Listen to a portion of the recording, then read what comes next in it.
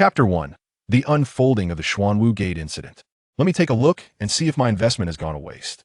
As he spoke, Li Chengxian began to maneuver the mouse, clicking open a software application. His anticipation for the program displayed on the screen was palpable. Not for any trivial reason, this was a game he had commissioned at great expense, one that did not exist in the market. Sure, there might be similar games, but one like his? Absolutely not. With eager eyes, Li Chengxian clicked to launch the program, and a flicker of azure lightning danced across his vision. Boom!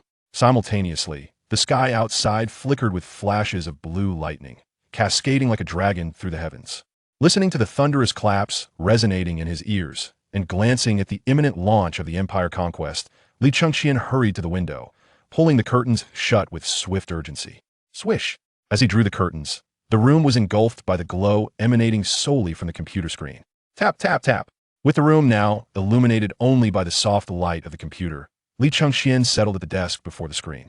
Come on, let me unleash my wrath. His eyes sparkled with profound excitement. Li Chengxian was consumed by curiosity about this empire conquest. Launch. In an instant, upon seeing the word launch appear on the screen, he clicked without hesitation. At that very moment, a bolt of violet lightning flashed across the sky outside. Crackle. The violet lightning struck Li Chengxian just as he clicked to launch the game. Boom! In the next instant, as the violet lightning struck him fiercely, a thought surged through Li Chengxian's mind as he fell. Oh no, I haven't cleared my search history. My phone hasn't been formatted. Just as this thought rushed through his mind, he collapsed to the ground. In the next moment, Li Chengxian abruptly opened his eyes, instinctively letting out a cry of terror. As he jolted awake and screamed, he was momentarily taken aback by the surroundings before him. Wait a moment, where am I? A flicker of confusion passed through his eyes. As he grappled with this bewilderment, memories surged into his mind like a tidal wave. At that moment, confronted by the sudden influx of memories, he cried out once more. As his cries echoed, a flurry of voices emerged from outside, and the door was flung open. Creak! Your Highness! A soft yet urgent voice resonated within the room. So, I have become the crown prince Li Chengxian of the Tang Dynasty? Awakening within the confines of the palace, Li Chengxian mused heavily to himself. As he absorbed the memories flooding his mind, he realized where he was, Chang'an, or rather, the imperial palace. His identity was none other than the crown prince of the current Tang Dynasty. If his status were merely that of a crown prince, Li Chengxian would undoubtedly be ecstatic, for he had come to the astonishing realization that he had traversed time. From an ordinary individual in the modern world, a mere commoner with a touch of wealth, to the crown prince of a nation, destined to ascend as the supreme emperor of this realm, if all went according to plan. An emperor, a sovereign who, in many respects, holds the power over life and death. Of course, this was contingent upon him successfully ascending the throne. Until then, he remained merely a prince, yet the authority wielded by a prince was still unfathomable. However, Li Chengxian did not revel in his princely status, for this princely identity was that of Li Shimin's son. Li Chengxian, the son of Emperor Taizong Li Shimin of the Tang Dynasty, was his current identity. Li Chengxian's name was strikingly identical to that of the historical figure. Why did his name mirror that of Li Shimin's son, Li Chengxian? Li Chengxian could only surmise that a few years back, following an unfortunate incident, his father had encountered a fortune teller who proclaimed that his son would possess an extraordinary fate, destined to don the imperial robes and feast on sumptuous meals. It was that fortune teller's words which prompted his father to rename him. It was uncertain whether his father, in a moment of whimsy, had chosen the name Li Chengxian. While the name sounded rather grand, ever since he had taken history classes, he had come to feel a sense of despair regarding it. For his name was an exact replica of the historical crown prince Li Chengxian. Thus, during his school years, he was often referred to as the prince, and his initial bewilderment regarding this title eventually evolved into acceptance, to the point that he now even referred to himself as the humble one. Not long ago, he had spent a considerable sum commissioning a game tailored to his specifications. Of course, it was a pirated version, a game that amalgamated features from various games, rebranded as Empire Conquest. Just as he was about to indulge in this game, an unexpected bolt of lightning caused him to traverse time, becoming the historical crown Prince Li Chengxian of the Tang Dynasty. If I recall correctly, it seems I only have 7 days left? At that moment, Li Chengxian murmured to himself, a hint of incredulity in his eyes. As he absorbed the memories flooding his mind, he realized the historical context of his current situation. In essence, he had arrived at the final moments of Li Chenqian's life, for in a week, he was to emulate his father, Li Shimin, in a coup d'etat akin to the historical Xuanwu Gate incident. The timing was even predetermined. 7 days hence. In just 7 days, he would raise arms in rebellion. Yet he was acutely aware of the fate that awaited the historical crown prince Li Changxian, which meant that if he truly initiated a rebellion in 7 days, only one outcome awaited him: death. Should I simply choose to forfeit? Pretend nothing has transpired? Suddenly, a thought surged through Li Chenqian's mind. Just as this notion crossed his mind, an abrupt mechanical voice resonated in his consciousness. The Empire Conquest System is at your service, Your Majesty. Chapter 2. The 18-year-old Prince. The humble one shall remain still. The Empire Conquest System is at your service, Your Majesty. In an instant, the unexpected voice shattered Li Chenqian's train of thought. Taken aback by this sudden proclamation, he blinked in surprise. Wait a moment. Empire Conquest? Isn't that my pirated game? In a flash, Li Changxian regained his composure, his eyes sparkling with realization. The voice echoing in his mind was clearly his golden finger. The emergence of this golden finger did not surprise him in the least. Having traversed time, was it not entirely normal to possess such an advantage? The Empire Conquest System? Does this mean I can sweep away all opposition using its features? His eyes gleamed with fervor as he contemplated the possibilities. Understanding the intricacies of the Empire Conquest System better than anyone, Li Changxian was well aware of how straightforward this game was. He had initially invested in creating this game for his own enjoyment, hence it was a genuine pirated version. And what does a pirated version entail? Moreover, Li Changxian was concerned that, due to the nature of this pirated game, he might lose the desire to continue playing as the game progressed. Thus, he had also developed something he termed the time-space gate, which, as the name implies, would allow him to traverse any world at will. Whether this time-space gate could indeed transport him to other realms was uncertain. For what he had learned from those adept to the game, opening this time-space gate would lead to a new map, one that encompassed worlds familiar from films, novels, or anime. Of course, the details were not exhaustive to gain a more thorough understanding. He would need to invest further. While on Earth, Li Changxian had harbored the intention to enhance the time-space gate with more detailed maps once he had the funds. But alas, he had not even activated it before being thrust into this new existence. Yet, the time-space gate still existed within the Empire Conquest game, and he had traversed time with the Empire Conquest System. Perhaps I can seize the highest throne. Suddenly, a thought ignited in Li Chenqian's mind. Before the initiation of this system, he even contemplated hiding away to evade the impending turmoil set to unfold 7 days hence.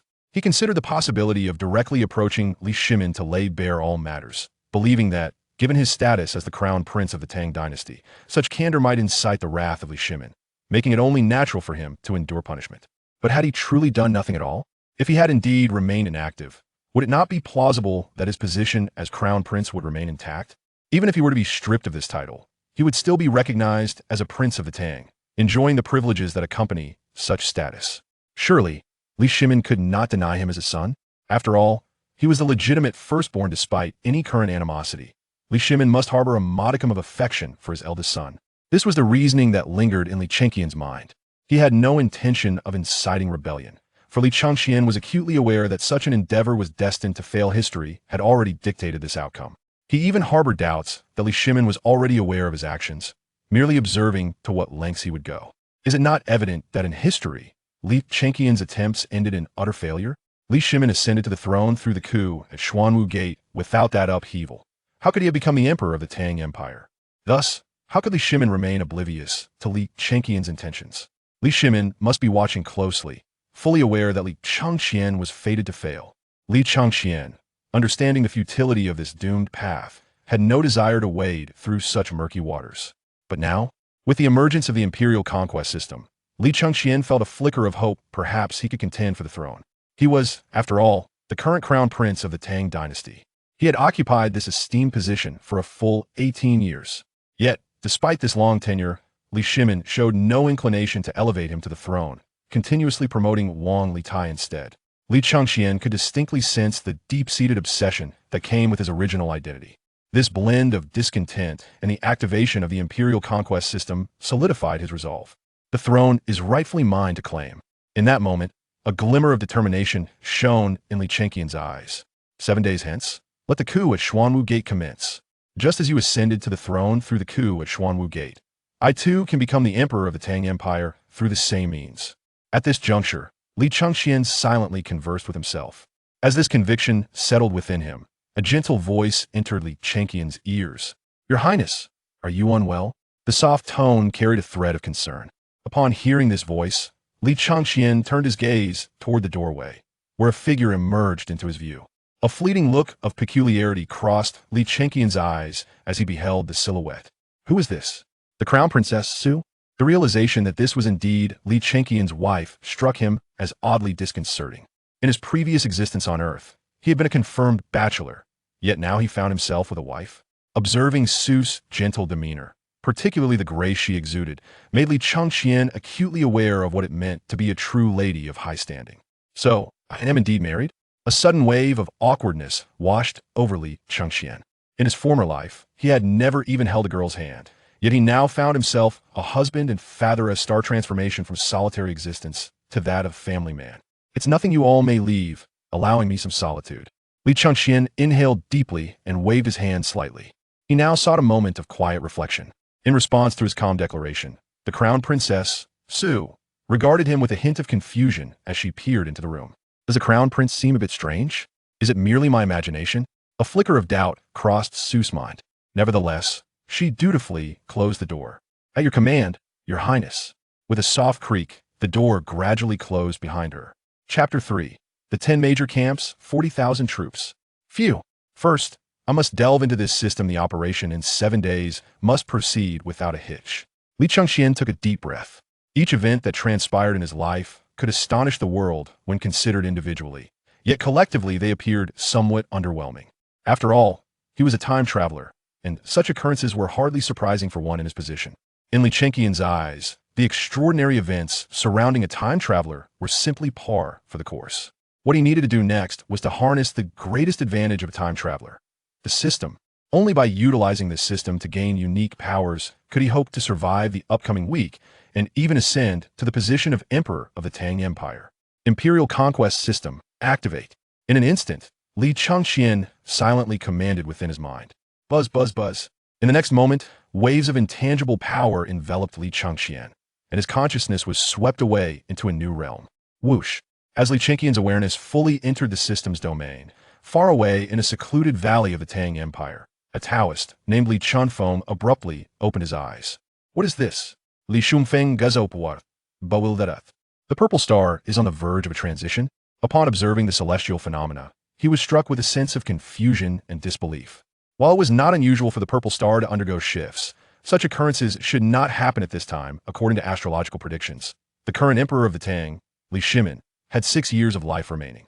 The purple star would only transition upon the emperor's death, yet the star still flickered in the sky, indicating that the emperor was not destined to die, even as the purple star was set to change. The future has altered. Li Chunfeng muttered to himself with a grave expression. Chang'an City may hold the key to understanding the cause of this upheaval. With a contemplative gaze directed toward Chang'an City, Li Chunfeng sought to uncover the identity of the individual capable of altering fate, someone whose influence could prompt the purple star's transition, suggesting they were likely entangled with a certain prince, or perhaps the individual was a prince themselves, for how else could one explain the purple star's shift while the Tang Empire remained intact? There exists but a singular explanation. The successor to the Tang dynasty's throne must inevitably be one of the current princes of the Tang. How fascinating. This is indeed exceedingly intriguing, Li Chunfeng muttered to himself. At this moment, his curious gaze turned towards the city of Chang'an. Within the palace of Chang'an, Li Chengxian surveyed the scene before him, taking a deep breath. Bring forth 10 military camps. As Li Chengxian's command resonated, an unseen force began to act in accordance with his will. With a thunderous sound, military camps rose from the ground in an instant. Boom, boom, boom. Observing the camps emerging, a hint of satisfaction flickered in Li Chengxian's eyes as he nodded approvingly. Excellent. Summon the troops. Bring forth 10,000 heavy infantry, 10,000 archers, and then another 10,000 heavy cavalry and 10,000 light cavalry. Without hesitation, he commanded, glancing at the 10 military camps before him. Although this world had evolved from a map of an imperial age, and these camps mirrored the edifices of that era for the sake of convenience. All matters pertaining to soldiers were encompassed within these camps. There was no need to construct additional facilities for war horses. One camp could suffice for everything. Thus, he had directly established 10 camps, from which he would summon the 40,000 troops he required. as Li Chengqian's orders were issued. The 10 camps that had just risen began to operate ceaselessly, an unknown power surging within. Moments later, a number of robust soldiers clad in heavy armor appeared before him. "Your Majesty." In the blink of an eye, 10 soldiers emerged from the camps, each one a heavy infantryman. Li Chengqian's eyes brightened at the sight of these soldiers clad in their armor. Wonderful, wonderful, truly worthy of the title of heavy infantry. Gazing at the figures before him, he nodded in satisfaction. Just by their appearance, it was evident that these soldiers were not commonplace. They could indeed be described as the elite among the elite. Furthermore, he would soon possess 40,000 soldiers of this caliber. From this moment forth, each of you shall assume the role of a captain. Each captain shall command 999 soldiers. Li Chengqian issued commands directly to the 10 soldiers before him. The subsequent 10,000 heavy infantry would be managed by these 10 individuals, each overseeing 999 soldiers, thus earning the title of regiment commander. As for the selection of squad leaders, that responsibility would fall to them to determine amongst themselves. And as for these 10, they were merely fortunate. After all, they were the first to be produced. Being the first to emerge naturally conferred upon them the rank of regiment commander. In response to Li Chengqian's appointment, the 10 heavy armored soldiers immediately adopted a solemn demeanor. "We pay our respects to your Majesty." In that moment, resolute voices began to emanate from the lips of these 10 commanders. Faced with the words of his commanders, Li Chengqian instinctively straightened his posture. "Indeed, splendid. Henceforth, I shall be your emperor." Li Chengqian expressed immense satisfaction with the titles bestowed upon the 10 captains. Although he is not yet an emperor, he perceives his ascension to the throne as merely a matter of time. Just 7 days away, he will soon be the sovereign of the Tang Empire. With the formidable force of 40,000 troops at his command, does he really believe that the mere Xuanwu Gate could impede his progress? Such a notion is utterly fanciful. His 40,000 soldiers could sweep through the city of Chang'an, cutting from the east to the west and from the north to the south. Who could possibly stand in his way? Li Heir, allow yourself to linger on the throne for just 7 more days. For soon you shall be unceremoniously cast down from your position.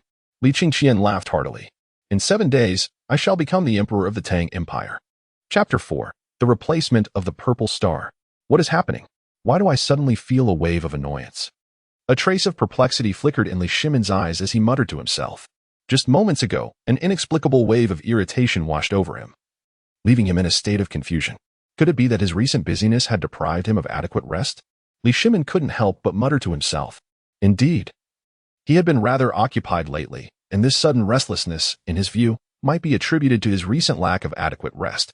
It appeared that he needed to take some time to rest and recuperate. Li Shimin gently shook his head and decided to go to Wu Kai'er. After pondering for a moment about where he would rest this evening, he prepared to make his way to her quarters.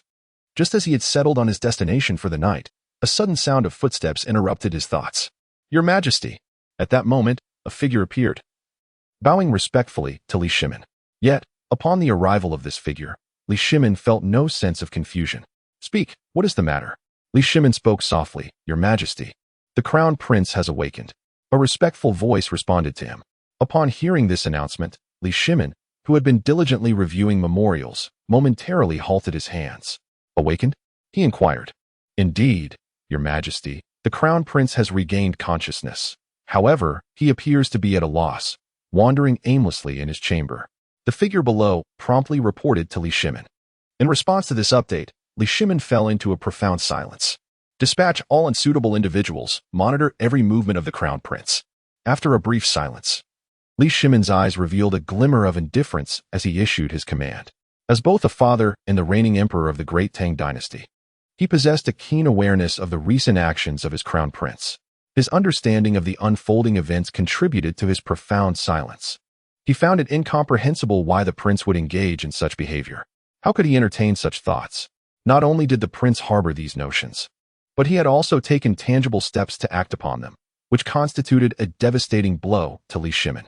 Yet, despite this setback, the weight of his imperial identity reminded him that he must vigilantly monitor the prince's every move.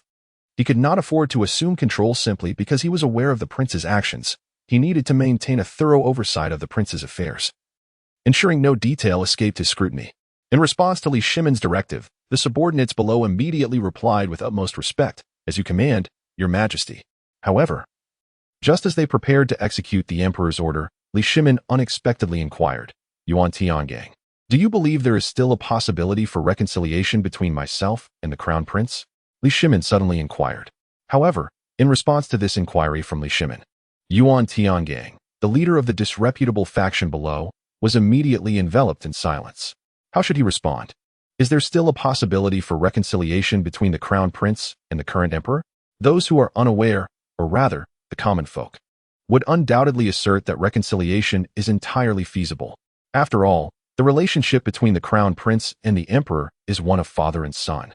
It is only natural for such a bond to experience a thaw. Hence, the uninformed would confidently proclaim that the relationship between the Crown Prince and the emperor is indeed reconcilable. However, those privy to the underlying events, such as Yuan Tiangang, are acutely aware of the Crown Prince's misdeeds and can comprehend the emperor's wariness towards him. Therefore, when faced with Li Shimin's query, Yuan Tiangang could only conclude that any possibility of reconciliation between the current emperor, Li Shimin, and the Crown Prince, Li Chengqian, was utterly non-existent. Yet, he could not voice this. He could only reply to Li Shimin with a facade of silence. In regard to Yuan Tiangang's reticence, Li Shimin uttered no words. A flicker of despondency crossed his eyes before he could only shake his head in resignation. Go, monitor the Crown Prince's every action. Any developments concerning him must be reported to me with utmost urgency. Li Shimin immediately restored the demeanor befitting an emperor, cold and unyielding. As you command, Your Majesty, came the respectful reply from Yuan Tiangang in an instant, in response to Li Shimin's edict. With measured steps, Yuan Tiangang swiftly departed into the distance. As he watched Yuan Tiangang's figure fade away, a profound melancholy flickered in Li Shimin's eyes. Chengqian, must we truly come to this? Li Shimin murmured to himself, sighing deeply. In the blink of an eye, he fell into a profound silence. At the moment when Li Shimin ordered the unsavory figures to monitor Li Chengqian's every move, Li Chengqian gazed at the imposing army that loomed on the horizon, nodding in approval. Excellent. Before him stood the silhouettes of 4 grand legions. And Li Chengqian envisioned himself commanding these forces, ultimately ascending to the throne of the Tang dynasty. Let us not dwell on trivialities, merely considering the 10,000 heavy cavalry, 10,000 archers, 10,000 heavily armored infantry, and 10,000 light cavalry. This assemblage of 40,000 soldiers may appear modest at first glance. However, the opulence of their armaments is truly remarkable. Each soldier is clad in armor, while the light cavalry and archers don only leather armor. Their formidable physiques command respect, indicating that they are far more than mere light cavalry and archers. As for the other 2 branches, the heavily armored infantry and cavalry unmistakably bear the hallmark of their formidable protection. In ancient times, these heavy infantry and cavalry were akin to modern tanks, and he possesses an equivalent of 20,000 ancient tanks. From this day forth, the world shall be mine to traverse. As Li Chengqian beheld the grand army, a flicker of excitement danced in his eyes as he spoke. The soldiers among the 40,000 legions, witnessing their sovereign on the high platform, erupted in a resounding chorus. We pay our respects to Your Majesty. The echoes of their fervent shouts reverberated across the open grounds of the military camp. Chapter 5. The Ordinary Wu Zetian. Rising in rebellion? Li Chengqian took a deep breath. Li Chengqian gazed around the chamber in which he found himself, a flicker of determination glimmering in his eyes. In merely 7 days, he would ascend as the emperor of the great Tang Empire. Li Chengqian felt a profound weight pressing upon his heart. Although he harbored absolute confidence regarding the impending coup in 7 days, he was not the same Prince Li Chengqian of history. The power he wielded now was such that in certain lesser domains, he could proclaim himself emperor.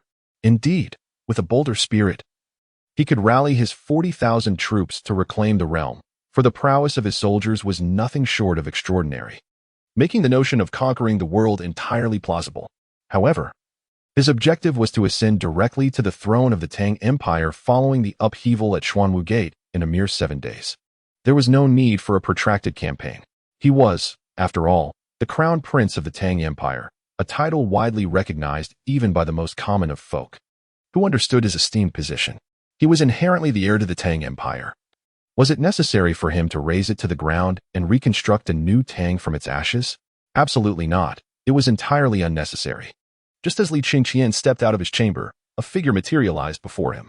Your Highness, Duke Ho and Master Du request an audience, reported the eunuch from the Eastern Palace, stepping forward promptly.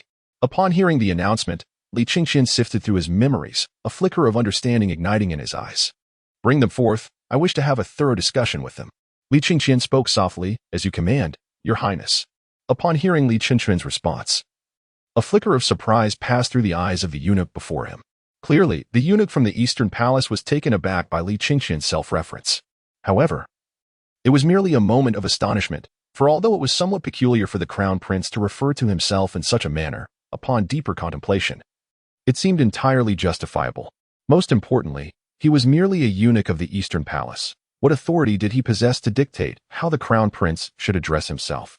With a series of footsteps, the eunuch swiftly vanished from Li Qingxian's sight.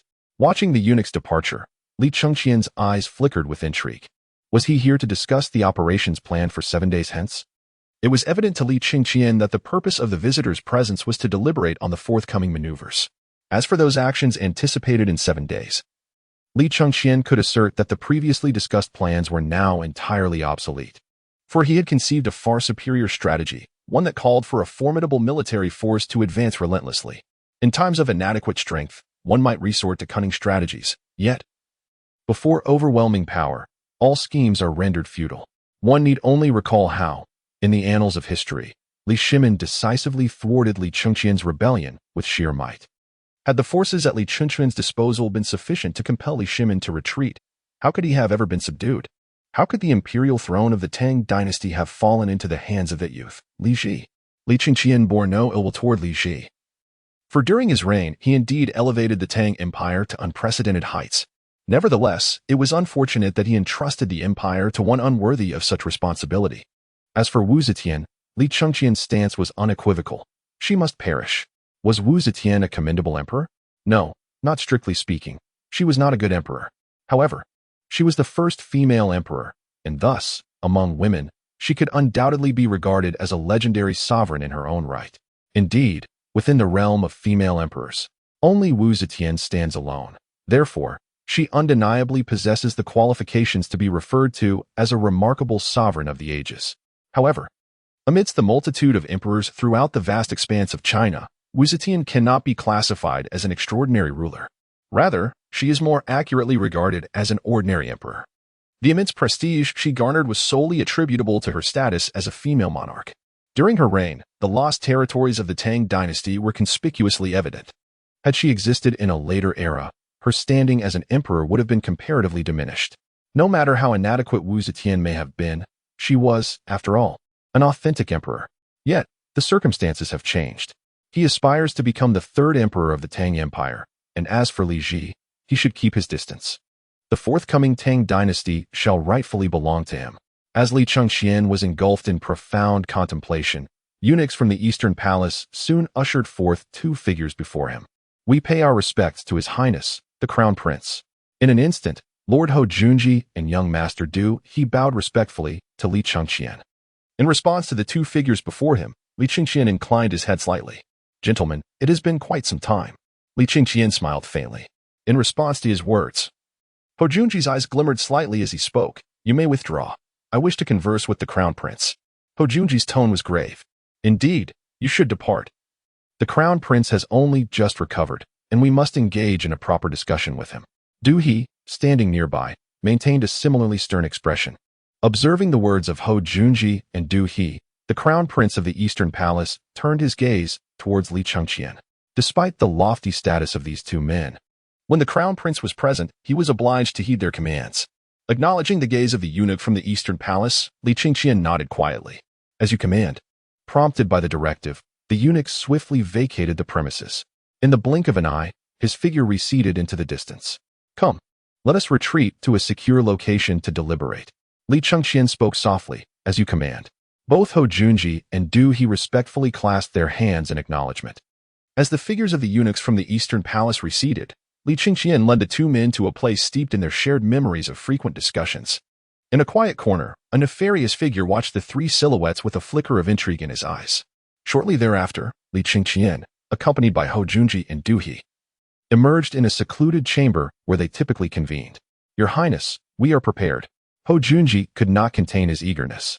Indeed, Your Highness, we are ready to act at any moment. Du He chimed in, equally fervent. In the face of their urgent gazes, Li Chengqian calmly replied, "We must revise our plan carefully." Li Chengqian spoke solemnly. Chapter 6. The plan at Xuanwu Gate is about to change. The 4,000 troops under the Crown Prince's command necessitate a thorough revision of our strategy. Li Chengqian spoke with a grave demeanor. Upon hearing his words, a flicker of confusion appeared in Hou Junji's eyes. "Your Highness, what is this?"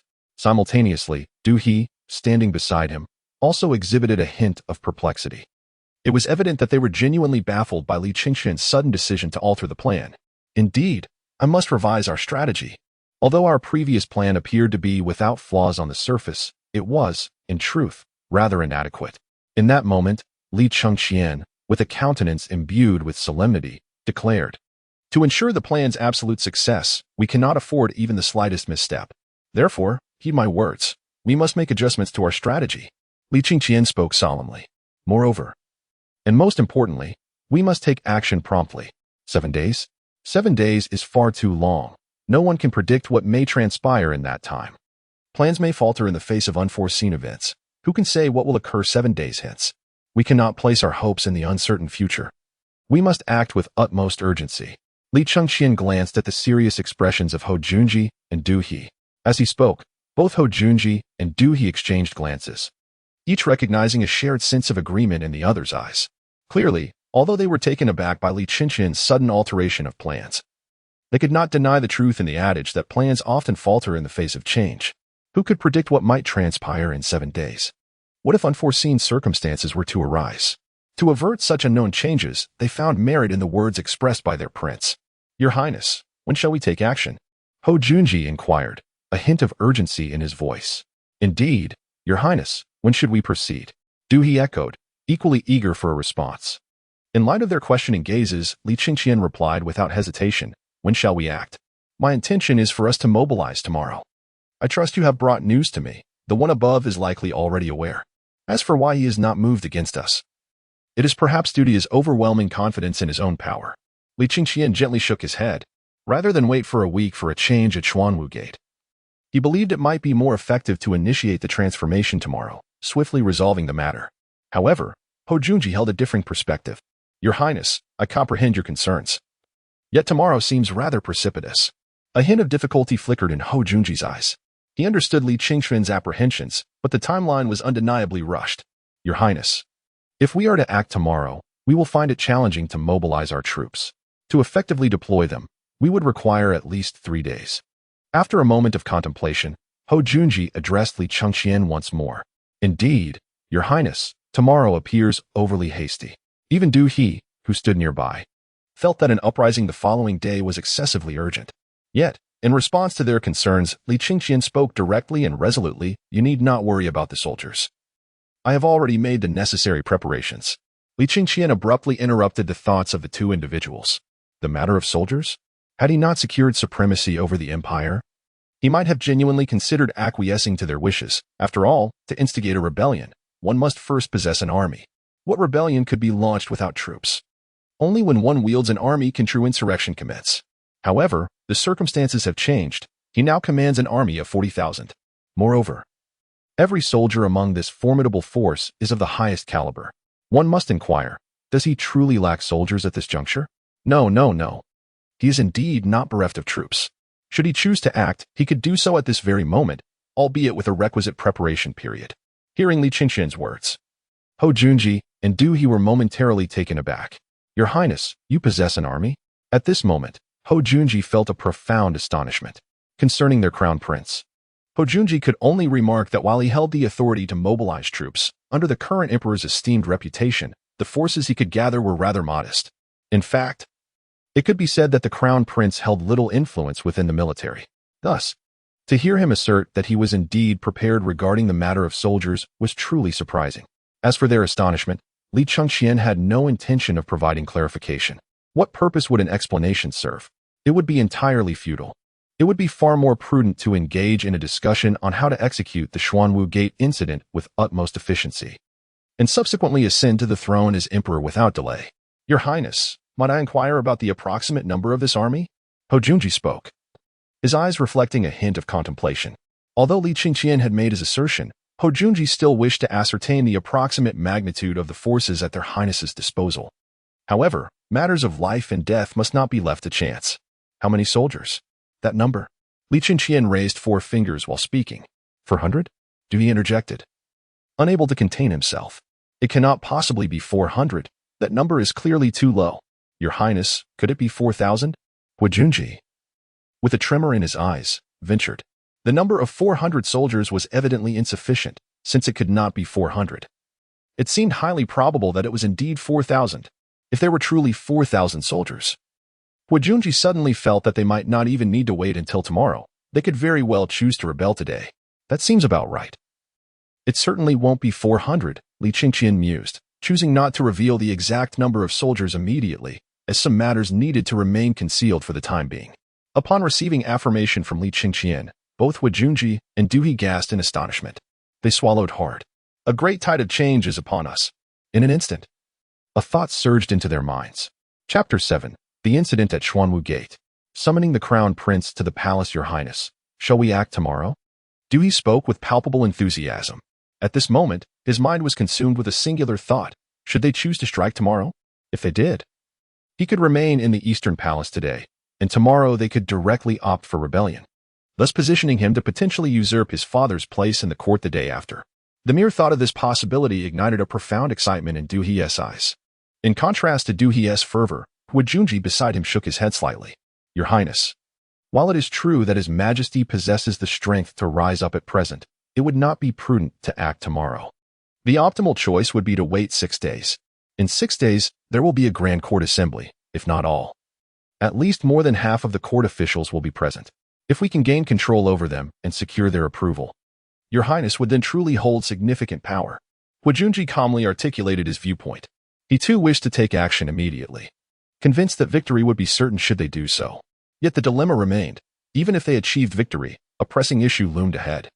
The Grand Court Assembly in 6 days would see the majority of officials return to the court, making it the ideal moment to strike. At that time, they could compel those officials to choose sides. As for acting now, it is not entirely impossible. Yet it is evident that it pales in comparison to the benefits to be gained 6 days hence. Upon hearing the response from Ho Junji, Li Qingqian nodded slightly. So that is the case, 6 days later. Very well, let us make preparations. And as for you all, during this period, it would be prudent to exercise caution. Do not be deceived by the apparent tranquility. I can assure you that the entity in question is already aware of our undertakings, though it remains oblivious to the power I currently wield. What it knows is merely the strength we possessed previously, while it is entirely unaware of the might I now command. Therefore, you must not divulge this information, otherwise, the repercussions will extend far beyond the confines of our gathering, affecting not just us present, but also your respective families. Li Qingqian, with a grave expression, earnestly cautioned. In his view, it was certain that Li Shimin was aware of the rebellion between them, according to the memories that resided in his mind. The current Li Shimin commanded a clandestine organization known as the Unruly Ones. Regarding this Unruly Ones, Li Qingqian's assessment was that it bore a striking resemblance to the Jinyui of the Ming Dynasty. Li Qingqian believed that their every move was likely under the watchful eye of the nefarious individuals, and he was uncertain how many spies from that faction were lurking within his own palace. Thus, should these two divulge this information, all 3 present would face dire repercussions, their fates potentially mirroring the tragic narratives of history. Rest assured, Your Highness, we shall not betray even the slightest hint of this secret. At that moment, Ho Junji and He spoke in unison. They were acutely aware of the gravity of their actions, as this was a crime punishable by the extermination of 9 clans. Yet, the immense benefits that lay behind this undertaking were sufficient to overshadow the terror associated with such a grave transgression.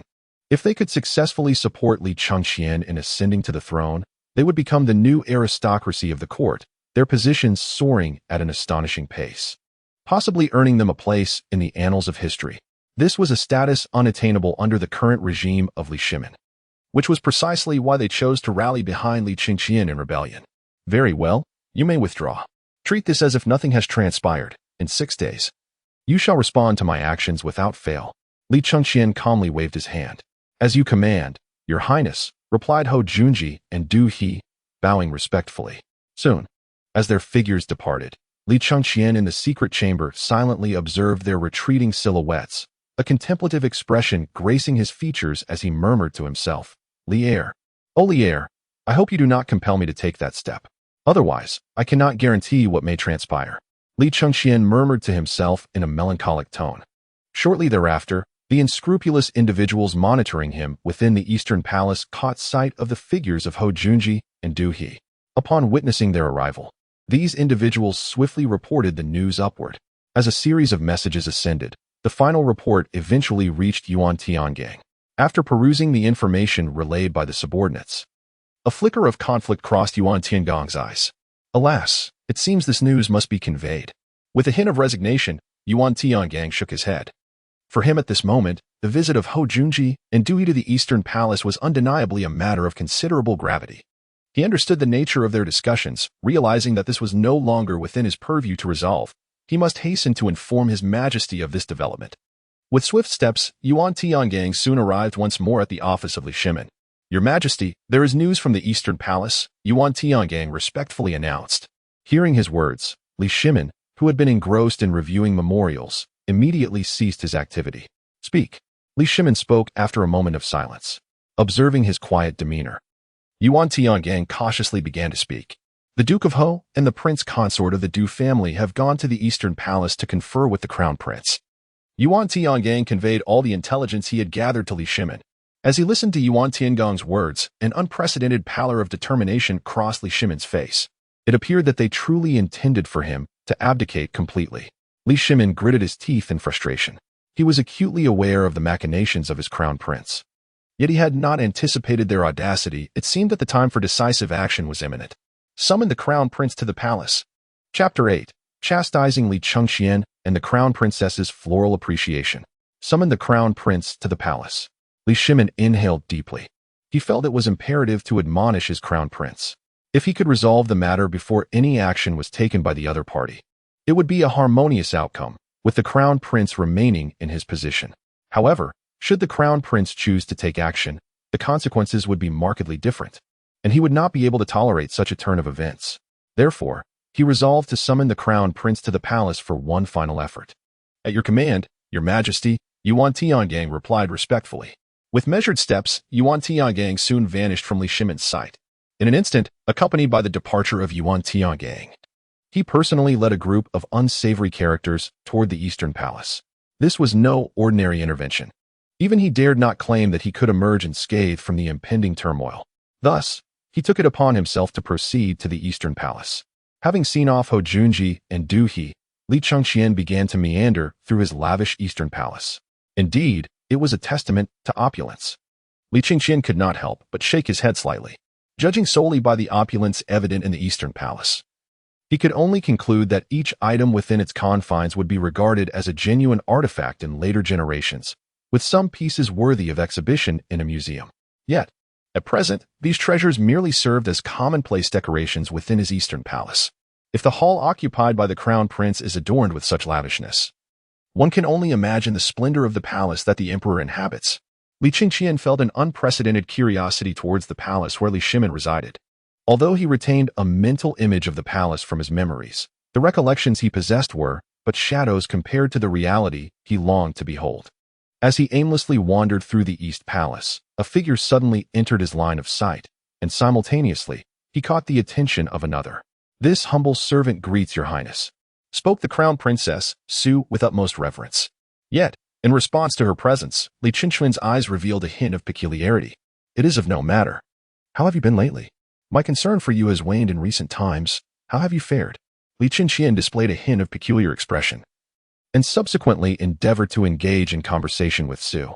Faced with this unexpected wife, he found himself at a loss regarding how to interact with her, thus resorting to this manner of communication.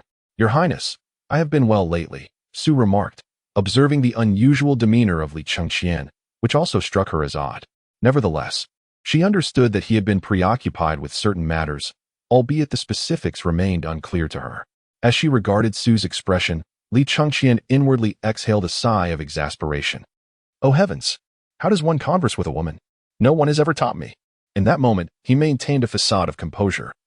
Yet internally he was engulfed in a tempest of frustration.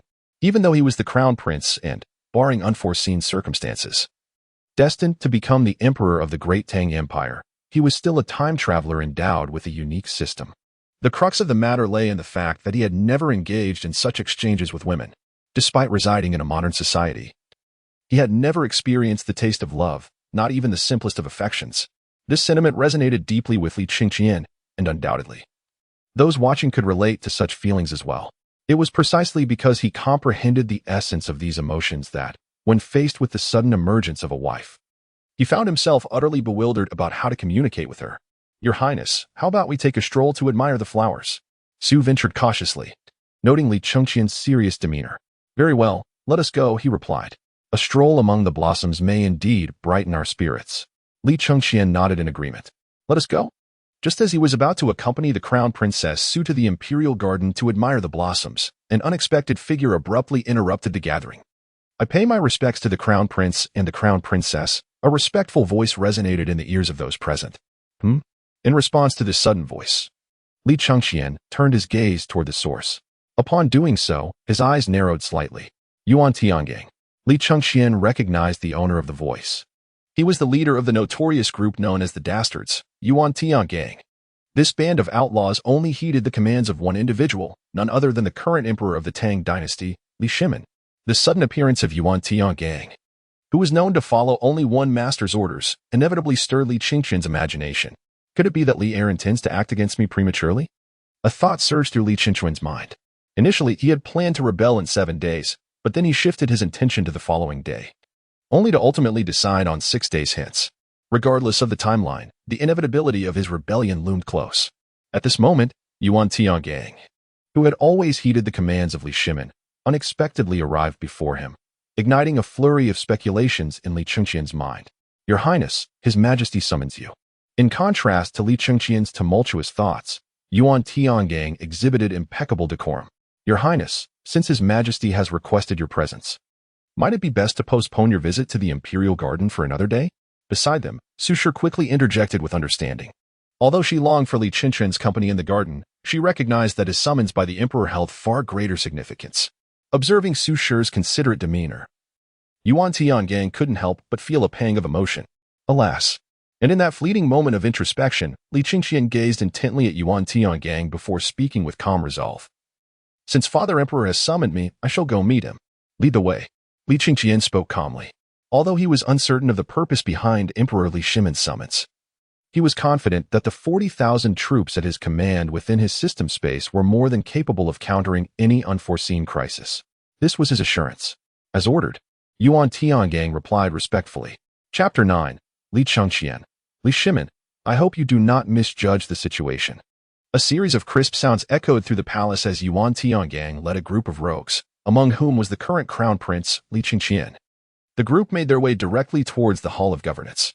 Observing this scene, spies from other princes within the palace swiftly relayed the news outside. What they witnessed was Yuan Tiangang personally escorting the crown prince, a sight that spoke volumes about the gravity of the situation. Who were these rogues?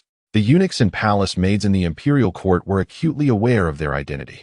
It was precisely because they understood the nature of these rogues that they recognized the significance of the crown prince being escorted by them. Especially concerning was their direction towards the Hall of Governance, the very chamber of the reigning emperor. In summary, the eunuchs and maids could only surmise that the crown prince had committed some transgression, prompting the emperor to send rogues to escort him under duress. Soon, several spies within the palace conveyed their observations to the outside world. As these spies stirred with excitement, Yuan Tiangang, the leader of the rogues ahead of Li Chengqian, felt a flicker of concern in his eyes. It seemed that a purge of the palace was in order, lest it become riddled with leaks. Yuan Tiangang could not help but shake his head slightly. While Yuan Tiangang contemplated a potential cleansing of the palace, Li Chengqian's gaze was fixed on the increasingly imminent Hall of Governance. "Li Er, I hope you do not put me in a difficult position, for I cannot foresee what actions I might take should that happen." A flicker of murderous intent unexpectedly surged within Li Chengqian's heart. Should Li Shimin dare to lay a hand upon him, Li Qingqian might very well summon the soldiers from the depths of the system's realm. Enduring torment prior to acquiring power seemed of little consequence, yet the crux of the matter lay in the fact that he now possessed formidable strength. Given this newfound might, why should he subject himself to suffering? There was simply no necessity for such a course of action. Thus, Li Qingqian found himself hoping that Li Shimin would refrain from any foolishness. Before long, amidst a myriad of thoughts held by the onlookers, Yuan Tiangang arrived at the entrance of the Grand Hall. "Your Majesty, the Crown Prince has been brought forth," he respectfully announced, clasping his hands. "Step back. Allow the Crown Prince to enter alone," came the calm command from within the hall. "As you command," Yuan Tiangang replied, and at once, the guards gently opened the grand doors. Observing the slowly parting entrance, Li Chengqian walked in with a serene demeanor. With measured steps, he proceeded into the Hall of Governance. While the guards gradually closed the doors behind him, creaking sounds echoed as the grand doors of the Hall of Governance were shut. Within the vast chamber, Li Chengqian stood quietly at the center, gazing up at Li Shimin seated above him, a tranquil glimmer evident in his eyes. In response to the calmness reflected in Li Chengqian's gaze, Li Shimin scrutinized the Crown Prince standing at the center of the hall. "Qingqian, is there any matter concerning your recent sudden fainting?" Li Shimin suppressed some other thoughts within him and began to express concern for Li Chengqian's health. Listening to his father's inquiries, Li Chengqian gently shook his head, indicating that he had already recovered. Li Chengqian responded with a demeanor that was neither servile nor arrogant. Upon witnessing this response, Emperor Li Shimin above furrowed his brow slightly. "Qingqian, I have heard that the Duke of Ho and the Prince Consort of the Du family have visited your Eastern Palace to discuss matters. I wonder what precisely they are deliberating?" With a hint of curiosity in his tone, Li Shimin spoke, leaving the uninformed to believe that he was genuinely intrigued by the unfolding events. However, upon hearing Li Shimin's words, Li Chengqian became increasingly convinced that malevolent figures were indeed surveilling his every action. Historically, Li Chengqian's downfall was not without justification. Li Chengqian could not help but shake his head slightly. Every gesture was being meticulously monitored. How could one even entertain the notion of a successful rebellion? Should Li Chengqian truly succeed in his insurrection, it would not merely be a trivial matter for Li Shimin. It would resemble a vast ocean rather than a mere trickle. However, I must apologize, for the course of history will be altered by my own hand. The forthcoming history shall diverge significantly from that which has been recorded. It is I who will personally inscribe the annals of what is to come. Li Chengqian could not help but silently vow to himself, "It is nothing. They have come to the Eastern Palace merely to inquire about my recovery, to express their concern for my well-being." Li Chengqian casually fabricated a reason in response to Li Shimin. Whether Li Shimin believed him or not was of no consequence to him. Was it possible that the other party would directly interrogate Ho Junji overnight to extract a conclusion? That was unnecessary. Moreover, Li Shimin's actions clearly indicated a feigned ignorance despite being fully aware of the situation. "It appears that His Majesty's concern for you is rather insufficient." Li Shimin displayed a fleeting expression of realization. Alas, His Majesty has been quite occupied during this period. Li Shimin could not help but reveal a hint of wistfulness as he spoke. Observing his performance at this moment, Li Chengqian chose to remain silent in the center of the grand hall. "Qingqian, your father wishes to test you." Beneath his calm exterior, Li Shimin harbored a flicker of anger towards Li Chengqian's silence. Nonetheless, he was compelled to suppress this emotion deep within his heart. His purpose in coming here was not to lay everything bare. Rather, his primary aim was to subtly admonish Li Chengqian. It would be most prudent to avert any impending issues, and should avoidance prove impossible, then a different approach would be necessary. Until the occurrence of such matters was inevitable, Li Shimin believed it best to focus on gentle admonition. "Chengqian, your father has a tale to share. I wonder if you would care to listen?" Li Shimin spoke with a gentle smile. "Father, please share your thoughts. Your son is eager to hear the details." Li Chengqian clasped his hands together and spoke. "It is as follows. Recently, Father Emperor has heard of an intriguing occurrence among the people. I find the matter quite fascinating, and thus, I wish to share it with you." As he spoke, Li Shimin's gaze remained fixed upon Li Chengqian's expressionless face. Faced with such an impassive demeanor, Li Shimin could only begin to recount the tale he had in mind. In the realm of the common folk, there exists a particular story. Chapter 10. The folktale is narrated by Li Shimin and the choice of Li Chengqian. In the realm of the common folk, there exists a particular story. Li Shimin began to slowly recount the tale that lingered on his lips. It concerns a family of considerable wealth. For various reasons, the patriarch of this household had prematurely designated an heir to inherit the family fortune. To cultivate this successor, he summoned all the renowned scholars from the surrounding area to impart wisdom and knowledge to his child.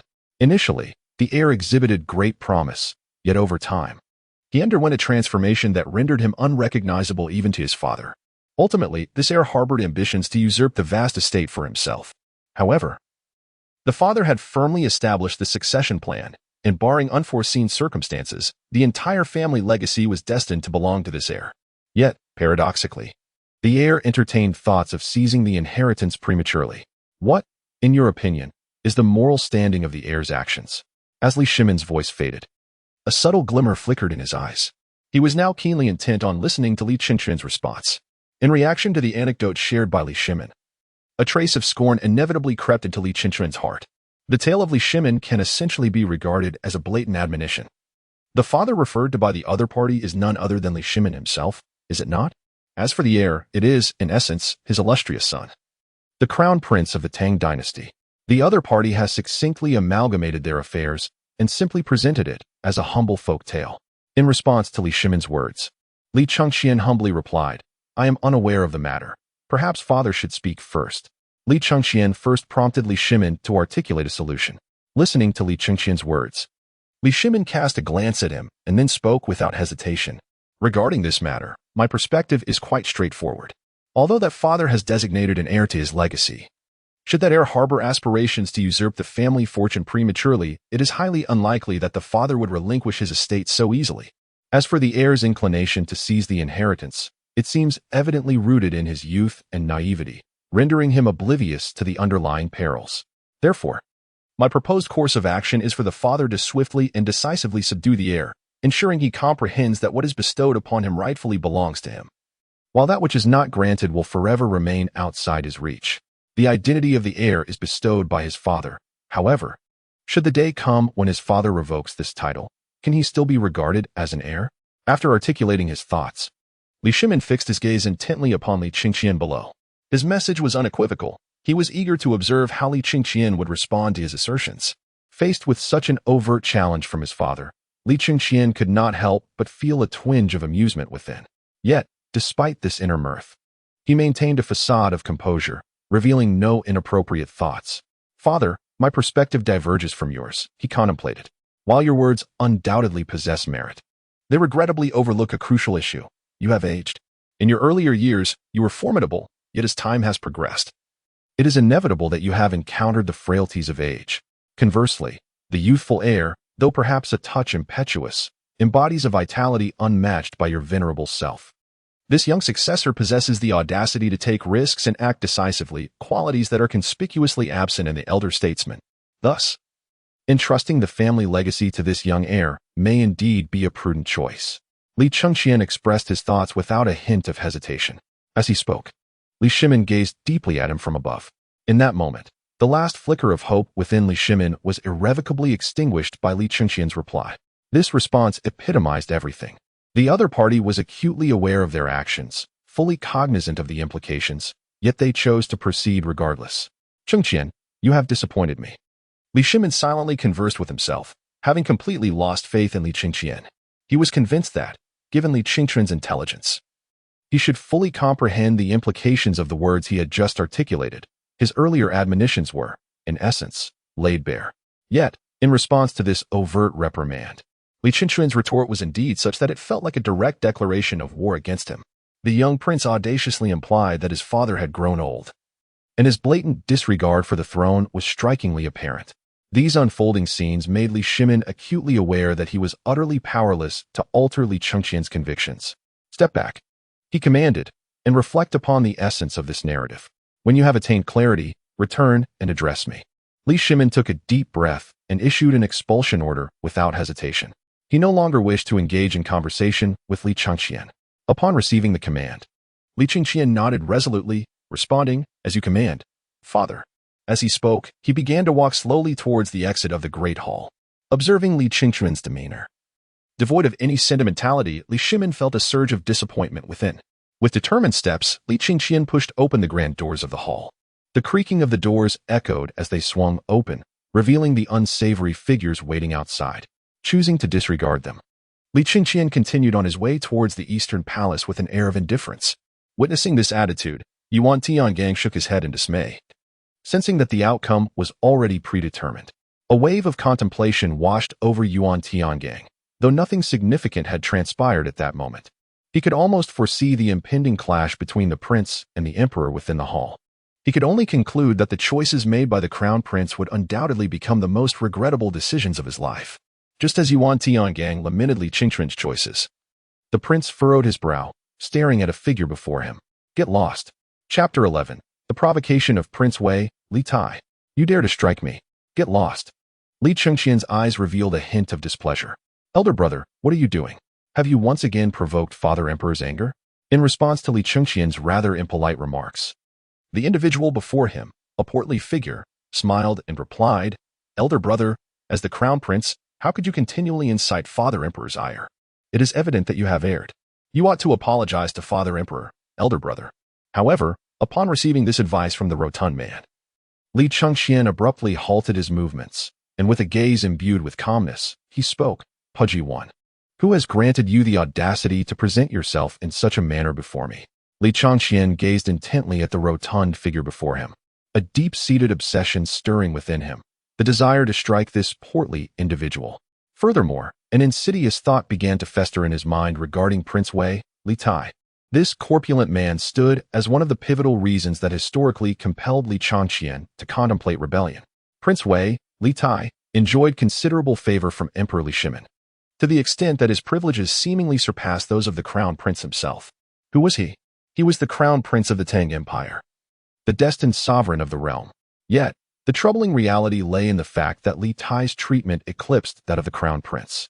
Such a situation instilled a profound sense of peril within Li Qingquan, for it was evident to all that Emperor Li Shimin might well strip him of his princely title and elevate Li Tai as the new heir apparent.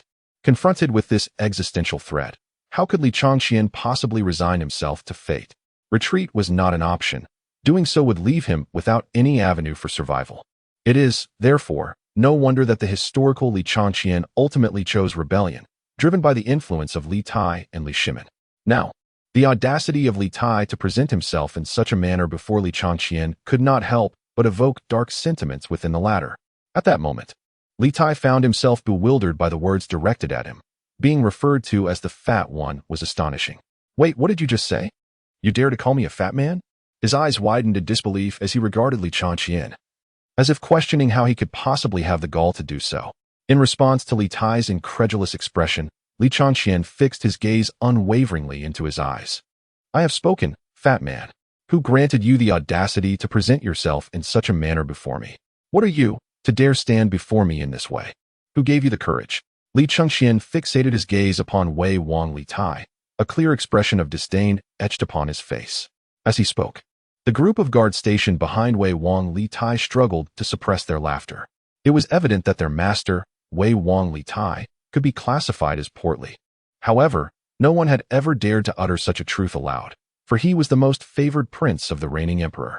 Moreover, it was impossible to overlook the fact that Wei Wang possessed the potential to ascend to the throne. Thus, despite their amusement, the guards could only stifle their laughter and remain silent. You, how dare you speak to me in such a manner? Wei Wang Li Tai exclaimed, his finger trembling as he pointed at Li Qingquan, his heart brimming with indignation. Yet, in the face of Wei Wang Li Tai's current demeanor, Li Qingquan continued to exhibit an air of contempt. You, the portly one, take your leave from my presence. I might choose to pretend I have not seen you. However, should you persist in your obstinacy, do not blame me for taking action against you. Li Qingquan regarded the corpulent figure before him with a countenance of grave seriousness. His thoughts regarding this rotund individual were singular. He yearned to vanish from sight beneath the very eyes of this man with utmost expediency. Should he fail to do so promptly, he would not hesitate to let this portly figure comprehend the ramifications of such continued provocation. Did he truly believe he was still the original prince? Apologies, but he had long since ceased to be that former prince. Thus, if Wei Wang Li Tai were to truly provoke him, he would relish the opportunity to impart a lesson on the consequences of such insolence. Observing Li Qingquan's solemn demeanor, Wei Wang Li Tai instinctively took a step back. Yet, in that fleeting moment of retreat, he swiftly regained his composure. What do you intend to do? Do you dare to strike me? Li Tai's eyes burned with a profound fury. It was utterly humiliating for him to be intimidated by his inept elder brother. For the Prince of Wei, this was indeed a disgrace of the highest order. In Li Tai's estimation, his elder brother was the epitome of incompetence. and the fact that he had been unsettled by such a person was nothing short of a shameful affront. Consequently, the Prince of Wei, Li Tai, could not help but display his indignation as he glared at Li Chengqian. Observing Li Tai's current demeanor, Li Chengqian could not help but shake his head slightly. It appeared that you have not taken my words to heart. Do you truly believe that I would hesitate to confront you? Li Chengqian gazed calmly at Li Tai across from him. Try hitting me once. At that moment, Li Tai felt an unexpected surge of confidence. Despite observing his elder brother's unyielding demeanor, to Li Tai, although his seemingly inept brother had changed a bit, becoming more arrogant, he remained fundamentally the same, a worthless individual. Deep down, Li Tai held his elder brother in contempt, believing that if he were the legitimate firstborn, the title of crown prince would rightfully belong to him, not to his ineffectual sibling. However, fate had not favored him as the legitimate firstborn, resulting in the crown prince's title being bestowed upon his brother instead. Nevertheless, Li Tai was convinced that the title would eventually be his. Noticing the inexplicable confidence radiating from Li Tai, Li Chengqian furrowed his brow slightly before decisively raising his right hand and striking. Slap. In an instant, he delivered a resounding blow to Li Tai's face. The sudden pain radiating from his cheek left Li Tai in a state of shock. Why you? How dare you strike me? The fiery sting on his face bewildered him. He could hardly believe that his seemingly worthless brother had actually dared to hit him. Where did he find the audacity to do so? You actually dared to hit me. At that moment, Li Tai's expression was one of sheer disbelief as he confronted Li Chengqian. In response to Li Tai's astonished demeanor, Li Chengqian calmly replied, "Who says I wouldn't dare? What gives you the confidence to think that I wouldn't?" Li Chengqian gazed calmly at the rotund figure before him. Have you truly never heard the phrase a brother is like a father? Who granted you the audacity to be so brazen in the presence of one such as I?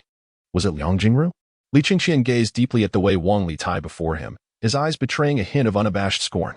Why did he not dare to strike him? Who was the opponent? Merely a destined failure.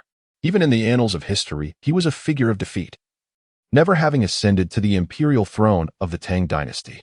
Moreover, since his arrival in this world, his historical trajectory had only reinforced this fate. With his arrival, could one not foresee the dismal conclusion awaiting Wei Wang Li Tai? His end would certainly not be as merciful as it was chronicled in history. Indeed, in Li Chengqian's perspective, the historical denouement was somewhat lenient. Should he be the one to resolve Li Tai's fate, it could only be described as brutal. Li Chengqian harbored no semblance of affection for this portly individual. Rather, he considered him an adversary. As such, his stance towards enemies was straightforward: eradicate them utterly, leaving no roots to regrow. A dead enemy is the only true enemy, a principle that Li Chengqian had always adhered to. Who is Liang Jingru? Li Tai instinctively inquired in response to Li Chengqian's challenge. No, you. Are you plotting rebellion? It seemed Li Wang Tai believed he had outmaneuvered Li Chengqian. He had heard of the saying, an elder brother is like a father, but such familial sentiment could only exist among common folk, within their royal lineage. It was not a phrase to be taken lightly. The situation was evident. Take this so-called useless elder brother before him, despite Li Tai's contempt. One could not overlook the fact that he was indeed the crown prince of the Tang Dynasty.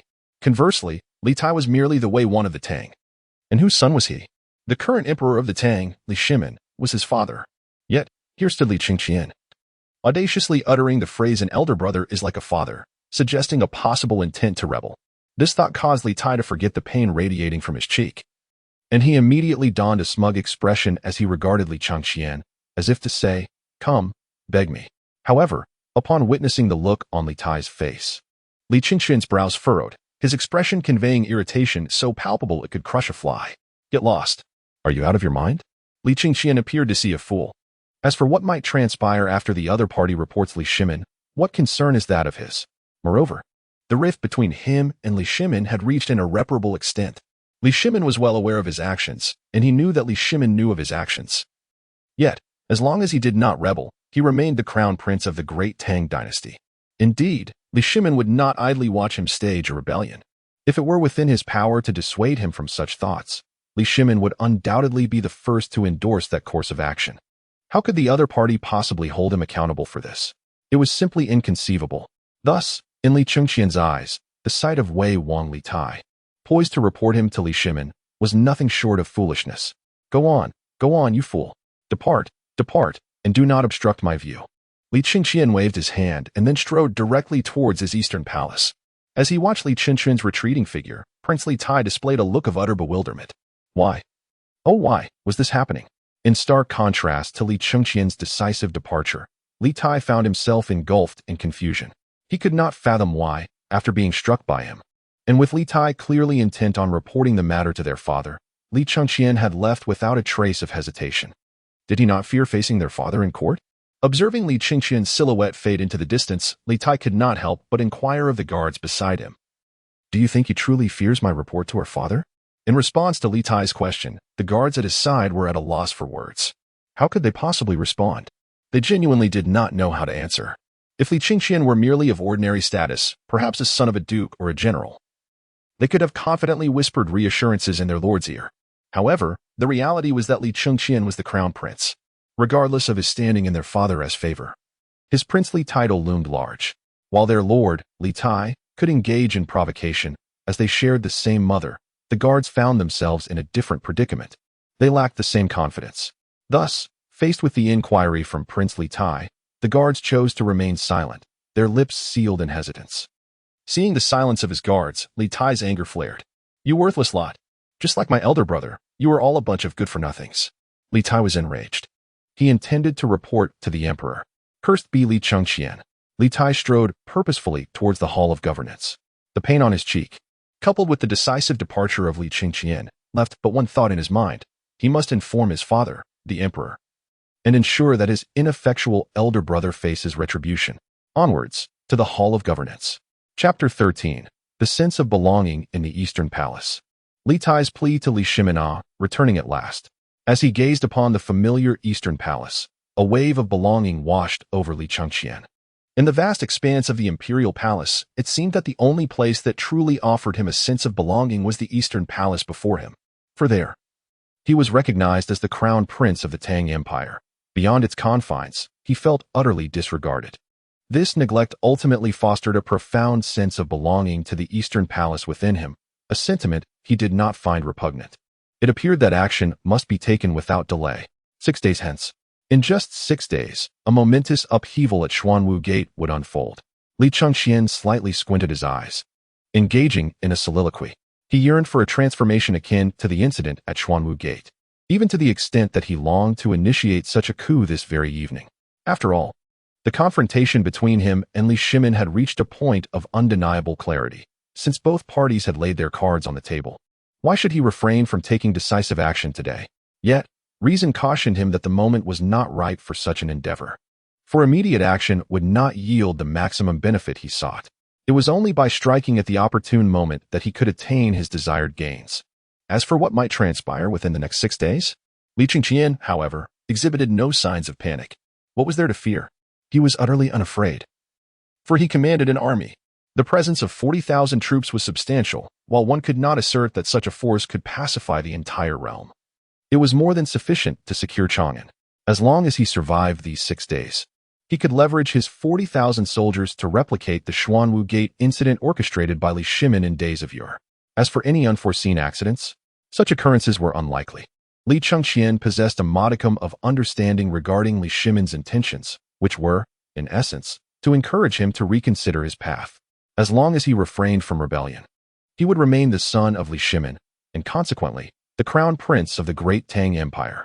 Nevertheless, Li Qingqian could not ascertain how long he might retain this title, given the complete rift that had formed between him and Li Shimin. It was conceivable that Li Shimin might strip him of his position as crown prince at any moment, regardless of whether Li Shimin would indeed revoke the title. No unexpected events would transpire during these 6 days. While future surprises were possible, the present would remain devoid of them. No matter what transpired in those 6 days, he would be utterly secure, and once the 6 days elapsed, he would unseat Li Shimin from power and ascend the throne. As Li Qingqian contemplated the East Palace, lost in thought, Li Tai had already arrived at the Hall of Governance, where he began to lament to Li Shimin. Father, my elder brother is being utterly tyrannical. He actually struck me. Look at the mark on my face. As he spoke, the Prince of Wei, Li Tai, continued to sob. I came to express my concern for my brother, only to be met with disdain and a slap in the face. While Li Tai recounted his grievances, Li Shimin furrowed his brow. Qingqian. For a moment, Li Shimin found himself at a loss for words. Their relationship had reached an irreparable state. Yet now Li Chengqian presented himself in such a manner. Was this a manifestation of his thoughts and intentions? To Li Shimin, the act of Li Chengqian striking Li Tai was a clear indication that he was indeed preparing to seize the family inheritance. The mere thought of Li Chengqian's seriousness filled Li Shimin with unprecedented irritation. As this agitation swirled within him, the sound of Li Tai's continued weeping further exacerbated his vexation. Unbeknownst to Li Shimin, Li Tai remained oblivious to his father's growing annoyance. "Father, my elder brother is so wicked. He completely disregards your authority," Li Tai cried out. "Qing Ke, you may retreat for now." Li Shimin took a deep breath, his face suddenly adorned with an expression of stern authority as he issued a command. Faced with Li Shimin's unexpected gravity, the weeping Li Tai momentarily froze in surprise. "Ah, father?" The sudden shift in Li Shimin's demeanor left Li Tai momentarily at a loss for words. "Step back," Li Shimin spoke solemnly. Observing his serious demeanor, Li Tai finally regained his composure. "As you command, father." In an instant, Prince Wei, Li Tai, rose swiftly and made his way resolutely towards the palace exit. Although he appeared as a wayward brother in the presence of Li Chengqian and seemed like a mere child before Li Shimin, such portrayals were merely a fade. How could Li Tai, favored by Li Shimin, be a commoner? He now understood that his immediate task was to depart with utmost haste. For the gravity etched on Li Shimin's face signified that significant matters were at hand. The words spoken by Li Shimin indicated that he must vacate the premises. Li Tai recognized that he was no longer suited to remain in this place. Watching Li Tai's retreating figure, Li Shimin sighed deeply, exhaustion evident on his face, and spoke. "Summon the two of them. I have matters to discuss." Li Shimin commanded Yuan Tiangang with resolute authority, expressing the necessity of addressing certain matters at once, lest they culminate in unforeseen and grave errors. "As you command," Yuan Tiangang responded swiftly, fully grasping the intent behind Li Shimin's directive. Meanwhile, Li Tai, who had just arrived at the entrance of the Grand Hall, also caught wind of the orders issued by Li Shimin. It was evident that they were being summoned. Li Tai narrowed his eyes slightly.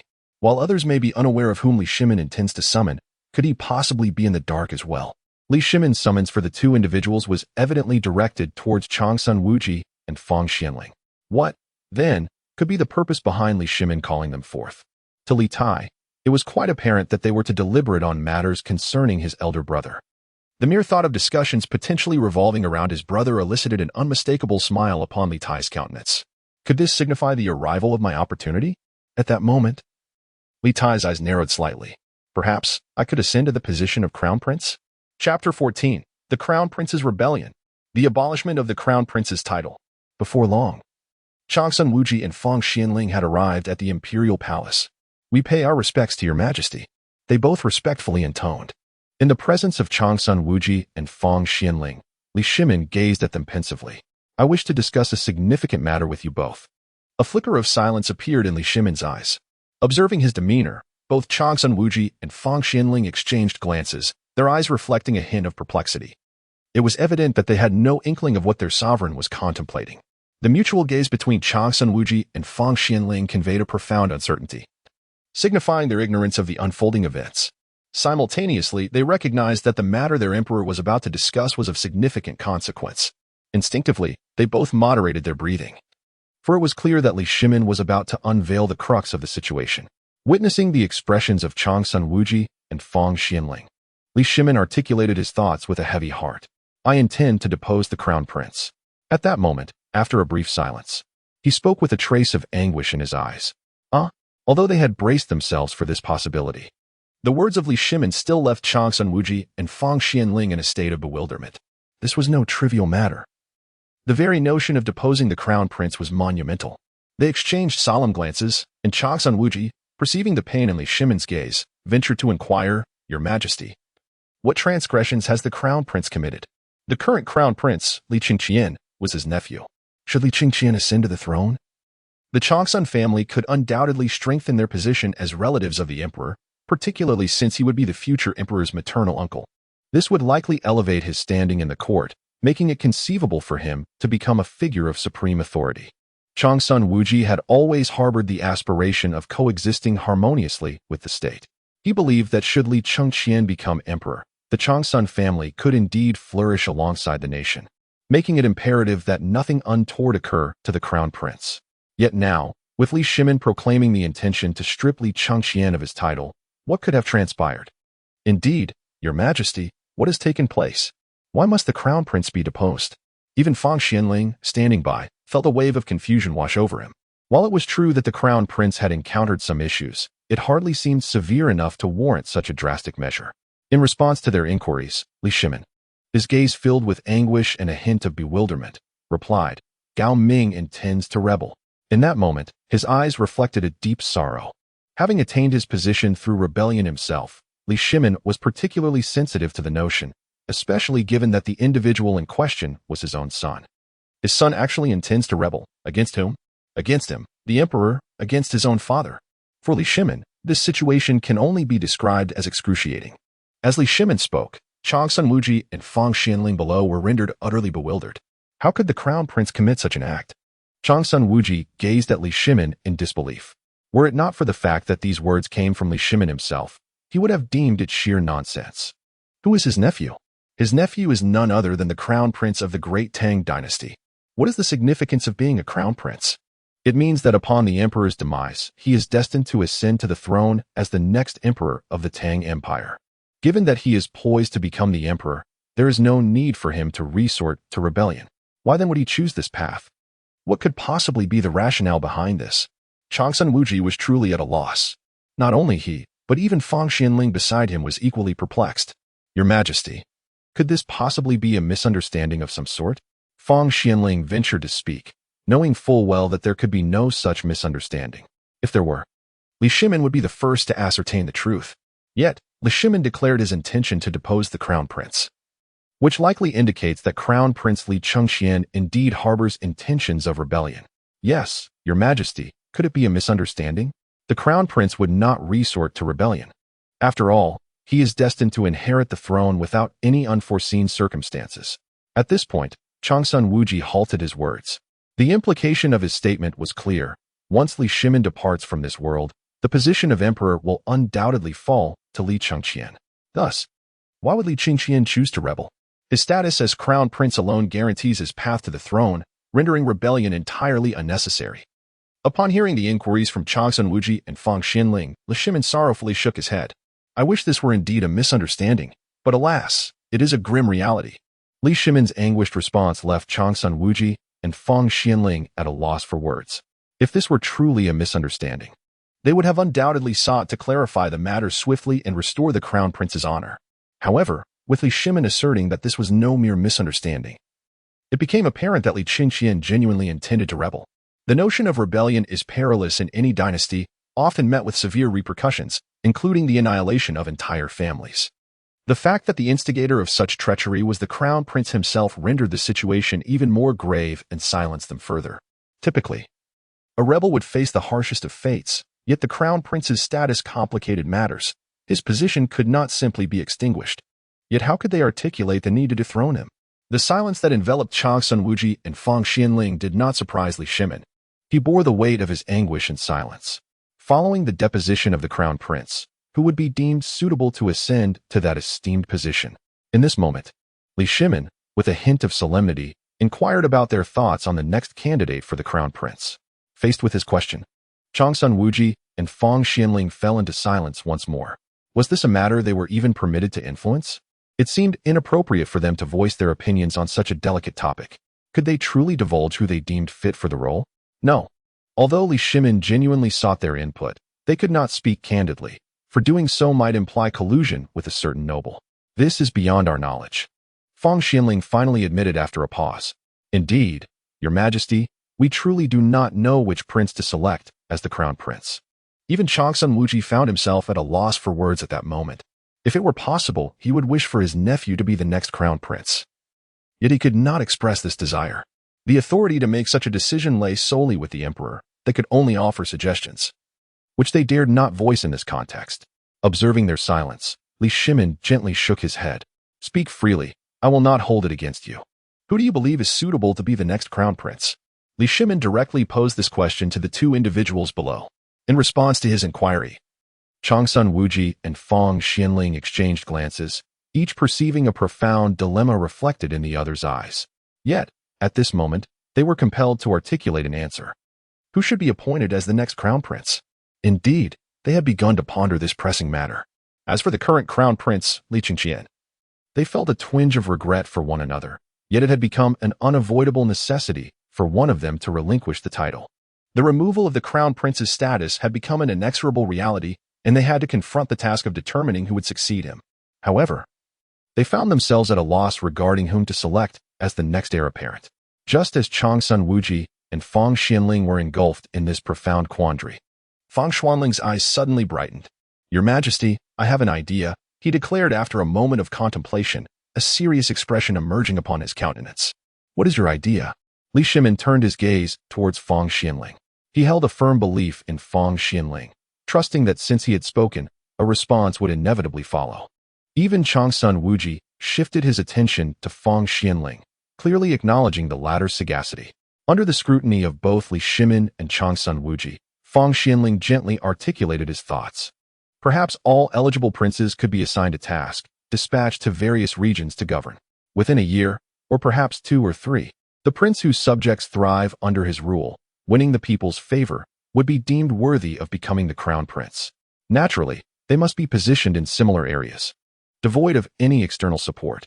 Each must independently cultivate their territory, and in the stipulated time, the one who excels would be appointed as crown prince, subsequently receiving the emperor's guidance. Fang Xianling candidly expressed his idea. Upon hearing this proposal, Changsun Wuji narrowed his eyes slightly, contemplating for a moment. "Your Majesty, I believe this approach is feasible. It allows you to select a worthy crown prince." Changsun Wuji respectfully gestured.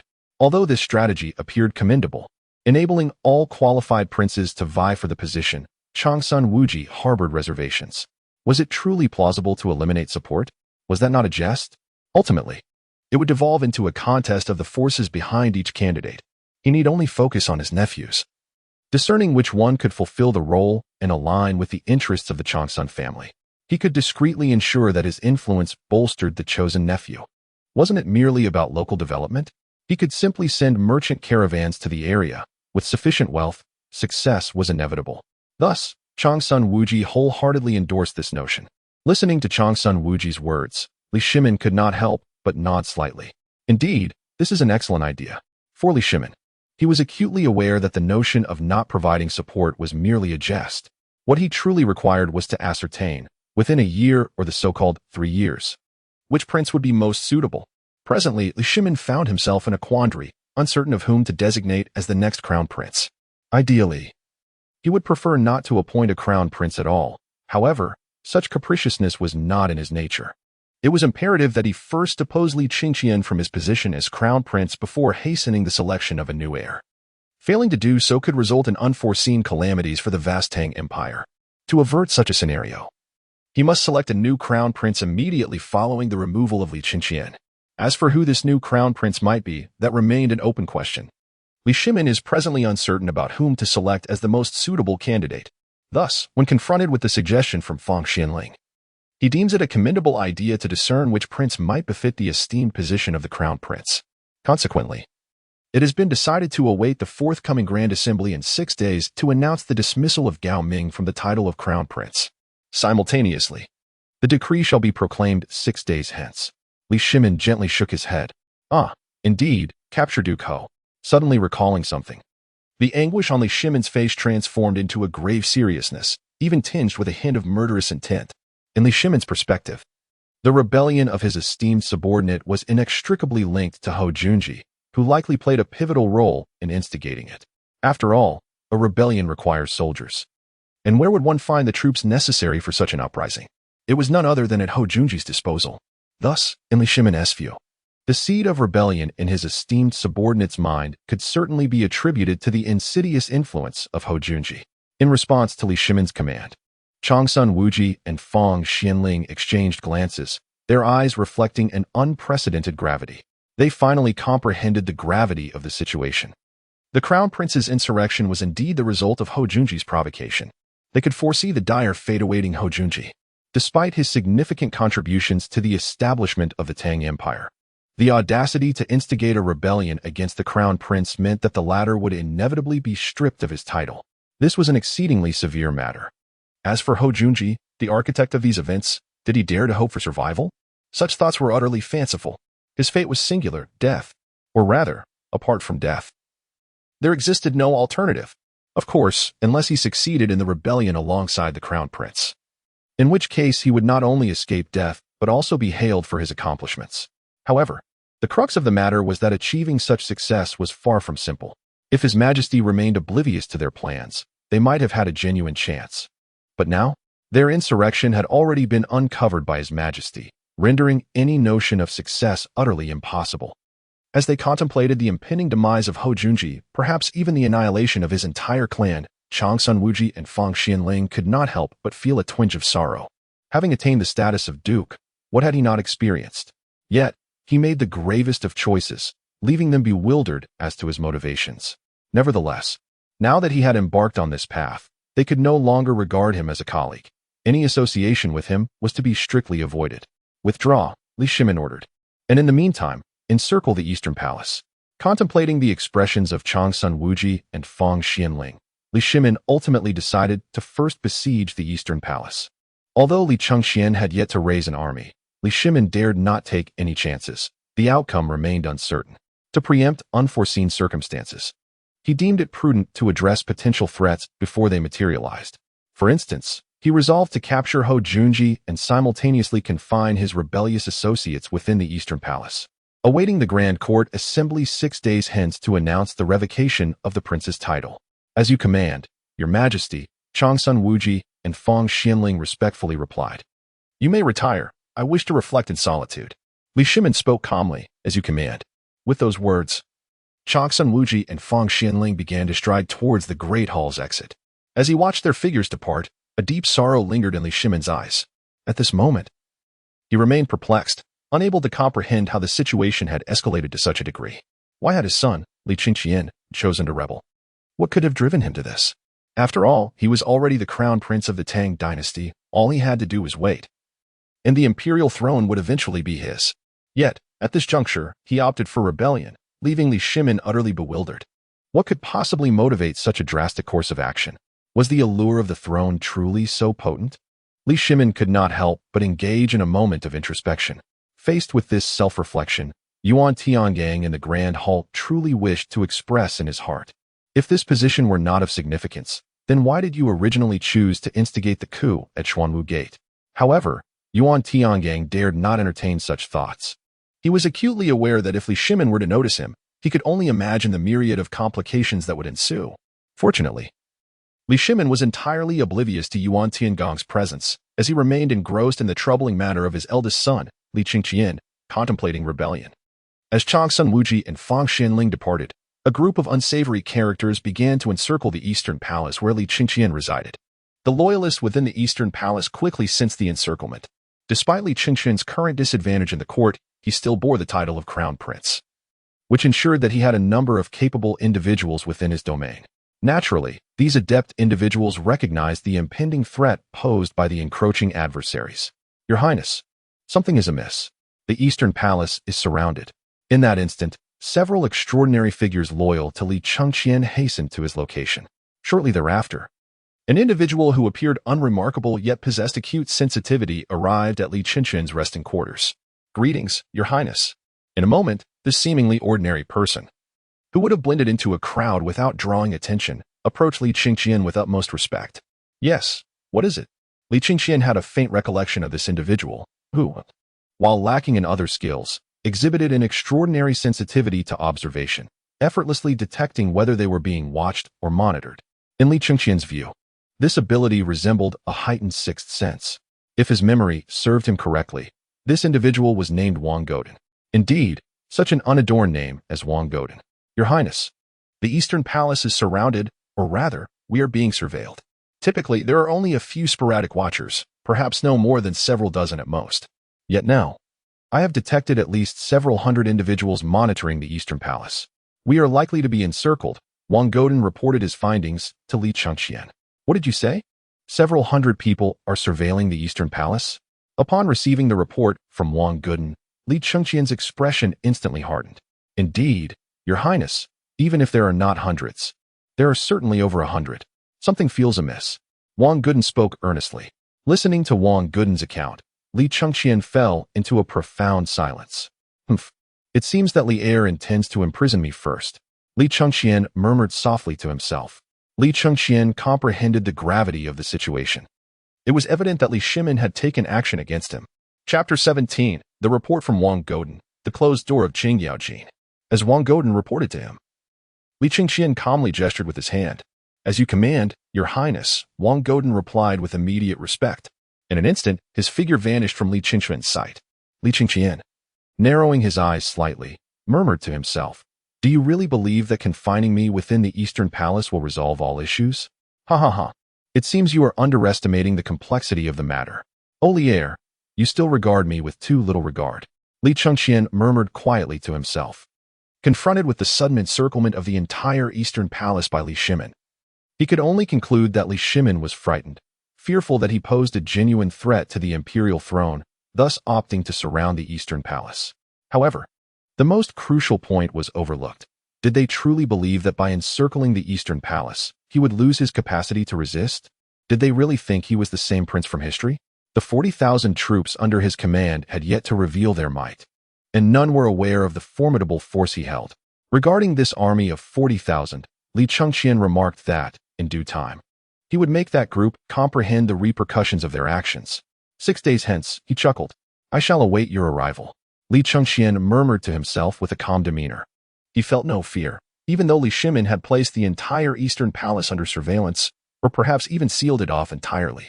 Yet, what did it matter? He remained unfazed, for he possessed unwavering confidence in the power he held. This conviction allowed him to dismiss the situation of the Eastern Palace being locked down entirely. In contrast, Hou Junji, who was contemplating his actions for the coming 6 days within the Duke's residence, noticed the unsavory individuals before him, and his expression subtly shifted. What was amiss? As a Duke, he was fully aware of the identities of these unsavory characters. But he knew he must maintain his composure and confront them with an air of normalcy. At this moment, the unsavory individuals had little time for idle chatter with Hou Junji. Duke, you have committed an offense, the leader of the group remarked, gesturing dismissively at Hou Junji. In an instant, ordinary ruffians swiftly surrounded him, capturing him with remarkable speed. What do you intend to do? What is the meaning of this? Hou Junji exclaimed, directing his ire towards the ruffians who had seized him. Meanwhile, the servants of the Duke's residence rushed in, alarmed by the commotion. What do you want? Release our master. They shouted, unable to contain their indignation upon witnessing the ruffians' actions. One of the unsavory individuals regarded them with a flicker of indifference in his eyes. What is this? Do you wish to experience the taste of prison food? He taunted. The servants exchanged fearful glances, sensing the threat in his words. The notion of sampling prison fare was utterly unappealing to them. Who would ever wish to indulge in such a thing? Observing the dread in their eyes, one of the ruffians scoffed. Since you have no desire to taste prison food, then be gone. When ruffians are executing their duty, who dares to intervene? Those who do will face death without mercy. Another rogue unsheathed the sword at his waist, exuding an unprecedented aura of menace. Gulping. The servants within the Duke's residence instinctively swallowed hard at the sight of these brutal figures. Accompanied by the servants' instinctive retreat, the rogue cast a disdainful glance, and then forcefully subdued Hou Junji. Behave yourself. In no time, the rogue escorted Hou Junji away under the watchful eyes of the crowd. As the rogue led Hou Junji away, other servants from the various dukes, generals, and ministers gathered on the street witnessed the scene. Upon witnessing this spectacle, they promptly reported the incident to their masters. When the generals, dukes, and ministers learned of this development, their expressions reflected a profound bewilderment. What on earth is happening? Qing Yaojin muttered to himself, a flicker of confusion crossing his eyes. At that moment, upon receiving the news and confirming its authenticity, Qing Yaojin felt an overwhelming sense of incredulity. Based on his understanding, it seemed the other party had not committed any grievous offenses. Yet, why had they been seized by the rogues? The rogues acted under the emperor's orders, implying that Hou Junji's arrest was sanctioned by His Majesty. What could Hou Junji have possibly done to provoke such a response? Could it be a matter concerning the crown prince? At this moment, Qing Yaojin squinted thoughtfully. It is well known that Hou Junji was closely aligned with the crown prince, thus he was naturally regarded as part of the crown prince's faction. Given that he belonged to the crown prince's side, the sudden arrest by the rogues raised suspicions about potential troubles within the crown prince's camp. Contemplating this possibility filled Cheng Yaojin with an unprecedented gravity. Close the gates and refuse all visitors. Unless it is someone from His Majesty, deny entry to everyone else. Cheng Yaojin commanded his steward. As you wish, my lord. Confronted with the command from Cheng Yaojin, the steward of the Duke Lu's residence swiftly acknowledged the directive. Creaking and groaning, the grand doors of the Duke's estate began to close slowly. At that same moment, as the doors were being drawn shut, Prince Wei, Li Tai, received the news as well. Unlike others who remained in utter ignorance of the unfolding situation, Prince Wei clearly understood the implications at hand. In light of the news regarding the capture of Ho Junji by nefarious individuals, Li Tai erupted into uncontrollable laughter. Ha ha ha. It is mine. I shall be the next crown prince. Chapter 18. The celebratory Li Tai of Wei, protect the crown princess. I shall be the next crown prince. At this moment, Li Tai was engulfed in unprecedented exhilaration. To him, it seemed inevitable that his inept elder brother would be stripped of his title, and once that occurred, who would be deemed worthy of the crown prince's position? Li Tai pondered for a moment, realizing that seemingly no one possessed the qualifications to contest the position of crown prince with him. Aside from his inept elder brother, he was the most suitable candidate for the role. However, soon his incompetent brother would be deposed, and the crown prince title would inevitably fall to him. The mere thought of soon ascending to the position of crown prince of the Tang dynasty filled Li Tai with an unprecedented exhilaration. Everyone. A reward of 10 taels of silver. At that moment, Li Tai waved his hand with fervor. His spirits were remarkably high. And in the spirit of sharing joy with the people, he decided to extend his elation to his subordinates, allowing them to bask in his happiness. Upon hearing his proclamation, the servants and guards of the Wei Wangfu instantly expressed their delight, exclaiming, "Thank you, Your Highness. Your kindness is unparalleled." In an instant, the halls of the Wei Wangfu resonated with jubilant cheers. Listening to the chorus of voices around him, Li Tai nodded in satisfaction. Remain humble. One must remain humble. Li Tai spoke with a cheerful smile. While he felt quite elated, he believed that maintaining a low profile was essential at this juncture. After all these years, a few more days of discretion would not make much difference. Nevertheless, the subtle upward curve of his lips betrayed his true emotions. Similarly, the servants within the Wang residence understood that their master's notion of modesty merely entailed refraining from excessive publicity. In essence, the low profile he spoke of was simply a fade. Anyone who took it literally would indeed be a fool. Was there any room for foolishness among those serving in the Wang residence? Perhaps there once was, but such a notion was utterly absent now. Congratulations, Your Highness. The guards and servants of the Wang residence, seemingly rehearsed, bowed respectfully in unison. As the sounds of reverence filled the air, Wang Li Tai erupted into hearty laughter. Ha ha ha. The echoes of his mirth reverberated throughout the residence, in stark contrast to the jubilant atmosphere of the Wang residence. The Eastern Palace was steeped in an oppressive silence. Initially, the occupants of the Eastern Palace were oblivious to the brewing turmoil. However, when a few eunuchs and maidens attempted to venture out, they were abruptly halted by nefarious individuals who had inexplicably materialized. Even the dimmest among them could sense that something was amiss. Their Eastern Palace was besieged by rogues. What was this place? No matter how much the crown prince was disfavored by the current emperor, it could not alter the fact that he resided in the Eastern Palace, the abode of the crown prince of the great Tang dynasty. Consequently, the Eastern Palace was encircled, and alarmingly, the assailants were none other than the rogues. As members of the imperial court, everyone was acutely aware of the nature of these miscreants. They operated under the direct command of the emperor, wielding the authority to act first and report later. Despite their seemingly small numbers, each rogue was a member of an elite cadre. Yet now what was this? The already limited number of rogues had multiplied to at least several hundred surrounding the Eastern Palace. What was their intent? Though the eunuchs and maidens within the Eastern Palace were bewildered by the unfolding situation, their fear was palpable. In contrast to their trepidation, Li Chengxian harbored no such feelings of dread.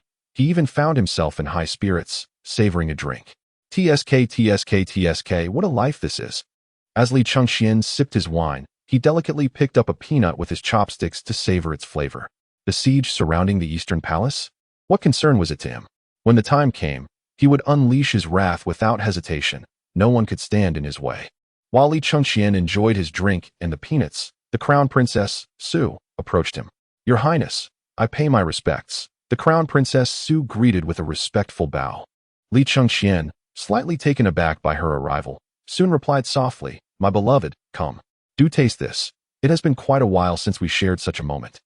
As he spoke, he poured a glass of wine for the crown princess. Regarding his marriage, Li Qingqian contemplated, ultimately resigning himself to the existence of his wife. What other choice did he have? Could he truly abandon her? Such a notion was beyond him. At least the remnants of his previous memories influenced him. And he did harbor feelings for her. However, the memories he currently possessed struggled to reconcile the reality of having a wife, and even children. Nevertheless, as he gazed upon his wife's exquisite beauty and curvaceous figure, he was no paragon of virtue. While he admired the steadfastness of figures like Lu Xianghue, he did not see himself in that light. He was merely a man of the world. He aspired to wield the most formidable power, savor the finest delicacies, and indulge in the company of the most beautiful women. Such was his nature. Thus, faced with the enchanting crown princess, he accepted her presence without hesitation. In contrast to Li Chengqian's leisurely demeanor, the crown princess, Su, appeared somewhat anxious. "Your Highness, the Eastern Palace is surrounded by nefarious individuals. We must leave this place at once. Danger looms ahead," she urged, unable to contain her concern. Although the crown princess was unaware of the specifics, she surmised that the turmoil had arisen following Li Chengqian's summons by the villainous leader Yuan Tiangang. It was evident that the discord lay between her husband, Li Chengqian, and the reigning emperor, Li Shimin, leading to the siege of the Eastern Palace. Concerning the perilous situation, the crown princess felt compelled to take action rather than remain passive. However, in response to her words, Li Chengqian shook his head gently. "Stay here in the Eastern Palace. Do not venture out. I shall handle any matters that arise. They may seek to harm me, but they will not touch you. Just remain quietly within the palace. Once I have attended to certain matters, you shall be free to move about at your leisure." Li Chengqian spoke calmly. "Your Highness, this." The crown princess, Su, appeared somewhat perplexed in response to Li Chengqian's words. "Be obedient, listen well." Li Chengqian glanced at the crown princess, Su, whose eyes were clouded with a hint of concern, and let out a faint sigh. "Stay within the Eastern Palace and do not venture out. Should any danger arise, you may command them." As he spoke, Li Chengqian summoned forth with a flicker of his mind. In an instant, 10 fully armored heavy infantry soldiers materialized in an empty corner. "Your Majesty," they respectfully addressed Li Chengqian as they appeared. The crown princess, Su, taken aback by the sudden emergence of these formidable soldiers, was momentarily stunned. "What? These?" At that moment, her gaze was drawn to the 10 soldiers, particularly the imposing armor they donned, which exuded an air of indomitable strength. It was evident that these soldiers were the elite of the elite, far surpassing even the Xuanjia soldiers. Having witnessed the Xuanjia army herself, Su was struck by the realization of the prowess these soldiers possessed, leaving her utterly bewildered. "Wait, Your Majesty?" Su suddenly grasped the gravity of the situation. The soldiers had addressed him not as the crown prince, but as Your Majesty. The implications of this designation, combined with the presence of the soldiers outside the Eastern Palace, dawned upon her. The crown prince intends to rebel. The thought struck Su like a thunderbolt, leaving her at a loss to comprehend such a reality. It was clear that even she was unaware of the full extent of this situation. Why would the crown prince, as the heir apparent, choose to incite rebellion? Observing the confusion in Su's eyes, Li Chengqian turned to the soldiers he had summoned. "From this moment forth, your sole duty is to safeguard the life of the crown princess. Even at the cost of your own lives, you must ensure her safety." Li Chengqian issued his command with grave authority. In response to his orders, the 10 soldiers summoned by him immediately replied with solemn expressions. "Your Majesty, please rest assured. We shall ensure that the crown princess encounters no harm. We will spare no effort in safeguarding her, even at the cost of our lives." At that moment, the soldiers spoke in unison, their eyes reflecting a glimmer of resolve that attested to the sincerity of their words. "You may withdraw now. Take the crown princess away. I wish to remain here in quiet contemplation." Li Chengqian spoke softly. "As you command, Your Majesty." In response to his order, 10 fully armed soldiers promptly escorted the crown princess Su away. At that moment, the crown princess Su gazed at the soldiers beside her, her eyes revealing a hint of solemnity as she softly implored, "Your Highness, please take care of your safety. I shall await your return." Chapter 19. The Search for the Army by Duhe. Li Shimin. "Father, have I erred?" As he watched the figure of the crown princess fade from view, Li Chengqian gently shook his head. Although he possessed unwavering confidence in his ability to seize the position held by Li Shimin, and believed that those around him would remain unharmed, uncertainty lingered in his heart. Li Shimin has surrounded his Eastern Palace, and it seems entirely plausible that he could take action against those within its confines. Even if he refrains from direct confrontation, what of others? For instance, his corpulent brother is hardly a benevolent figure. He might very well resort to violence against those around him. The young consort could easily fall within the reach of such aggression, as could his son. As for his son, whom he has yet to meet, Li Chengqian harbors no particular affection, yet the child undeniably represents a continuation of his lineage. Thus, the crown princess Su must prioritize the safety of his two sons and ensure their protection. As for himself, he fears nothing. In fact, he would welcome an immediate confrontation. If such an event were to transpire, Li Chengqian would have every justification to retaliate openly. The intricacies of life. Li Chengqian sighed softly. If given the choice, he truly wished to avoid rebellion, yet that scoundrel Li Shimin was compelling him towards it. Thus, let him wait a while longer. The time is approaching. He was eager to observe how Li Shimin would handle the situation when the moment arrived. Li Chengqian, with a melancholic sigh, continued to pour himself a glass of wine while savoring the peanuts, in stark contrast to the leisurely demeanor of Li Chengqian within the East Palace. He was engulfed in anxiety upon learning that Hou Junji had been taken away by nefarious individuals. Reports from within the palace indicated that the East Palace was now surrounded. Faced with these two alarming pieces of news, He found himself at a loss, uncertain of how to navigate the dire situation. What should I do? How can I resolve this? A flicker of confusion crossed His eyes as he muttered to himself. He was momentarily paralyzed, for Hou Junji was the military force within their small faction, while Crown Prince Li Chengqian was the one they had supported to ascend the throne. Yet now, Hou Junji, the very embodiment of military power in their circle, had been captured, and the prince they had chosen to back was similarly threatened. Although Li Chengqian had not yet been apprehended in a substantial sense, the fact that the East Palace was surrounded loomed ominously. What fate awaited the crown prince within those walls? He dared not contemplate it, for the thought was unbearable. No, this cannot be. I absolutely refuse to accept this. I must alter this outcome. A glimmer of resolve sparked in His eyes. I will rescue the crown prince. I will bring him to safety. As he spoke, He began to ponder how to facilitate Li Chengqian's escape from the East Palace. In his view, only if Li Chengqian could flee would their small faction endure, since the prince had not been captured. Did this imply that the current emperor did not regard him as a threat and chose to let him be? While He was uncertain of the emperor's true intentions, he could not bear to witness the disintegration of their group. If he could act, then he would endeavor to save them. All right. The crown prince mentioned he had an army of 4,000. Might that army be stationed outside the city? Or perhaps hidden in some corner of Chang'an? With a contemplative gaze, He mused aloud. In his mind, the assertion of the 4,000 troops was undoubtedly genuine, especially since they were in the midst of rebellion. Thus, there could be no doubt regarding the existence of that force. If His Highness the Crown Prince spoke of 4,000 soldiers, then there must indeed be 4,000 soldiers. However, where precisely was this army located? Within the city? That seemed implausible. It must be outside. The question of whether the 4,000 troops were indeed present in Chang'an weighed heavily on his mind. He pondered for a moment, concluding that such a scenario was implausible. While it would be entirely conceivable for a force of 40 or even 400 to remain concealed within the confines of Chang'an, a contingent of 4,000 was simply unfathomable. How could 4,000 soldiers possibly be hidden within the city? Thus, it was evident that their presence was undoubtedly beyond the Great Wall. It seemed imperative for me to locate the 4,000 troops of His Highness the Crown Prince and inform them of the Crown Prince's current predicament. I am resolute in my mission to rescue His Highness. His expression radiated determination. Even though he understood the arduous nature of this journey, he remained undaunted. Regardless of the hardships ahead, he was committed to liberating Prince Li Chengqian. Outside the city, I am coming. Soon. He mounted a horse and set forth towards the city gates. As he began his journey, the unsavory characters lurking outside immediately disguised themselves and closely followed him. Are you saying that lad has taken a horse and ventured outside the city? In the midst of reviewing memorials, Li Shimin was informed of His movements. He lifted his gaze towards Yuan Tiangang below.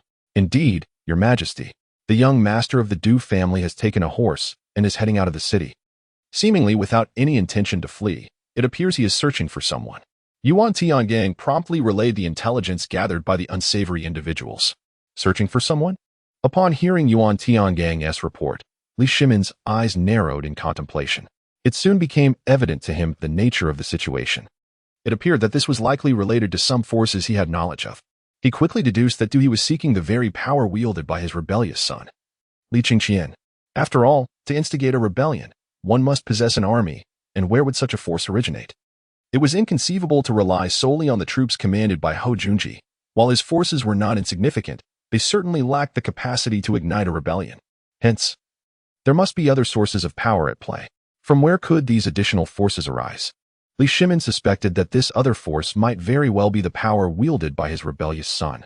Go, and do your utmost to remain undetected. Also, search the surroundings to gather information. I shall see from whence he derives this audacity. Li Shimin, filled with indignation, spoke out. As you command, your majesty. Yuan Tiangang immediately replied with utmost respect to Li Shimin's orders. Your majesty, there is also news regarding King Wei. Yuan Tiangang cautiously began. What has happened to Qin Ke? Li Shimin furrowed his brow upon hearing Yuan Tiangang's words. Observing the frown on Li Shimin's face, Yuan Tiangang felt a surge of fear. Yet he mustered the courage to continue speaking. King Wei appeared exceedingly elated upon learning that the Eastern Palace was besieged, even going so far as to celebrate grandly.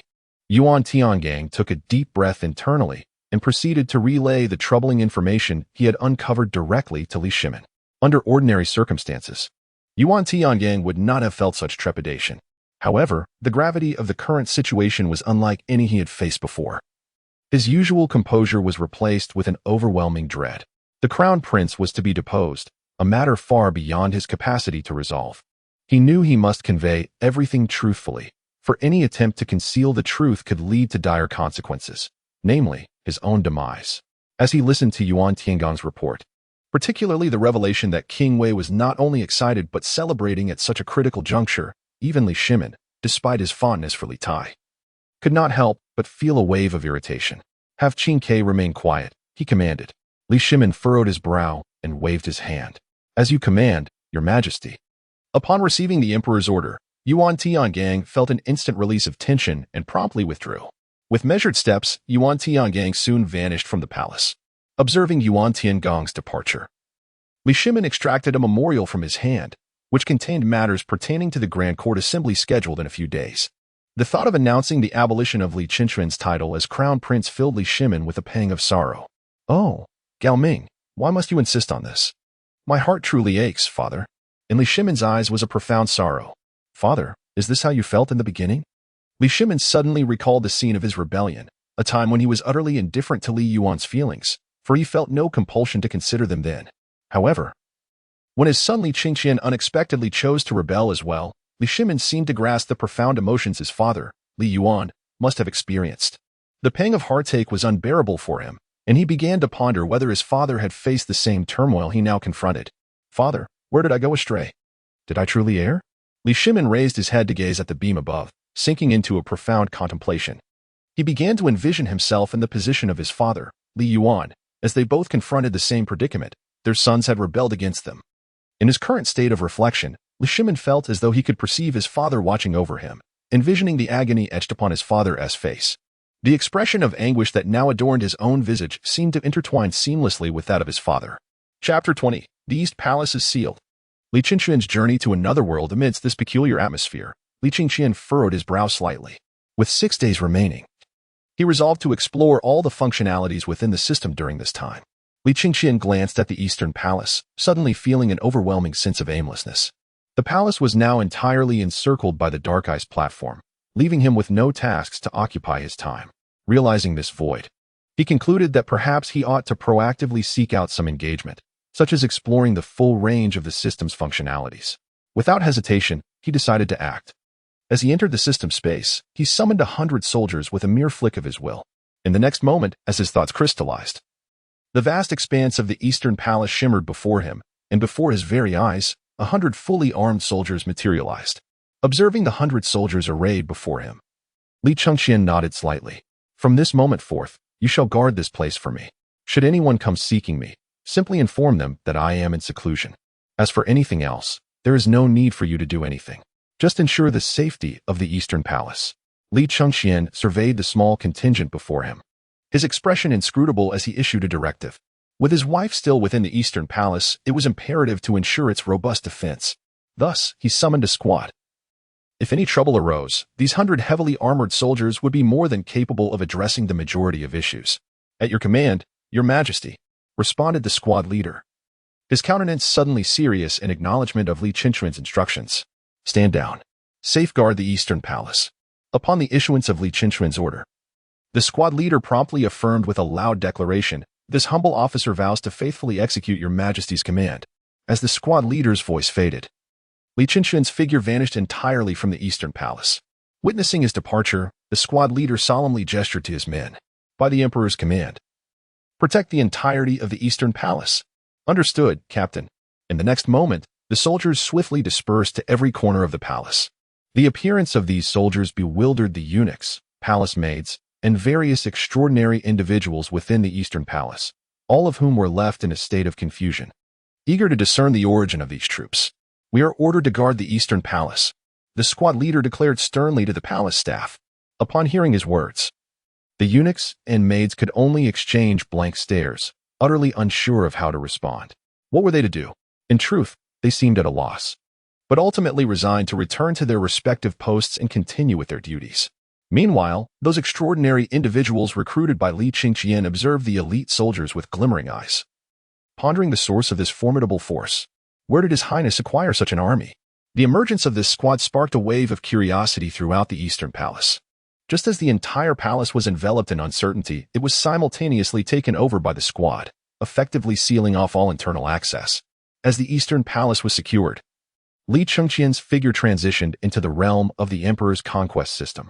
"Your Majesty, we pay our respects." The soldiers within the system exclaimed in unison at Li Qingquan's arrival. Hearing their resounding cheers, a satisfied glimmer shone in Li Qingquan's eyes. Indeed, this is how it should be. This is what it means to be a true emperor. In that moment, amidst the soldiers' fervent acclamations, Li Qingquan felt he had finally stepped into the role of a rightful emperor. And what of the Tang dynasty? Although he holds the title of prince, he does not believe that he truly wields the powers associated with such a position. In the realm of the Tang dynasty, he can aptly be described as a puppet prince, devoid of true authority. However, here, his status elevates him to that of an exalted emperor. Li Qingquan naturally finds himself captivated by this newfound power. Observing the soldiers before him, particularly their robust and formidable appearance, Li Qingquan nods in satisfaction. Soon, in just 6 days, he shall lead them into the Tang dynasty. At that time, they will be able to present themselves openly and honorably in the Tang realm. Li Qingquan took a deep breath. Before proceeding, let us explore where this so-called portal of time and space may lead. With a mere thought, Li Qingquan summoned forth a resonant hum. In an instant, a mesmerizing azure portal materialized before him. Gazing at this ethereal gateway, Li Qingquan inhaled deeply. Another realm, is it? Very well. Let me behold the wonders that lie beyond this door. Li Qingquan's eyes glimmered with a hint of anticipation. Although he was merely a powerless puppet prince in the Tang dynasty, he harbored unwavering confidence that soon the banners bearing his insignia would flutter above every city of the Tang Empire.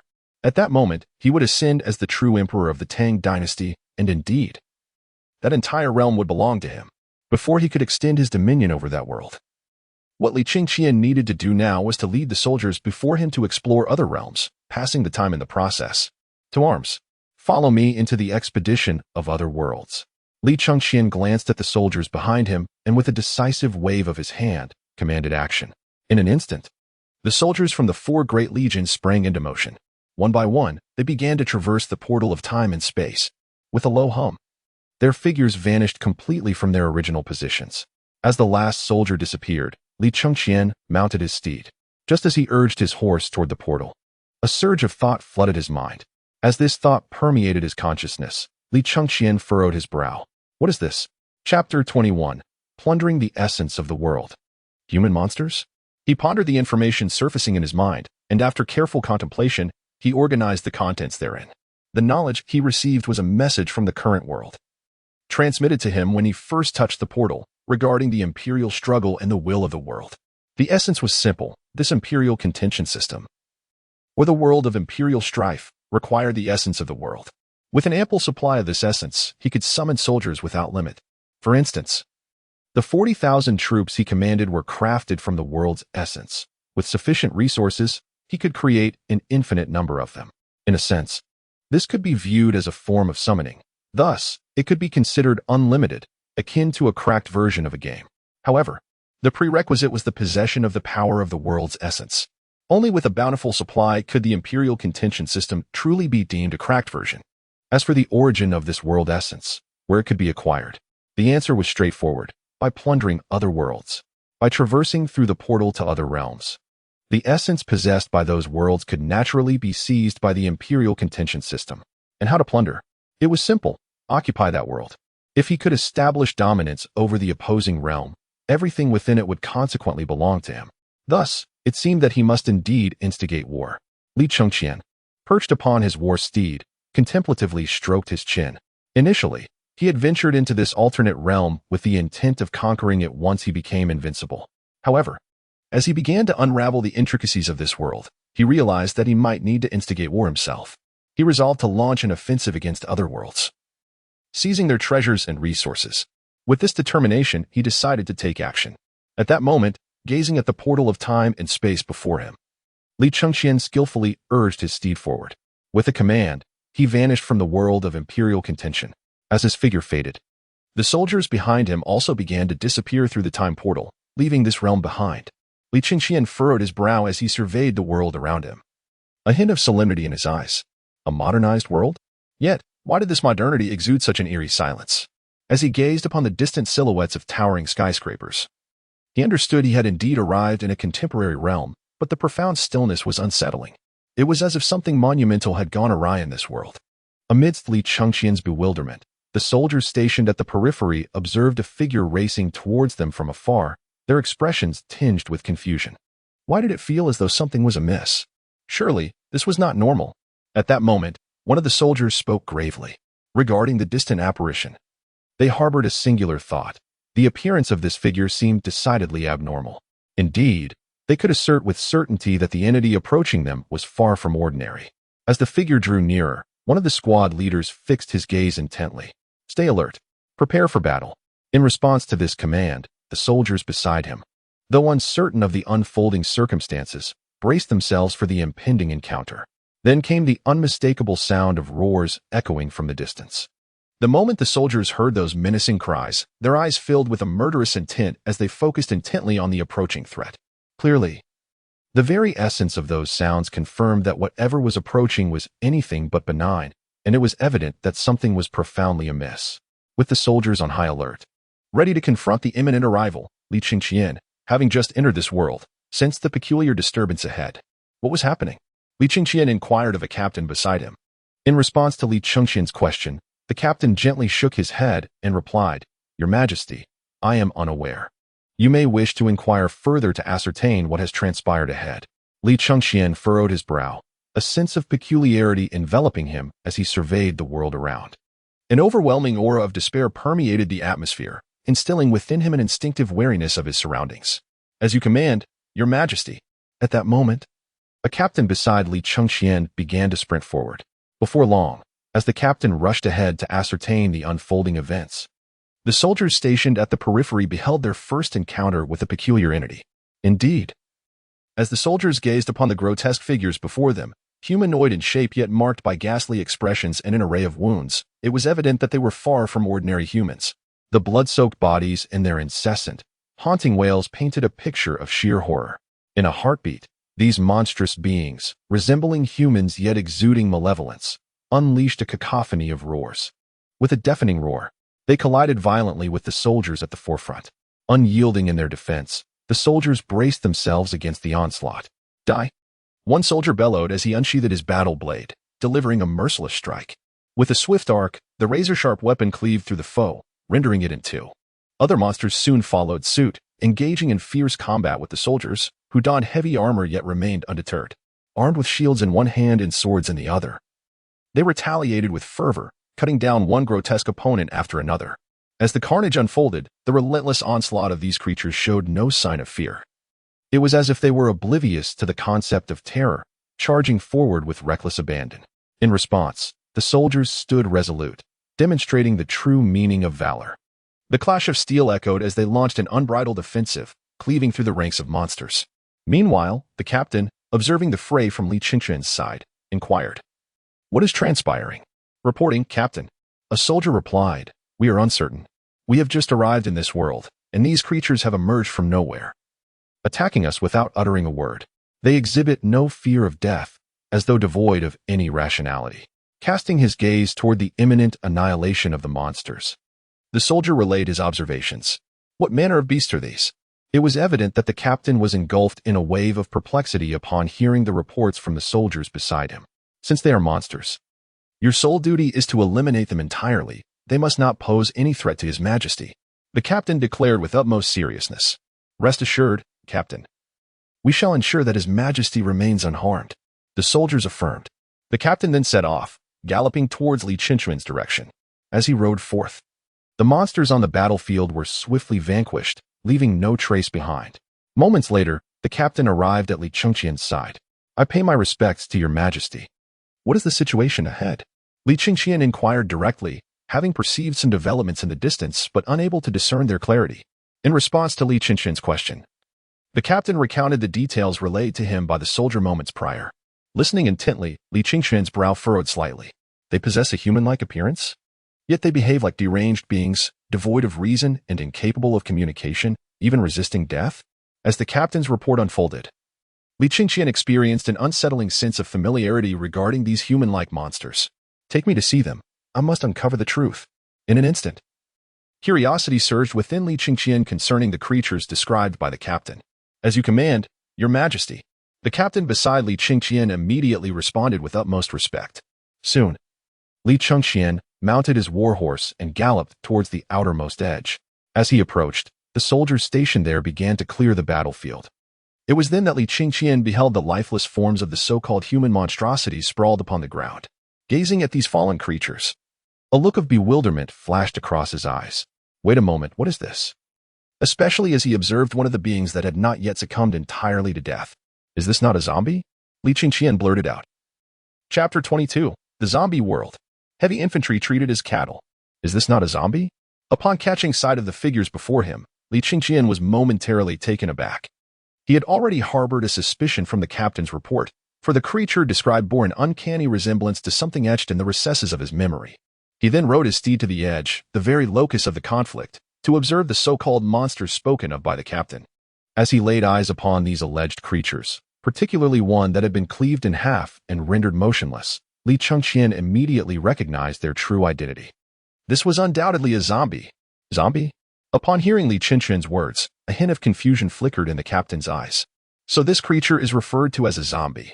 Li Qingquan's captain suddenly comprehended the true nature of the so-called monster. In other words, did it mean that the emperor had arrived in a world overrun by zombies? At that moment, Li Qingquan finally grasped which realm he had traversed through the portal of time and space.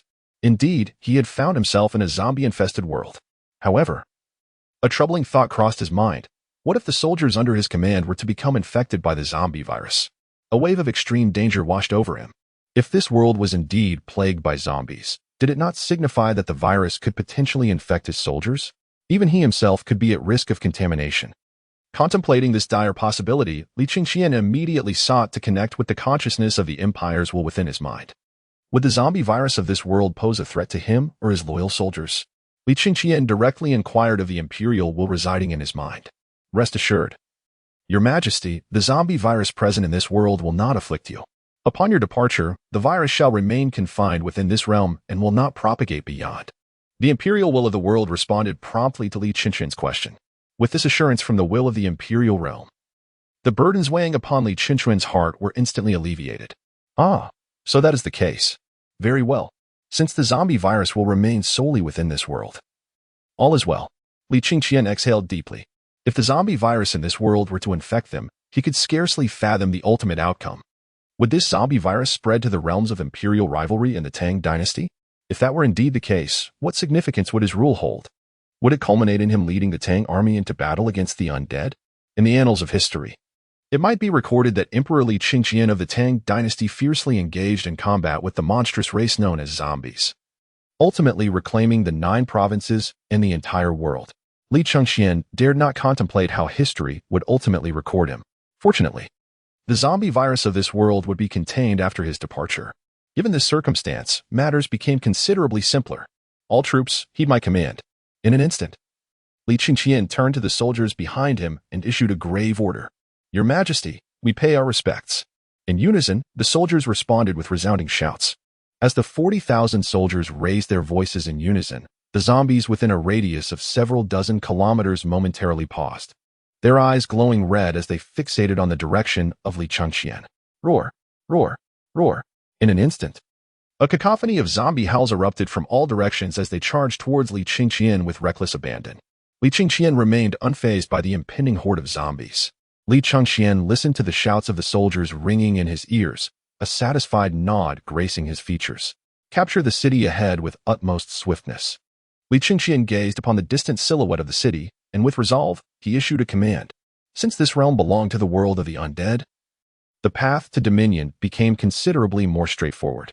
He merely needed to eradicate the zombies that plagued this world and then let the dragon banner of his Tang Empire flutter majestically over each city. As long as he could seize one city after another, expanding the territorial reach of his empire, would that not signify his conquest of this world?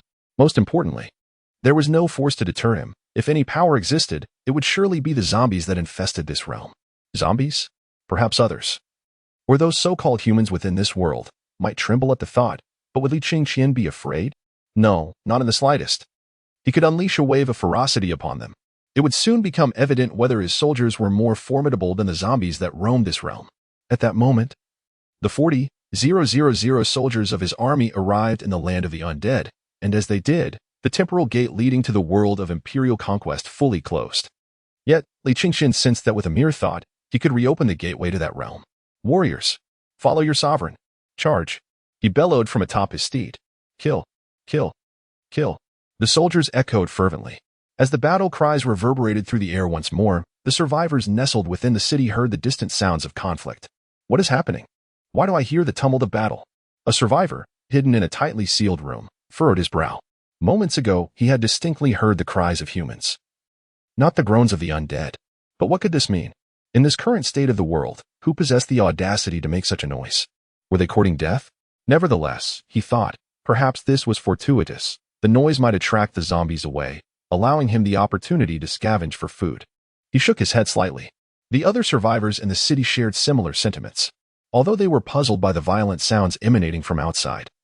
Questioning why such fervent cries could be heard in these dire times, they too wondered if this was indeed a reckless gamble with life. However, as they regained their composure, they began to perceive that this plan was not without merit. At the very least, it could attract the attention of the undead, allowing them to swiftly vacate their hiding place and seek sustenance before the zombies returned. Indeed, as the zombies responded to the sounds echoing in their vicinity, they surged forward with fervor, akin to being invigorated by a potent elixir. In the next moment, the entire city and even the rural pathways erupted with hordes of zombies advancing towards the location of Li Changqian. Li Changqian, in turn, rallied his soldiers to mount an offensive towards the city ahead. The formidable army, under his command, surged forth with great momentum.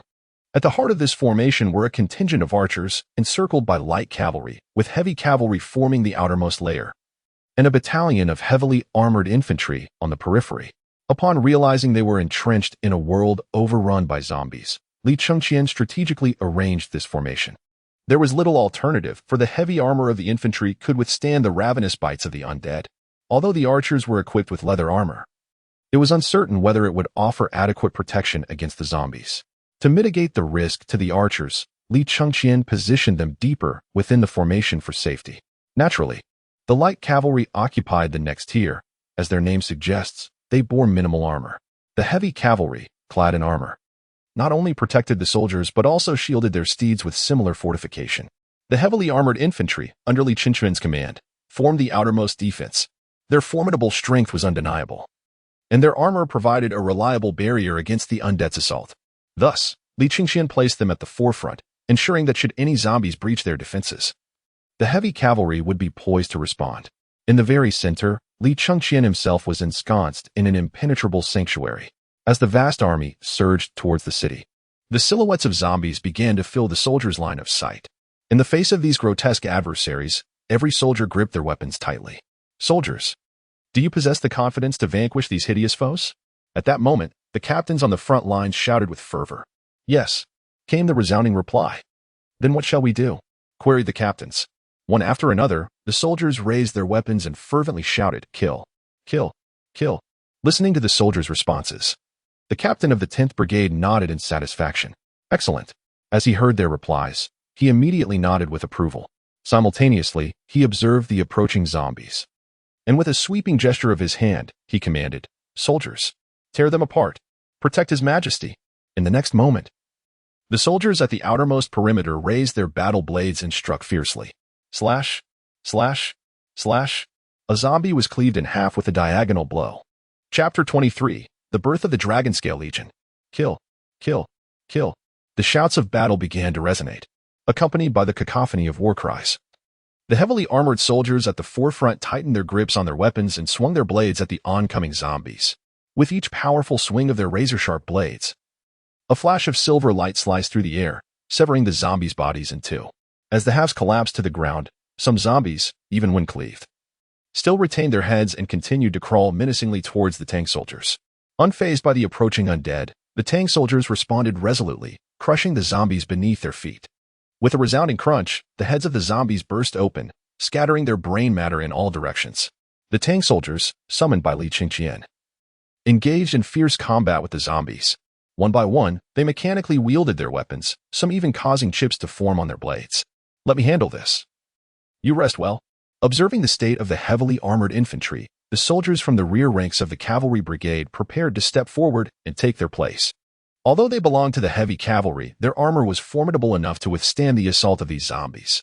The infantry soldiers, recognizing their cavalry counterparts' intentions, did not resist. "Thank you, brother." Soon, the soldiers from the heavy cavalry brigade fully replaced those in the infantry, taking on the task of slaying the undead. Before long, the cavalry soldiers had completely taken over the duties of the infantry. Monsters. Now let us engage in battle. At this moment, the cavalry soldiers, gazing at the grotesque zombies before them, fiercely swung their weapons. Slash, slash, slash. Once again, a silver light flickered incessantly. In the face of the relentless assault from the heavily armored cavalry legion, the zombies continued their tireless charge towards the tank soldiers.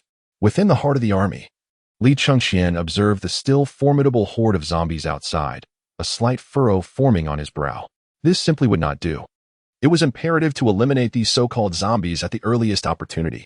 Li Qingqian gazed upon the steeds ridden by the heavily armored cavalry, realizing that these magnificent horses appeared to be entirely utilizable.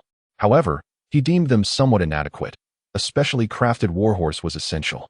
Observing the distant cavalry mounts, he felt that while they were commendable, they ultimately fell short. It was not to suggest that all of them were ineffective, but rather that they lacked the capability to effectively guard against the assault of the undead. Although the zombie virus would remain in this world after their departure, it did not imply that they would be impervious to infection. This indicated that they, too, could succumb to the zombie virus endemic to this realm.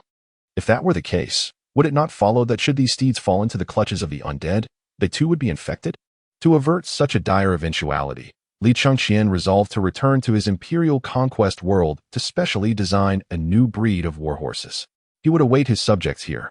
Li Chengxian surveyed the captains of the 10 archery legions surrounding him, imparting his stern instructions. "As you command, Your Majesty." The captains from the archery legions instantly acknowledged his directives, casting a glance at the soldiers still engaged in fierce combat with the zombies in the distance.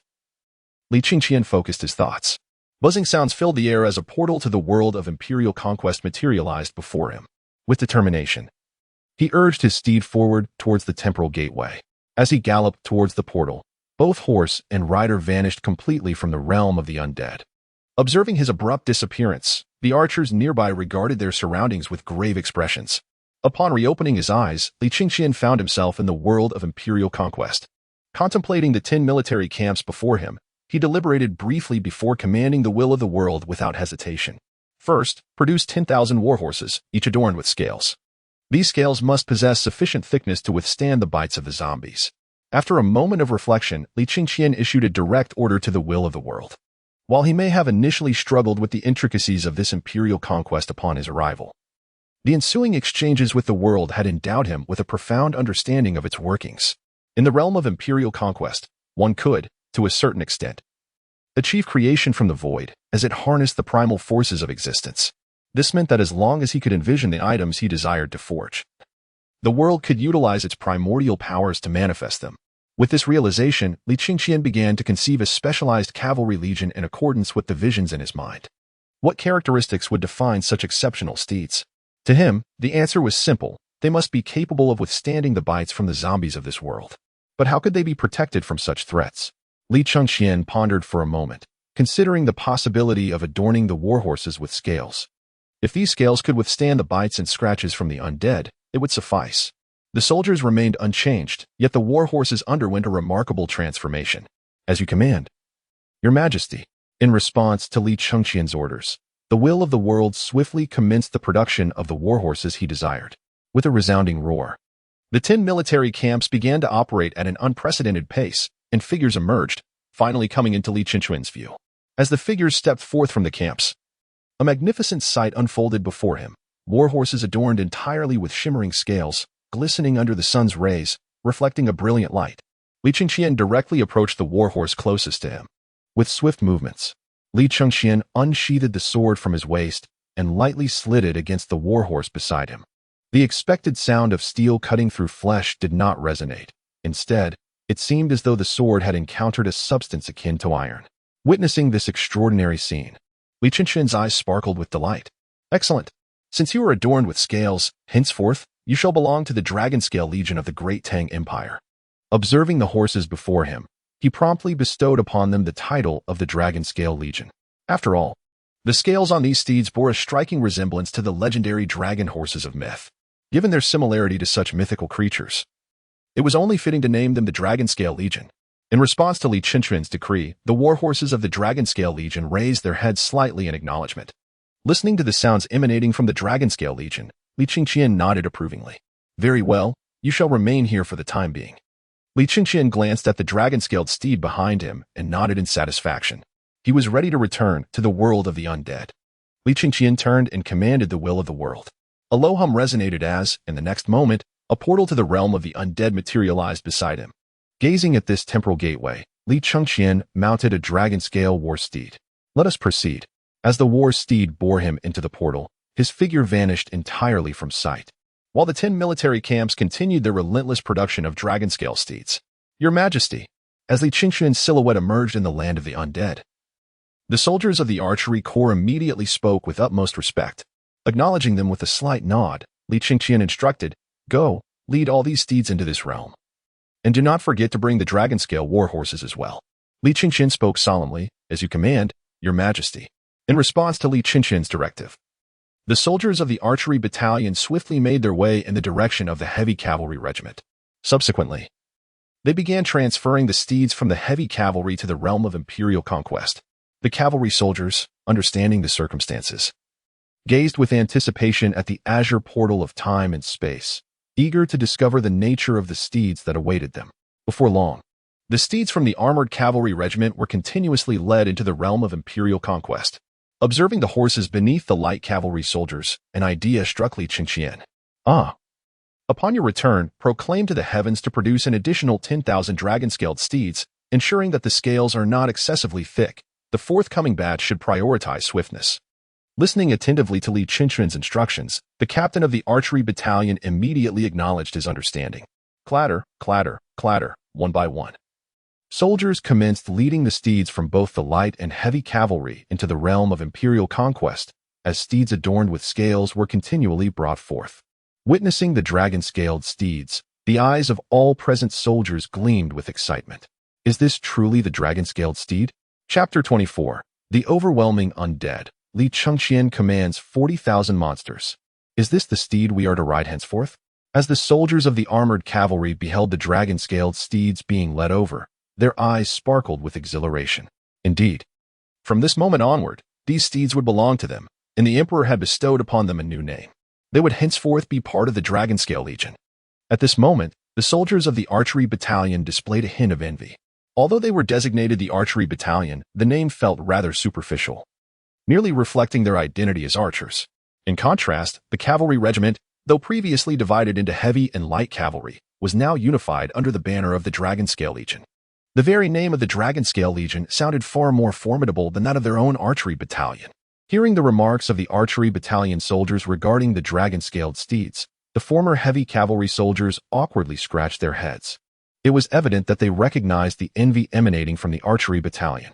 As for how to respond to such envy, they found themselves at a loss. Wait a moment. The Emperor will surely bestow new names upon your archery battalion as well. Just look, we already have the name Dragonscale Legion. In due time, you will surely receive a new name as well, from the once mighty Heavy Cavalry Corps. The soldiers of the Dragonscale Legion now offered words of comfort to their counterparts in the archery division. Very well, it seems we must simply wait. Amidst the envious gazes of the archers, steeds adorned with dragon scales had entirely replaced their former ordinary mounts. Soon, as mounted warriors on their dragon scale horses appeared within view, a glimmer of satisfaction emerged in Li Qingquan's eyes. Indeed, this was the desired effect. Now, Dragonscale Legion, launch a full-scale assault. It is time to make these wretched zombies understand the formidable power of the Tang Empire. Li Qingquan issued his cold command. As you wish, Your Majesty.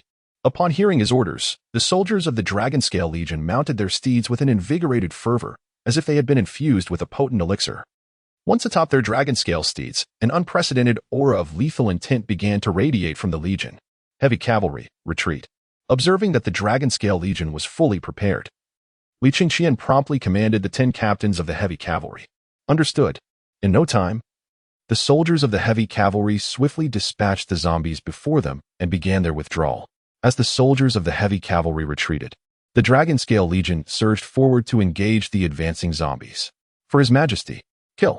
In the next moment, the once formidable heavy cavalry, a force of 10,000, charged ahead. The earth trembled beneath them, echoing the thunderous approach of the Dragonscale Legion. As the ground quaked, the soldiers riding the Dragonscale steeds launched themselves into a fierce assault against the zombies. The impact was akin to that of unsuspecting pedestrians being struck by a speeding vehicle. With a resounding crash, the zombies were sent sprawling as the Dragonscale steeds trampled relentlessly upon them. Under the forceful onslaught, not a single zombie's skull could withstand such overwhelming pressure. In an instant, the heads of the zombies exploded like ripe watermelons. Witnessing the grotesque sight of Li Qingquan swiftly dismounted from his steed, and shortly thereafter, he found himself retching not far away. The surrounding soldiers maintained their vigilance, casting wary glances about as he succumbed to his nausea. After a moment of heaving, Li Qingquan exhaled deeply. It seems that one must acclimate to such repugnant scenes sooner rather than later. Li Qingquan's face betrayed a hint of bitterness. Even though he now occupied a position of dominance akin to that of a sovereign, he had, in a strict sense, never truly stepped onto the battlefield to engage in combat. Once an ordinary individual on Earth, he had never even killed a chicken. Following his transcendence into the annals of Tang Dynasty history as the Crown Prince Li Qingquan, he had indeed taken lives. Yet he had never witnessed the grotesque reality of war. Thus, as he beheld the massacre unfolding before him, it was entirely natural for him to struggle with acceptance. Nevertheless, Li Qingquan understood that such conflicts would be commonplace in the future, and he needed to come to terms with this reality sooner rather than later. He could not remain in this state indefinitely. After all, he was destined to rule over the entire world and would inevitably traverse countless realms to wage war after war. This was a challenge he must overcome. Indeed, those who slaughtered mercilessly were nothing short of monsters. A flicker of emotion crossed Li Qingquan's eyes. As he gazed upon the recent scene, a wave of revulsion washed over him. Yet, there were those who could perpetrate acts of violence with ease, utterly unmoved by the gruesome tableau before them. To such individuals, Li Qingquan could only conclude that they were born as true monstrosities, or perhaps they were inherently suited to the battlefield. Simultaneously, he surveyed the 40,000 troops under his command. The soldiers within his ranks displayed no reaction whatsoever to the so-called brutality of war. In fact, the 10,000 soldiers beneath his command seemed to regard the horrifying spectacle of the battlefield as if it were invisible. Such monstrosities, he mused, currently numbered 40,000 under his rule. Li Qingquan's eyes gleamed with a hint of pride. As this pride illuminated his gaze, the zombies lured in by the commotion were swiftly eradicated by the Dragonscale Legion's onslaught. With the relentless elimination of the undead, even though a few stragglers remained, they posed no threat to the soldiers, who effortlessly dispatched them from the periphery. Observing the complete annihilation of the zombies, a look of satisfaction spread across Li Qingquan's face. Excellent. Now that these bothersome creatures have been vanquished, it is time to seize the city ahead. Li Qingquan gazed into the distant city, his eyes shimmering with profound anticipation. He found himself irresistibly intrigued by this world overrun by the undead, yearning to discern whether it bore any resemblance to the realm he once knew. If this zombie-infested world was indeed unlike his familiar surroundings, it still at least belonged to a modernized era, given that it was a modernized world. Acquiring some of its technological advancements could propel his Tang Empire into an unprecedented era of prosperity, while the strength of his empire in the struggle for dominance was formidable. Capable of producing soldiers in infinite numbers as long as sufficient resources were available, it harbored a critical flaw. It could only yield ancient warriors. As for modern soldiers, regrettably, they were utterly useless. On this matter, Li Qingqian was left with no recourse. When he initially invested in this game, he had never envisioned the production of contemporary weaponry. His ambition had been to engage in fierce combat with authentic swords and firearms. Thus, the creators of this game had designed it in accordance with his vision, leading to the birth of this imperial conquest. The game was limited to the manufacture of ancient soldiers, and as for modern warriors, regrettably, Li Qingqian was entirely ignorant of their nature. No matter how he tried to conjure images of firearms, he could not fathom their inner workings. Nor did he know how to instruct the will of the world to produce such armaments. However, the modernized world in which he now found himself was a different story. Should he manage to equip his soldiers with contemporary weaponry, they would undoubtedly be described as possessing extraordinary advantages. Furthermore, he himself was already operating at an enhanced level, a synergy of advantages that defied ordinary comparisons, a true dimensional assault. Of paramount importance were the diverse machines from modern factories and the wealth of knowledge derived from contemporary society. This knowledge had the potential to overshadow the Tang Empire, and if he could absorb it all, he would effortlessly elevate his empire to new heights. Once he achieved the ascendance of the Tang Empire, what significance would Li Shimin hold? In that future, Li Shimin would likely pale into insignificance before him. With utmost urgency, he sought to seize the city ahead. Li Qingqian issued a solemn decree. "As you command, Your Majesty." In the next moment, an army of 40,000 surged forth towards the city ahead, responding to Li Qingqian's orders. With a thunderous roar, as the formidable force advanced, the scattered zombies they encountered were utterly obliterated. Before long, the imposing presence of the army had reached the very heart of the city. Upon gazing at the city before him, Li Qingqian broke into a smile. From this moment forth, this would be the first city claimed by the Tang Empire. Chapter 25. The diminishing privileges of the local tyrant and the weeping survivors. At the instant Li Qingqian proclaimed the Tang Empire's conquest of the first city in this world of the undead, he was suddenly struck by an inexplicable sensation. It was the faint yet palpable increase in the primordial power that underpinned his empire's dominion over this realm. Indeed, as the sovereign of this world, Li Qingqian distinctly sensed that upon declaring the Tang Empire's acquisition of the city, the foundational power of the realm had grown ever so slightly. The glimmer of this newfound energy sparked a light in his eyes. "Excellent. Clear out all the zombies within this city. Simultaneously, gather all the survivors. I wish to observe these so-called survivors." Li Qingqian gazed at the city sprawling before him and issued a calm command. Despite the apparent absence of any survivors, he understood that within such a vast city, numerous individuals must still remain, perhaps even factions of influence. His attitude towards these so-called factions was unequivocal. Only the Tang Empire could hold sway over the territories it occupied. As for any other powers, he had a straightforward stance: eliminate them all. What did it mean for another faction to emerge in his domain? Did they seek to establish a nation within a nation? "At your command, Your Majesty." In response to Li Qingqian's orders, the heavily armored legion and the dragon-scale army soldiers advanced towards every corner of the city, while the archers maintained a protective presence beside him. A formidable force of 40,000 troops surged into the city, their collective clamor inciting a frenzy among the few remaining zombies within its confines. As the undead emitted a cacophony of growls, the surviving individuals, hidden in various nooks, shuddered slightly, faced with the zombies' roars. Some survivors swallowed hard and checked the defenses of their hiding spots. Finding no immediate threat, they chose to remain concealed in their most secretive quarters. In stark contrast to the ordinary survivors' desperate plight, those who had formed factions among the survivors furrowed their brows in concern. One scarred man cast a wary glance towards the distant outline of the imposing army. Could it be? The national army has arrived? To him, the only plausible explanation for the thronging figures was that they belonged to the state's military. If the national army were indeed here, would his status and identity not be obliterated? The thought of the national forces reclaiming the city, leading to the annihilation of his standing, ignited a flicker of deep resentment in his eyes. Damn it! Why must they arrive at this moment? Curse them! As he contemplated the imminent farewell to his days of tyranny, akin to that of a local despot, a flicker of resentment and anger danced in his eyes. Yet, no matter how deeply he resented or how fiercely he seethed, he could not conceal the advancing shadows of the army that drew ever nearer on the horizon. Countless leaders, harboring similar feelings of discontent, had emerged throughout the city amidst the cataclysm of the zombie crisis, swiftly assembling small factions. The leaders of these factions enjoyed privileges akin to those of emperors. While some individuals, endowed with indomitable will, might resist certain temptations, how many truly possess such steadfastness? Some groups had transformed into bands indistinguishable from marauders, and as these leaders contemplated the inevitable return of the national army to reclaim their city, they were engulfed by waves of discontent and fury. In contrast to these disheartened leaders, there existed others who genuinely hoped for the national army's triumph. At long last, the national army had arrived. A peaceful existence was within reach. Some leaders' eyes sparkled with profound excitement. Brothers, the national army has come. Our city is on the brink of liberation, and soon we shall enjoy better days. Hold on a little longer. The troops are here, they fervently proclaimed. Upon hearing the words of these leaders, the survivors within their factions rushed to vantage points to observe the outside world. Where? Has the national army arrived? Are we saved? A flurry of inquiries erupted from the lips of these survivors. The national army was indeed present, engaged in fierce battles against the undead. Prepare yourselves.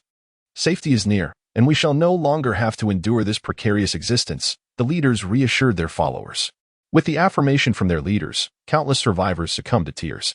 For them, the recent past had been nothing short of hellish. They had never imagined the world could descend into such chaos, losing an immeasurable amount in the process. Loved ones vanished, wealth dissipated, families disbanded, and even their own lives hung by a thread in this apocalyptic landscape. But now, hope flickered anew. The national army had finally arrived. Upon the realization that they could live in safety under the aegis of the national army, a chorus of sobs echoed through the various corners of the city. As the survivors harbored a myriad of thoughts, the last remnants of the undead began to confront the heavily armored cavalry in the Dragonscale Legion. In response to the appearance of these zombies, the soldiers of the Dragonscale Legion and the heavily armored infantry seized their weapons and launched an assault. Filth. Slay them. In the next moment, the soldiers from the Dragonscale Legion and the heavily armored infantry brandished their arms and charged forth. Faced with the onslaught from these forces, countless zombies were cleaved in twain. To the survivors witnessing this brutal display, the zombies were reduced to mere chicks in comparison, leaving them overwhelmed with an unprecedented gravity. Could these warriors possess such formidable strength? They were certain that these soldiers did not belong to the national army, for they had never witnessed their forces in such a guise. They were well acquainted with the appearance of their own military. Clearly, these warriors were not of their nation's making. If they were not part of their army, it could only imply that they hailed from a formidable faction. Observing the ease with which this faction's soldiers dispatched the zombies, akin to slaughtering fledglings, the survivors gasped in astonishment. Was the disparity between the two sides truly this vast? It was evident that the survivors were genuinely taken aback. Under their astonished gaze, the zombies within the city were swiftly eradicated, failing to withstand even a single round against the soldiers of the Dragonscale Legion and the heavily armored cavalry. Once the undead were purged, the soldiers from both legions began to advance towards the houses, preparing to cleanse the interiors of zombies and rescue any survivors trapped within. Knock, knock, knock. Is anyone there? If not, we shall be entering. One of the heavily armored soldiers from the legion knocked on the door. Hearing no cries from within, he began to kick the door with all his might. With a resounding crash, the soldier, clad in formidable armor, delivered powerful kicks to the door, which, despite its sturdy construction, could not withstand the force of his assault. With a final, thunderous kick, the door burst open, revealing only a few lifeless bodies inside. The soldier paused for a moment, surveying the scene, before choosing to proceed to the next house. As he made his way toward the next dwelling, the door unexpectedly swung open. A frail survivor appeared before him. You must be the survivor, the soldier stated gravely. Follow me, or proceed downstairs to gather with the others. The survivor, taking in the soldier's serious demeanor and the blood of the undead splattered across his armor, swallowed hard. Very well, I comply. In haste, the survivor dashed downstairs, where he found a gathering of many others. In fact, these individuals seemed to represent nearly all the survivors from the surrounding area. As more survivors were discovered and the zombies in the various houses were gradually cleared away, the number of survivors continued to swell. The soldiers began leading these individuals toward the direction of Li Chengqian. As the survivors observed the soldiers, particularly the dragon-scaled cavalry, they were filled with astonishment. Even amidst the apocalypse. What is this? The legendary dragon horse? A thought flickered through their minds. Chapter 26. Selecting Talent, the Damned Umbrella. In the world of biohazard, are these truly the survivors of this city? Li Chengqian mused, scrutinizing the group of survivors encircled by the archers. The survivors, glancing at the soldiers wielding bows and arrows, trembled with fear. Initially, they may have believed these individuals were part of the national military, but now, they were no longer blind to the truth. They realized that these soldiers were not the state forces they had imagined. Rather, they were survivors like themselves, yet far more formidable, having organized their own into a military force. Upon contemplating that the others, like them, were survivors, a profound weight manifested in the eyes of some. Would they, too, be destined to become slaves once more? As confusion and trepidation filled the gazes of these survivors, Li Chengqian spoke directly. Esteemed individuals. At that moment, as Li Chengqian's words resonated, the survivors turned their attention towards him. They understood that he was the leader of this band of survivors. Acknowledging the collective gaze upon him, Li Chengqian asserted, "Let it be known, my humble self shall state unequivocally that the great Tang Empire does not sustain idlers. Who among you possesses a skill? Regardless of the nature of your talent, those of you endowed with a particular expertise, please step forward. Those without any skills, remain standing where you are." Li Chengqian surveyed the survivors before him, and after a moment of contemplation, he issued his directive.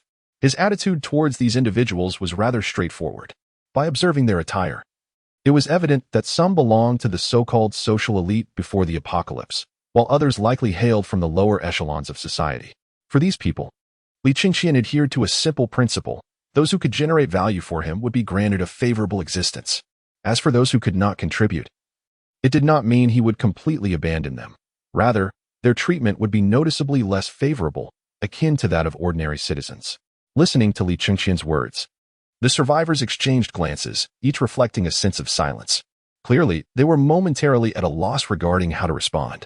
What did this entity, claiming to be the Great Tang Empire, truly signify? From its name, it was evident that they aimed to reconstruct a feudal empire. In a world plunged into chaos, where society had utterly collapsed, the ambition to establish such an empire was not entirely unfathomable. If in their position, wielding such formidable power, they too might consider founding an empire.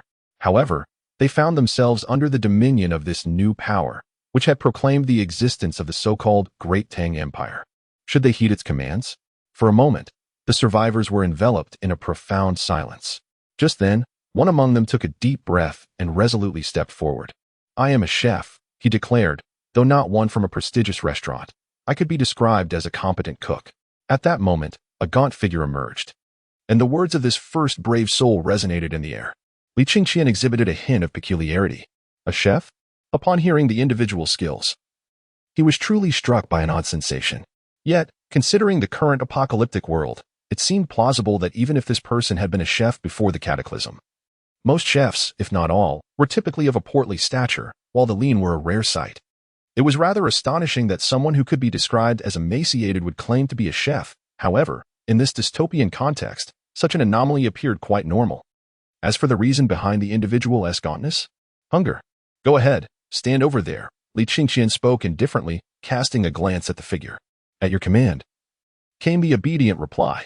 With measured steps, the emaciated chef promptly positioned himself on the opposite side, under the watchful eyes of the onlookers. The remaining survivors soon began to voice their respective skills one by one. "I am a construction worker. I can build houses and the like. I am an accountant. I teach art. I am a language teacher." Before long, a chorus of voices resonated through the air. In response to this cacophony, Li Chengqian began to select the talents he deemed necessary, while dismissing those who were of no discernible use. Li Chengqian chose to ignore the situation at hand. For instance, regarding those skilled in the art of makeup, he remarked that they might prove useful in the future. However, at present, their abilities were utterly inconsequential. Shortly thereafter, he delineated the so-called talents from the non-talents. Fixing his gaze upon a former official within the ranks of the non-talents, he commanded, "You, step forward. I have inquiries to make." In response to Ing Zheng's authoritative gaze and words, the ex-official obediently approached Li Chengqian. "My lord, Su Zhihao stammered as he stood before him. Relax, I am no ravenous demon, Li Qingqian reassured him. I have a question for you. As a former official, you should possess a wealth of information. Tell me, when did these so-called zombies first emerge? And where did they originate? Why, in the face of this zombie outbreak, has the military yet to make an appearance? With those words, Li Qingqian fixed his piercing gaze upon the man before him. His curiosity was palpable. He yearned to ascertain the origins of the zombies in this world and why the military had not yet intervened. Although the zombies appeared formidable, in the face of a true army, they could be deemed utterly feeble. Was it not evident that the forces under his command could effortlessly dispatch these creatures? Surely, the military of this world could do so even more efficiently. The power of firearms is no trifling matter, and thus, Li Qingqian pondered the whereabouts of the military.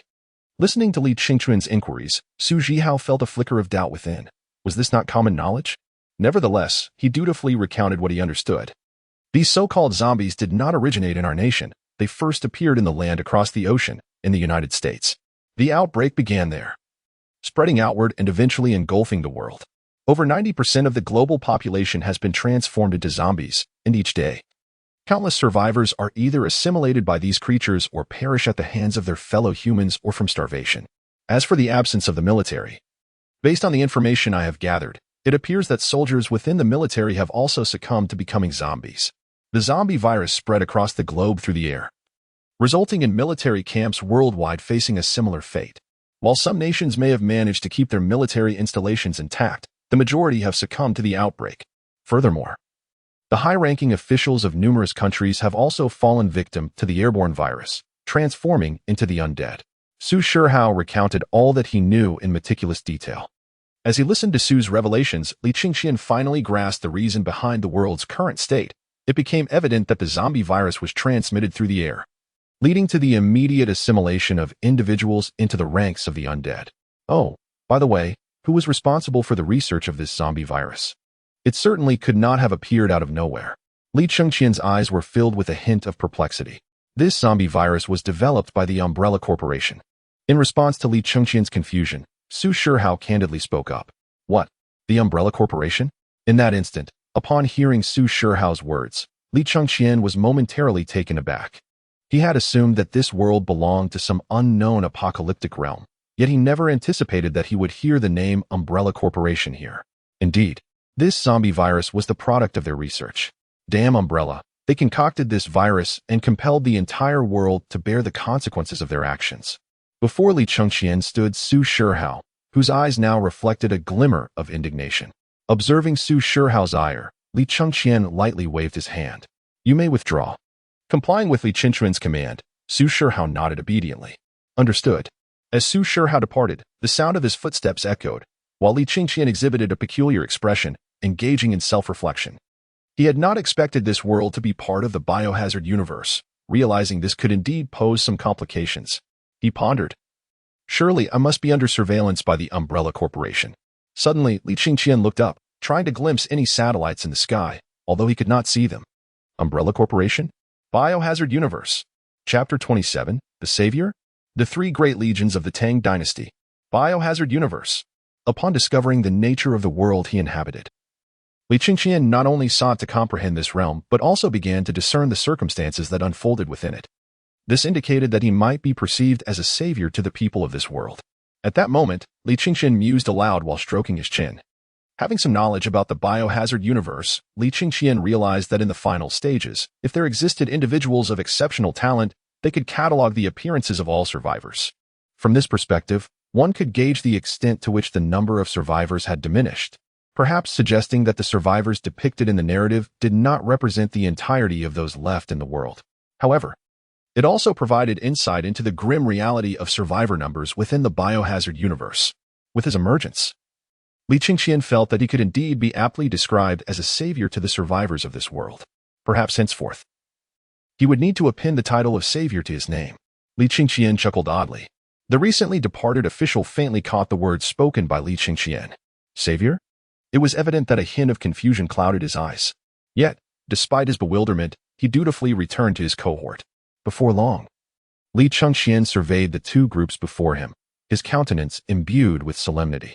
From this moment forth, you shall assume the identity of the common folk of the great Tang Empire. As Li Qingxuan's words resonated, the numerous survivors exchanged glances, each reflecting a flicker of sentiment. Henceforth, they were now citizens under the banner of the Great Tang Empire.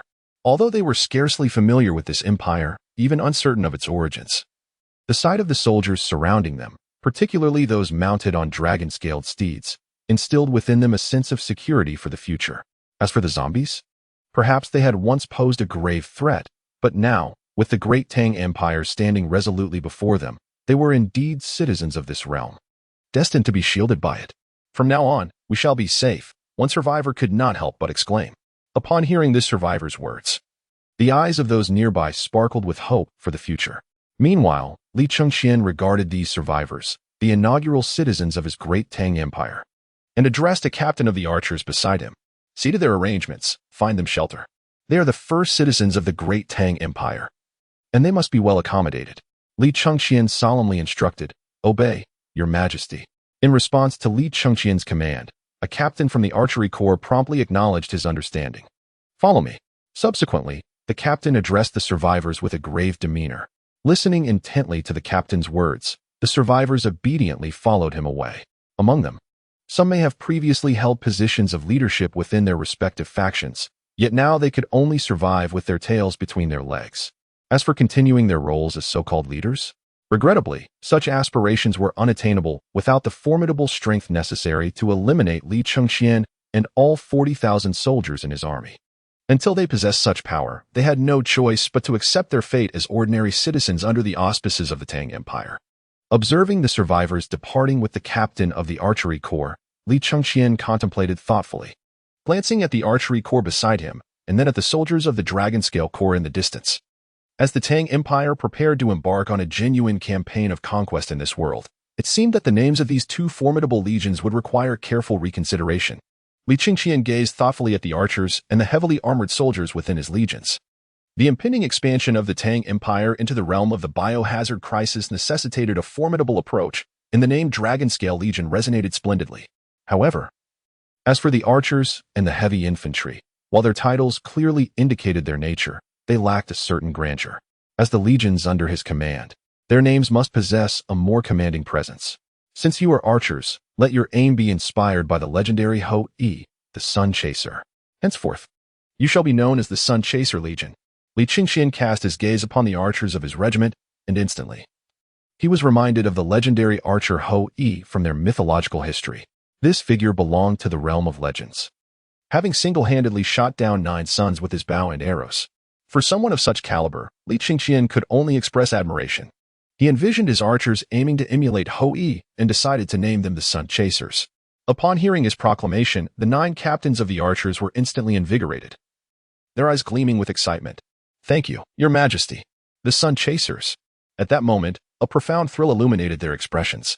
Observing their fervor, Li Chengxian then turned his attention to the soldiers of the heavily armored infantry. This regiment would serve as the main fighting force under his command, and thus, he resolved to name them the Iron Blood Legion. Li Chengxian pondered for a moment before promptly naming the heavy armored infantry legion the Iron Blood Legion. This name alone was sufficient to embody everything it represented. With Li Chengxian having thoroughly designated the names of the 2 major legions, aside from the Dragonscale Legion, the 3 principal legions of the Tang Empire were now entirely formed. No one could have anticipated the tempestuous waves that these legions, named by Li Chengxian, would stir within the myriad realms of existence. The Dragonscale Legion, the Rising Sun Legion, and the Iron Blood Legion would soon become formidable forces, instilling dread in all adversaries of the Tang Empire, who would tremble at the mere mention of these 3 legions. The supreme ruler of these legions was none other than the emperor of the Tang Empire, Li Chengxian. Of course, that was a matter for the future. At this moment, the 3 legions that would one day command all across the realms were just beginning to take shape. Chapter 28. The 3 legions depart. A strategy from the Rising Sun Legion. Your Majesty, we stand ready. At this moment, all the captains from the 3 legions respectfully clasped their hands in salute to Li Chengxian. A hint of satisfaction gleamed in Li Chengxian's eyes as he regarded the captains before him. Are you prepared? The Tang Empire must soon embark on its campaign of war. Are you ready to embrace the challenges of battle? Li Chengxian surveyed the captains before him, a solemn expression gracing his features as he spoke. In response to his inquiry, the captains from the 3 legions were filled with fervor, their eyes gleaming with excitement as they declared in unison, "We pay our respects to your majesty. We possess unwavering confidence. We shall conquer the world entirely. We will ensure that the dragon banner of the Tang Empire soars across the skies of the entire realm." At that moment, all the captains of the three legions raised their voices in a resounding chorus. Listening to their fervent declarations, Li Qingqian smiled and replied, "Since you are prepared, let us commence the campaign of expansion. The light cavalry of the Dragon Scale Legion shall remain, while the others shall engage in warfare. Remember, the weakness of these zombies lies in their heads. Eliminate their heads, and they will truly lose their lives. Keep in mind the zombies' vulnerability," Li Qingqian solemnly admonished. Although the soldiers of his three grand legions were undeniably valiant, to the point of being described as invincible, there remained one crucial aspect: they were still unaware of the zombies' vulnerabilities. This ignorance often resulted in their inability to dispatch the undead swiftly. Thus, it was imperative for him to thoroughly instruct them on the weaknesses of these creatures. "As you command, your majesty," the captains of the three legions, upon hearing Li Qingqian's counsel, exchanged serious glances and nodded in agreement. "Go forth, let the dragon riders of the Tang Empire soar above the city. Advance, my warriors." Li Qingqian spoke directly, "At your command." In the next moment, 30 captains from the three legions immediately emerged, making their way towards the encampments of the three armies. Among these legions, only 10 captains from the Dragon Scale Legion remained behind, specifically retained by Li Qingqian. While the three legions were poised to engage in warfare, it was only prudent for him to have some force to safeguard him. He had arrived in this world of biohazard with the intent to conquer, not merely to endure survival amidst adversity. Survival? That was a notion for another life. A time when he would truly grapple with the trials of a world overrun by the undead. For now, his purpose was conquest. Simultaneously, the 30 captains swiftly began leading their soldiers in various directions. Though dispersed, they all radiated outward from the location of Li Qingqian. "For his majesty, kill!" They rallied. Soon, the captains were charging forth with their troops into the distance. Boom, boom, boom. As the captains led their soldiers away, a group of survivors in the first city of the Tang Empire exchanged glances, each seeing a flicker of profound resolve in one another's eyes. Particularly among those who had once held power, a singular thought dominated their minds: seize control of the city. Before the three legions had departed, such thoughts had been unthinkable. The blood still fresh on the soldier's armor had quelled any notions of rebellion. However, the situation had shifted dramatically.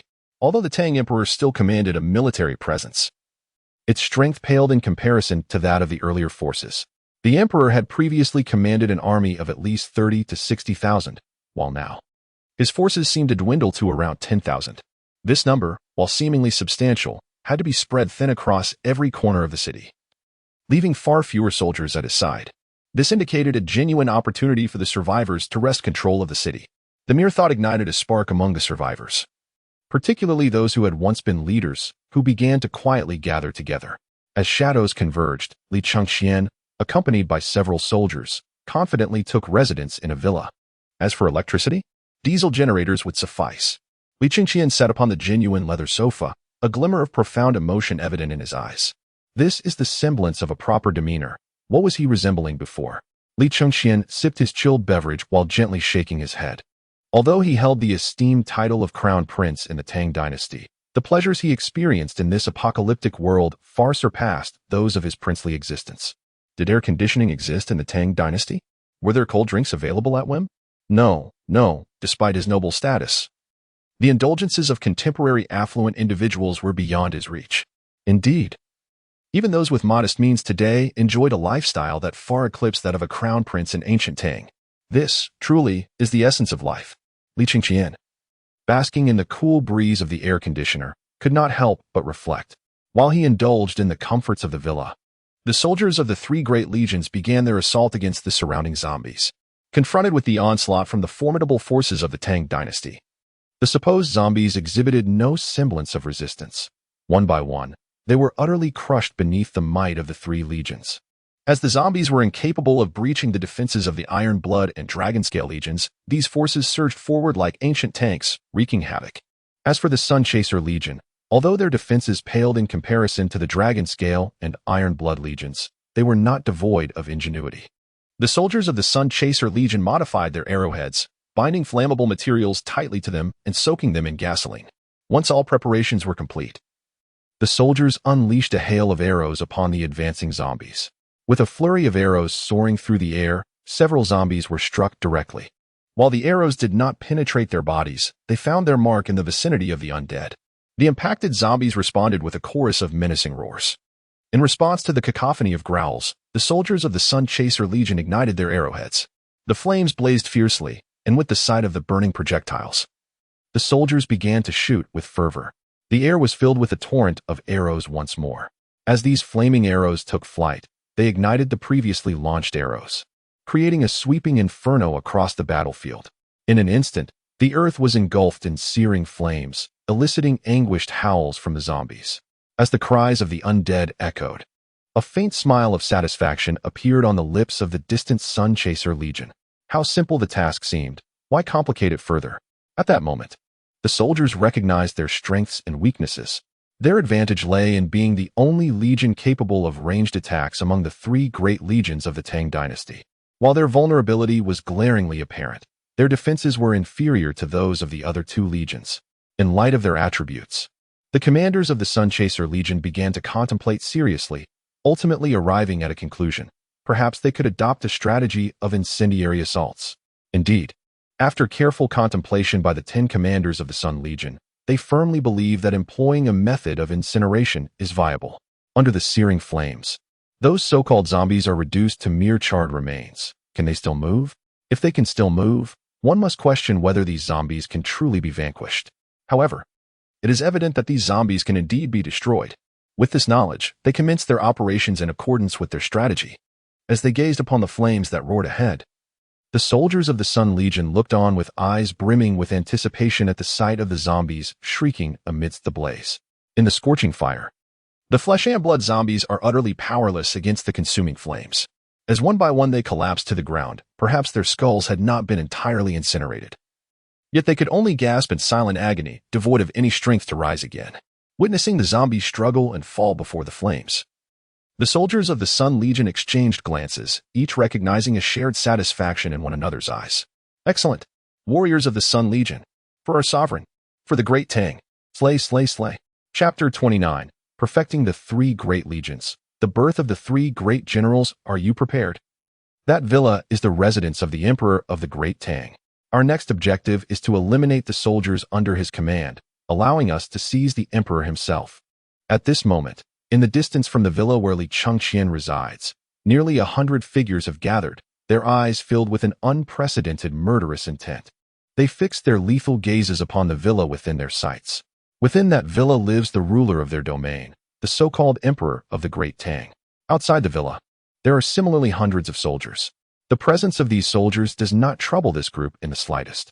Each of those soldiers could indeed be described as ruthless killers. But what do they fear? They possess firearms.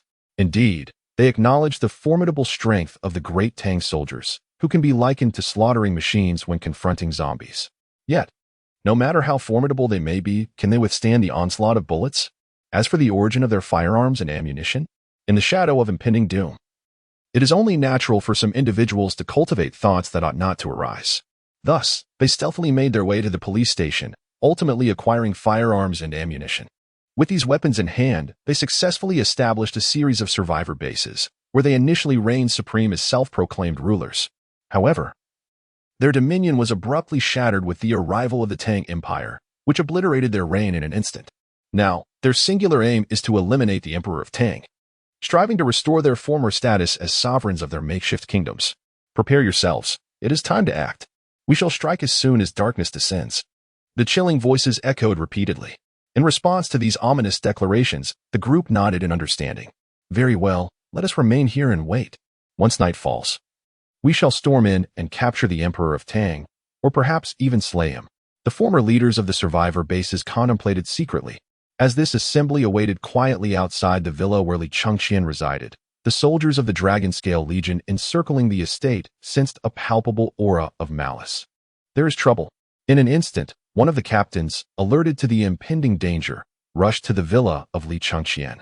Your Majesty, the captain addressed him, while Li Chengqian, comfortably ensconced in air conditioning and sipping a cold beverage, turned without looking back.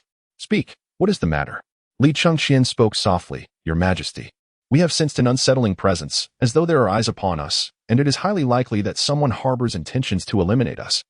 There are hidden adversaries lurking about. Upon hearing the response from the commander of the Dragonscale Legion, Li Chengqian, who was poised to continue sipping his drink, abruptly ceased his action. Are you suggesting that someone is secretly observing us? Concealed enemies? As these words resonated, the previously languid expression on Li Chengqian's face transformed into one of icy resolve. Indeed, Your Majesty, we have detected an unusual tension. It is too quiet, and there is a faint undercurrent of murderous intent. Ah, if that is the case, then it becomes intriguing. Li Chengqian smiled faintly, clearly believing the words of his soldiers. If he did not trust their assertions, whom could he trust? Their statements implied that someone was indeed watching him covertly. Who could it possibly be? In the city, there might be scattered zombies, yet they would only appear in basements or certain hidden chambers. It was inconceivable that they were responsible. Thus, apart from his Tang soldiers, the only other inhabitants of this city would be the survivors. It seemed that the desire for theft still lingered.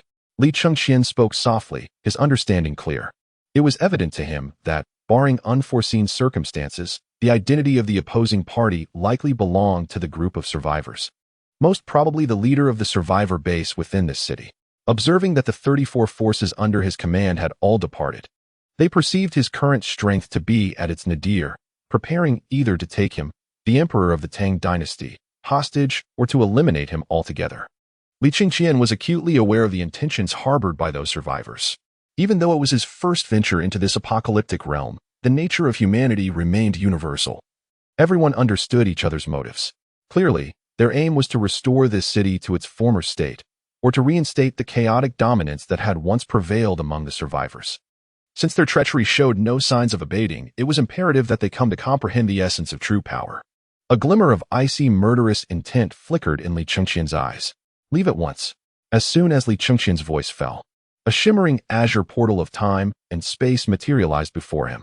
With a resonant hum, the portal began to flicker incessantly. Without a moment's hesitation, Li Chengqian stepped boldly through. Observing his departure, the captain who had come to deliver the report cast a serious glance around. Worlds will come forth. Continue the summons. It seemed that I have been excessively benevolent. Li Chengqian spoke calmly, continuing to summon 10,000 Iron Blood Legions and 10,000 Sun-Chasing Legions. In addition to summoning these 10,000 legions, he decided to craft 3 elite generals inspired by his ideal of El Bu. At this moment, Li Chengqian issued his orders with composure. Noticing the slight discord among the 3 legions, he sought to foster greater harmony among them. How to achieve this? Quite simply. The Dragonscale Legion should outnumber the other 2 legions, therefore he would align the numbers of the other 2 legions to match that of the Dragonscale Legion, expanding each to a formidable 20,000. Furthermore, he intended to appoint an additional commander for each of the 3 legions. As for the nature of these commanders, Li Chengqian contemplated the possibility of crafting 3 supreme commanders for the 3 major legions, inspired by his idealized vision of El Bu. As you command, Your Majesty.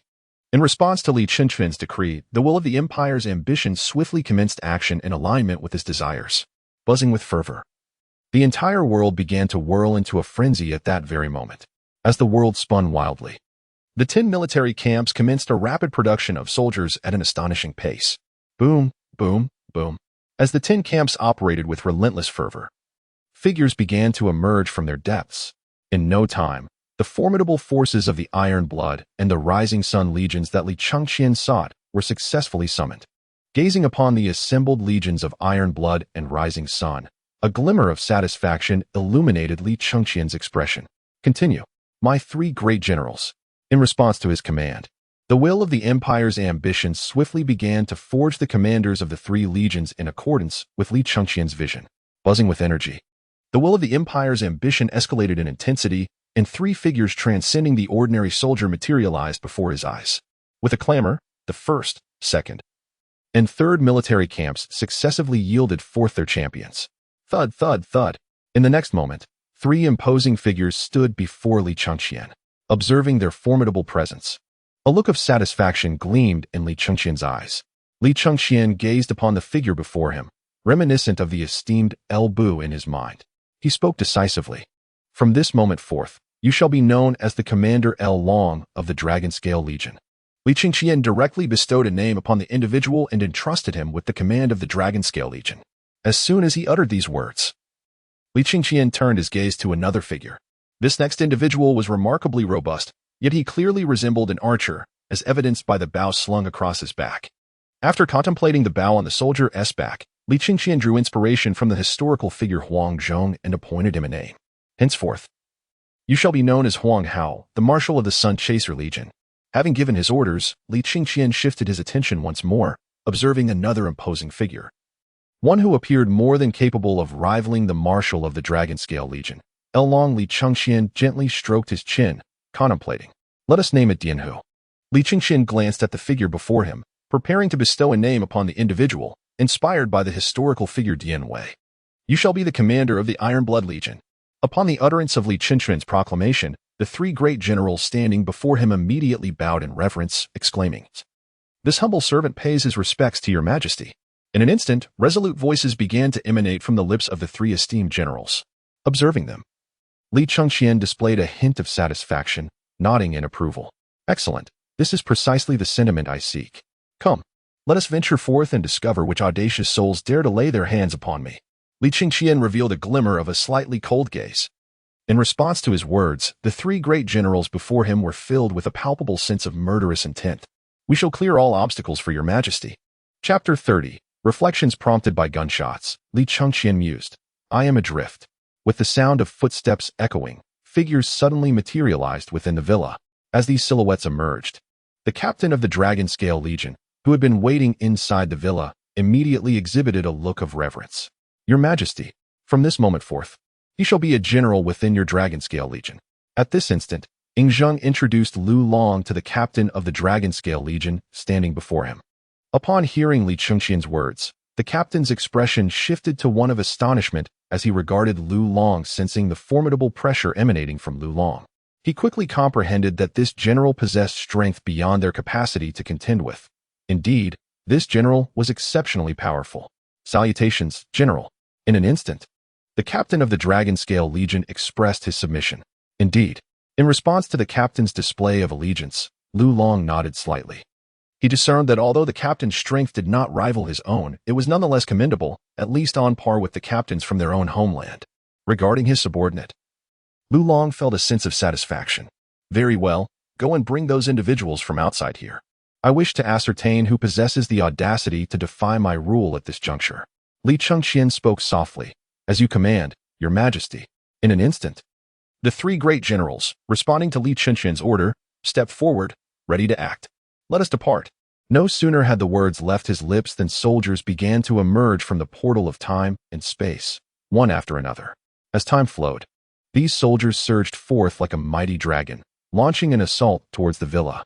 Meanwhile, outside the villa, a group of survivors remained anxiously in wait. Suddenly, one of the patrolling survivors caught sight of the villa's door swinging open, revealing three gigantic figures resembling bears. Behind these imposing figures, a multitude of soldiers followed suit. Yet, the most alarming revelation was that they were charging directly towards them. This is bad, the patrolling survivor exclaimed in terror. Hearing his words, those inside the villa hurried forward, quickly grasping the alarming scene described by the outside survivor. As the formidable army advanced towards their direction, the survivor's expression shifted dramatically. Run, quickly, faced with the unfolding spectacle. Any thoughts of resistance vanished, their minds were consumed by a singular desire, to flee. In the blink of an eye, figures began to sprint frantically towards the distance. Observing this, General Huang Hao of the Sun Legion raised his hand decisively. Shoot them all down. In response to Huang Hao's command, the soldiers of the Sun Legion knocked their arrows, aiming at the fleeing survivors. With a swift motion, a volley of razor-sharp arrows was unleashed. The fleeing survivors felt a sudden sharp pain radiate throughout their bodies. In the next moment, anguished cries erupted from their lips. One by one, they collapsed to the ground, discovering arrows embedded in their wounds. The sight of the arrows only intensified the pain, which spread from the points of injury throughout their bodies. Help! My leg! In an instant, a series of mournful wails began to echo incessantly. Confronted with this cacophony of despair, the soldiers of the Tang Dynasty swiftly pursued, seizing the fallen survivors as if they were mere fledglings. The leaders among the survivors, witnessing the advancing soldiers, could not restrain themselves and drew their firearms. unleashing a barrage of gunfire towards the rear. Bang, bang, bang. With each resounding shot, the soldiers behind were indeed struck by the bullet's merciless trajectory. Within the villa, Li Changqian, upon hearing the gunfire from beyond its walls, felt his countenance shift dramatically. Firearms. He swallowed hard, taken aback by the revelation that the survivors possessed such formidable weaponry. Firearms are no ordinary instruments. The fact that these survivors wielded them instilled a palpable sense of gravity within Li Changqian. It was evident that he must exercise even greater caution. In that moment, a profound seriousness enveloped his gaze. For Li Changqian, a singular thought occupied his mind. He must tread carefully from now on, particularly in a world infused with modernity. One could only speculate about the extent of the weaponry they might command. Witness the survivors armed with firearms. It is essential to remember that they were situated on the sacred soil of the Central Plains, a land where firearms are strictly prohibited. Yet, amidst this gun-free territory, the existence of firearms among the survivors was unfathomable to Li Changqian. He pondered the implications. Should his Tang Empire extend its reach into other regions? Would the survivors there not retaliate with gunfire against his soldiers? The mere thought of such a possibility made Li Changqian realize that he had been somewhat complacent. No. It was clear that he must henceforth remain vigilant and prudent.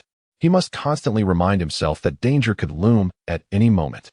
Li Changqian found himself silently conversing with his thoughts.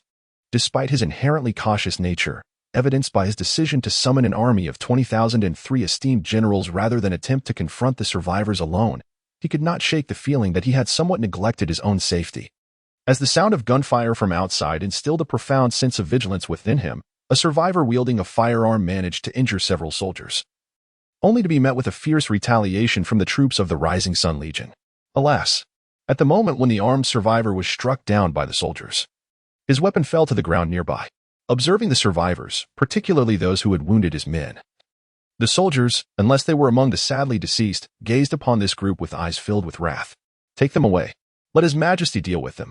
At that moment, the three generals, their eyes ablaze with indignation, regarded the survivors before them. The fallen soldiers had perished not on the battlefield but at the hands of these cowardly beings. While they harbored a strong desire to execute this group on the spot, it was imperative that these individuals be presented before His Majesty, to be judged by him regarding their fate. At your command, the soldiers replied, understanding their orders. Bind them. Soon, the survivors were swiftly restrained. Before long, the three generals, accompanied by several captains, brought a bound survivor before Li Changqian. Gazing at the survivors, particularly at the firearms before him, Li Changqian spoke with a somber intensity. Tell me, do you intend to use these guns to hold me hostage? Or do you seek to take my life with them? Li Changqian's words carried a hint of indifference, his tone gradually chilling. As the survivors knelt before him, trembling in fear, they found themselves at a loss for words. Particularly under the weight of Li Changqian's increasingly frigid gaze, the notion of pleading for mercy from him seemed absurd. They were not fools. Fully aware that their past actions rendered any hope of forgiveness utterly implausible, had it not been for the formidable power at their disposal, they might have dared to subdue him entirely. Observing the quaking survivors before him, Li Changqian spoke with an unsettling calmness. You have long faced the threat of zombies, and it was I who led my soldiers to rescue you. Now you are safe.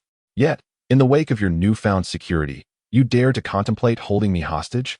Is it truly your desire to live once more amid the encircling undead? Li Changqian spoke softly. Since you all are so eager to experience the days surrounded by zombies, let them smear the blood of the undead upon themselves, allowing them to witness firsthand their own transformation into the very creatures they fear. Li Changqian calmly waved his hand. As you command, Your Majesty. In response to Li Changqian's orders, soldiers promptly began to drag the group of survivors away. Your Majesty, spare us. Your Majesty, I am of use, I swear. As these survivors were being pulled away by the soldiers, they erupted into desperate pleas. While they could accept death, the prospect of becoming zombies was a reality they found hard to bear. However, the soldiers remained unmoved by their entreaties, continuing their task without hesitation. In a swift motion, the figures of numerous survivors were dragged away. Observing this scene, Li Changqian turned to the three great generals in his villa and spoke solemnly. Go forth. Let the footprints of the Tang Empire traverse the entire world, and may the dragon flag of the Tang Empire soar high across the skies of all lands. Li Changqian waved his hand to issue a command. At your service, Your Majesty. The three generals responded with grave seriousness. Chapter 31. The Birth of the Celestial Eye Department. Establishing the main base as time progressed, the three great generals led their respective legions into battle across the surrounding lands, while the dragon banners of the Tang Empire began to flutter above numerous cities, with each city incorporated into the territory of the Tang Empire. Li Chengxian immediately sensed a subtle increase in the essence of imperial dominance within the world. Faced with this burgeoning source of power, he harbored no intention of concealing it any longer. Instead, he decisively harnessed this energy to its fullest extent. Li Chengxian held a rather straightforward perspective regarding these primordial powers. He believed that if he were to hoard these forces, the eventual sum he could possess would undoubtedly be vast. However, such an accumulation did not align with his principles. To him, these forces were akin to wealth, while having more money is generally advantageous. One must not overlook the crucial question: what purpose does it serve to accumulate wealth if it remains unspent? The essence of earning, after all, is to spend. Without the latter, the former becomes devoid of meaning. In a similar vein, Li Chengxian chose to directly harness these primordial powers to summon soldiers. Within the city he inhabited, the survivors were often struck by a peculiar phenomenon. Soldiers of the Tang Dynasty seemed to emerge from various corners, despite the residents having never witnessed these soldiers congregating within their city. They had only ever seen the Tang soldiers departing from their midst. This singular occurrence was sufficient to leave the survivors in a state of bewilderment, for their city, even before the apocalypse, was hardly a bustling metropolis, merely a modest urban settlement. As the apocalypse unfolded, the majority of the population succumbed to zombification, only to be subsequently eradicated by the Tang soldiers. The survivors, for the most part, regarded these soldiers with a sense of reverence. Yet, despite their admiration, the sudden appearance of the Tang soldiers evoked a sense of astonishment among them. Perhaps the emperor of the Tang harbored secrets of his own. In their hearts, the survivors could only speculate thus, as they found themselves devoid of any further thoughts. What other thoughts could they entertain? Before the arrival of the Tang army, they were merely ordinary individuals, often relegated to the status of captives under various factions. Living as slaves, their existence could indeed be described as humble. Now, with the descent of the Tang Empire, they were granted the right to live, even to satiate their hunger. What harm was there in the Tang Empire possessing a few secrets? In fact, they might even wish for the empire to hold some mysteries, for such secrets would imply a formidable strength, suggesting that the Tang Empire would not collapse in the near future, allowing them to savor the life they had long desired. Thus, confronted by the inexplicable emergence of Tang soldiers in the city, the survivors transitioned from initial bewilderment and confusion to a state of complete emotional numbness. In addition to summoning the respective troops of the three great legions, Li Chengxian also recognized the absence of an intelligence division under his command. Should he summon the Jinyue? No, that would not suffice, for the Jinyue belongs to the Ming Dynasty. It would be rather awkward should he encounter the Ming Jinyue in some future realm. Within the confines of his villa, Li Chengxian gently shook his head, aware of the deficiency in his intelligence apparatus. He set about preparing to summon a division dedicated to intelligence that would be uniquely his own. As for the name of this intelligence division, what shall it be? Li Chengxian found himself momentarily at a loss for a suitable name. He leaned towards the illustrious Jinyue of the Ming Empire, whose renown was indisputable. Yet, he pondered the possibility of one day venturing into a world akin to that of the Ming Empire. If he were to truly step into such a realm, he felt it would be somewhat awkward, as the name he considered was, after all, one he had appropriated. Intelligence. Li Chengxian pondered with a furrowed brow. Suddenly, a spark of inspiration illuminated his eyes. "Let us name it the Celestial Eye Department," he exclaimed. The intelligence division, as the name suggests, was intended to keep him, the emperor of the Tang Dynasty, informed of all occurrences throughout the vast empire and beyond. This intelligence unit would serve as the emperor's eyes.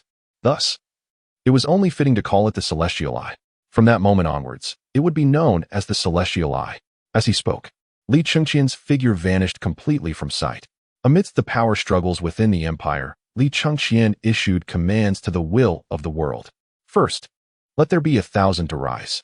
The soldiers of the Celestial Eye Department were to be utterly unremarkable, yet each would possess the strength of a standard soldier. At that moment, Li Chengxian began issuing orders to the world's will.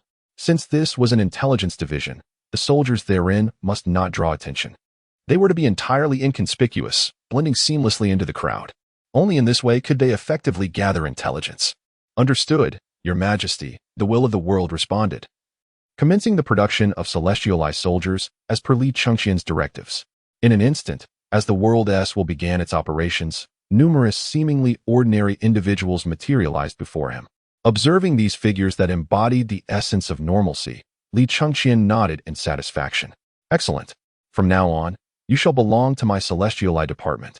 Li Chengqian surveyed the soldiers of the Heavenly Eye before him and promptly issued his command. In response to his orders, the soldiers of the Heavenly Eye instantly adopted a serious demeanor and spoke in unison. Heavenly Eye pays respects to your majesty. In an instant, 10,000 soldiers proclaimed with solemnity, "Go forth.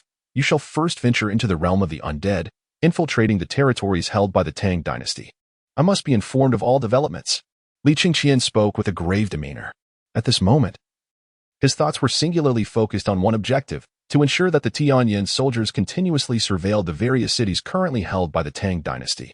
The instant any intelligence emerged, it was imperative that it be reported to him with utmost urgency. He needed to comprehend the unfolding events.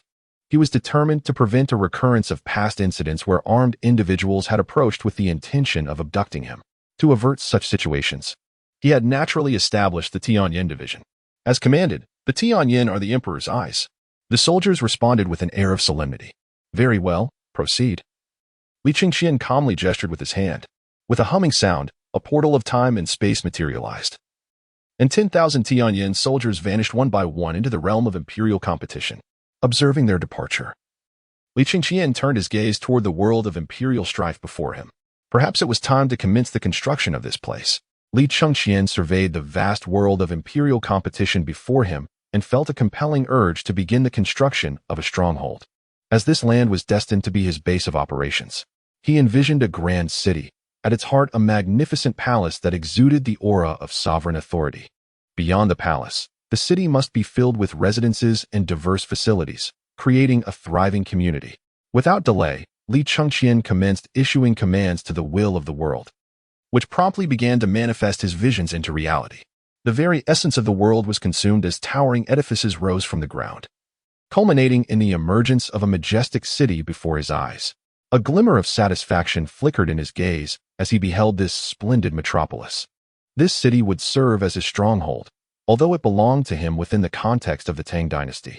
The core of his ambitions lay firmly within the realm of imperial competition. His immediate goal was to nurture the development of this world. As the magnificent city took shape, humble dwellings began to materialize, and ordinary citizens emerged within this burgeoning landscape. Observing these common folk, an idea sparked in Li Chengqian's mind. Why not empower these citizens with knowledge? In a moment of inspiration, he contemplated the potential of these ordinary individuals. Rather than allowing those from the world of biohazard crises to command crucial sectors, why not entrust these civilians with such responsibilities? Skills and knowledge could undoubtedly be acquired. Abundant manpower was at his disposal. Thus, he resolved to establish a school, a place where all could come together to learn and grow. The vision of these humble citizens filled his mind with purpose and determination. Chapter 32. Li Chengqian, the builder of the city, the next crown prince. As time flowed on, Li Chengqian began to construct a magnificent city within the realm of his imperial aspirations. This grand metropolis contained all the elements typical of any thriving urban center. At its heart stood a majestic palace, surrounded by an expanse of open space, beyond which were meticulously arranged edifices. Among these structures were taverns, breweries, shops, and granaries, embodying the essence of a flourishing city. In addition to these establishments, an abundance of ordinary citizens commenced their lives within this burgeoning city. Significantly, at each of the four corners of the city, there lay a military encampment. Though Li Chengqian possessed unwavering confidence in the impenetrability of his stronghold, he deemed it prudent to maintain a robust defense. Thus, he erected 4 formidable barracks at the city's extremities. While the streets bustled with the everyday lives of common folk, soldiers began to take their posts along the city walls. Witnessing this scene, a profound sense of satisfaction welled up within Li Chengqian. It was precisely this feeling. As he beheld the panorama before him, he experienced an unprecedented contentment. Everything here belonged to him. One could even assert that it was all crafted by his own hands. In the midst of this overwhelming fulfillment, Li Chengqian recognized that it was time for him to return to the Tang Dynasty. Indeed, after spending several days in the apocalyptic world and then a few more in this realm of imperial contention, the moment had arrived for his return. For today marked the commencement of the Grand Court Assembly, and Li Qingqian was well aware of the significance of the events that would unfold on this day. Li Shimin may announce today how to address the matter concerning his status as the crown prince of the Tang dynasty. Furthermore, today marks the anniversary of his instigation of yet another coup at the Xuanwu Gate. As he contemplates the necessity of igniting the turmoil at the Xuanwu Gate, Li Chengqian directs his gaze towards the 4 major military camps within the city. As for the previous 10 military camps, they have already been reclaimed. The reasons for their retrieval remain undisclosed. Li Qingqian found the military camp quite unappealing, thus he promptly reclaimed it. Presently, only 4 major military camps remain within the city: 10,000 dragon scale soldiers, 10,000 iron blood soldiers, and 10,000 sun chaser soldiers. At this moment, Li Qingqian began issuing commands to the will of the world. As you wish, Your Majesty. In an instant, as the 4 military camps commenced their operations, soldiers began to emerge from each of them in swift succession. At the same time, within the Grand Tang dynasty, Emperor Li Shimin sat in contemplative silence upon the dragon throne in the Daming Palace. How swiftly time passes, gazing at the gradually brightening sky. A flicker of solemnity and reverie crossed Li Shimin's eyes. Today marked the day of the Grand Court Assembly, and it was also the day he had resolved to depose Crown Prince Li Qingqian. For Li Shimin, this was not a decision made lightly. He had invested countless efforts and hopes in Li Qingqian, whom he envisioned as the next emperor of the Tang. Yet, the very prince he had nurtured was now poised to rebel. This was utterly intolerable to Li Shimin. Hence, he felt compelled to strip Li Qingqian of his title. For only by abolishing the crown prince's position could he eliminate the threat of insurrection. As for how to address Li Qingqian after his deposition, Li Shimin had contemplated this over the past few days. He decided that Li Qingqian should be relegated to the status of an ordinary prince. Although this might seem harsh to Li Qingqian, the thought of rebellion rendered Li Shimin resolute in his decision. Allowing him to live was already a remarkable act of mercy. It would be inconceivable to permit him to retain the title of crown prince. Compassionate though he was, Li Shimin had never been one to show leniency in matters of state. At his side, the eunuch Zhang Anan cautiously spoke, "Your Majesty, the time has come." At the sound of Zhang Anan's words, Li Shimin emerged from his reverie, realizing that the moment had indeed arrived. Li Shimin, after a moment of silence, finally spoke. "Since the time has come, let it be declared." At that instant, he weakly gestured with his hand. "As you command, Your Majesty." Promptly, Zhang Anan, who stood beside Li Shimin, began to act in accordance with his wishes, summoned the officials into the hall. In an instant, as Zhang Anan's voice echoed, sounds emerged from the Tai Chi Palace, resonating outward and quickly reaching beyond the Grand Hall. Before long, the civil and military officials waiting outside the hall heard the voices emanating from within. With a rustling sound, figures began to move in orderly fashion towards the Ming Palace. As the officials approached the Ming Palace, those at the forefront immediately spotted Li Shimin, who had long been awaiting them. The sight of Li Shimin, already in attendance, instilled a solemn atmosphere among the officials. What is the meaning of this? Could it be that something significant has occurred? Clearly, the presence of Li Shimin in the Tai Chi Palace prior to their arrival surprised the officials. They were eager to uncover the reasons behind his early wait. Yet, despite their curiosity, the officials dutifully took their positions. Some among them, like Chang Sun Wuji and Feng Xianling, gazed at Li Shimin with a profound understanding. They were acutely aware of the circumstances, and thus they comprehended the inner turmoil that Li Shimin must be experiencing. Sighing, they found themselves at a loss for words. What could they possibly say? In matters of minor significance, they would have no qualms about interjecting, but in the case of the Crown Prince's rebellion, they felt no inclination to speak up. This was not the moment for their intervention. While Chang Sun Wuji and Feng Xianling understood the reasons for Li Shimin's early arrival at the Tai Chi Palace, others could also surmise the situation to some extent. "This must pertain to the old marquis," muttered Cheng Yaojin, his eyes reflecting a hint of contemplation. Cheng Yaojin was uncertain of the events that had transpired, but he recalled that 6 days prior, the fall of the Duke Ho Junqi, a figure of significant stature, is indeed a matter of grave concern. Therefore, it is highly probable that today's Grand Court Assembly will address the issues surrounding him, as perceived by Cheng Yaojin. Numerous officials sharing Cheng's sentiments are present within the Grand Hall, all aware of the recent developments regarding Ho Junqi's downfall. As the civil and military officials in the hall exhibit a spectrum of expressions, the summoned princes begin to arrive sequentially, with each prince's silhouette gracing the Grand Hall. A sense of bewilderment and incredulity washes over some officials who are oblivious to the unfolding situation. What is transpiring? Why are the princes attending the court assembly today? This unexpected gathering raises numerous questions. Even officials from distant locales, merely present to partake in the assembly, are taken aback. And those within Chang'an are equally astonished by the arrival of the princes. However, a noticeable absence is that of the crown prince. Where could he be? What circumstances have led to his absence? A flicker of confusion passes through the eyes of several officials, particularly among those aligned with the crown prince, who wonder about his whereabouts while the other princes are present. Observing the scene within the Daming Palace, Zhang Anan, standing beside Emperor Li Shimin, cautiously addresses him. Your Majesty. The attendees have nearly gathered. As Zhang's words resonate, Li Shimin lifts his gaze towards the officials and princes assembled in the hall. Li Shimin took a deep breath. Just as he was about to speak, Wei Zheng suddenly stood up. Your Majesty, I have something to report. Upon hearing Wei Zheng's unexpected declaration, Li Shimin cast a calm gaze toward him. What is it? Li Shimin's tranquil demeanor puzzled Wei Zheng slightly, yet he proceeded to voice his concern.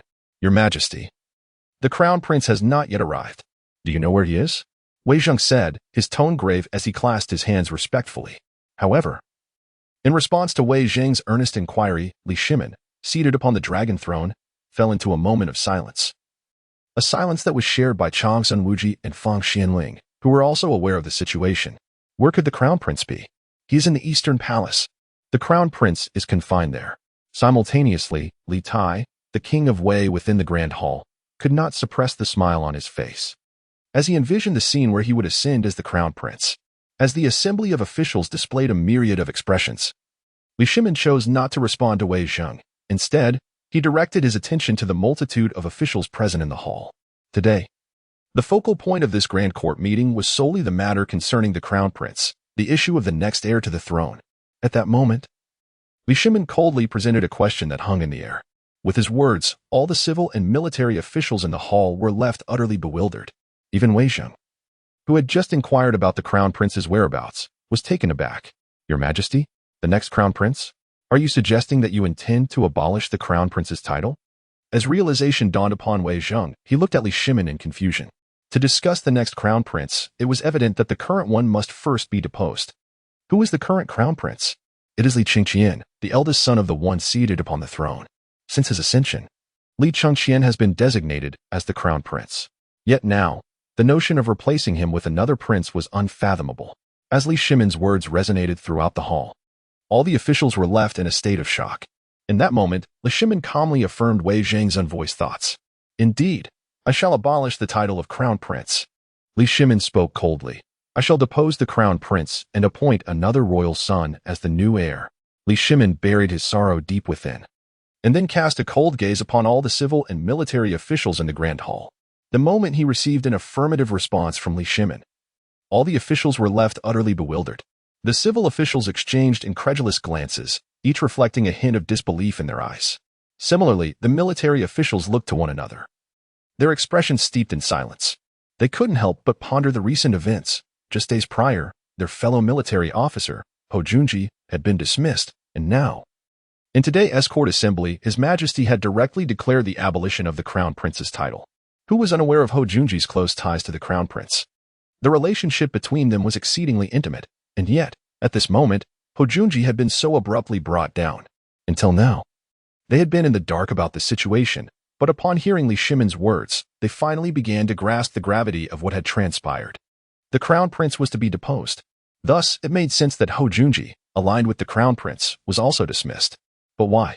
Cheng Eugene, a general among the military ranks, felt his eyes subtly shift as he pondered the unfolding events. Was it possible that the crown prince had attempted something that led to Ho's downfall? Cheng Eugene contemplated this deeply. To him, it seemed plausible that something had transpired within the crown prince's camp, resulting in Ho Junji's abrupt removal. But what exactly had occurred? Surely it could not be rebellion? Clearly, Cheng Eugene could not fathom the crown prince engaging in such treachery. If it were another prince, rebellion would be entirely plausible. Yet the crown prince had already secured his position. A crown prince rebelling? It seemed utterly unrealistic. Thus, after entertaining this thought, Cheng Eugene swiftly dismissed it. What on earth had happened? While Cheng Eugene was lost in wild speculation, Chang Sunwuji and Fang Xianling were not surprised. They had already anticipated this turn of events. Their hearts filled with sorrow for Li Chengqian. He, who was destined to ascend to the throne of the Tang Empire given a few more years, had inexplicably chosen to rebel, leading to his complete disassociation from the imperial title. In the face of Li Shimin's pronouncement, the eyes of Prince Li Tai were ablaze with profound excitement. I knew it. I had a foreboding that my inept elder brother would encounter an unexpected misfortune. Little did I anticipate that his princely status would be abolished. With the affection bestowed upon me by our father, might I not ascend to the position of crown prince? In that moment, a profound excitement surged within Wei Wang Li Tai.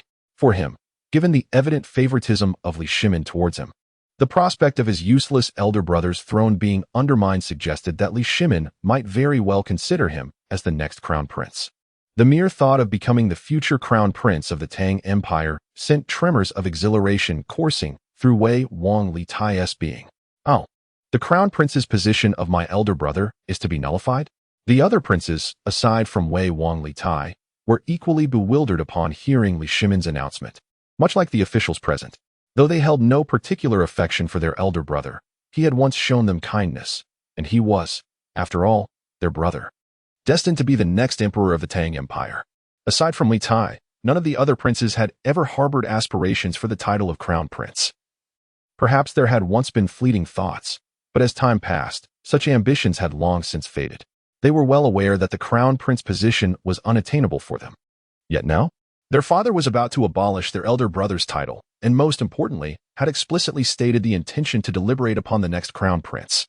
At that moment, the hearts of the princes standing in the grand hall began to flutter uncontrollably. The crown prince? In an instant, each prince felt a parched dryness in their mouths. As the princes experienced this sensation, the officials in the hall also began to react, exchanging silent, incredulous glances laden with disbelief. Your Majesty? Why? Why abolish the crown prince position? Where is the crown prince? Since your Majesty intends to nullify the title, does anyone know the whereabouts of the crown prince? Wei Zheng took a deep breath, his eyes filled with a grave seriousness as he spoke. Although he was unaware of the exact circumstances, the situation was evidently clear. Their emperor intended to strip the crown prince Li Qingqian of his title. However, the pressing question remained. Where was the crown prince? Listening to Wei Zheng's words, the many officials in the Ming Palace turned their gazes toward Li Shimin seated upon the dragon throne. Clearly, they too were eager to ascertain the whereabouts of the crown prince, for if the title was to be abolished, then where was the crown prince himself? Moreover, they were exceedingly eager to discern the actions of the crown prince that led to his disgrace at the hands of Li Shimin. This curiosity was particularly palpable among the officials aligned with the crown prince. Their eyes filled with an unprecedented urgency as they yearned to comprehend the situation that had unfolded and the reasons behind it. How could they remain in the dark? Listening to Wei Zheng's words and feeling the penetrating gazes of the officials in the grand hall, Li Shimin, seated upon the dragon throne, responded with a measured tone. Where is the crown prince? The crown prince resides in the Eastern Palace. Indeed, he is within the confines of the Eastern Palace. As for what has transpired? Li Shimin's eyes gradually turned icy. The crown prince has rebelled. In the next moment, a chilling tone slipped from Li Shimin's lips. Is this reason sufficient? The crown prince seeks to usurp the throne. I wonder if this justification is enough for me to strip him of his title. As the words of Li Shimin resonated through the hall, his gaze fixated intently on Wei Zheng. Listening to Li Shimin's pronouncement, Wei Zheng opened his mouth, only to succumb to a profound silence. If anything trivial were to have befallen Li Changqian, Wei Zheng would certainly oppose the abrogation of the crown prince's status. After all, the crown prince represented the very foundation of the nation. How could one so easily dismiss him? Yet now, upon hearing Li Shimin's assertion, silence enveloped him. Who could have anticipated that the crown prince would conspire against the throne? They certainly did not believe that Li Shimin would slander Li Qingqian in this matter. Such an act seemed utterly implausible. The emperor had no need to resort to such tactics. And this very fact suggested a troubling reality. The crown prince might indeed be guilty of treason, if treachery was afoot. Then the rationale for deposing the crown prince suddenly appeared all too comprehensible. Treason, a crime warranting the annihilation of an entire lineage, could not befall one of royal blood. Thus, the execution of such a sentence was evidently unfeasible. Instead, the crown prince's title would have to be stripped away. As the officials in the grand hall grasped this unsettling truth, a heavy silence descended upon them. Observing the stillness of the civil and military officials, Li Shimin inhaled deeply. I shall abolish the crown prince. Who dares to dissent? Upon uttering these words, he fixed his gaze upon all the officials present. In response to the intensity of Li Shimon's stare, the assembly chose to remain silent. Witnessing the lack of any rebuttal, Li Shimon continued, "Since there are no objections, let us deliberate upon the matter of the next crown prince." Li Shimon spoke calmly, addressing his officials. "Esteemed ministers, who do you believe is most suited to assume the position of crown prince? Speak boldly, let me hear your thoughts." As his words echoed through the hall, the court officials exchanged glances, uncertain of how to respond. How should they reply? In that moment, they genuinely found themselves at a loss for words. The discussion surrounding the next crown prince had plunged the entire Ming palace into a profound silence. Chapter 34, Changsun Wuji's nomination? A path to the crown prince. Observing the silence that enveloped the hall, Li Shimon's voice turned icy. "Speak. Who do you think is appropriate to be the next crown prince?" At this moment, he posed the question to the officials present. However, the ministers bore expressions tinged with bitterness in response to Li Shimon's inquiry. They were hesitant to speak freely, acutely aware of the potential repercussions of their words. While privately they might support any prince or even pledge loyalty to one, the gravity of the moment rendered them cautious. The consequences of a careless remark could haunt them, jeopardizing their entire careers. None dared take such a gamble, and thus the Ming palace fell into an even deeper silence. Amidst this stillness, Prince Wei, Li Tai, could not help but glance at the officials who supported him. Meeting his gaze, the officials within Prince Wei's faction clenched their teeth slightly before stepping forward. "Your Majesty, we believe that Prince Wei possesses the capability to become the next crown prince." As the first voice resonated within the hall, the others turned their attention to one another. Upon recognizing that the speaker belonged to Prince Wei's faction, they understood the implications of this endorsement. Li Shimon regarded the figure before him and continued, "Is there anyone else? Speak freely." Li Shimon spoke calmly. Upon hearing his words, the numerous officials within the grand hall exchanged glances with one another. "Your Majesty." Soon, one by one, the officials began to rise in support of the princes they represented. For these officials, it had never crossed their minds that they would one day stand within the Daming Palace to advocate for their respective princes to be the next heir apparent. However, now that the moment had arrived, they felt compelled to take a chance. Even if they could not secure the throne for their princes, they needed to demonstrate that their investments were not in vain. Most importantly, if their prince were to ascend to the position of heir, the prospects of their own futures would undoubtedly improve. Thus, they began to engage in fervent discussions throughout the hall. In an instant, the grand hall erupted into a cacophony reminiscent of a bustling marketplace. Observing the tumultuous scene from his dragon throne, Li Shimon showed no inclination to intervene. This was precisely the outcome he desired, and he had no intention of speaking up. Likewise, the highest-ranking officials among the civil and military ranks remained silent. They could not afford to take sides. As the discussions echoed in his ears, the hearts of several princes, particularly Prince Wei, Li Tai, raced with anxiety. Listening to the supportive voices for his brothers, Li Tai's eyes narrowed slightly. "Once I become the heir, you shall all see," he thought, a surge of unparalleled determination coursing through him. At that moment, as a murderous intent began to take root in Li Tai's heart, Changsun Wuji and Fang Xianling exchanged glances. Recognizing mutual understanding, they knew it was time for them to step forward. "We pay our respects to your Majesty." In an instant, Changsun Wuji and Fang Xianling rose in unison. With their emergence, the previously raucous hall fell into an immediate hush. Clearly, all present understood that the forthcoming words of Changsun Wuji and Fang Xianling would be the most pivotal. Their statements would ultimately determine who would inherit the throne. As for the opinions of the others, they were well aware that those opinions were merely for show and should not be taken seriously. To think the emperor would heed their counsel? It is not entirely impossible. However, it is imperative that they first demonstrate their worth. Only when they exhibit their value can their opinions command the emperor's attention. Until they do so, their views hold little significance. The merit of Changsun Wuji and Fang Xianling is evident, as they stand above the rest. Even now, many princes are casting their gazes toward Changsun Wuji and Fang Xianling. Among them, Prince Wei, Li Tai, cannot help but feel a profound sense of relief. Thankfully, his uncle will surely choose him. He is destined to become the crown prince. At this moment, Li Tai feels a weight lift from his heart. In his eyes, Changsun Wuji is indeed his uncle. Since Changsun Wuji is on his side, it is only natural that he will align with him, signifying that he is almost assuredly destined for the title of crown prince. The mere thought of this fills Li Tai with delight. Soon, I shall be the crown prince of the Tang Dynasty. He revels in silent laughter. While the others present remain unaware of Li Tai's exuberant thoughts, Prince Jin, Li Ji also harbors a flicker of anticipation. Will my uncle nominate me? As the son of Changsun Wuji, who is also his uncle, Li Ji wonders if Changsun Wuji might consider him for the position of crown prince. Among the many princes present, it is only Li Tai and Li Ji who entertain such hopes. The remaining princes have completely lost their aspirations. They recognize that Changsun Wuji will not endorse them. What connection do they have with him? To Changsun Wuji, they are perhaps mere obstacles to his nephew's ascendance, thus making it implausible for them to receive his nomination. Seated upon the dragon throne, Li Shimin observes the indifference in the eyes of the other princes, juxtaposed with the expectations reflected in the gazes of Li Tai and Li Ji. Li Shimin remains silent, revealing no inclination. Your Majesty, regarding the next crown prince, we believe it may be prudent to afford all the princes an opportunity, Changsun Wuji articulates first. Indeed, Your Majesty, concerning the matter of the next crown prince, rather than hastily selecting one, all princes ought to be given a chance. However, they must undergo assessment. Immediately, Fang Xianling respectfully spoke. Indeed, Your Majesty. Let every prince have the opportunity to undergo assessment. The one who excels shall rightfully be deemed the crown prince of the Tang Dynasty. Changsun Wuji clasped his hands in agreement, adding, absolutely, let all princes participate in this examination.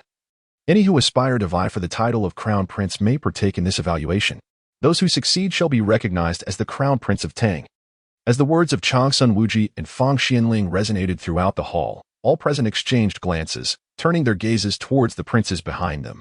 Particularly, those princes who held no discernible advantages felt a flicker of hope stir within their previously desolate hearts upon hearing the discourse between Changsun Wuji and Fang Xianling.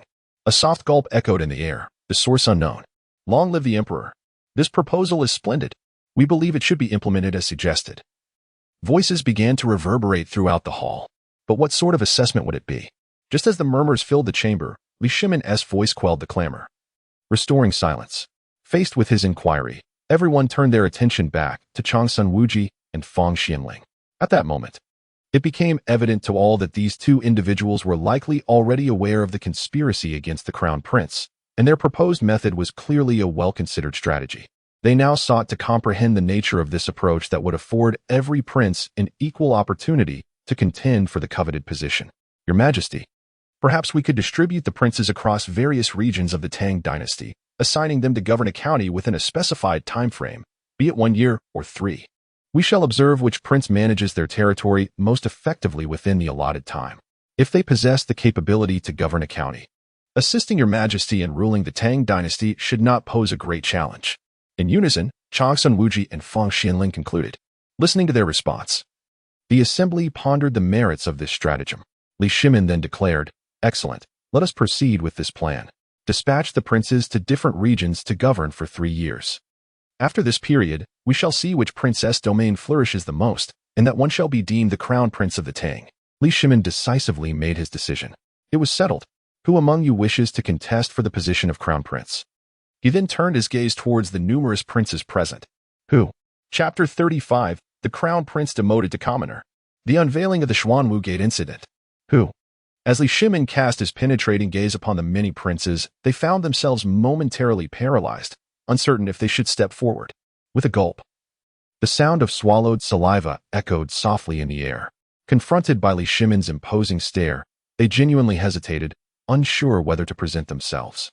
While they harbored ambitions to vie for the coveted position, they were apprehensive about their chances of triumph in the impending trial. If it were a standard assessment, perhaps they could rely on their individual talents. However, therein lay the dilemma. Should they truly participate in this evaluation?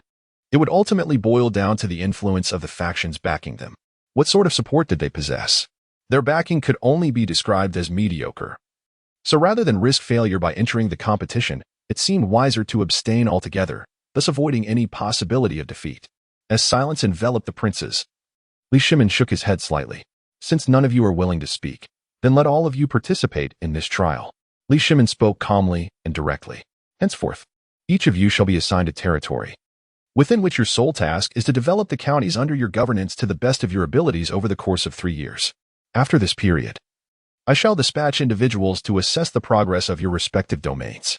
At that time, it will be determined who among you can present a response that satisfies me within the 3-year time frame.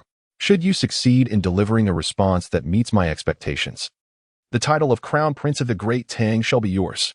Li Shimin gazed calmly at the multitude of princes before him, all of whom were his sons. Among them were those he held in high regard, as well as those he scarcely valued. Yet, at this moment, such distinctions were trivial. As long as they were princes of the Tang dynasty, each was compelled to participate in this rigorous assessment. 3 years. He allotted them merely 3 years, after which he would evaluate their accomplishments. Whoever could present him with a satisfactory answer within this time frame would ascend to the position of the crown prince of the Tang dynasty. As they absorbed Li Shimin's decree, a tinge of bitterness surfaced among the princes present, though a few, like Prince Li Tai of Wei, were brimming with excitement. To Li Tai, this assessment, while ostensibly a test, was in reality a measure of whose influence was more formidable. Developing a county? Was that merely a reflection of one's power? Thus, Li Tai was filled with unwavering confidence. 3 years? No problem. He could wait another 3 years. After that, he would be the crown prince of the Tang dynasty. Li Tai's heart swelled with fervent anticipation. In contrast, the other princes, faced with Li Shimin's command, could only exhale deeply. "As you command, father," resonated a chorus of respectful voices. For these princes, if they aspired to seize the title of crown prince, they needed to govern effectively, showcasing their capabilities to Li Shimin within the next 3 years, which might pave their way to the throne. As for those without such ambitions, it was quite simple. They could simply lay back and relax. "I shall not disappoint father's expectations," they vowed. In an instant, as the voices echoed through the Daming Palace, the civil and military officials exchanged silent glances, contemplating the princes. In the coming 3 years, the crown prince of the Tang dynasty would emerge from among them. Although none spoke it openly, they could discern who was likely to ascend. Most anticipated that it would be Prince Li Tai of Wei. Even if he fell short, Prince Li Ji of Jin might still harbor hopes of becoming the crown prince. Ultimately, among these princes, Li Tai's prospects appeared the brightest, followed closely by Li Ji. As for the other princes, while they too held aspirations, they paled in comparison to the two frontrunners, especially considering they were sons of Empress Changsun, with the formidable Changsun Wuji as their uncle. How could Changsun Wuji allow any other prince to ascend to the position of crown prince and ultimately the throne? Thus, the identity of the crown prince of the Great Tang is destined to emerge from these two princes. Just as the officials in the Grand Hall began to comprehend who the next crown prince would be, Wei Zheng stood forth at that moment. "Your Majesty, how shall we address the matter of the former crown prince?" he inquired. Concurrently, Wei Zheng expressed that the proposal put forth by Changsun Wuji and Fang Xianling could indeed be regarded as a reasonable solution, and thus he harbored no further objections. After establishing the forthcoming assessment plan, Wei Zheng posed a question. How should they handle the former crown prince, Li Chengqian? After all, he was the deposed crown prince. What course of action should be taken regarding him? This was a pressing issue. As Wei Zheng's words echoed in the hall, many officials and princes fell into a profound silence. They truly found themselves at a loss for how to deal with the deposed crown prince, Li Chengqian. For the princes, the situation regarding their elder brother, the former crown prince, left them uncertain and bewildered.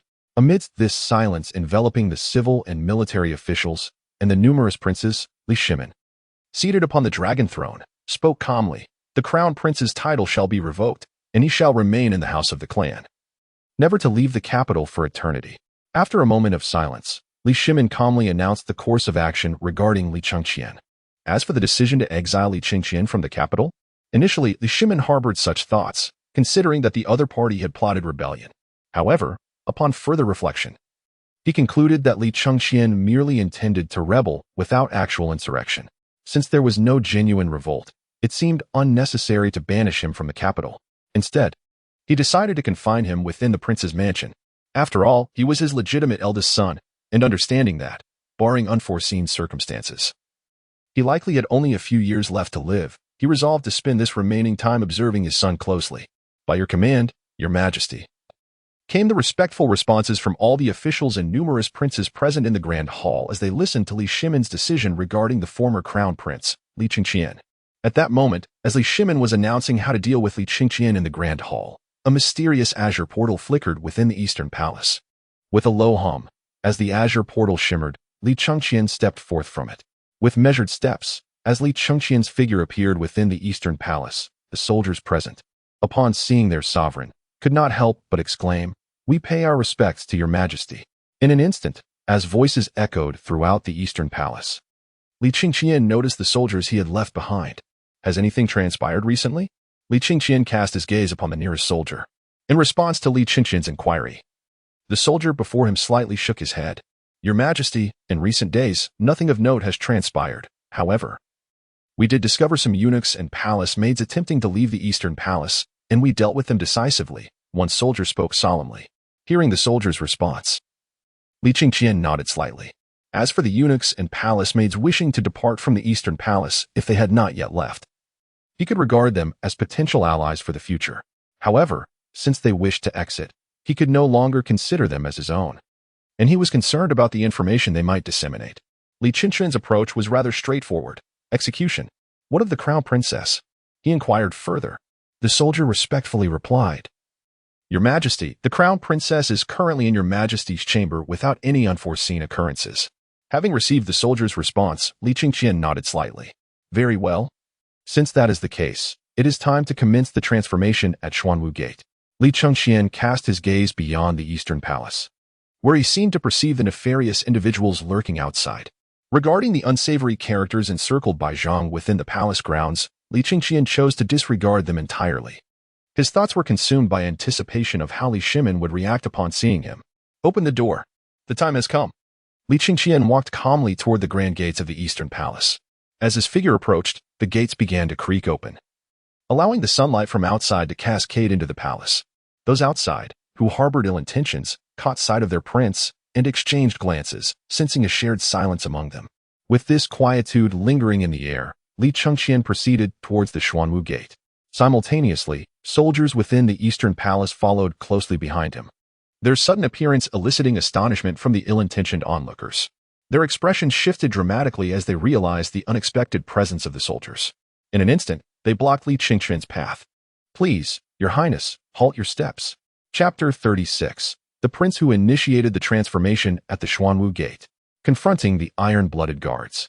Please, Your Highness, stop. At this moment, the ill-intentioned individuals stood resolutely before Li Qingqian, their faces etched with seriousness. Faced with this blockade, Li Qingqian's gaze revealed a trace of calmness. Do you wish to impede me? Are you certain you truly wish to stand in my way? Li Qingqian gazed at the unscrupulous individuals before him with an expression of serene indifference. Observing his calm demeanor while listening to his words, these rogues exhaled deeply. Your Majesty has decreed. We implore the crown prince to remain within the Eastern Palace. In response to Li Qingqian's remarks, they could only invoke the command of Li Shimin in hopes of restraining him. Unbeknownst to them, Li Qingqian had already been stripped of his princely title, now relegated to the status of an ordinary commoner. Yet, despite his demotion, none of these miscreants dared to provoke him. Who would be bold enough to challenge Li Qingqian? Even though he had become an unremarkable citizen, was he not still the son of the current Emperor Taizong? He was, after all, the legitimate firstborn of Emperor Taizong and Empress Chang's son. Although he had fallen to the rank of a mere commoner, his lineage was still remarkably exalted. How exalted, you may ask? One could liken his status to that of a structure soaring 3 stories high. Moreover, they remained blissfully unaware of his loss of princely status. In their eyes, he still belonged to the realm of princes. They lacked the audacity to obstruct him, instead hoping to invoke Li Shimin's authority to keep Li Qingqian confined within the Eastern Palace. However, in the face of the rogues' entreaties, Li Qingqian spoke with a haunting calmness. What if I were to insist on leaving the Eastern Palace? Are you certain you wish to impede my path? Li Qingqian calmly surveyed the unsavory figures encircling him, a flicker of disdain evident in his eyes. Had Emperor Li Shimin dispatched a formidable army to besiege his Eastern Palace, he would have deemed it necessary to treat the situation with earnestness. However, who had Li Shimin truly sent?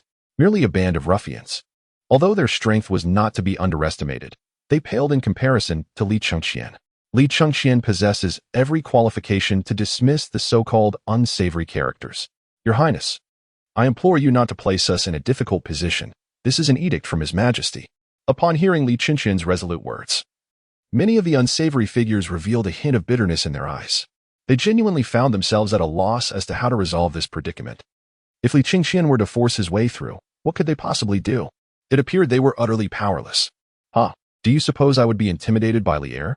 In response to the unsavory characters invoking Li Shimin to exert pressure upon him, Li Qingqian scoffed dismissively. Take action. In times past, Li Er had leveraged the Xuanwu Gate to alter his fate. This time, I too shall utilize the Xuanwu Gate to transform my current circumstances. Li Qingqian calmly waved his hand. In an instant, upon receiving his command, the soldiers positioned behind him immediately charged at the rogues before them. Kill. The soldiers of the Iron Blood Legion surged forward, mercilessly cleaving the rogues in two. As the Iron Blood troops advanced, those rogues who had previously been caught off guard were swiftly dispatched. A wave of panic washed over the remaining rogues. The Crown Prince has gone mad. Quickly, inform His Majesty. They gazed at the soldiers of the Iron Blood Legion behind Li Qingqian, their minds racing with the words they had just heard. If they were not mistaken, it seemed the Crown Prince was orchestrating a coup akin to the Xuanwu Gate incident. The rogues understood all too well what the Xuanwu Gate incident signified for the current Emperor Taizong. It was this very understanding that allowed them to grasp the gravity of the situation. The Crown Prince had indeed lost his mind. He was brazenly plotting rebellion. Although they were oblivious to the origins of the soldiers behind the Crown Prince, such details seemed trivial. What mattered was that the Crown Prince was intent on insurrection. The multitude of rogues bolted towards the Taiji Palace, eager to relay this alarming news to Li Shimin. As for obstructing Li Qingqian, they glanced at their own feeble forms, then at the heavily armed soldiers, and quickly decided to report this news to the imperial guards within the palace. It was absurd to think they could confront fully armed soldiers in battle, while they could confidently claim superiority in gathering intelligence. The prospect of engaging in combat with battle-hardened warriors was beyond their capabilities. Asking an assassin to face a soldier on the battlefield? As they watched the rogues vanish one by one, Li Qingqian remained utterly indifferent. Li Qingqian turned his head to gaze at the ever-increasing number of soldiers behind him. Taking a deep breath, brave warriors, follow me, and let us undertake the transformation at Xuanwu Gate. What my father, Li Shimin, was able to accomplish in the past, I too can achieve today alongside you. Just as Li Shimin transformed into the sovereign of the Tang Empire through the events at Xuanwu Gate, so too can I seize the mantle of leadership over the Tang Empire through this very transformation. Li Qingqian drew a sword from his waist. His eyes filled with a solemn determination as he commanded, kill, kill, kill. In an instant, the soldiers behind him echoed his fervor with resounding shouts. As the clamorous battle cries erupted from the soldiers, some of the elite guards within the palace were taken aback, their expressions shifting dramatically. How could such a cacophony of violence resonate within the palace walls? What could possibly be unfolding? As they directed their gaze towards the source of the uproar, which was surprisingly the Eastern Palace, a grave seriousness enveloped the elite guards. There is trouble in the Eastern Palace, brothers. To the Eastern Palace. In a surge of urgency, the elite guards rushed towards the Eastern Palace. Although they were unaware of the specifics of the unfolding events, they understood that the Eastern Palace was the residence of the Crown Prince. The emergence of such tumultuous cries from his abode was alarming. What had transpired? Had misfortune befallen the prince? Despite their uncertainty, their resolve to reach the Eastern Palace remained steadfast. As the elite guards surged forth within the Eastern Palace, soldiers from the Iron Blood Legion began to emerge through the time-space portal, arriving in the realm of the Tang Dynasty. Concurrently, the soldiers of the Sun Chaser Legion and the Dragon Scale Legion also traversed the portal into this world. A formidable procession of the Iron Blood Legion led the advance, followed closely by the Dragon Scale Legion, with the Sun Chaser Legion bringing up the rear, among which was Li Qingqian himself. A staggering 30,000 troops poured forth from the Eastern Palace. As this vast army emerged, the elite guards within the palace quickly caught sight of these unfamiliar soldiers. What is this? The elite guards' expressions shifted dramatically as they beheld the figures before them. Where could these soldiers possibly have come from? In that moment, confusion reigned among the elite guards. They had no inkling of the origins of these warriors. If they were not mistaken, it appeared that these soldiers had surged forth from the Eastern Palace itself. How could such a multitude of warriors have emerged from there? In an instant, the palace guards found themselves at a loss, grappling with the bewildering sight before them. Facing the elite guards, Li Qingqian surveyed the emerging figures and immediately seized a trumpet at his side. To the elite guards, he bellowed into the trumpet, his voice resonating with authority. I trust many of you are already acquainted with my esteemed identity. I am the Crown Prince of the illustrious Tang Dynasty. As for my current endeavors, I believe your eyes can discern the truth before you. In days of yore, Li Shimin ascended to the throne of the Tang Empire through the momentous Xuanwu Gate incident. And now, I too shall orchestrate a transformative event akin to that. As for you, noble soldiers of the Tang Empire, I harbor no desire for your demise here. Withdraw in earnest, and I shall grant you clemency for your transgressions. However, should you insist on opposing me, Rest assured that my soldiers will not relent simply because you are part of the Imperial Guard. Li Qingqian projected his voice through a loudspeaker. Confronted by his words, the Imperial Guards positioned directly in front of him quickly recognized the speaker as their rightful prince, Li Qingqian. However, upon confirming his identity, they were enveloped in a profound dilemma. If they had not misheard, it seemed the prince was alluding to a potential coup at Xuanwu Gate. In other words, the prince was inciting rebellion. Faced with this insurrectionary declaration, the general of the Imperial Guards inhaled deeply. Soldiers, arm yourselves and prepare to fight, he commanded, gesturing emphatically. Under normal circumstances, he would have shown the utmost deference to Li Qingqian, given his status as the crown prince of the Tang dynasty. Yet, with the prince opting for rebellion, was it prudent to maintain such respect? That would be foolish. The most judicious course of action would be to subdue the prince and escort him to Daming Palace for the Emperor Taizong to address. Kill, kill, kill. The soldiers of the Imperial Guards echoed his call. Hearing the battle cries from across the field, Li Qingqian shook his head slightly. If that is the case, then let us proceed. Kill, he commanded coldly. Kill, kill, kill. Chapter 37. A sudden turmoil at Daming Palace. Arrival at Xuanwu Gate. Kill, kill, kill. In the next moment, both the Imperial Guards and the 3 legions under Li Qingqian erupted in fervent battle cries. As both armies surged forward, weapons in hand, the clash was imminent. Boom, boom, boom. In the next instant, the soldiers of the Imperial Guards collided with the Iron Blood Legion under Li Qingqian. Upon impact, the guards immediately sensed the disparity in strength. Realizing that their adversaries were clad in complete armor, fully equipped and battle-ready, confronted by this formidable force, the Imperial Guards felt the overwhelming power of their opponents from the very first moment of contact.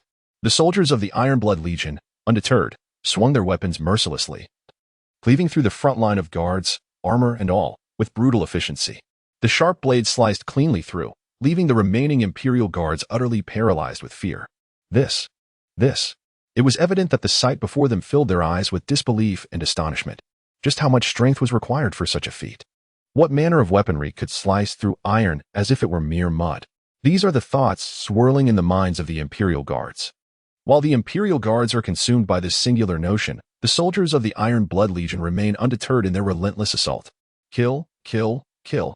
Each soldier of the Iron Blood Legion brandishes their weapon, ruthlessly striking at their adversaries. The sounds of combat, thud, thud, boom, boom, echo as the Iron Blood soldiers advance steadily forward.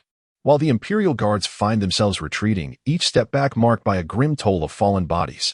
As the Imperial Guards continue to withdraw within the Taichi Palace, the assembly of officials and the Emperor Li Shimin himself are enveloped by the battle cries resonating in their ears. What is happening? In an instant, a grave expression overtakes Li Shimin's face as he gazes sternly at the court officials, simultaneously casting a worried glance towards the outside of the Daming Palace. Such a formidable cacophony of battle cries, where could it possibly be coming from? Is it truly emanating from within his palace?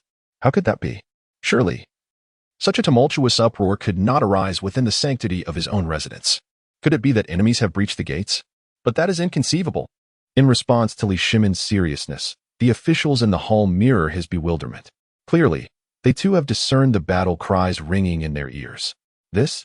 Among the military generals, glances are exchanged, revealing mutual recognition. Indeed, the sounds of battle are unmistakable. Your Majesty, this? Just as one official can no longer contain himself and begins to speak, a flurry of urgent voices once more fills the air. In response to this rising urgency, all eyes turn toward the palace's entrance. As the crowd collectively gazes outward, the figures of nefarious individuals emerge before them. The sight of these figures ignites a sense of urgency among the onlookers. They yearn to comprehend the unfolding circumstances and the reason behind such a resounding outcry within the palace. Even Li Shimin, seated upon his dragon throne, cannot help but voice his concern. What has transpired? Why do such formidable battle cries resound within the palace? What is the meaning of this tumult? Li Shimin hastily inquired. In response to his question, the rogue who had entered the Daming Palace spoke directly. Your Majesty, grave news. The Crown Prince has rebelled. He has summoned a contingent of soldiers and has begun an assault from the Eastern Palace towards you. Moreover, he has declared his intention to replicate the incident at Xuanwu Gate. The rogue relayed all that he had learned.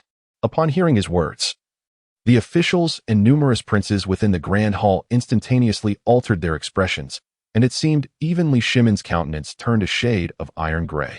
The Crown Prince has rebelled, and he wishes to incite another Xuanwu Gate incident? At that moment, Li Shimon cast a frigid gaze upon the rogue. Indeed, Your Majesty. The Crown Prince has turned against us, the rogue affirmed. Upon hearing this confirmation, Li Shimon took a deep breath. Where are the Imperial Guard soldiers? Where's the rogue? In an instant, he sternly reprimanded. Suddenly, a figure appeared in the hall. The rogue is here. At the same time, Yuan Tiangang emerged in the grand hall, respectfully declaring, as long as I am present, the rogue shall remain. We shall defend the Daming Palace. And I shall see what he truly intends to do. Li Shimon took a deep breath, his eyes ablaze with profound fury. He had not anticipated that Li Chengqian would truly rebel. At this moment, Li Shimon was also eager to ascertain the origins of the soldiers who had seemingly appeared from nowhere. As for whether Li Chengqian could orchestrate another incident akin to the Xuanwu Gate incident, that remained uncertain. Li Shimon harbored no concerns whatsoever. To set aside other matters, how many soldiers could possibly be stationed in the Eastern Palace where Li Chengqian resided? And what is the number of Imperial Guards within his palace? Most crucially, the adversary is no longer the same as he once was, nor is he akin to his father from days of yore. Does the opponent aspire to orchestrate another incident akin to the Xuanwu Gate? Li Shimon could only conclude that the other party had chosen the wrong path. If they were to stage another rebellion, he might feel a twinge of concern, for the identity of the other party was significant. They had been the Crown Prince for 18 years. 18 years as the Crown Prince was no trivial matter, and it was entirely possible that they had amassed some influence. Thus, should they rebel in another manner, Li Shimon might be compelled to take the situation more seriously. However, he never anticipated that they would attempt a coup reminiscent of the Xuanwu Gate incident. This truly incited both anger and amusement within him. The Xuanwu Gate incident represented a dark chapter in Li Shimon's history, one so sensitive that those aware of it dared not mention it in his presence. While they might discuss it privately, no one would have the audacity to bring it up openly. Yet now, his unfilial son not only referenced it, but audaciously sought to replicate it. This completely infuriated Li Shimon, observing the fury etched on his face. The officials in the Grand Hall exchanged glances of sheer disbelief. They were eager to comprehend what the Crown Prince was attempting. Did he truly possess such audacity? Not only had he chosen to rebel, but he also sought to orchestrate a second Xuanwu Gate incident. This was, indeed, a taboo subject within the Tang Dynasty. A veritable minefield that no one dared to tread upon. Those who did faced dire consequences. While this may seem somewhat exaggerated, it nonetheless illustrates the gravity of the Xuanwu Gate incident's legacy. As the officials grappled with their bewilderment over Li Chengqian's actions, many princes, particularly Prince Wei, Li Tai, were on the verge of exultation. Indeed, if not for the inappropriateness of the setting, he would have erupted in laughter. Oh brother, this time, no one can save you, he thought, reveling in the prospect of watching the unfolding drama. Although Prince Wei maintained a facade of indifference regarding his inept elder brother's potential fall from grace, he felt a flicker of satisfaction. As long as Li Chengqian lived, he remained a threat, and Li Tai had yet to avenge the slap he had received from him. However, with the edict stripping Li Chengqian of his title and confining him to the House of Clan affairs, he decided to show a measure of leniency. Little did he expect, however, that his incompetent brother would dare to rebel. This truly left Li Tai in a state of disbelief. He wondered where his incompetent elder brother derived such confidence.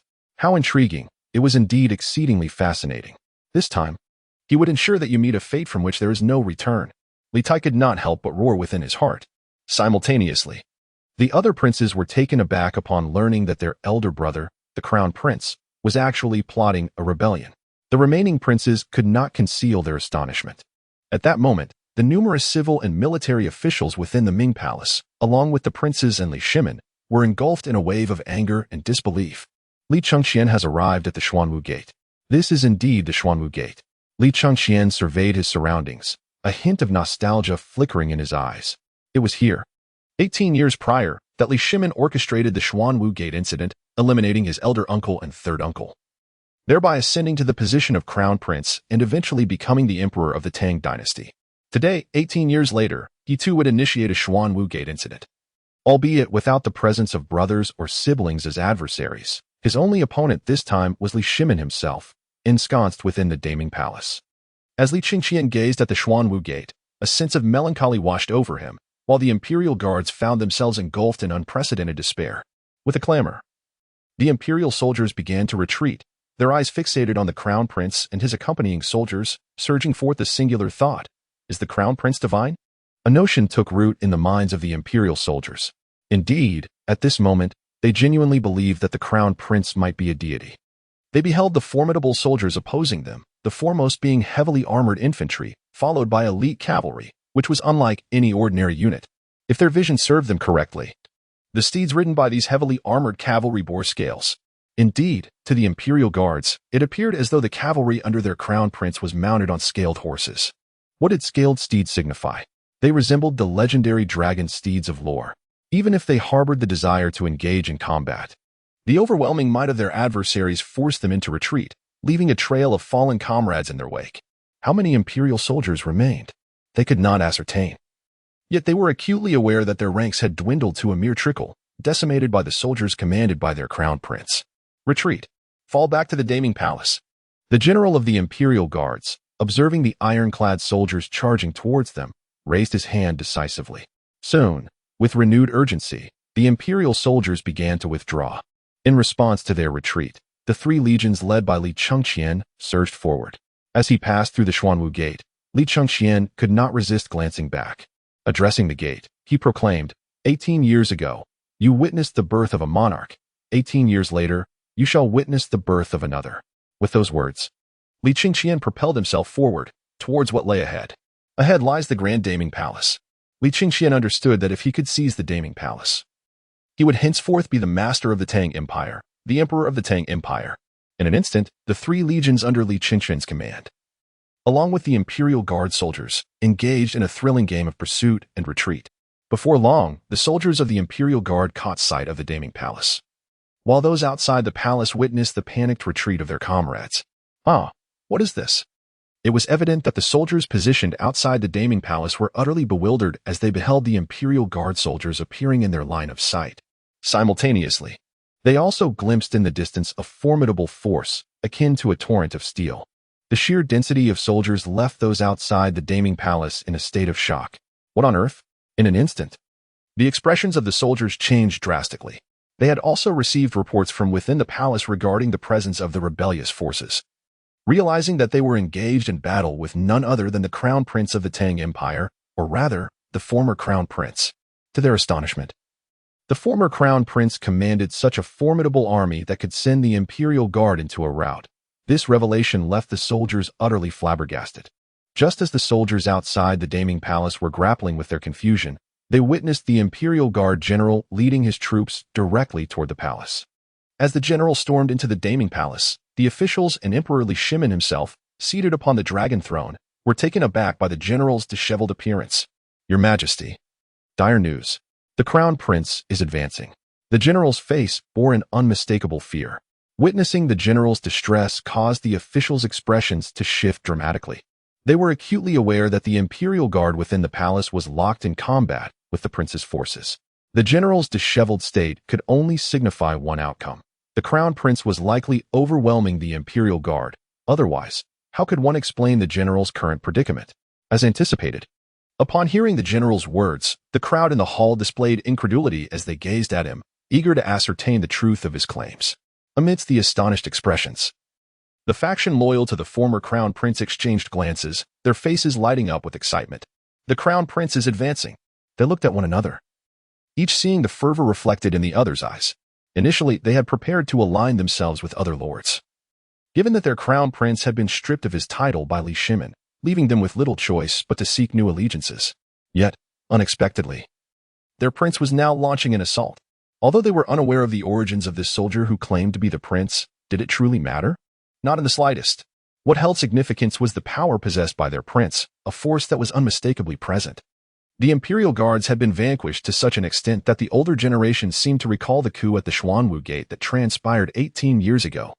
The events of that fateful day bore striking similarities to the present. Now, 18 years later, another upheaval reminiscent of the Xuanwu Gate incident unfolded, stirring memories of Li Shimin from years past among the elder statesmen. While the supporters of the prince were filled with fervor, the elders expressed their nostalgia. As Li Shimin sat upon the dragon throne, his expression fluctuated before settling into a calm demeanor, his gaze fixed outside the grand halls of the Daming Palace. Observing their emperor in such tranquil repose, The officials exchanged glances, each reflecting a shared silence. In an instant, they dutifully returned to their designated positions. Their eyes also directed toward the entrance of the Daming Palace. Within the palace, Li Shimin and the gathered officials awaited the appearance of a figure they all longed to see. A figure who was gazing both at the Daming Palace before them and at the soldiers stationed outside. Li Chengqian spoke softly, commanding, "Surround the entire Ming Palace. Not a single fly shall escape." Li Chengqian spoke calmly, "At your command, Your Majesty." In an instant, as his order was issued, the soldiers beside him swiftly surged toward the Grand Ming Palace. In a flurry, they encircled the entire edifice of the Ming Palace. Inside, the civil and military officials, along with Li Shimin, discerned the figures of soldiers outside the palace. Noticing the distinct armor that set them apart from the imperial guards, they recognized that these were the soldiers under the Crown Prince's command. Retreat. The imperial guard stationed outside the Ming Palace had no choice but to obediently withdraw within its confines. As for the exterior of the palace, it was left to be occupied by the Crown Prince's troops. Soon, the entire Ming Palace was completely surrounded. In the face of this encirclement, Li Chengqian, accompanied by his soldiers, began to walk serenely toward the interior of the palace. The sound of their footsteps echoed ominously, causing the officials and others within the palace to instinctively hold their breath, the noise strikingly clear as they directed their gazes toward the entrance of the Ming Palace. Before long, a remarkably familiar figure emerged before them. Witnessing this well-known silhouette, incredulity flickered in the eyes of the onlookers. They could unmistakably assert that this was indeed their familiar crown prince. Yet, the actions of this prince left them utterly astonished. They glanced at the soldiers behind the crown prince, noting their vigor and spirit, and could not help but concede that the troops under the crown prince's command could be aptly described as elite. Faced with such prowess, they were left pondering where the crown prince had acquired these remarkable soldiers. However, that was of little consequence now. What truly mattered was what the crown prince would do next. As the crowd shifted their attention from Li Chengqian to Li Shimin, seated upon the dragon throne, Li Chengqian also turned his gaze toward the emperor. Addressing Li Shimin, he calmly inquired, "What are your thoughts on this incident at the Xuanwu Gate?" Li Chengqian gazed quietly at Li Shimin and posed a question. Upon hearing this inquiry from Li Chengqian, Li Shimin's expression shifted. "Chengqian, answer me. Why do you rebel?" At this moment, Li Shimin looked deeply at Li Chengqian and articulated the thoughts that lingered in his mind. "Respond to me." In response to the inquiry from Li Shimin, who sat upon the dragon throne, Li Chengqian calmly retorted at the gates of Daming Palace. "Why should I rebel?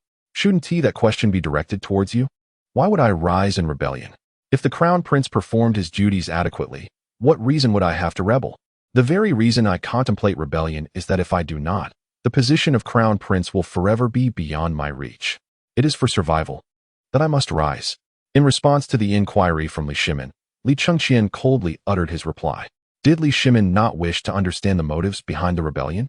If so, then it would be prudent for him to explicitly convey to Li Shichong the reasons for his insurrection. Should he refrain from rebellion, it is likely that the position of crown prince would become entirely unattainable for him. Without rebellion, the only fate awaiting him as the crown prince would be death. Who desires to meet such an end? Certainly, he does not wish for his demise. To preserve his title and ensure his survival, he chooses to rebel. In Li Chengqian's perspective, there exists no semblance of a dilemma. Upon hearing Li Chengqian's response, the officials in the grand hall fell into a profound silence. Meanwhile, Li Shimin opened his mouth, as if to articulate something, but Li Chengqian interjected. "Does my response not address the questions lingering in your heart?" Chapter 39. I humbly request that the emperor refer to the Grand Emperor as Your Majesty. In that fleeting moment, upon receiving Li Chengqian's answer, Li Shimin could not help but take a deep breath. This is your response? This is the justification for your rebellion? Li Shimin suppressed the fury that simmered within him. Li Shimin pointed at the soldiers behind Li Chengqian, his tone growing increasingly frigid. "Indeed, this is precisely the reason why I would rebel." In response to Li Shimin's words, Li Chengqian replied with calm assurance. "Why would I rebel? You know in your heart. Perhaps you have never contemplated this aspect, but deep down, you are more aware than anyone else. For all of this, you have once experienced it. Is it not so?" Li Chengqian spoke softly. "Why did you rebel in the past? The solitary ruler now rebels for the same reasons." Li Chengqian gazed steadily at Li Shimin, who spoke with an icy demeanor. Although he held the title of the crown prince of the Tang Dynasty, he was not the same Li Chengqian who historically failed in rebellion. He had evidently triumphed in the present. The imperial guards had been severely weakened. and even the current officials, both civil and military, were present. It was evident that the news of his impending ascension to the throne would soon spread throughout the vast Tang Empire following the departure of these officials. He was destined to become the true emperor of the Tang Dynasty in every sense. As for the previous emperor, seated upon the dragon throne, Li Shimin, regrettably, he would henceforth be relegated to the status of a retired emperor, much like Li Yuan was honored as such. While Li Shimin listened to Li Qingquan's words, he appeared unfazed, yet the elder ministers in the grand hall fell into a profound silence. This was particularly true for those who had served during the time of King Qin, even if they were not directly under King Li Shimin's command. Any officials from the Tang court 18 years prior understood the implications of Li Qingquan's statements. 18 years ago, why did Li Shimin instigate the Xuanwu Gate incident? It was because, had he not done so, the outcome for him would have been death. At that time, there was an irreconcilable conflict between King Qin Li Shimin and Crown Prince Li Jianqing. A resolution was imperative. Thus, the former King Qin, now the reigning emperor, emerged victorious from that pivotal confrontation known as the Xuanwu Gate incident. Now, in a striking parallel, the current crown prince had similarly orchestrated a Xuanwu Gate incident of his own. In response to Li Qingquan's declaration, the ministers from 18 years ago remained silent, fully aware of the emperor's favoritism towards Wang Wei, who had been granted residence in the Wuda Hall. What significance did that hold? In the eyes of the civil and military officials, it is abundantly clear that the current sovereign holds an extraordinary affection for Prince Wei, to an extent that is almost unimaginable. Should the emperor ever declare the abolition of the crown prince's title to elevate Prince Wei as the new heir, they would likely respond with mere astonishment, devoid of any true surprise.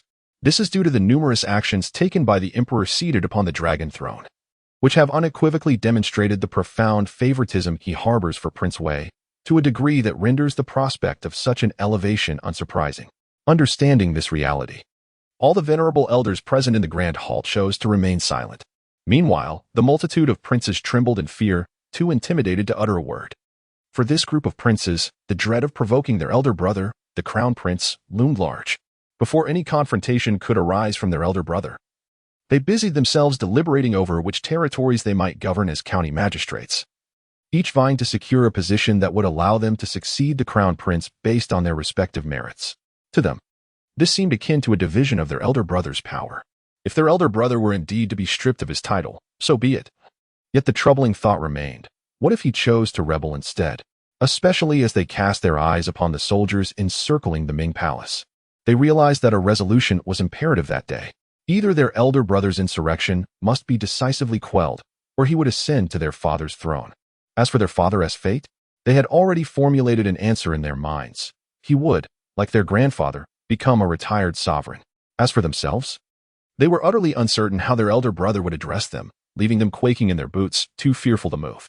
Before Li Shimin could fully comprehend the situation, he inadvertently voiced his query.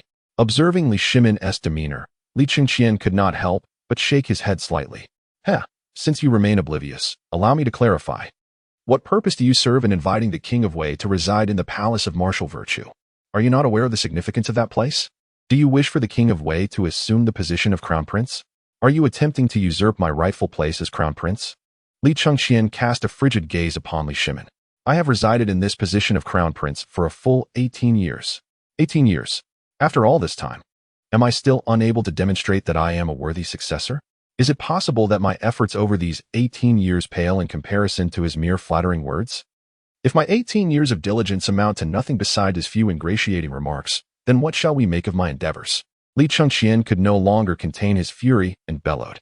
A fervent obsession surged within Li Qingquan, compelling him to vociferously express all that he had longed to articulate.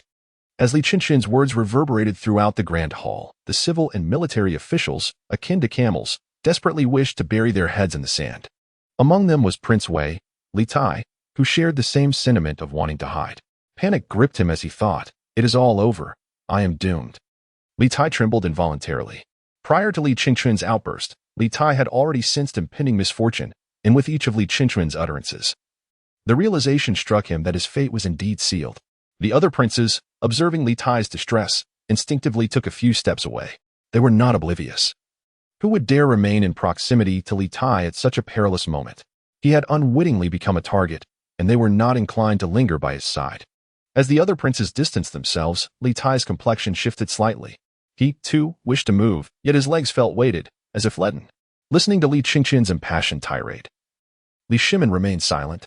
If he had been uncertain of the implications of Li Qingqian's words before, the clarity of their meaning dawned upon him now. Even a fool could grasp the reasons behind Li Qingqian's rebellion and comprehend the gravity of his declarations. Li Shimin opened his mouth and uttered, "Qingqian." Li Shimin took a deep breath, unable to restrain himself as he addressed Li Qingqian. However, in response to Li Shimin's words, Li Qingqian coldly replied, "I implore the retired emperor to refer to me as emperor." In that instant, Li Qingqian unequivocally designated Li Shimin as the retired emperor. Having come this far, it was inconceivable for Li Shimin to continue as emperor, only he could assume that role. As for Li Shimin, the former emperor had once transformed the reigning sovereign into a retired emperor through the events at Xuanwu Gate, and now, through similar circumstances, he would do the same to Li Shimin. Qingqian, hearing Li Qingqian's words, particularly the title of retired emperor, evoked unpleasant memories for Li Shimin, prompting him to rebuke fiercely. Yet, in the face of Li Shimin's admonishment, Li Qingqian showed no signs of yielding. "Retired emperor, you must address me as your majesty." Li Qingqian's gaze grew increasingly frigid.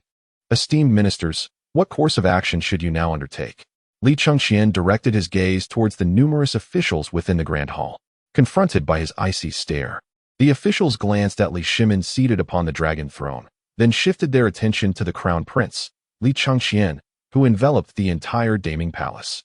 Those officials who once belonged to the crown prince's faction boldly proclaimed, "We pay our respects to your majesty." In an instant, a chorus of voices resonated throughout the Daming Palace. As the echoes of their shouts reverberated, the remaining officials from other factions exchanged glances, each detecting a hint of bitterness in the other's eyes. It appeared they truly had to acknowledge a new emperor, the sovereign to whom they had previously pledged their loyalty. He sat just above them, even observing their every move. Yet, what of it? They now faced an inevitable choice.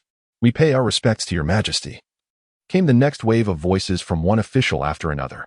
Listening to the sounds that filled the air and observing the actions of the officials, Li Qingqian turned his attention to the civil and military officials at the forefront of the hall. "Esteemed colleagues, should you not also make a decision?" Li Qingqian spoke softly, his gaze fixed intently upon those before him. The chill in his voice elicited a flicker of resignation among the numerous officials gathered at the forefront. They exchanged glances with Emperor Li Shimin, seated upon the dragon throne, before reluctantly bowing to Li Qingqian and uttering, "We humbly pay our respects to your majesty." In that moment, a chorus of respectful yet somewhat helpless voices echoed throughout the Daming Palace, reverberating with the words, "We pay our respects to your majesty." Chapter 40. Wei Zhong, Your Highness, you have surpassed expectations. As the solemn sounds filled the air, Li Qingqian quietly shifted his gaze toward the figure of Li Shimin upon the throne. "Perhaps it is time for you to step down from your lofty position." "Your Imperial Majesty," he calmly declared. He had taken the necessary actions, and thus, it was imperative that Li Shimin relinquish his elevated status. Li Shimin gazed into the tranquil eyes of Li Qingqian, noting the indifference in his words. With a deep sigh, he couldn't help but express, "Qingqian, I sincerely hope that you shall not come to regret your actions in the future." Li Shimin gazed intently at Li Qingqian. In this moment, it was evident to Li Shimin what course of action he must undertake. The clear path before him was to relinquish the throne. As he stepped away, the son he regarded as a wayward child would ascend to power. "Rest assured, I have never regretted any choice I have made. I shall never harbor regrets." Li Qingqian gazed coldly at Li Shimin. How could he possibly harbor any regrets? If he were to regret, he would not have chosen to tread this path. As for whether he would be capable of governing the vast Tang Empire that lay ahead, Li Qingqian may not possess absolute certainty. Yet one undeniable truth remains. He wields an unassailable confidence that compels the entire Tang Empire to heed his commands. Furthermore, he commands a formidable strength sufficient to steer the vast machinery of the Tang Empire in accordance with his will. As for those individuals within the Tang who may choose not to cooperate, it is hardly of consequence. Their reluctance bears no weight against his authority. People? He is certainly not lacking in that regard. As for the prominent aristocratic families of this era, Li Qingqian felt increasingly composed. Li Qingqian remarked that in the latter period of the Tang dynasty, a figure akin to Huang Chao emerged. He cautioned that should the prominent families of the Tang refuse to heed his commands as the emperor, he would not hesitate to emulate Huang Chao and deliver a severe reckoning upon them. His formidable strength is evident, should he be provoked. He could easily amass a colossal army of millions to sweep through the Tang Empire, purging all prominent families within. Thus, it is imperative not to provoke him, for the consequences would be unbearable for anyone.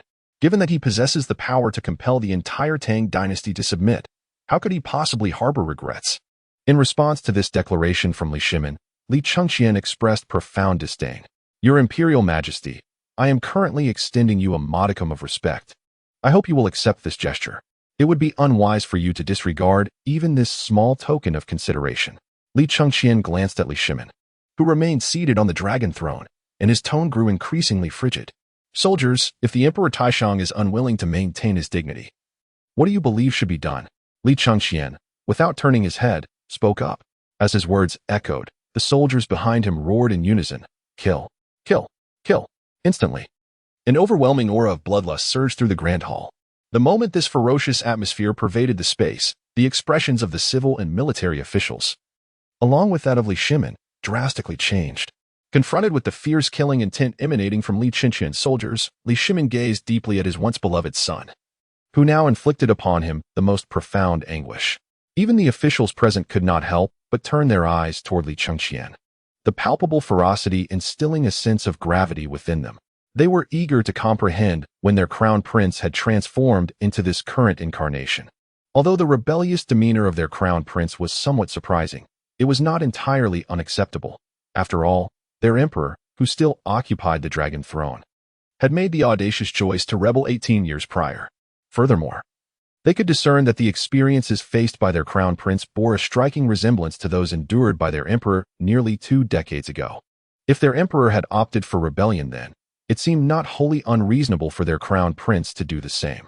However, at this moment, they began to feel that their crown prince's actions had crossed a line.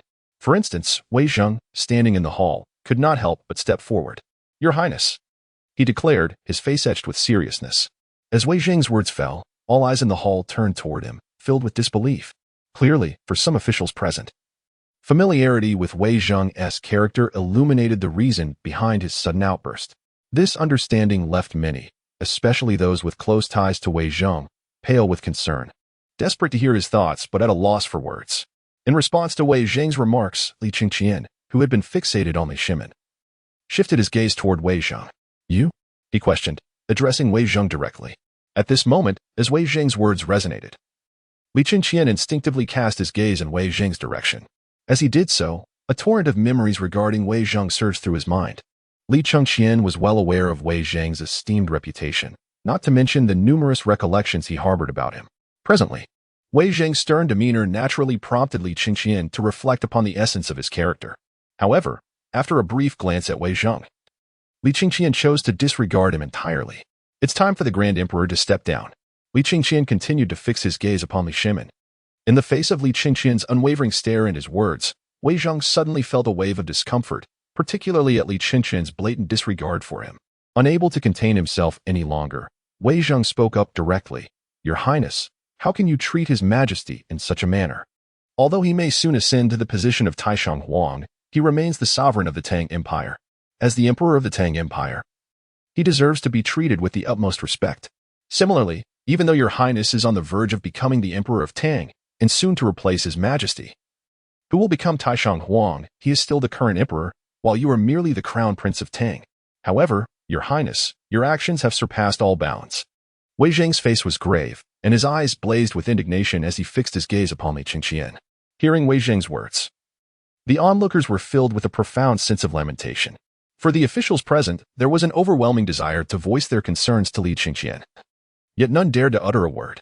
At that moment, who among them would have the audacity to speak? Li Chengqian's demeanor could only be described as fearsome. In the presence of such a daunting figure, they were rendered speechless. Moreover, the relationship between Li Chengqian and the emperor above him was one of father and son. Given this familial bond, it seemed they had no rightful place to express their thoughts. What could they possibly say? Above all, the formidable army under Li Chengqian's command loomed as a stark reminder of his authority. Li Chengqian commanded such a formidable army. Who would dare to utter a word against him? No one dared to speak. Yet, despite their silence, they were profoundly moved in the presence of Wei Zheng, who was bold enough to voice his thoughts. Even Li Shimin cast a glance of poignant reflection towards Wei Zheng. As Li Chengqian listened to the words articulated by Wei Zheng, a flicker of deep contemplation crossed his eyes as he regarded him. "Ah, Wei Zheng, While I concede the wisdom in your words, it appears you have overlooked a crucial point. With a gaze imbued with calmness, Li Qingqian addressed Wei Zheng, emphasizing that the victor writes history. In that moment, a serene tranquility enveloped his demeanor. Should I fail, the outcome for me would scarcely be more favorable. My audacity stems solely from my triumph. Moreover, although I am unaware of the events that transpired prior, I can surmise that you all are deliberating upon my position as crown prince. You may openly discuss my status. But must I remain passive while you engage in such discourse? Li Qingqian gazed calmly at the civil and military officials gathered in the grand hall. For him, although he had not truly entered the Daming Palace, he could surmise the unfolding events. In essence, was it not merely Li Shimin deliberating on the matter of his status as crown prince? If Li Shimin felt at liberty to discuss the potential annulment of his position, then why should Li Qingqian be obliged to treat him with utmost reverence? Should his demeanor towards Li Shimin necessitate unwavering respect? Apologies. But if Li Qingqian were to maintain a demeanor of deference, he would feel quite foolish. Thus, it was only natural that his attitude towards Li Shimin at this moment would be far from cordial. Meanwhile, Wei Zheng, listening intently to Li Qingqian's words, was on the verge of articulating a response. Li Qingqian continued, "Moreover, your identity 18 years ago was not merely that of an official under my father, the sovereign. 18 years prior, you were indeed an official under my esteemed uncle. Yet, what is your standing now?" Li Qingqian gazed intently at Wei Zheng. His eyes filled with a hint of disdain. The victor is king, and the vanquished is a foe. Chapter 41. Li Shimin abdicates, and Li Qingqian ascends the throne. It is simply a matter of victors and vanquished. What is your current status? Li Qingqian fixed his gaze upon Wei Zheng. Initially, he had no intention of addressing the officials present in the grand hall at this moment. Yet Wei Zheng's harsh reprimand compelled him to redirect his focus toward these dignitaries. Take Wei Zheng, for instance. He was acutely aware of the nature of the man before him. Nevertheless, the essence of Wei Zheng held little significance for Li Qingqian. Unlike Li Shimin, he felt no necessity for such an official to enlighten him about his own character. In fact, he found himself entirely unconcerned with Wei Zheng's presence. While he acknowledged Wei Zheng's undeniable talent, he questioned the relevance of this acknowledgement. There exists a multitude of gifted individuals in the world. Should every talent be afforded the privilege of prominence? Must he extend deference to every capable individual across the globe? Apologies, but Li Qingqian firmly believed otherwise. He chose to adhere to his own convictions, acting in accordance with his desires. As Li Qingqian spoke, a profound gravity filled Wei Zheng's eyes, accompanied by a flicker of anger within his heart. "Your Highness." Wei Zheng could not contain his voice. However, Li Qingqian interjected, "Address me as your majesty." In an instant, a cold and indifferent glimmer flashed in Li Qingqian's eyes as he fixed his unwavering stare upon Wei Zheng. "You still refer to me as your Highness. Do you intend to rebel against the Grand Emperor?" Li Qingqian directly accused Wei Zheng of treason, a shocking allegation that caught Wei Zheng off guard. In that moment, he opened his mouth, but dared not utter a word. Treason? How could he possibly be associated with such a notion? It was utterly inconceivable for Wei Zheng to entertain any connection with rebellion. Such an accusation would be an unprecedented blow to his reputation. As he listened to Li Qingqian's words and glanced at Li Shimin seated upon the dragon throne, a profound embarrassment clouded Wei Zheng's eyes, and a silence enveloped him. Observing this scene, Li Shimin calmly addressed the situation, stating, "Qingqian, from this moment forth, you shall be the emperor of the Tang Empire." A glimmer of profound sorrow flickered in Li Shimin's eyes. For him, the essence of his son, Li Gaoming, had transformed. Or perhaps he believed that his beloved son had perished. As for the current Li Gaoming, in Li Shimin's perception, he was no longer the son he once cherished. Indeed, at this moment, Li Qingqian had evolved, wholly estranged from the image of the son he held in his heart. Confronted with this poignant reality, Li Shimin found himself at a loss for words. Perhaps what he needed to do now was to relinquish the position he currently occupied. As his words resonated through the hall, all eyes turned towards him. With heavy steps, he descended from the throne, bearing the weight of the collective gaze. As Li Shimin slowly descended the steps, Li Qingqian narrowed his eyes, observing his father with a tranquil demeanor. "Father, from this moment forth, your title shall be the retired emperor of the Great Tang. As for the Great Tang itself, rest assured, it shall not falter in my hands. Under my stewardship, the Great Tang shall only grow stronger." At this juncture, Li Qingqian, with a serious glint in his eyes, assured Li Shimin as he watched his father descend. Though this could be deemed an act of rebellion, even one driven by his own subjective will, he could not deny that Li Shimin was indeed his father. Li Qingqian. At this moment, could only offer his assurances to the other party. Listening to Li Chengqian's promises, Li Shimin, who was advancing towards the throne, gazed deeply at him. Very well, I trust your assurances. I hope that under your stewardship, the Tang dynasty will flourish even more. At that moment, Li Shimin exhaled deeply as he spoke to Li Chengqian, observing Li Shimin's ascent towards the throne. Li Chengqian could not help but take a deep breath while gazing at the supreme throne within the Daming Palace. With measured steps, he began to ascend towards the elevated seat before the eyes of the gathered assembly. In the grand hall, the Prince of Wei, Li Tai, was overtaken by a profound envy as he watched Li Chengqian's figure. That throne, a wave of unprecedented envy coursed through Li Tai's mind. For he believed that position was rightfully his.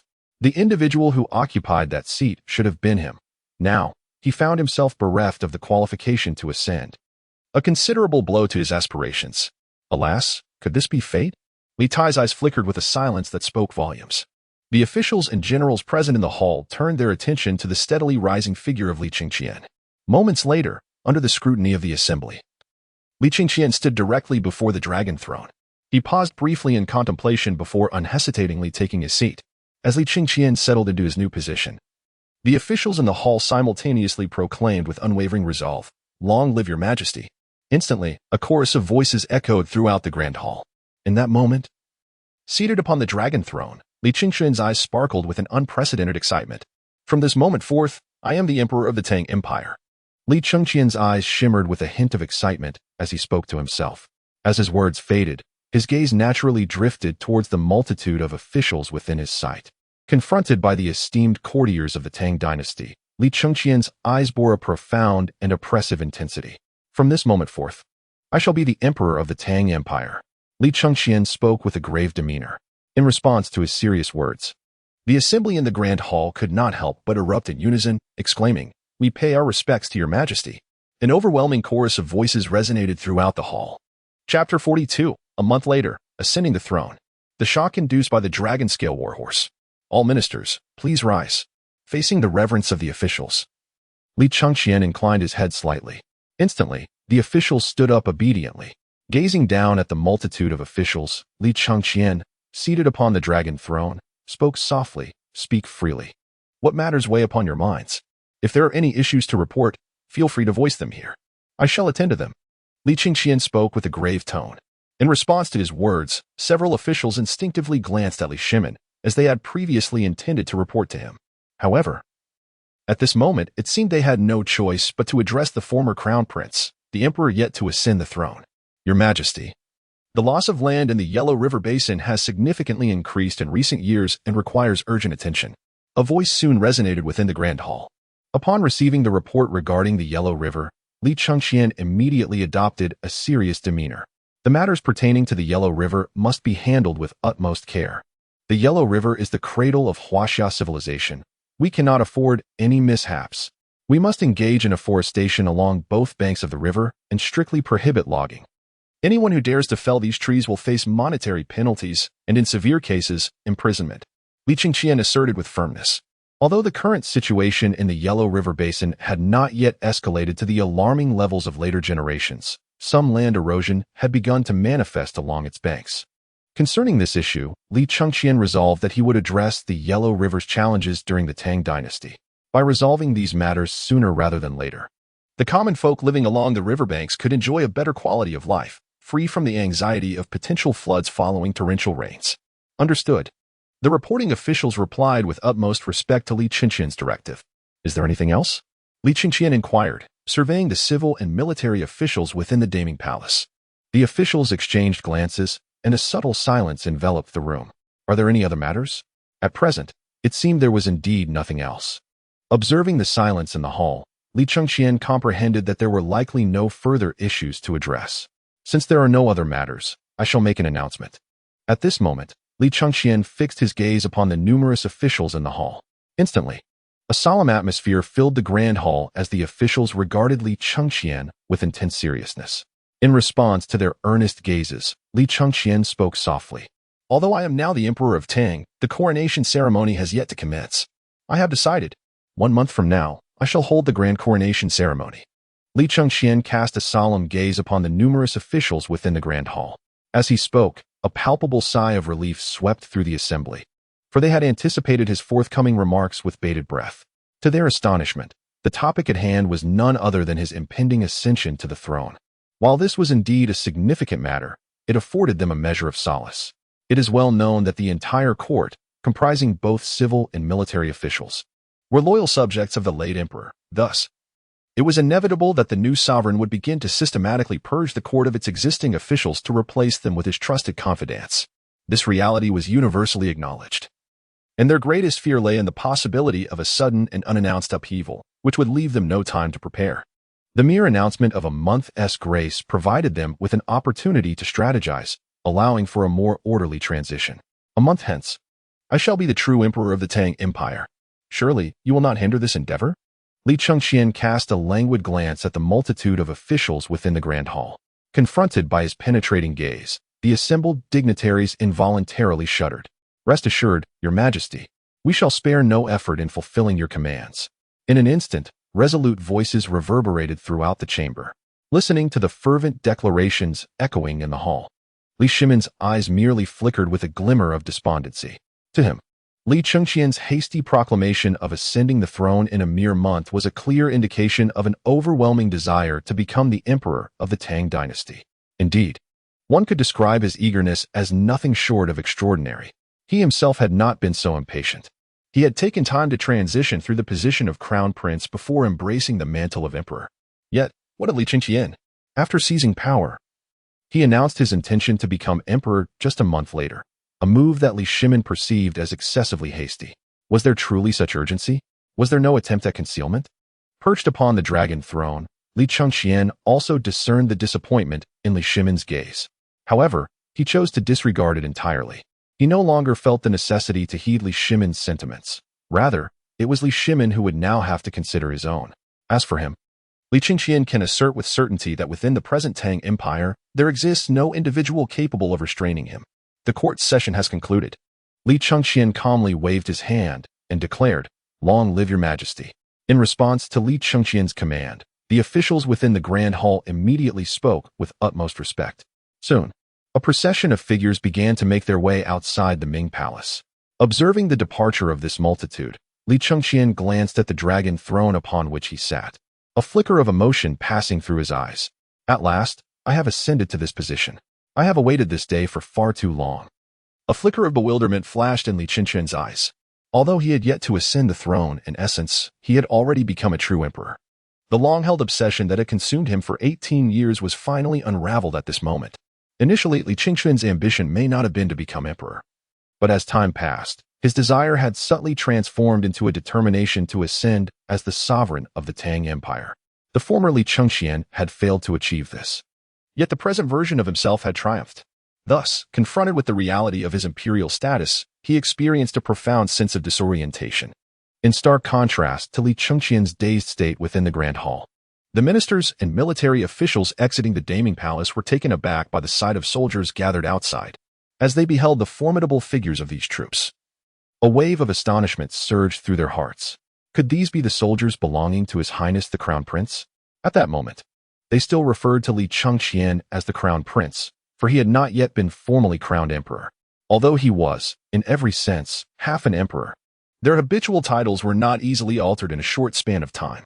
Thus, when faced with the soldiers before them, their immediate reaction was one of realization. These were indeed the Crown Prince's soldiers, an elite contingent of the highest caliber.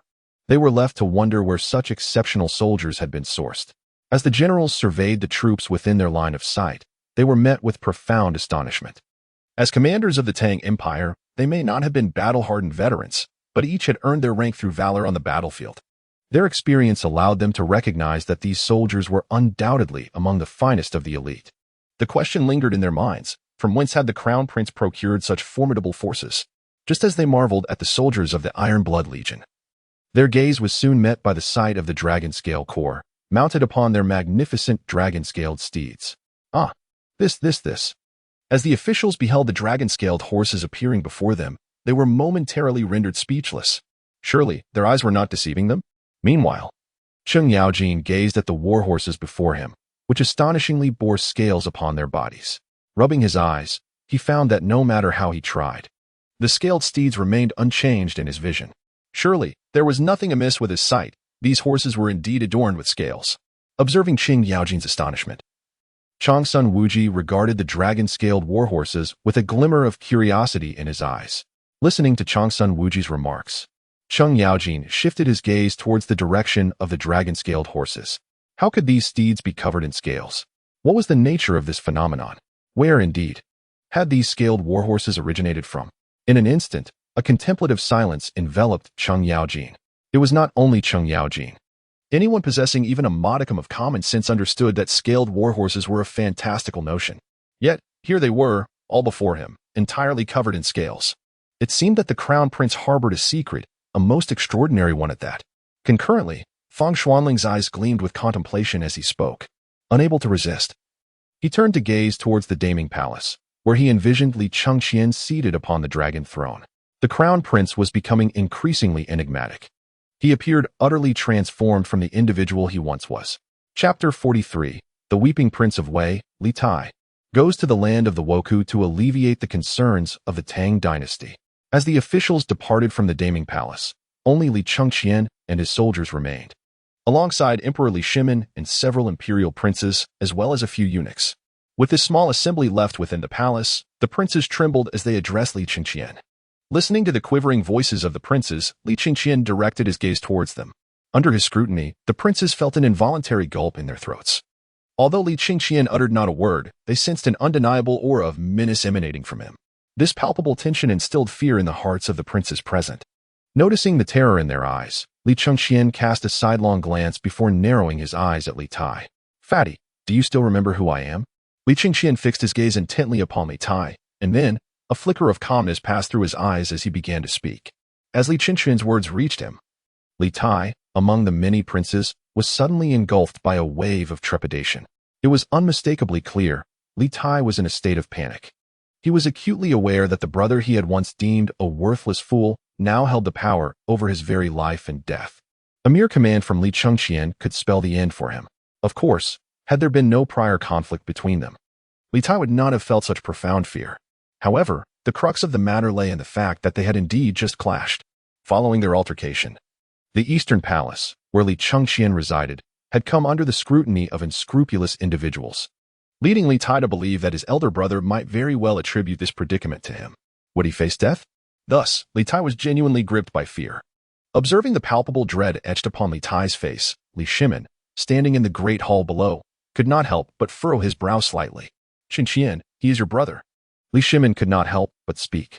In response to Li Shimin's words, Li Chengqian, who had initially intended to say something, turned his gaze directly towards him. "Ha. I naturally know he is my brother, and moreover, my biological brother." At this point, Li Chengqian's tone had grown exceedingly frigid. Listening to Li Chengqian's words, particularly the chilling undertone they carried, Li Tai beneath the grand hall was thoroughly alarmed. Gulp. Li Tai could not help but swallow hard. This is it. This is the end. It is truly the end. Li Tai could not help but wail inwardly, although he was uncertain about what Li Chengqian would say next. One thing was certain: the man he once regarded as a useless elder brother, the current emperor of the Tang dynasty, would undoubtedly show him no mercy. At this moment, Li Tai could not help but shed tears. Observing his pitiful weeping figure, the surrounding princes exchanged glances filled with disdain towards him. It could be said that none of the princes harbored any affection for Li Tai, as he had always stood in the favor of their father, bullying them in the process. Now, with the impending punishment from their elder brother, the crown prince, they were taken aback to find him crying. This revelation left them in a state of bewilderment and further fueled their disdain. Could it be that he was frightened to tears? As the sound of sobbing echoed throughout the grand hall, all eyes turned towards Li Tai. Even Li Shimin's expression soured at the sight. "Young man, as a man, you must not cry. Steady yourself." Li Shimin could not help but speak. However, in response to his words, Li Tai cried even more bitterly. "Elder brother, I was wrong. I truly made a mistake." In an instant, while weeping, Li Tai knelt before Li Chengqian, who was seated upon the dragon throne. "Thud, elder brother, I shall never provoke you again. I genuinely regret my actions. For the sake of our shared mother, I implore you, spare me." Li Tai began to weep incessantly. In response to Li Tai's tears, Li Chengqian, seated upon the dragon throne, looked on with a smile. "Fatty, why do you weep? I am a benevolent person. I would never harm anyone. What is there to fear? Li Changqian gazed at Li Tai with a hint of tranquility in his eyes. As my dear brother, I shall undoubtedly treat you with utmost care. Now that I have ascended as the emperor of the Tang Dynasty, rest assured, as my beloved sibling, you shall never be wronged.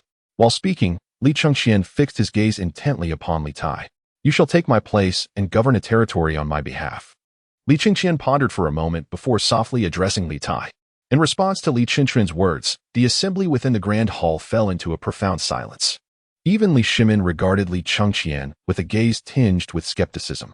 Though Li Shimin was reluctant to concede, one undeniable truth loomed visibly. Li Changqian harbored an intense aversion towards Li Tai, a sentiment perceptible to all but the blind. Given Li Changqian's palpable disdain for Li Tai, what could possibly account for such magnanimity? It was surely a ruse. As Li Tai listened to Li Changqian's utterance, he trembled slightly and stammered, "Elder brother. Where shall I go next?" Li Tai spoke with a tremor in his voice. Li Tai likely has some inkling by now. Could it be that I am to be relegated to the southern lands of Lingnan? A profound sorrow quietly surfaced within Li Tai's heart. In this moment, it seemed inevitable to him that he would soon be relegated to some remote and desolate region. Perhaps to the barren lands of Lingnan or the chaotic territories of the western regions. In any case, it was certain that he would not be dispatched to any prosperous lands. In response to Li Tai's words, Li Changqian smiled broadly and remarked, "As your brother, I shall treat you well. Your forthcoming fief will be in the overseas realm of the Wokou. How does that sound? Are you pleased? Excited?" Li Changqian posed a series of 3 questions in rapid succession. The overseas pirate nation? In response to Li Changqian's words, the assembly was left utterly bewildered.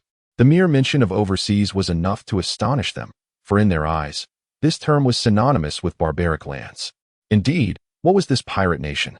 To them, it was entirely an uncivilized realm. Moreover, Li Tai was about to embark on a journey to this pirate nation. The mere thought of it elicited glances of pity from several princes within the grand hall as they regarded Li Tai. Li Shimin was taken aback as he listened to Li Changqian's proposal regarding Li Tai. What? You intend to demote Qin Ke to the land of the Japanese pirates? Li Shimin was truly taken aback. Although he had never personally set foot in the land of the Wokou, he could discern the essence of these marauding invaders through the envoys sent to Tang. In his eyes, the Wokou were merely a group of diminutive figures. Even the appearance of their envoys left much to be desired.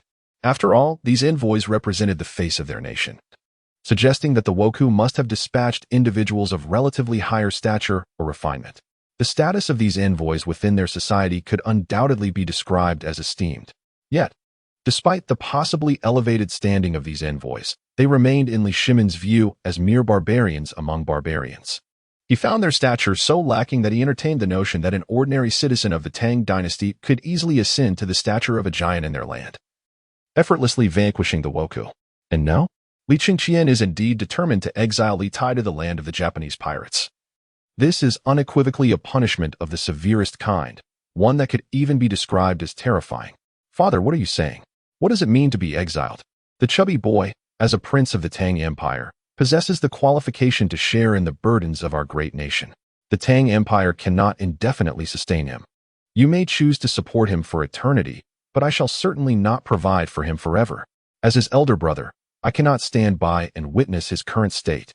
My decision to send him to the land of the Japanese pirates is to ensure he fulfills the responsibilities befitting a prince of the Tang Empire. How can it be that this lofty prince can only indulge in a life of leisure, without contributing even the slightest effort towards alleviating the burdens of the Tang? Li Changqian cast a frigid gaze upon Li Tai and Li Shimin. Should Li Shimin dare to utter further words, he would undoubtedly make it abundantly clear who rightfully embodies the emperor of the Tang Dynasty today. As Li Shimin listened to Li Changqian's assertions, he fell into a profound silence. Though he yearned to express that he could support Li Tai for a lifetime, an undeniable issue loomed before him. Li Tai's status as a prince of the Tang Empire conferred upon him both the privilege and the obligation to shoulder the burdens of the realm. Thus, Li Changqian's command held no flaw. Was there truly a problem? At least from Li Shimin's perspective, there seemed to be not a trace of an issue. Perhaps a notion of retaliation lingered, yet in the grand scheme of righteousness, such concerns were rendered inconsequential. In light of Li Shimin's silence, despair washed over Li Tai. Could it be that he truly must venture to the land of the Wokou? A glimmer of despair flickered in Li Tai's eyes. Yet, in an instant, he regained his composure. Elder brother, The Woken Nation is not yet our Tang's territory. The Woken Nation does not belong to our Tang. Li Taiqiang suppressed the excitement within him and cautiously spoke. However, in response to Li Tai's words, Li Chengqian expressed his astonishment. Oh, is the Woken Nation not a territory of the Tang Dynasty? If the Woken Nation is indeed not part of the Tang Dynasty, then let us conquer the Woken Nation and transform it into a domain of the Tang. Chapter 44. The Woken Nation shall surely be vanquished, as I declare. If the Woken Nation is not a territory of the Tang Dynasty, then let us subdue the Woken Nation and make it one with the Tang. Li Chengqian spoke softly. Today, he intended to grant Li Tai the title of the Kingdom of Woku, declaring that not even the might of the heavens could thwart his plans. It was done. In response to Li Chengqian's formidable proclamation, Li Tai was engulfed in despair. He had never anticipated that his elder brother would resort to launching an assault on the barbarous land of Woku, merely to cast him into such a desolate realm as his fief. How deeply must he harbor resentment towards me? At that moment, a glimmer of hopelessness flickered in Li Tai's eyes. He could not fathom the extent of his brother's animosity. In punishment, Li Chengqian was willing to conquer a savage territory and condemn him to endure the hardships of that wilderness. However, Li Shimin held a markedly different perspective on Li Chengqian's remarks. Li Shimin furrowed his brows as he gazed at Li Chengqian, and he spoke, Gao Ming, how can you present yourself in such a manner? Although the Woken Nation is indeed a barbarous land, it remains a vassal state of the Great Tang. Your direct aggression against the Woken Nation tarnishes the prestige of our celestial empire. Li Shimin furrowed his brow and addressed Li Chengqian. In Li Shimin's perspective, should the Woken Nation initiate an assault against the Tang Dynasty, they could effortlessly obliterate it. However, the dilemma lay in the fact that the Woken Nation had not yet launched any offensive against them. Thus, to strike preemptively would undermine the dignity of their esteemed empire. The Celestial Dynasty. Li Shimin found such an action to be inappropriate. It simply could not be done. Yet, in response to Li Shimin's sentiments, Li Chengqian could not suppress a cold laugh. The dignity of the Celestial Dynasty? What if I were determined to annihilate this Woken Nation? What could you possibly do to stop me? Li Chengqian cast a frigid gaze upon Li Shimin. Would the annihilation of the Woken Nation result in a loss of dignity for the Celestial Empire? Li Chengqian expressed indifference. He was determined to eradicate the Woken Nation, regardless of the formidable figures that might oppose him. While others may not comprehend the true nature of the Woken Nation, as a time traveler, he certainly understood its essence. Despite the Woken Nation's current facade of submission, it resembled a mere dog before the grandeur of the Tang Empire. In the face of the Tang Empire's commands, the Woken Nation did not dare to defy. Therefore, the disdain held by the people of the Tang Empire towards the Woken Nation was entirely justifiable. However, only Li Chengqian was aware of the hidden ambitions that lay beneath the Woku's respectful exterior. Of course, it was possible that the Woken Nation currently harbored no such ambitions, but their subsequent actions would ultimately reveal that their aspirations had likely long been formed.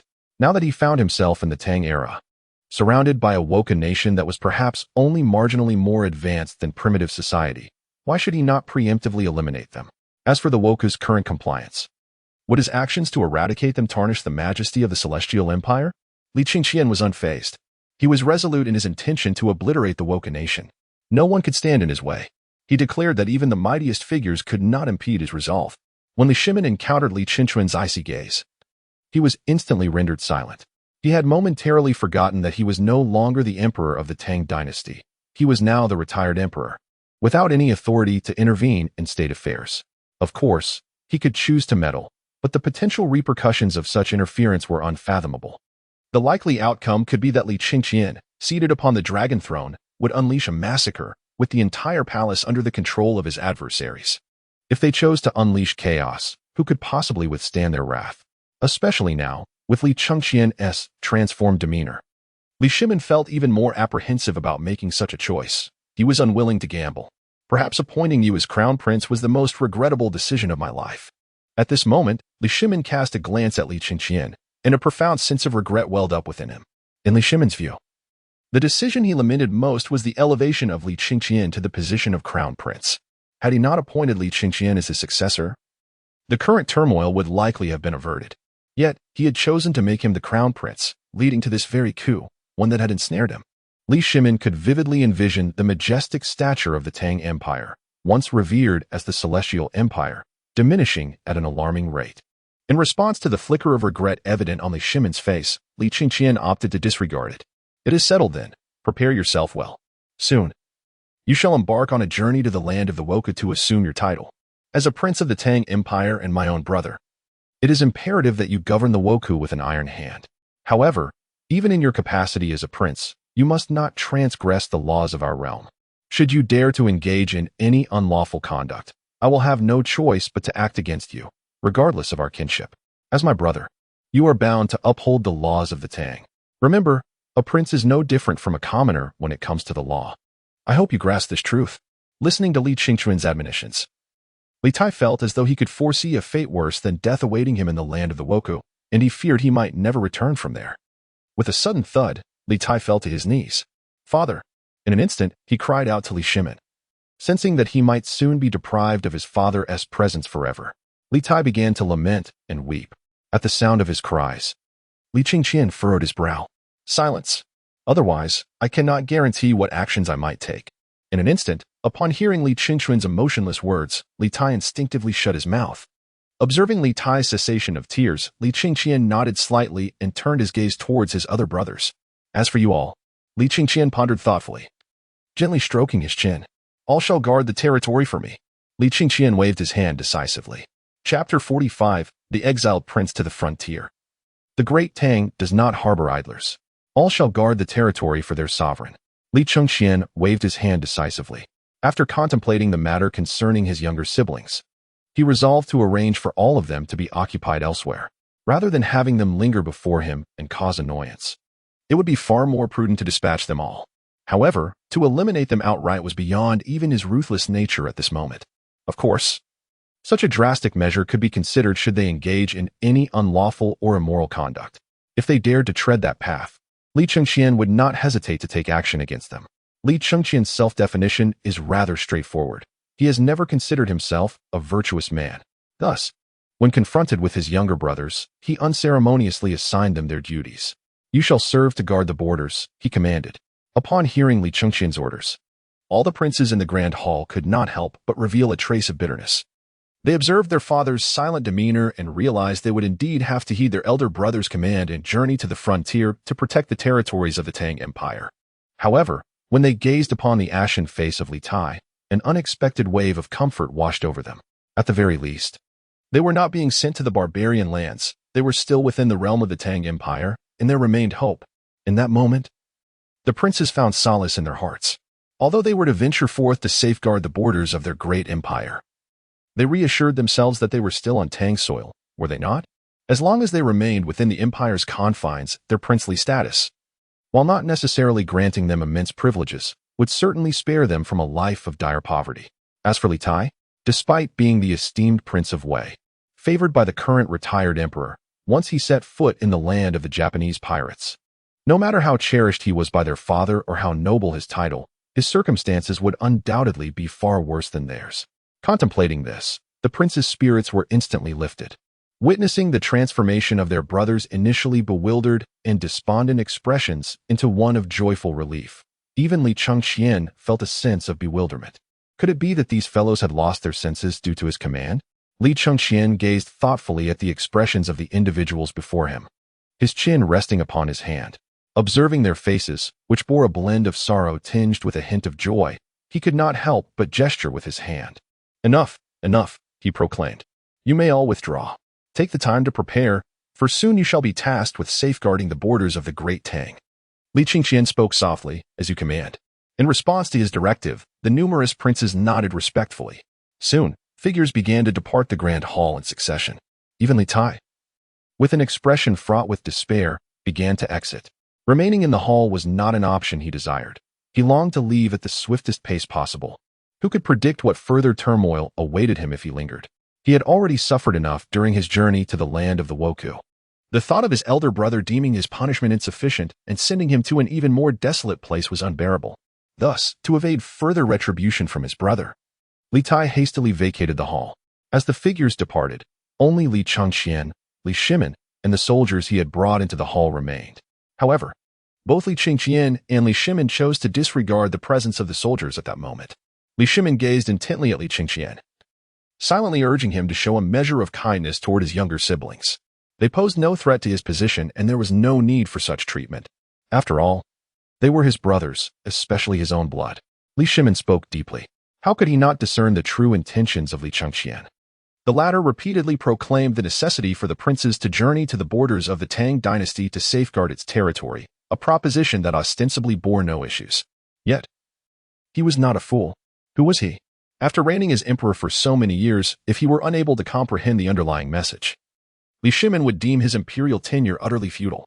The purpose was starkly clear, driven by the fear that Li Chengqian might feel threatened regarding his throne. He decided to expel them all.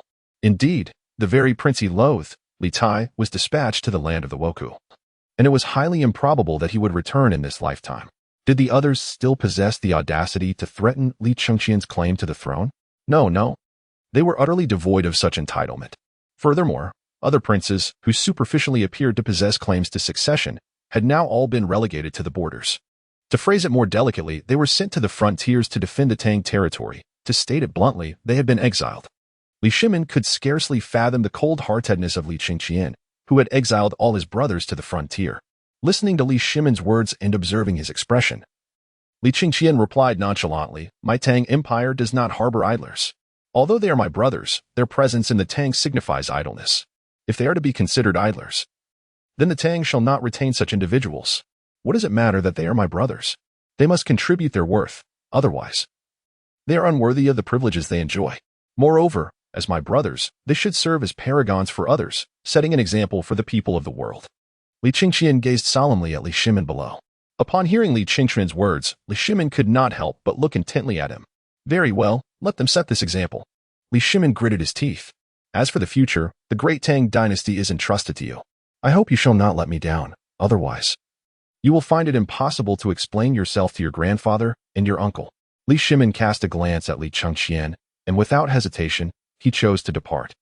With the sound of footsteps echoing, he strode purposefully towards the outer hall. Observing Li Shimin's retreat, Li Chengqian remained calm, his gaze reflecting a serene contemplation of the scene within the Daming Palace. Henceforth, I shall be the emperor of the Tang Empire. Chapter 46. The allegiance of Li Chengqian to the aristocracy and the escape of Li Shimin from the palace. As Li Shimin exited the Daming Palace, the soldiers stationed outside swiftly came into his view. Initially, he regarded these soldiers with indifference, choosing not to acknowledge their presence. After all, these men had brutally dispatched the soldiers within his palace under the leadership of his rebellious son, who had orchestrated his downfall from the throne. How could Li Shimin possibly harbor any favorable sentiments towards them? However, as his gaze inadvertently wandered, he abruptly halted. Wait a moment, what is this? In that instant, Li Shimin was left utterly astounded. The sight of the multitude of robust men before him rendered him completely bewildered. He found it hard to fathom that such a large assembly of strong warriors could be gathered in one place, especially upon observing the armor adorning these soldiers. His bewilderment deepened. Such an overwhelming number of soldiers, such an abundance of armor. What is happening here? Li Shimin stood with his mouth agape, momentarily at a loss for words. Previously, while seated in the Daming Palace, he had been astounded to learn that the forces commanded by his rebellious son had managed to vanquish his own imperial guard. He had always held a firm confidence in the prowess of his elite soldiers, believing that even if they had not engaged in battle for an extended period and their skills may have waned, they would not have diminished to such a degree. Thus, the revelation that his son's troops could so thoroughly defeat his own was a source of genuine intrigue. Now, upon witnessing these soldiers firsthand, Li Shimin finally grasped the reason behind this unexpected turn of events. Where had these armors originated? While he could momentarily overlook the impressive physiques of the soldiers, the pressing question remained, what was the source of their armor? Armor is no trifling matter. A common person would deplete their entire fortune merely to acquire a single set. Yet, what he beheld before him was an overwhelming array of armor. He could not help but suspect that perhaps every soldier was clad in such protective gear. If he were to attempt to amass similar armors for his own troops, it would undoubtedly require exhausting the nation's treasury. But what of his rebellious son? Li Shimin acknowledged that the young man possessed some cunning, yet he had previously been a mere prince. While the status of a prince is indeed precious, it does not afford one the means to gather such an abundance of resources to forge this quantity of armor. Was there a powerful clan backing him? In that moment, Li Shimin found himself deep in thought. He surmised that the limited resources at Li Chengqian's disposal could not possibly account for such an achievement. Yet, The reality was that he had succeeded, which could only point to one explanation. A formidable clan was undoubtedly standing behind him. Moreover, this clan was likely not just any noble family, but rather one of the most prestigious. Which family could it be? The Cui family, perhaps? Or the Liu? Or maybe the Wang, Zhang, or even his only family? Li Shimin could not help but furrow his brows, murmuring to himself. In his view, there were only a handful of families that possessed such power, although other clans were not without strength. Few had the audacity to intervene in this matter while wielding such formidable influence. It seemed to him that only these few families were capable of such actions. If one were truly to ally with these clans, would the great Tang dynasty remain as it is? Li Shimin's eyes flickered with a profound sense of concern. If Li Qingqian had indeed allied himself with the aristocratic families, Li Shimin could scarcely fathom what promises he might have made to garner such substantial support. Should he fail, then all would be for naught, and the backing of those families would remain unfulfilled. Yet, the predicament lay in the fact that Li Qingqian had achieved success. He had effectively usurped his position. Apart from not yet having ascended the throne and proclaimed himself emperor, he was already regarded as a legitimate emperor of the Tang dynasty. Should he have truly pledged certain benefits to those families, it would not be long before they came to fruition.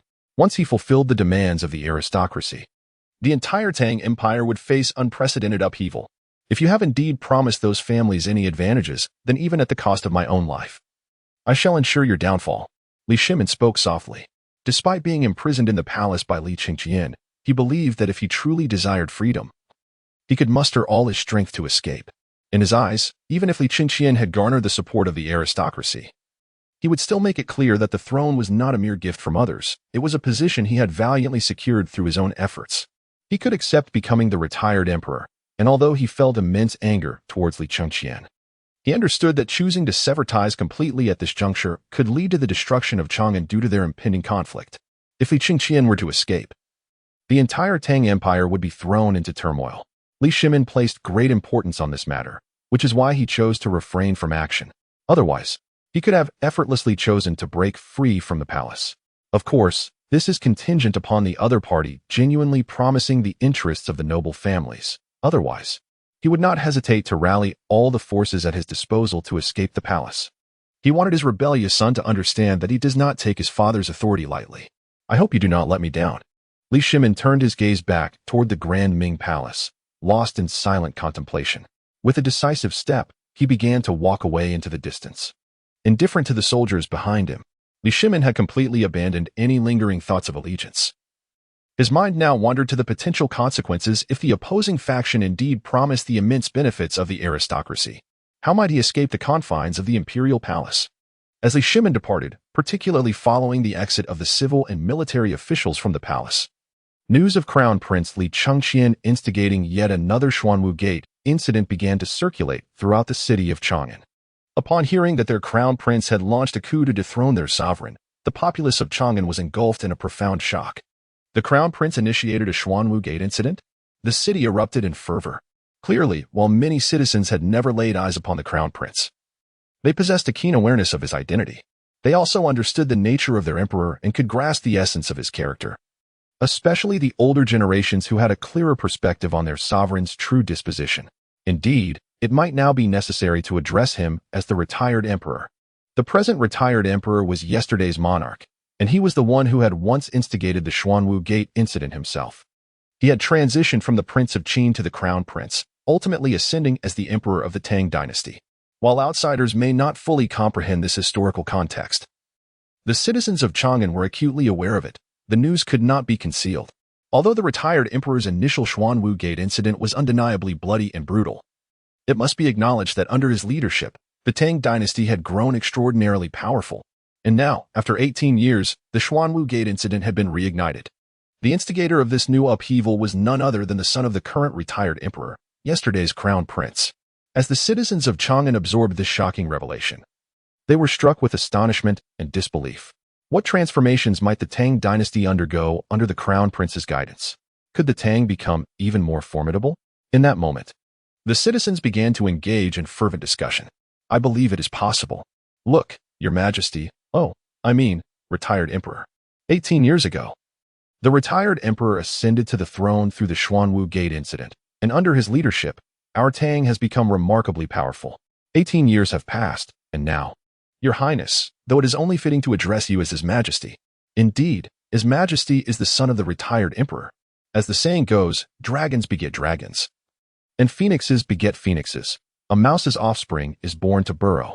His Majesty is, without a doubt, the genuine dragon son of heaven. The retired emperor has guided our Tang dynasty to unprecedented strength, and surely His Majesty will lead us to even greater heights. Thus, the common folk began to engage in fervent discussions. At this moment, they remain oblivious to the true nature of high society. All they comprehend is that under the leadership of Li Shimin, their Tang empire has flourished, and their lives have improved. Now, with Li Shimin's son ascending as the emperor of Tang, especially following the events of the Xuanwu Gate, this has instinctively led the citizens of Chang'an to conflate Li Qingqian with Li Shimin. In their eyes, if Li Shimin could provide them with a prosperous life, then Li Qingqian should similarly ensure their well-being. Contemplating this, the citizens of Chang'an held great expectations for Li Qingqian. In response to the hopes of the people, Li Qingqian in the palace became aware of their discussions. How intriguing! Li Qingqian, stroking his chin, smiled as he compared himself to Li Shimin. Li Qingqian gently shook his head. He did not regard the discussion among the citizens of the Great Wall as particularly significant, as it was not an exceedingly sensitive topic. While it may indeed be a matter of great sensitivity for Li Shimin, Li Qingqian himself did not perceive it as such. Having undertaken the actions he did, he felt no fear of public scrutiny. After all, could it be that he would be afraid of what others might say after his involvement in such matters? Has the Xuanwu Gate incident of Li Shimin become a taboo subject for discussion? Perhaps, on the surface, it appears that no one is willing to engage in such discourse. However, in private, it seems that everyone is indeed contemplating it. Moreover, in stark contrast to Li Shimin's unease, Li Qingqian bears no psychological burden regarding the events of the Xuanwu Gate incident.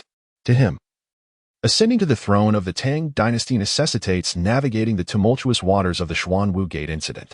The notion of the Xuanwu Gate succession law has become a source of jest among later generations regarding the emperors of the Tang Empire. Within the context of the Tang dynasty, the Xuanwu Gate incident was an entirely commonplace occurrence. Given its acceptance, what is there to fear? Li Qingqian harbored no fear whatsoever. Now that I have ascended to the throne as the emperor of the Tang dynasty, it is imperative that I assume responsibility for the great Tang Empire. Li Qingqian began to ponder thoughtfully, stroking his chin. Firstly, it may be essential to resolve the issues posed by the aristocratic families. At this moment, Li Qingqian's gaze was firmly directed towards those noble clans. Although they currently appeared exceedingly obedient, he harbored no belief in their sincerity. To compel the aristocracy to be genuinely honest, Li Qingqian only trusted Huang Chao. It was Huang Chao who had truly subdued those prominent families. Aside from him, which emperor had managed to bring the aristocracy to heel? None. Absolutely none. Alas, Huang Chao was not present in the era he inhabited. Since the Tang dynasty lacked Huang Chao, he resolved to forge a semblance of Huang Chao within the grand hall he occupied. Li Qingqian spoke to himself, his eyes glinting with a hint of ferocity. He had steeled himself for the total annihilation of the noble families of the Tang dynasty. While there might be some turbulence during this endeavor, it was inevitable that these families would rise in rebellion as he sought to obliterate them completely. Such unrest would undoubtedly lead to a state of despair among the common people. Reflecting on this unavoidable plight, Li Qingqian pondered thoughtfully, stroking his chin. Perhaps it was essential to first impart some fundamental knowledge to the ordinary citizens, to make them understand that their sovereign stood alongside them, and to enlighten them about the true nature of his actions. Li Qingqian pondered deeply. Educating ordinary citizens with fundamental knowledge is an immense undertaking, one that few ancient emperors have successfully accomplished. It seems that only future generations may achieve this feat, however, at this moment. Li Qingqian believed he might become the singular emperor among his ancient counterparts capable of imparting knowledge to the common populace. Yet, prior to this endeavor, the three grand legions required further expansion, as their ranks were insufficient. Li Qingqian contemplated for a moment. In addition to ensuring that the common folk were aware of his actions as emperor and preventing them from being swayed by the influential families, he recognized the necessity of first assembling a grand army. The three major legions must expand. Chapter 48. Arranging for Li Shimin? Yang to attend the emperor's bedchamber. The entire city of Chang'an was abuzz with discussions about this matter.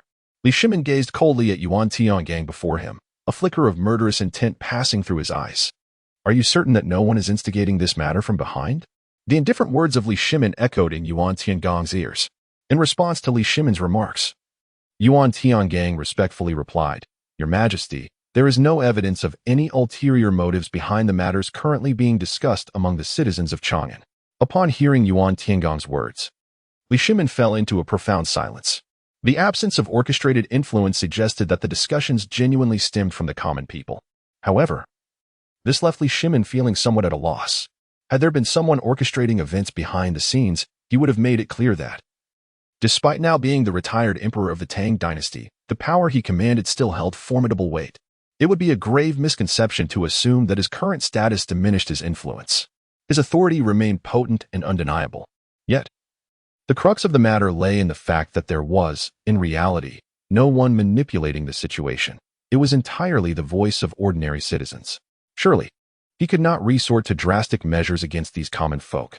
Li Shimin believed that if he truly dared to act in such a manner, his rebellious son would undoubtedly choose to take action against him. And in that moment, the reputation he had cultivated over the past decade would be utterly obliterated. Thus, when confronted with the frenzied discussions circulating in Chang'an regarding this topic, he pondered deeply and ultimately concluded that his only option seemed to be to disregard the matter entirely. A heavy sigh escaped his lips.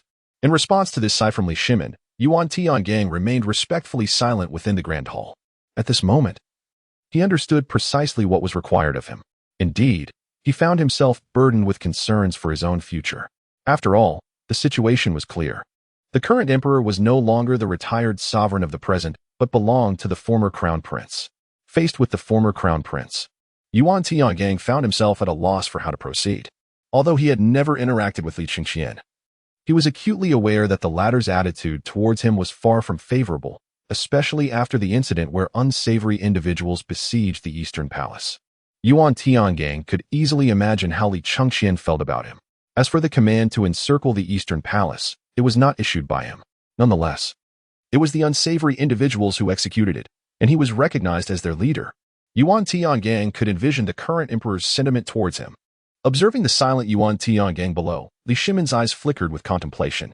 Initially engaged in handling memorials, he now found himself no longer the emperor of the Tang dynasty, but merely the retired sovereign. The sudden inability to process these documents was somewhat disconcerting for him. What should I do now? After a moment of silence, Li Shimin turned his gaze towards Yuan Tiangang, suddenly curious about what actions he ought to take. Was he to descend into the harem and indulge in the creation of petty intrigues like his father? Regrettably, such actions were beyond Li Shimin's temperament. At this inquiry from Li Shimin, Yuan Tiangang was rendered utterly bewildered. "Your Majesty, this," he stammered, his eyes wide with confusion as they fixed upon Li Shimin. In that instant, he questioned whether he was truly suited to speak on such matters. Even under duress, he could not bring himself to utter such words. How could he presume to determine what Li Shimin should do? Regrettably, Yuan Tiangang felt his courage did not extend that far. "We do not know," he replied, shaking his head. Upon hearing Yuan Tiangong's response, Li Shimin furrowed his brow slightly. "I command you to speak. Do so directly. Pray tell. What action should I undertake at this moment?" In that instant, Li Shimin fixed a gaze upon Yuan Tiangang, his eyes brimming with an overwhelming intensity. In response to the oppressive stare from Li Shimin, Yuan Tiangang could not help but reveal a faint, bitter smile. "Your Majesty, we truly have no inkling of what you intend to do next," Yuan Tiangang continued, resolute in his silence. There was no way he would divulge anything under duress. Entrusting the matter of what Li Shimin should do next to him seemed ill-advised. Perhaps it would be better left to the eunuchs. However, as the chief of intelligence, Yuan Tiangang was certain that even in his folly, he would not descend to such depths of ignorance. In an instant, Li Shimin's fury ignited. "We acknowledge our transgressions." With that, witnessing Li Shimin's wrath, Yuan Tiangang unhesitatingly knelt down. Alas! In response, Li Shimin's eyes glazed over, lost in thought. "Which concubines in the harem have not yet received your favor?" Li Shimin spoke with vacant eyes. Upon hearing his words, Yuan Tiangang promptly began to recount all that he knew. "Your Majesty, at present, there exists no favored presence in the harem save for Lady Wu." Yuan Tiangang replied candidly. "Lady Wu? Then let this Lady Wu come to attend to me." Li Shimin, after a moment of silence, finally spoke. "As you command, Your Majesty." In an instant, Yuan Tiangang comprehended the situation. As he departed with measured steps, Li Shimin gazed vacantly at the grand hall. Shortly thereafter, when Yuan Tiangang returned, Flanked by a group of eunuchs and accompanied by the woman he referred to as Wu Kairan, Li Shimon's dazed eyes shifted to this so-called Wu Kairan. "Are you Wu Kairan?" he inquired, curiosity etched upon his face as he regarded the woman before him. "Yes, Your Majesty," she replied with utmost respect, responding promptly to his inquiry. "Today you shall attend to the royal bedchamber." After surveying the countenance of the talented Lady Wu, Li Shimon promptly decreed that she would serve him that very night. "As you command, Your Majesty." Upon hearing the emperor's order, a spark of excitement ignited within Lady Wu's eyes. Observing her fervent demeanor, Li Shimon gently inquired, "What is your name?" "In response to Your Majesty, I am called Wu Mainyang," came a melodious voice resonating through the grand hall. "Wu Mainyang? A splendid name."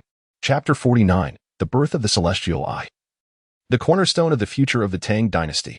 As the citizens of Chang'an began to accept that the former crown prince had ascended to the throne following the coup at Xuanwu Gate, this news commenced its journey through the Great Wall, spreading across the entirety of the Tang Dynasty. As this revelation unfolded throughout the realm, the central figure of this event, Li Qingqian, had already vanished from the palace, as well as from the Great Wall, the Tang Dynasty, and even the world. Li Qingqian's figure materialized within his inner realm. Li Qingqian gazed upon the seemingly ordinary figures before him, a glimmer of satisfaction evident in his eyes. "Excellent. From this moment forth, the task laid before you is quite straightforward. You are to infiltrate the various noble families without delay. I must ascertain what transpires within each of these clans. Are you capable of fulfilling this mission?" Li Qingqian spoke solemnly. In response to his inquiry, the spies from the heavenly eye before him replied without hesitation, affirming their readiness. Hearing the resolute voices echoing in his ears, Li Qingqian nodded in satisfaction. His strategy regarding the spies from the heavenly eye was simple: to dispatch them to the territories of various noble families. Although he had not yet taken action against these families, it did not imply that he would refrain from doing so in the future.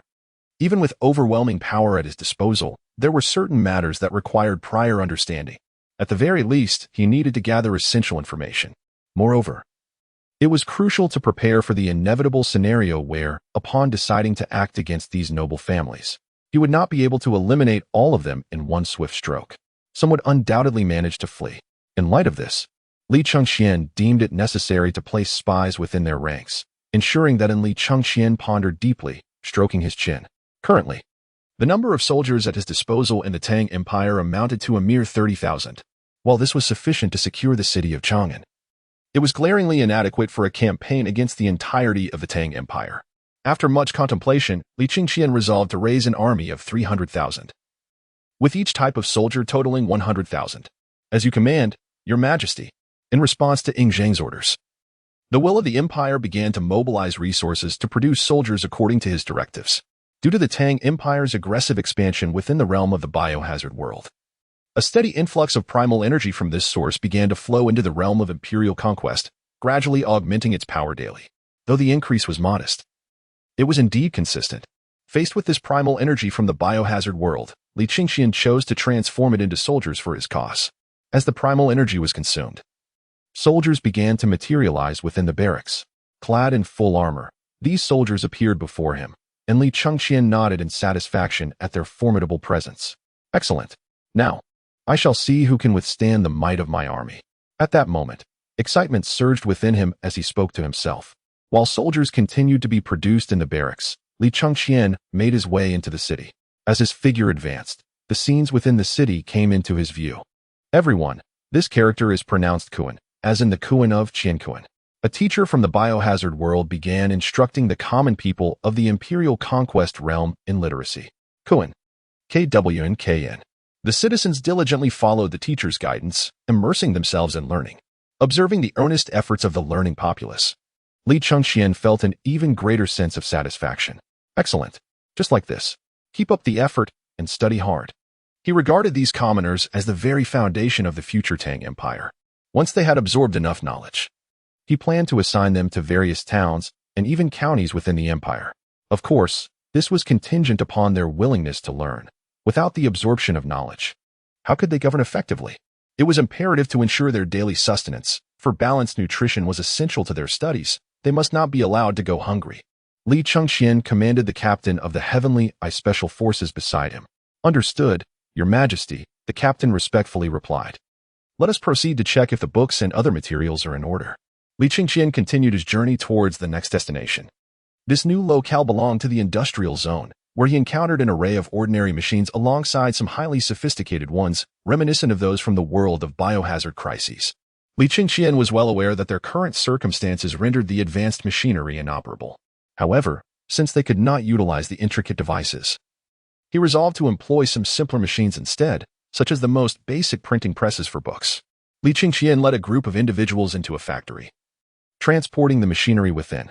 The sound of footsteps echoed as they swiftly arrived at the industrial area.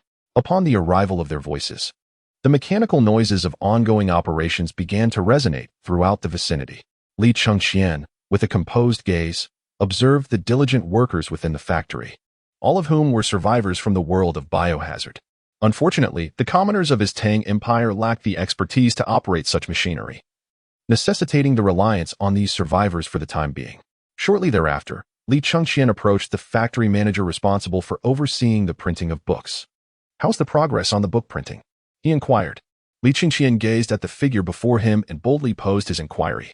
Upon hearing Li Qingqian's question, the factory director was momentarily taken aback, but quickly responded with utmost respect. "Your Majesty, we have printed nearly 3 million copies thus far.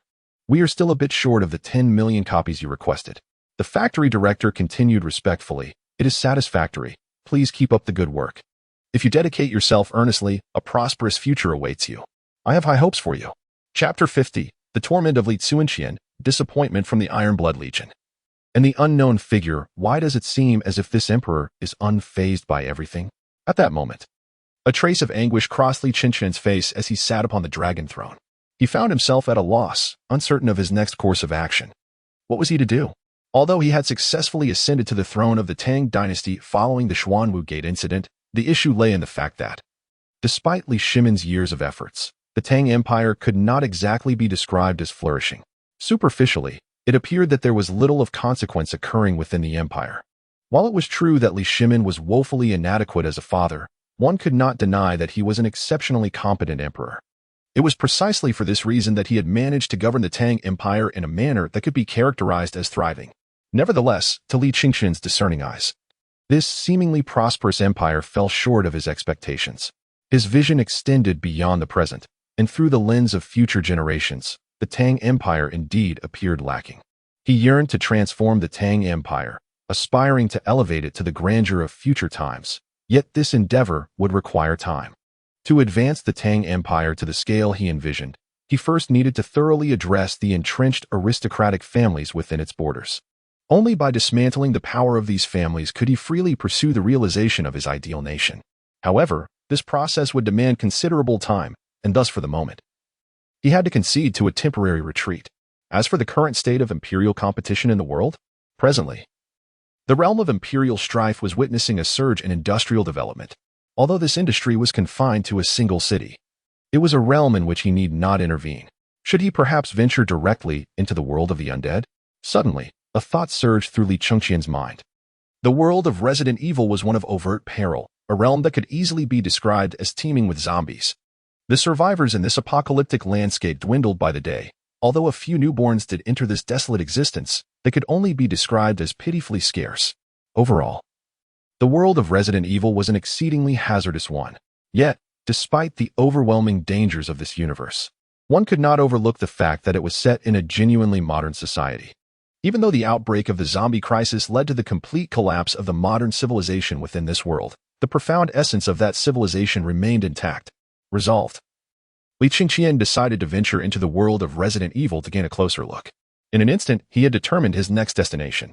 After all, there was little of consequence in the Tang Empire. Even if there were pressing matters requiring the emperor's attention, he could suppress them if possible, or simply delegate them to Li Shimin if not. In summary, there was nothing of significance to attend to in the Tang Empire. As for the realm of imperial rivalry, it could be said that there was utterly nothing of note occurring there. Thus, among these three worlds, it seemed he could only proceed to the realm of Resident Evil. With this realization, Li Qingqian no longer hesitated. He opened the temporal gateway leading to the world of Resident Evil. Li Qingqian spoke solemnly, "As you command, Your Majesty." In an instant, a respectful voice resonated within Li Qingqian's mind. The next moment, A portal of ethereal blue light manifested before him. Without a second glance, Li Chengqian stepped boldly through the portal. Buzzing sounds echoed as Li Chengqian's figure vanished completely from this realm of imperial strife. Kill, kill, kill. Amidst the fervent roars, soldiers from the Iron Blood Legion launched an assault against their foes.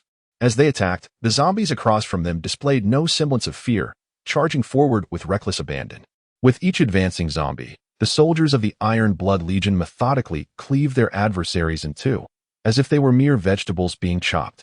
Some soldiers couldn't help but ponder. Do these zombies possess no intelligence whatsoever? Initially, the soldiers found an unprecedented thrill in exterminating the zombies, relishing the essence of battle. Yet, after countless slaughters, a sense of weariness began to settle in. The zombies were simply too feeble, lacking any challenge. Even the commanding general, Dian Hu, exhibited a hint of boredom. What is wrong with these pathetic creatures? Are all the zombies in this world so insipid? Watching the relentless tide of zombies being dispatched, Dian Hu felt a wave of disinterest wash over him. These so-called zombies possessed strength slightly surpassing that of ordinary humans, and they exhibited a complete disregard for death, charging forth fearlessly. Under normal circumstances, such existence could be deemed terrifying on the battlefield. However, as Dian Hu led the Iron Blood Legion against these zombies, he could only conclude that despite their superior strength, their combat lacked any semblance of strategy. Their assaults were nothing more than mindless charges, relying solely on their mouths and sharp claws. With even slightly heavier armor, one could effortlessly withstand the threats posed by these zombies, ultimately leading to a one-sided massacre. At least from Dian Hu's perspective, the Iron Blood Legion had no idea how many zombies they had slain, while their own casualties were woefully minimal. Alas, these wretched zombies. Dian Hu, with a slight shake of his head, could not help but feel a tinge of disappointment. Yet, he redirected his gaze towards the now cleared battlefield, determined to initiate the next offensive. Upon receiving his orders, the soldiers of the Iron Blood Legion began the task of tidying up the battlefield. Just as they commenced their cleanup, a sudden, piercing roar resonated across the expanse of the field. A grotesque figure emerged, characterized by its enormous claws and elongated tongue, with its brain ominously exposed. Faced with this unexpected apparition, the soldiers instinctively leveled their weapons forward. The sound of blades unsheathing echoed through the air. Zombies? No, this was not the case. Chapter 51, Dian Hu versus the Lickers. These were not mere zombies. Observant soldiers, upon scrutinizing the creatures before them, quickly discerned that, although they bore a striking resemblance to the zombies they had previously vanquished, they were, in fact, entirely different entities. The soldiers of the Iron Blood Legion, alongside General Dian Hu, were expressions of grave seriousness as they regarded these beings. The shrill cries of the monsters pierced the ears of every soldier present. Witnessing these abominable creatures, both the legionnaires and General Dian Hu could not suppress the gravity of the situation. At that moment, however, amidst the seriousness, a flicker of exhilaration ignited in Dian Hu's eyes. Excellent. It appears these monsters are exponentially more formidable than the zombies.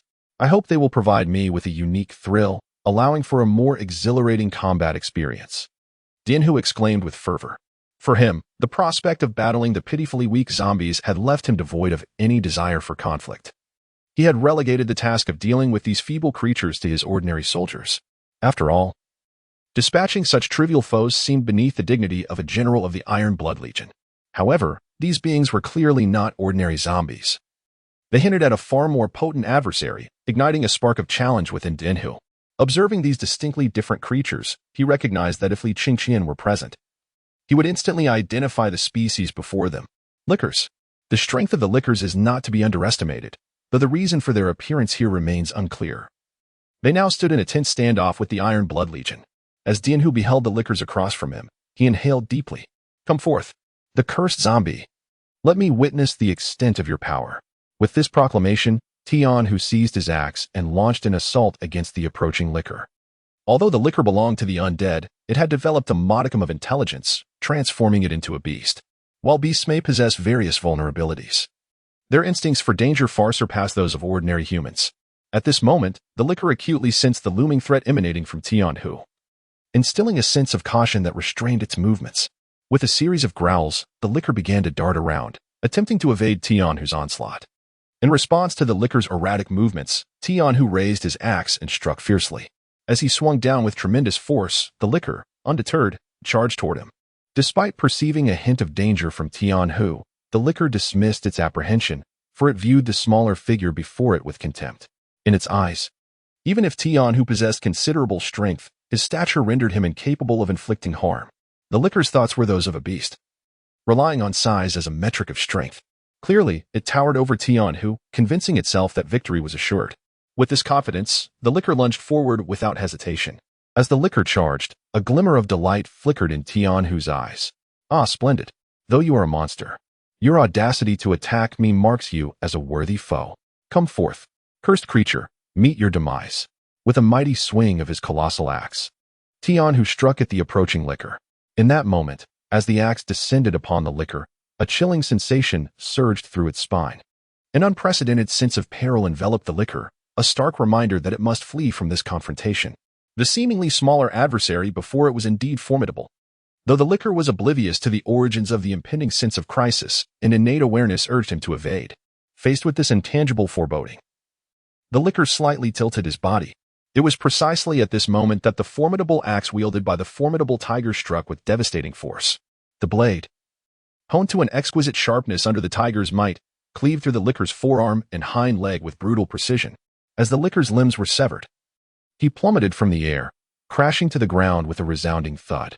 Struggling to rise, the liquor found himself utterly incapacitated, unable to lift his body without his forearm and hind leg.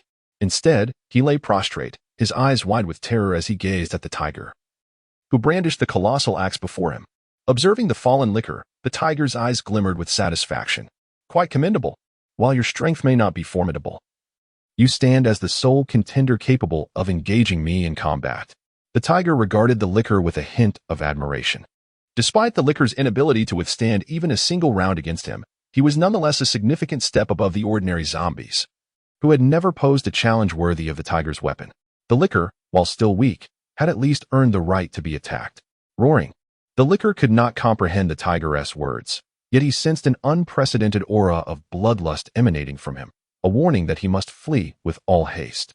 Yet, no matter how he attempted to move, the loss of his left arm and leg rendered him immobile.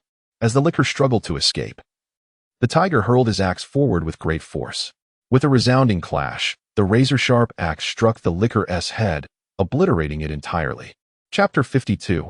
Alice's Southern Expedition to Annihilate the Tang Empire. As the liquor's head was shattered by the tiger's axe, the tiger turned to face his soldiers. From this moment forth, remain vigilant. We must be on guard against the emergence of such zombies. The piercing gaze of the general, Tianhu, was filled with solemn admonition. Though the liquors may not have posed a significant threat to him, they could still be formidable adversaries for ordinary soldiers. As a commander of the Iron Blood Legion, he felt compelled to caution his troops. In response to his counsel, the soldiers of the Iron Blood Legion nodded slightly. At your command, General. Hearing their replies, Tianhu nodded in acknowledgement. Let the entire army advance. Let us continue to reclaim lost territory. Let the dragon banner of the Great Tang soar over the cities. Soon, Tianhu led the Iron Blood Legion galloping towards the horizon. As the legion surged forth, news from the land of the Divine State inevitably began to spread. With the Great Tang Empire reclaiming more territory, it was only natural that some survivors would disseminate information about the empire through broadcasts. As the news of the Great Tang Empire reached the survivors' bases scattered across the Divine State, it even transcended its borders.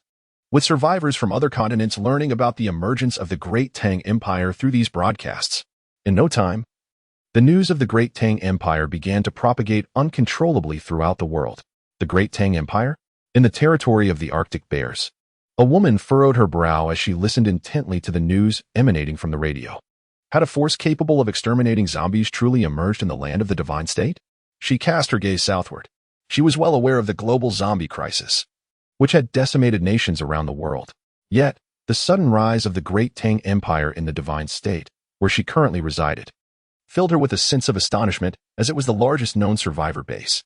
It seemed imperative for her to journey to this Great Tang Empire. With a contemplative glint in her eyes, she murmured to herself. Her singular thought was that since a survivor base had emerged in the Divine State, which had even established a nation, she must explore this Great Tang Empire. She had heard of it. After all, Chinatowns were ubiquitous across the globe, and the empire behind them naturally echoed throughout the world. Thus, upon learning of the Great Tang Empire's existence in the Divine State, She could not help but feel a flicker of affinity. Divine state, here I come. In the land of polar bears, a woman pondered deeply.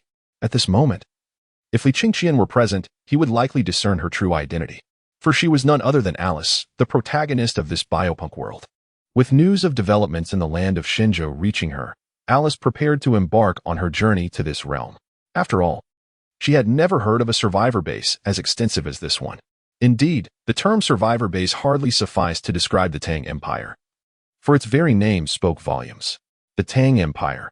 This clearly indicated that a nation had been firmly established. Confronted with the existence of the Tang Empire, Alice harbored a singular thought. She must hasten to Shenzhou and engage in discussions on how to tackle the zombie menace, while also seeking a place for respite. And so, she set forth, heading southward towards the land of Shenzhou. As Alice embarked on her journey, the Umbrella Corporation, responsible for the global biopunk crisis, received reports regarding the emergence of the Tang Empire. What was this Tang Empire? Who could elucidate its circumstances? Why had such a power manifested in Shenzhou? Had the zombies in this land been completely eradicated? A flicker of confusion crossed Weskier's eyes. Upon learning of the Tang Empire's existence and its significant eradication of zombies, Weskier realized that this so-called empire had already claimed territories in one or two provinces of Shenzhou. While it could not be guaranteed that all zombies had been eliminated in those provinces, it was certain that 90 had been thoroughly dealt with. Considering Shenzhou's reputation as a populous nation, the population in just one or two provinces approached nearly 100 million, though perhaps not quite that many. Tens of millions were assured.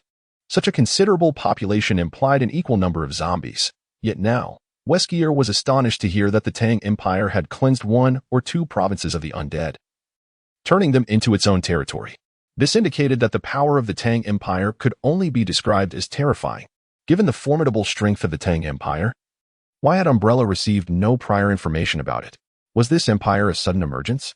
Observing the furious Weskier, some trembling staff members within Umbrella cautiously began to speak. Due to the unique circumstances of the land of Shenzhou, the influence of Umbrella Corporation there is rather feeble.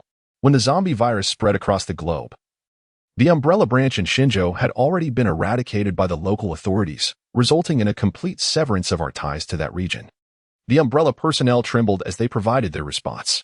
Upon receiving the reply from the Umbrella staff, Wix was momentarily taken aback. He then recalled that, given the peculiar nature of Shenzhou, the reach of Umbrella there could be considered among the weakest in the world. Thus, it was quite reasonable that they had not received any news concerning the emergence of the Tang Empire in Shenzhou. From this moment forth, we shall infiltrate Shenzhou. Let the entire land be under the control of Umbrella. The first step is to eliminate the Tang Empire. Chapter 53. The Town Rising from the Ground. The arsenal mentioned by the mysterious woman, Your Majesty. We pay our respects. At the same time, in the world of biohazard, the Tang soldiers immediately bowed in reverence upon seeing Li Qingqian's figure. Remain at your posts. Stay diligent in your duties. Li Qingqian nodded slightly at the soldiers who saluted him. Understood, Your Majesty. In response to Li Qingqian's command, the soldiers instantly acknowledged their orders. With a clatter, as the soldiers regained their composure, their armor emitted a series of sounds. Clomp, clomp, clomp. Soon, Li Qingqian began to stroll through the city, followed closely by a contingent of soldiers. He merely cast a fleeting glance at the soldiers behind him, choosing to accept their presence without objection. Though he possessed absolute confidence that should any trouble arise, the patrolling soldiers would rush to his aid with utmost urgency, ensuring his safety, he pondered the what-if scenario. What if he did encounter an issue? The thought of facing a crisis was daunting. How agonizing it would be to perish without having fully savored the privileges of being the Emperor of the Tang. Such a fate would be profoundly unsatisfactory and painful. Thus, he tacitly acknowledged the soldiers trailing behind him, for if any danger did arise, they would safeguard his life. If they were incapable of handling the crisis, the watchful eyes of spies concealed within the cities would certainly not be blind. Li Qingqian held his own safety in the highest regard. Soon, this small team, led by Li Qingqian, arrived directly at the area inhabited by the survivors. Upon their arrival, the inhabitants of the survivor zone caught sight of Li Qingqian and his companions. Faced with the presence of these figures, the survivors within the base displayed expressions tinged with curiosity and a hint of trepidation. Although they did not recognize Li Qingqian, the fact that these soldiers of the Tang Dynasty followed him, safeguarding his life, implied that he certainly held a significant status, perhaps a general of the Tang Empire or a key protected talent within the realm. In any case, He was undoubtedly not an ordinary individual. This raised the question, what purpose did his visit serve? Clearly, the ordinary survivors were enveloped in a sense of bewilderment. However, Li Chengxian paid no heed to the inquisitive gazes of the common survivors. Li Chengxian surveyed the area under construction, nodding slightly. Indeed, it was promising. He believed that it would not be long before a small town would emerge here. In his eyes, this expanse could only be defined as a town. To label it a city would be misleading, given the sparse population. Could a place with merely a few thousand inhabitants truly be called a city? No. In Li Chengxian's perspective, such a locale could certainly only be regarded as a town. However, this did not imply that it would remain a mere town for eternity. With proper development, it could potentially evolve into a city in the future. But for now, it was just a town. Observing the nascent settlement before him, Li Chengxian began to walk towards the command center. At that moment, a woman in the crowd glimpsed a flicker of determination in her eyes. Although she was uncertain of his identity, she sensed that this individual held a significant position within the Tang Dynasty. Observing the soldiers accompanying Li Chengxian, she surmised that his status was undoubtedly elevated, perhaps even allowing him access to the emperor himself. She understood that this was her singular opportunity. "My lord, please wait. I have urgent news to report." A sudden voice broke through the air, catching Li Chengxian's attention. Turning toward the source of the voice, he regarded the woman who had spoken with a hint of curiosity. Her modest appearance suggested a life of hardship, yet her beauty shone through, indicating she was indeed a striking figure. With a touch of refinement and makeup, she could easily be described as a great beauty. However, Li Chengxian chose to dismiss such thoughts. No matter how beautiful she might be, he had encountered many exquisite individuals before. His own wife, the Crown Princess Su, was undeniably as captivating, with an elegance that added to her charm. While he acknowledged that he was not a paragon of virtue, he was also not a slave to his desires. Noticing the indifference and curiosity in Li Chengxian's gaze, the woman took a deep breath and spoke. "Greetings. I am Dong Yushua. My intention in stopping you is quite simple. I have a secret to share with you, esteemed one. Should you convey this secret to the emperor of the Tang Dynasty, I am certain that you shall be granted promotions and titles, and the might of the Tang Empire would consequently be fortified." The woman named Dong Yushua revealed her intentions. As she spoke, Li Chengxian could not help but direct his gaze towards her. "Are you suggesting that you possess a secret that pertains to my potential advancement and simultaneously influences the strength of the Tang Empire?" Li Chengxian couldn't help but smile as he gazed at the other party. "Pray tell, what manner of secret do you possess? The strength of the Tang Empire is already formidable. Surely you have witnessed this. What then? Is the nature of the secret you claim could further enhance the might of the Tang Empire?" Li Chengxian directly inquired with utmost candor. Regarding the woman who had unexpectedly appeared, he remained highly vigilant. Thus, upon hearing her mention of a secret, he was intensely curious about its nature. A military base. A military restricted zone. Chapter 54. How could a military base be compared to my exquisite attire? Taking a deep breath, Dong Yushua's expression turned serious as she spoke. Listening to her words, Li Chengxian abruptly halted his steps and began to approach her. With determined strides, he soon stood before Dong Yushua. "Is the military base you speak of genuine?" At that moment, his eyes bore a grave intensity as he gazed at her. Li Chengxian harbored an immense yearning for the military base. After all, to be designated as such, the arsenal within must be nothing short of astonishing. Perhaps there might even be some zombies lurking within the confines of the military base, yet what significance do mere zombies hold before his 3 grand legions? As long as he could acquire the weaponry housed within that military installation, he was absolutely confident in his ability to bring the entire world under the dominion of the Tang Dynasty. It is important to recognize that this world is not solely plagued by zombies. It is, after all, a bona fide modern society. The weaponry in this world cannot be matched by his 3 legions.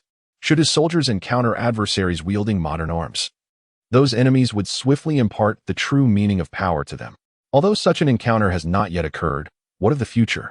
Once the influence of the Tang Empire begins to expand beyond its borders, the concerns he harbors will inevitably arise.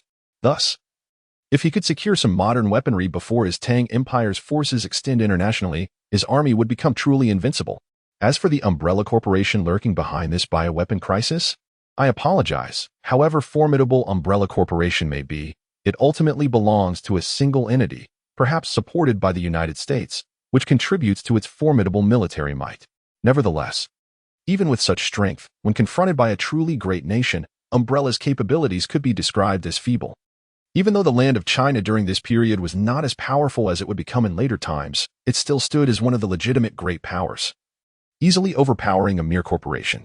Should it be able to harness military strength from China? Could the Tang Empire not achieve global dominance? If the Tang Empire, endowed with such military prowess, were still unable to rule the world, then Li Qingqian might as well end his own life with a brick. Thus, upon hearing the woman mention the military base, Li Qingqian was particularly eager to learn more. Sensing his anticipation, Dong Yuxue took a deep breath. My lord, the military base I refer to is indeed real. I can assure you this information is genuine. However, before I share it with you, I have a request. Dong Yuxue spoke with a serious expression. She was compelled to disclose her knowledge because she had a demand. Had she not had one, she would not have foolishly divulged the information regarding the arsenal. Even she understood the paramount importance of military power in today's apocalyptic world.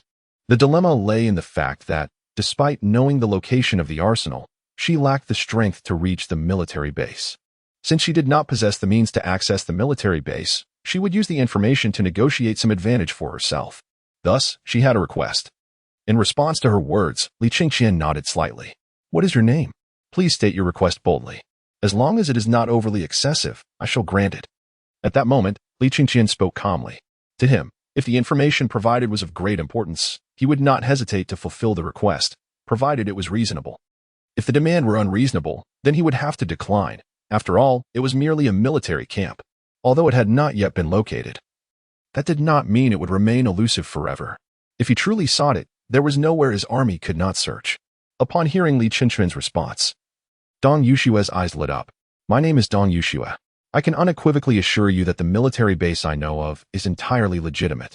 This knowledge stems from my previous encounters with travel guides on a social media platform, which ultimately led me to unwittingly wander into that restricted military zone. Hence, I am fully aware of its location, and I can assert with certainty that it is indeed a bona fide military base, Dong Yushue declared with unwavering conviction. Upon hearing her words, Li Qingqian regarded the woman before him with a peculiar expression. However, after considering her assertions, he began to surmise that what she conveyed was likely grounded in truth. There was no need for further doubt. Her words alone sufficed to convey the reality of the situation. Oblivious to Li Qingqian's odd gaze, Dong Yushue, having confirmed her name and the authenticity of the military base, proceeded to articulate her demands. My requests are quite simple. I desire a shower. I wish to indulge in exquisite cuisine. I seek cosmetics. I want to feel clean, well-fed, and beautiful. Dong Yushue stated her requirements with straightforward clarity. Listening to her, Li Qingqian maintained a calm demeanor as he gazed at her, before nodding slightly. Very well. I shall accommodate your requests, he replied. However, this is contingent upon your ability to guide us to the military base you mentioned. If you can lead us there, then your desires for a shower, fine food, and cosmetics shall be fulfilled. Li Qingqian gazed calmly at the woman, who claimed to be Dong Yushue. Very well. I shall lead the way. I will take you to the military base, and once we arrive, I hope you will honor your promise. Dong Yushue nodded slightly. Lead the way. Follow closely. Li Qingqian cast a glance at Dong Yushue before addressing the soldiers standing behind him. At your command, Your Majesty, came the solemn reply from the soldiers in unison. Your Majesty? Chapter 55, Dong Yushue's Mysterious Confidence. The Emperor of the Tang Dynasty beneath the skirt? He is indeed the Emperor of the Tang Dynasty? If he is the Emperor, then I must not have offended him. If I have not offended him, could I, by virtue of my beauty, become his woman? Dong Yushue's eyes subtly darted towards the fully armed soldiers behind her, her mind racing with contemplation. She had not anticipated that his identity would be none other than the current Emperor of the Tang Dynasty. No one truly knew where this emperor had emerged from. But one thing was certain, he commanded an army of no less than 100,000 troops. This was a formidable force indeed, even in a time that felt apocalyptic. He retained his position at the pinnacle of power with such a vast army at his disposal. What woman would not yearn for a man standing at the apex of authority? Dong Yushue certainly found herself yearning for him. Moreover, she possessed an unwavering confidence in herself. She was, after all, a genuine virgin. Admittedly, it may seem astonishing, in this day and age, where could one still find a so-called virgin? Yet, she truly belonged to that category. The reason she had maintained her purity in these modern times was simple. She had yet to encounter a man who captured her heart. And until such a man appeared, she would not easily relinquish her body. She understood a fundamental truth. Men have a particular fascination with the term virgin. Even if they seldom articulate it, men generally prefer virgins over non-virgins. It was precisely because Dong Yushui grasped this principle that she had preserved her virginity, viewing it as a crucial asset for her ascent into high society. Regrettably, even amidst the chaos of what felt like the end of the world, she had not found a man who met her standards. However, her desired man had now manifested before her. The emperor of the Tang Dynasty. According to current reports, the Tang Empire's territory had expanded significantly, encompassing 1 or 2 provinces, and its military was continuously advancing outward. Given time, with such a powerful army, the Tang Empire might very well restore the glory of the Central Plains. Once the Tang Empire restores the sacred land of China, it will undoubtedly possess the capability to launch an offensive against the entire world. Even if the Tang Empire cannot strike globally, merely reclaiming the sacred land will establish it as a paramount entity on the global stage. Presently, the Emperor of Tang stands just behind her, and if she were to become his consort, she could hardly fathom the heights of joy that might await her. I must become the Emperor's woman. Only the Emperor of Tang is the man I desire. A profound determination flickered in Dong Yushui's eyes. Just wait. Once I have cleansed myself and adorned my visage, I am certain you will be utterly captivated. In her heart, Dong Yushui was engulfed by waves of excitement, as she envisioned the Emperor of Tang utterly enraptured by her charm. I shall make the Emperor of Tang fall at my feet, Dong Yushui roared within herself. Hiki. However, Li Qingqian, listening to the bursts of laughter from ahead, couldn't help but shiver. Is this person perhaps a bit unhinged? Li Chengqian cast a peculiar gaze upon the woman named Dong Yushui before him. Judging by her portrayal, she bore no distinction from the so-called celestial maidens of later generations, an assembly of individuals who, on the surface, appeared dignified and beautiful, yet harbored profound discrepancies in their worldview and thought processes. As for the woman standing before him, Dong Yushui, Li Qingqian was uncertain about the true nature of the individual before him. However, from the prior utterance regarding entering the military base, it could be surmised that this person might possess a rather peculiar mindset. It was highly likely that his thought processes diverged significantly from those of a typical individual.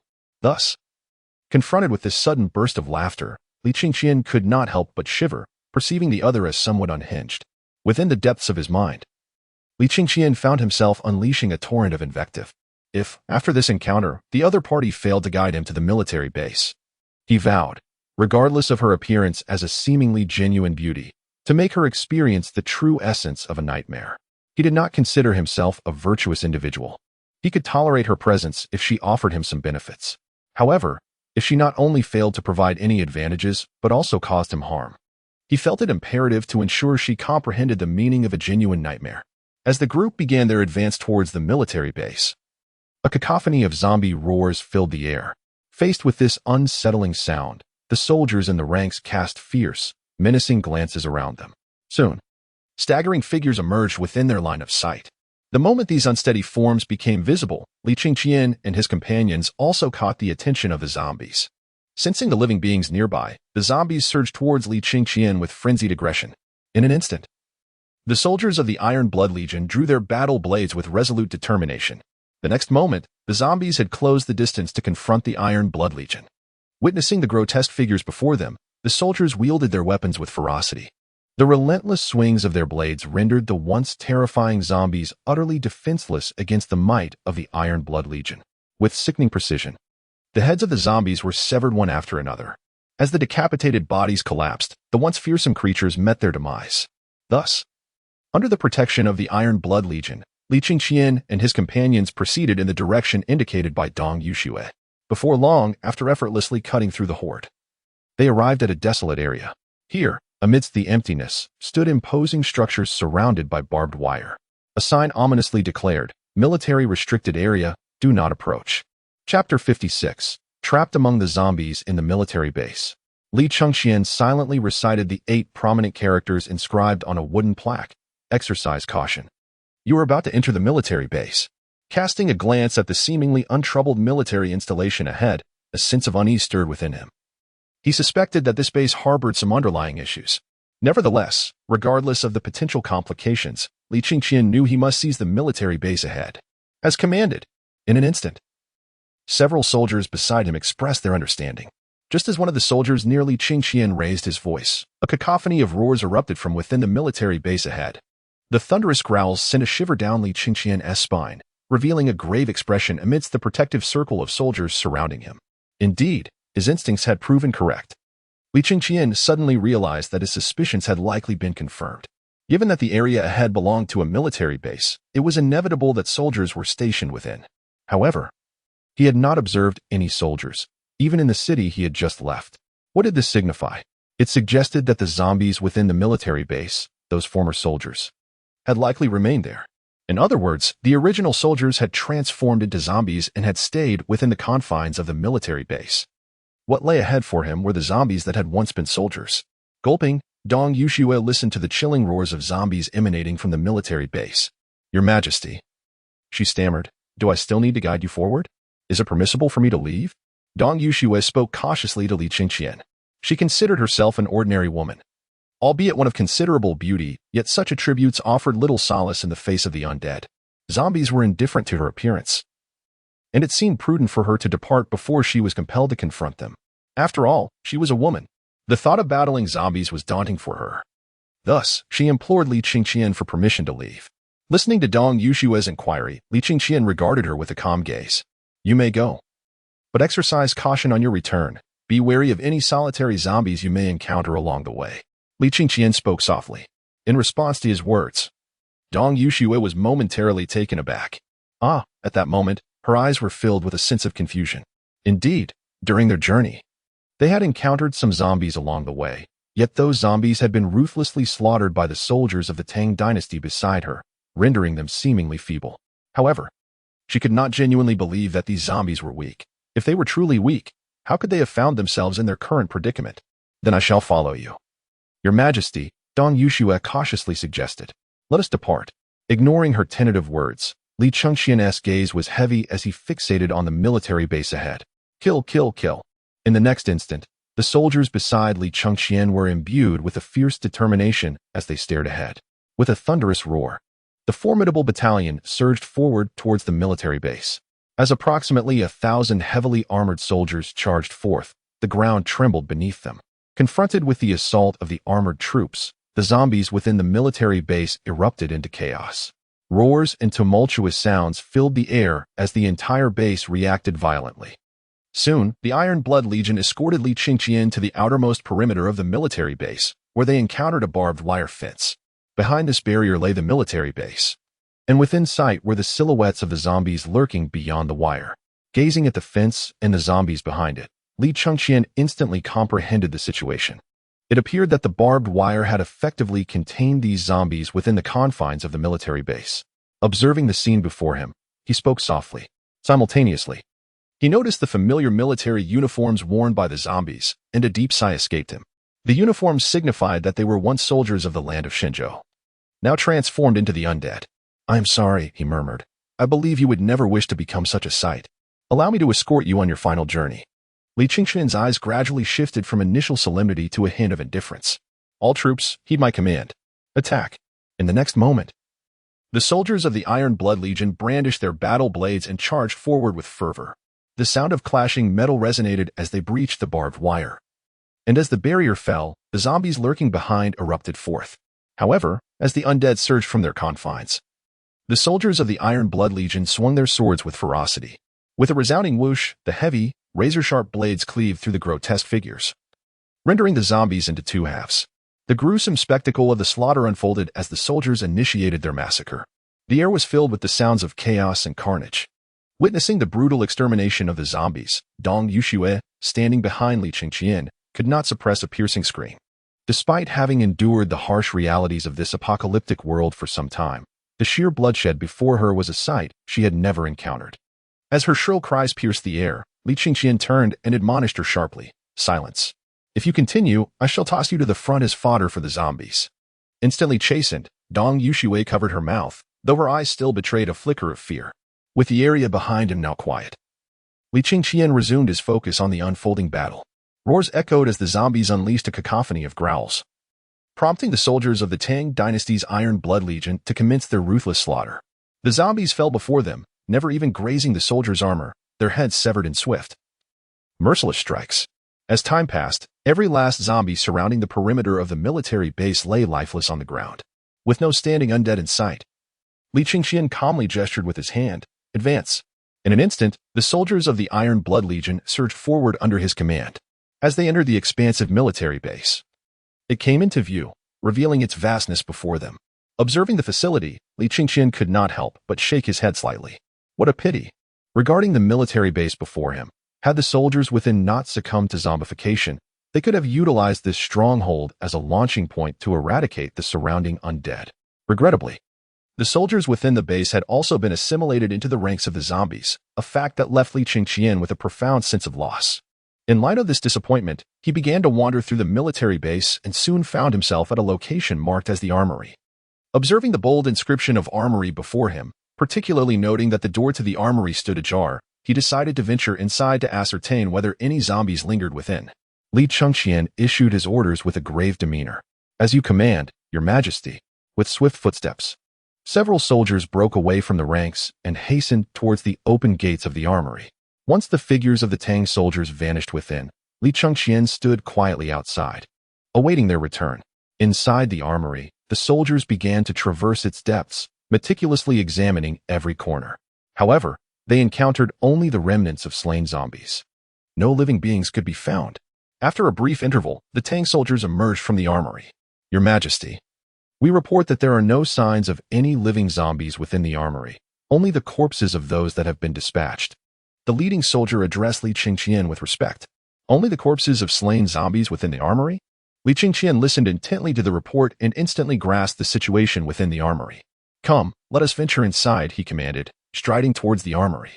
With each decisive step, he soon found himself within its confines. As he entered, the scene before him unfurled in its entirety. This. Gazing at the multitude of crates within the armory, a profound excitement flickered in his eyes. "All these crates must be opened." Li Qingqian commanded the soldiers behind him. "Obey." The soldiers of the Iron Blood Legion began to open the boxes one by one. As they commenced this task, Li Qingqian followed the guidance of the recently explored soldiers and approached the zombie located within the armory. Upon reaching the creature, he immediately noticed a firearm lying beside it and a gaping hole in the zombie's temple. Observing this scene, Li Qingqian let out a soft sigh. "Rest assured, my brother, the zombie crisis shall be thoroughly resolved under my command. While I cannot boldly claim to eradicate every last zombie across the realm, I can assure you that the undead scourge plaguing the entire land of Shenzhou will be completely eradicated." Li Qingqian gazed upon the lifeless corpse of the zombie strewn across the ground. He assured himself that the firearm lying beneath the creature's feet, coupled with the muzzle pressed against its temple, indicated that this zombie had not fallen victim to another's hand, but had instead chosen to end its own existence. But what could have driven it to such an act? The answer was evident. The individual had clearly recognized the impending transformation into a zombie and, unwilling to endanger his comrades, had sought refuge in the armory to take his own life. Li Qingqian held deep admiration for such integrity. It was a valor he felt incapable of achieving himself, yet he revered those who could. In due course, let us grant a proper burial to all the zombies within this military base. First, they shall be cremated, and once the flames have consumed them, a vast pit shall be excavated beneath this stronghold to inter their ashes. Li Qingqian instructed the soldiers beside him. "Obey, Your Majesty." At that moment, Dong Yushui, who had entered alongside him, gazed at the boxes being opened one after another. Upon seeing the contents within, she could not help but exclaim, "Wow, these guns. What kind of guns are these?" As she observed the firearms nestled within the crates, a hint of perplexity flickered in her eyes. She recognized them as guns, yet the exact names eluded her comprehension. In response to Dong Yushui's astonishment, Li Qingqian, standing near the corpse, approached her and beheld the weapons within the boxes. "These are the Type 95 automatic rifles." He promptly identified the firearms model. These weapons were renowned as the standard rifles developed independently on the land of Shenzhou. Thus they garnered considerable fame. Even though Li Qingqian was not an aficionado of military affairs, he was still familiar with the Type 95 automatic rifle. Type 95 automatic rifle? Ah, what kind of gun is that? Is it foreign or domestic? Dong Yushui inquired, her brow furrowed in confusion as she listened to Li Qingqian's response. However, the look of surprise that crossed Li Qingqian's face upon hearing her question was unmistakable. "Are you certain you were unaware of this weapon?" he asked, astonished. "Ah, is this gun really that famous?" Dong Yushui gazed at Li Qingqian, bewildered. I genuinely do not know. I do not follow military matters. My interests lie primarily in celebrities, cosmetics, and accessories. This topic is entirely outside my purview, hence I am utterly ignorant of it. She shook her head. If asked about luxury goods or celebrities, she could speak for hours without pause, but when it came to discussions of weaponry, she found herself at a complete loss for words. Very well, you may carry on, Li Qingqian replied. Li Qingqian shook his head in disappointment. Bring forth all these firearms. Open every single box. As you command, Your Majesty. Chapter 58. The Iron-Blooded Legion equipped with modern weapons, haunted. With a clattering sound, the soldiers swiftly began to unveil each box, revealing the contents within. As the items were extracted from the boxes, they soon lay spread across the ground. Observing the array of equipment, Li Qingqian, standing to the side, could not help but exhale deeply. Despite his awareness of what lay within those boxes, the moment the items were fully revealed before him, even as the current emperor of the Tang Dynasty, he felt an unprecedented sense of astonishment. Before Li Qingqian stood a meticulously arranged collection of Type 95 automatic rifles. In addition to these rifles, there were countless rounds of ammunition and an array of grenades. Beyond these fundamental weapons, there were also rocket launchers, sniper rifles, and even small mortars.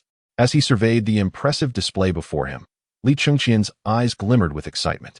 Equipping these weapons. From this moment forth, these armaments shall belong to you, to be utilized as you see fit. Li Qingqian addressed the soldiers of the Iron Blood Legion directly. Although his troops were undeniably fierce, the firearms at their disposal were evidently the most effective means of significantly reducing casualties among his soldiers. In Li Qingqian's perspective, it was imperative that every soldier in his 3 legions be equipped with such weaponry. Only then could the losses be visibly diminished at an astonishing rate. In response to Li Qingqian's command, the soldiers of the Iron Blood Legion swiftly formed a line to collect their rifles. As each soldier grasped the Type 95 automatic rifle, Li Qingqian observed the striking juxtaposition of their ancient armor alongside modern firearms, particularly noting the traditional swords hanging at their waists. This sight elicited a subtle smile from him, for it instilled a profound sense of security within him. The armor would shield them from the bites of zombies, while their firearms enabled them to execute long-range kills akin to the Sun Legion. Should their ammunition deplete, they could resort to close combat with the weapons at their sides. The more he beheld this scene, the more his satisfaction grew. Your Majesty, these soldiers appear remarkably formidable, remarked Dong Yuxue, who stood nearby, gazing at the soldiers with a sense of deep admiration. Though she might have her own peculiarities, she understood that the armor would protect the soldiers from zombie bites. And now, armed with modern firearms, the sheer might they wielded was awe-inspiring. The Tang Empire was poised to soar to unprecedented heights. In that moment, a wave of reflection washed over Dong Yuxue. The Tang Empire was already powerful, and now, equipped with these modern weapons, she could scarcely fathom the extent of their impending terror. It seemed inevitable that the zombies plaguing the land would be utterly eradicated by the Tang. With a mix of contemplation and anticipation, Dong Yuxue pondered the future. Hearing her words, Li Qingqian surveyed the soldiers once more. Take everything from this military base. It is time for the Tang Empire to unveil its true strength. Li Qingqian suppressed the tumult of emotions within him and began issuing orders with fervor. He was convinced that this military base housed far more than just a meager assortment of weaponry.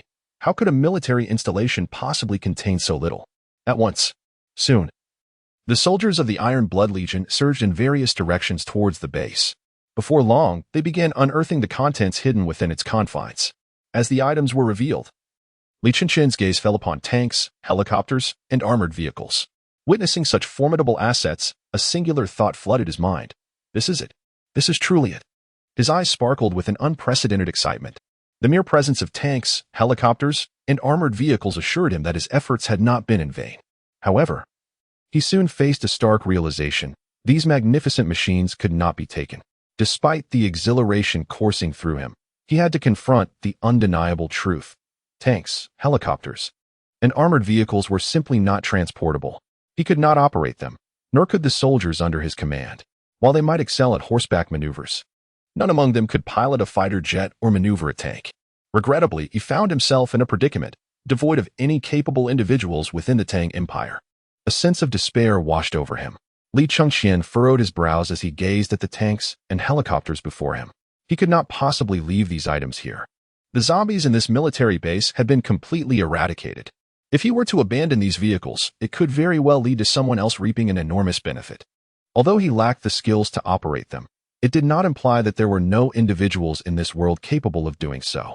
If someone were to drive these vehicles away, Li Qingxian feared for his very life. How he wished he could transport everything away. As he muttered to himself, a spark of realization illuminated his eyes.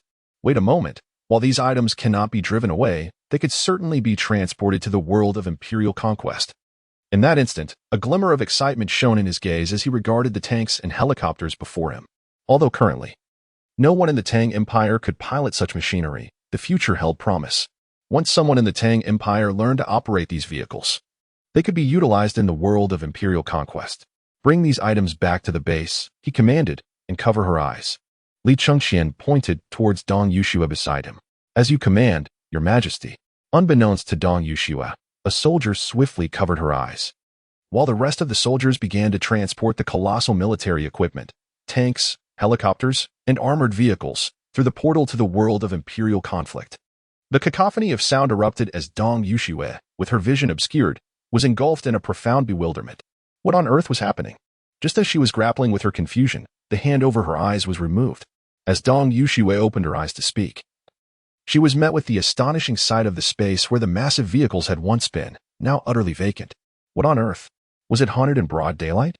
Chapter 59, The Secret of the Great Tang Emperor, the aristocracy behind Li Qingxian?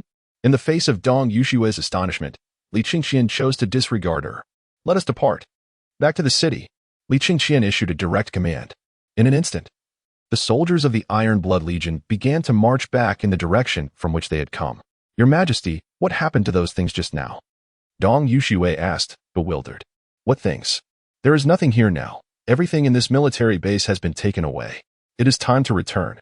Li Chengxian gestured towards the firearms and grenades carried by the soldiers, as if to imply that the military base contained nothing beyond what these soldiers bore. This was implausible. My vision is not impaired. Just moments ago, there were indeed numerous tanks, helicopters, and armored vehicles present. Upon hearing Li Chengxian's response, Dong Yuxue instinctively shook her head. Even if she could not identify the specific models of the tanks, she was certain that they were genuine tanks and helicopters, such large entities. How could they simply vanish? She asserted that her eyesight was perfectly fine. Nevertheless, in response to Dong Yuxue's assertion, Li Qingxian slightly shook his head. I have stated that there are none of the tanks or helicopters you refer to here. This military base contains only these firearms, ammunition, and grenades, nothing more. Do you understand? Have you comprehended my words? Li Chengxian cast a fleeting glance at Dong Yuxue, his eyes betraying a hint of tranquility. Observing the calmness in his gaze, Dong Yuxue instinctively drew in a sharp breath. As you command, Your Majesty. In that fleeting moment, she grasped the gravity of the situation. The Emperor of the Tang Dynasty undoubtedly harbored a multitude of secrets, the most significant of which could only be described as extraordinary. After all, so much had vanished in an instant. What manner of secret could this be? Dong Yuxue was uncertain. Yet it was clear she ought to refrain from probing further into this matter, since it belonged to the Emperor. Any further inquiry into his mysteries could very well lead her to an untimely demise, one from which she might be blissfully unaware. Come along, if you must linger here. You may remain, Li Chengxian remarked lightly, glancing at Dong Yuxue, who stood rooted in place. Your Majesty, wait for me. Hearing his nonchalant words, Dong Yuxue was momentarily taken aback, only to realize that Li Qingxian had already distanced himself, while the surrounding soldiers also moved away without hesitation. Witnessing this, she broke into a run, hastening towards the front. Thud, thud, thud. My friends, how shall we deal with the current situation? Meanwhile, a group of individuals congregated in a garden, the inquiry emerging from the lips of a middle-aged man. In response to his words, another man standing beside him cast a disdainful glance, his tone laced with contempt. How to resolve it? That depends on how he perceives us. Securing this realm is not a task that can be accomplished by a mere fledgling. The middle-aged man beside him scoffed. That individual managed to orchestrate the Xuanwu Gate incident right beneath Li Shimin's nose and successfully usurp him. I concede he possesses some degree of capability.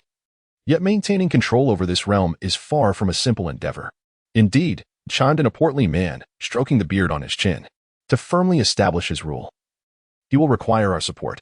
Without our backing, does he truly have the qualifications to govern? The portly figure also displayed a trace of disdain. Tell me, do any of you truly intend to support one another? In response to their dismissive remarks, another shrewd-looking man interjected, his eyes betraying a moment of contemplation. If Li Qingqian could muster that army without our assistance, he must surely have other patrons behind him. The young lad in question is somewhat familiar to me. He should not possess such formidable power. Yet, he managed to orchestrate the transformation at Xuanwu Gate with an army of tens of thousands. It is evident that he has substantial backing. Moreover, the individuals supporting him must wield considerable strength. At that moment, the seemingly astute man exhibited a trace of seriousness. Listening to his words, the other men nearby exchanged glances, each reflecting a profound gravity in their eyes. Although they held the current emperor, Li Qingqian, in utter disdain indeed. They looked down upon the entire Tang royal family. They could not overlook the sudden emergence of his formidable army. This alone indicated that he had formidable allies. Even if they dared not claim they could easily summon such a force, the man seated upon the dragon throne had, unbeknownst to others, revealed an army of tens of thousands. This could only mean one thing. He was backed by someone of equal or greater stature. Who could it be? It seemed unlikely that anyone possessed such overwhelming power. Could it possibly be one of them? Meanwhile, a slightly portly man directed his gaze toward the assembled crowd. The ability to clandestinely command such a vast number of soldiers could likely only belong to one among them. Remarkably, upon your suggestion, I find myself contemplating the possibility that you may be behind his support. A chorus of skeptical voices resonated throughout the garden. In response to this wave of doubt, the astute man gently shook his head. It should not be us. He likely belongs to others with whom we are unfamiliar. It appears we must make an effort to engage with this individual. At that moment, the clever man muttered to himself in contemplation. Indeed. Let us properly connect with this so-called emperor. The notion was uttered lightly, as if approaching Li Qingqian were a trivial endeavor, while for others, such an engagement would be particularly challenging. Yet for them, it was an exceedingly simple task, solely due to their esteemed lineage as prominent families. Chapter 60. Inspecting the territories of the Tang Dynasty, stepping into the Tang's wonderland. From this moment forth, what you must do is venture into the mountain regions. Should you encounter any military bases or the like, you are to thoroughly seize all the weapons within those facilities. Li Qingqian commanded the soldiers beside him. At your service. Your Majesty. The soldier beside him immediately responded with a solemn acknowledgement to Li Qingqian's orders. Go now, attend to your duties. Li Qingqian calmly waved his hand. As you command. Soon, accompanied by the sound of footsteps, the soldiers beside him swiftly vanished from his sight.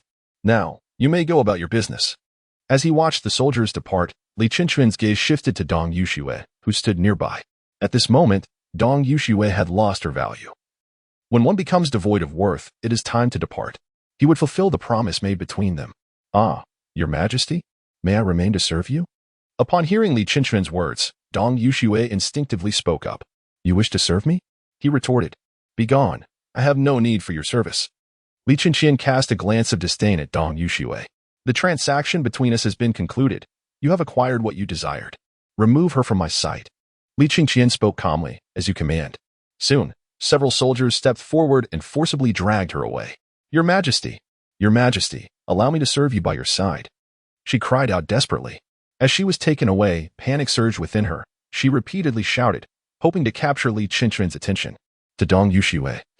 Her fate of living a life above the ordinary hinged upon her proximity to Li Qingqian. The mere thought of being sent back to the commoner's quarters filled her with unease. She was so beautiful. She should not reside among the ordinary folk, but should enjoy the luxurious life reminiscent of a bygone era. In this current age, the only one capable of granting her such a life was none other than the emperor of the Tang Dynasty. Your Majesty. Yet, in response to her cries, Li Qingqian chose to remain indifferent. She was merely a woman, and he had encountered countless women of all kinds at his level. Having reached such a status, Li Qingqian possessed the audacity to regard women as ephemeral as pink skulls. The only aspect that could warrant his concern was the value another held. If someone proved valuable to him, he might extend a modicum of kindness. However, if they held no worth in his eyes, he would wish for them to vanish as far away as possible. Shortly thereafter, as Dong Yuxue's figure was dragged into the distance, tranquility finally enveloped Li Qingqian's ears. It was now time to inspect his dominion. Li Qingqian glanced at the gathering of survivors behind him, suddenly compelled to assess the extent to which his Tang Empire had expanded in this world plagued by a biological crisis. Come forth, let us survey the realm. Li Qingqian issued a direct command. At your command. In response to Li Qingqian's order, several soldiers promptly maneuvered their vehicles to his side. Your Majesty, please take your seat. Li Chengxian glanced at the three-wheeled vehicle approaching, a subtle smile playing at the corners of his mouth. Very well, so be it, a three-wheeled vehicle it shall be. With a rhythmic sound of footsteps, they set off. Soon, a convoy led by Li Chengxian began its journey toward the next gathering point. As he commenced his inspection of the Tang Empire's territory within the realm of the biohazard crisis, Alice, the protagonist of this world, having sprinted tirelessly, finally reached the domain of the Tang Empire. Ahead lay the territory of the Tang Empire. At that moment, Alice squinted slightly, gazing into the distance. According to the information she had gathered along her journey, what lay before her was indeed the land belonging to the Tang Empire. And how had she acquired this information? Quite simply, she was accompanied by local survivors. Finally, they had arrived. Finally, they were safe. Beside Alice was a small group of survivors. And as they beheld the rising smoke in the sky ahead, they knew they were secure at last. They could hardly remember the last time they had seen smoke drifting in the sky. Throughout their journey, they had subsisted on cold food, some even enduring hunger. Even when they found some sustenance, they dared not cook it. After all, they had been ensconced in a zone besieged by zombies. Attempting to cook in such a place was tantamount to courting death. Now, however, the delicate tendrils of smoke appeared in their line of sight, signaling that they were approaching a place untouched by the undead, a prospect they had longed for. Food. I crave food. Without hesitation, the group of survivors beside Alice surged forward toward the distant smoke. Observing their fervent rush, Alice contemplated for a moment before deciding to follow suit. As the survivor group raced toward the Tang Empire's territory, they neared an iron gate where soldiers stood guard, immediately drawing their bows and aiming at the approaching figures. Do not move. Anyone who dares to stir will face execution without mercy. Drop your weapons to the ground. Any sign of defiance will result in death. The soldiers of the Sunward Legion stationed behind the iron bars shouted sternly. In an instant, confronted by their fierce reprimands, especially with arrows aimed directly at them, the group of survivors hastily discarded all their makeshift weapons onto the ground. They had contemplated reclaiming their arms, as their survival thus far depended upon them, but upon glancing at the soldiers' bows and the murderous glint in their eyes, they deemed it wiser to comply. After all, they were to reside in the territory of the Tang Empire and would need to heed their commands. With a clatter, as their weapons hit the earth, the soldiers of the Sunward Legion began to slowly open the gate. Form a line for inspection. Men on the left, women on the right. Soon, the survivors who had been examined began to pass through the barrier into the lands of the Tang Empire. Alice, too, set foot firmly upon the soil of the Tang. This was the Tang Empire? Chapter 61. My name is Alice. I am an agent here is where you shall reside from now on. Within the domain of the Tang Empire, you are safe. There is no longer any need to fear the threat of zombies, rest assured.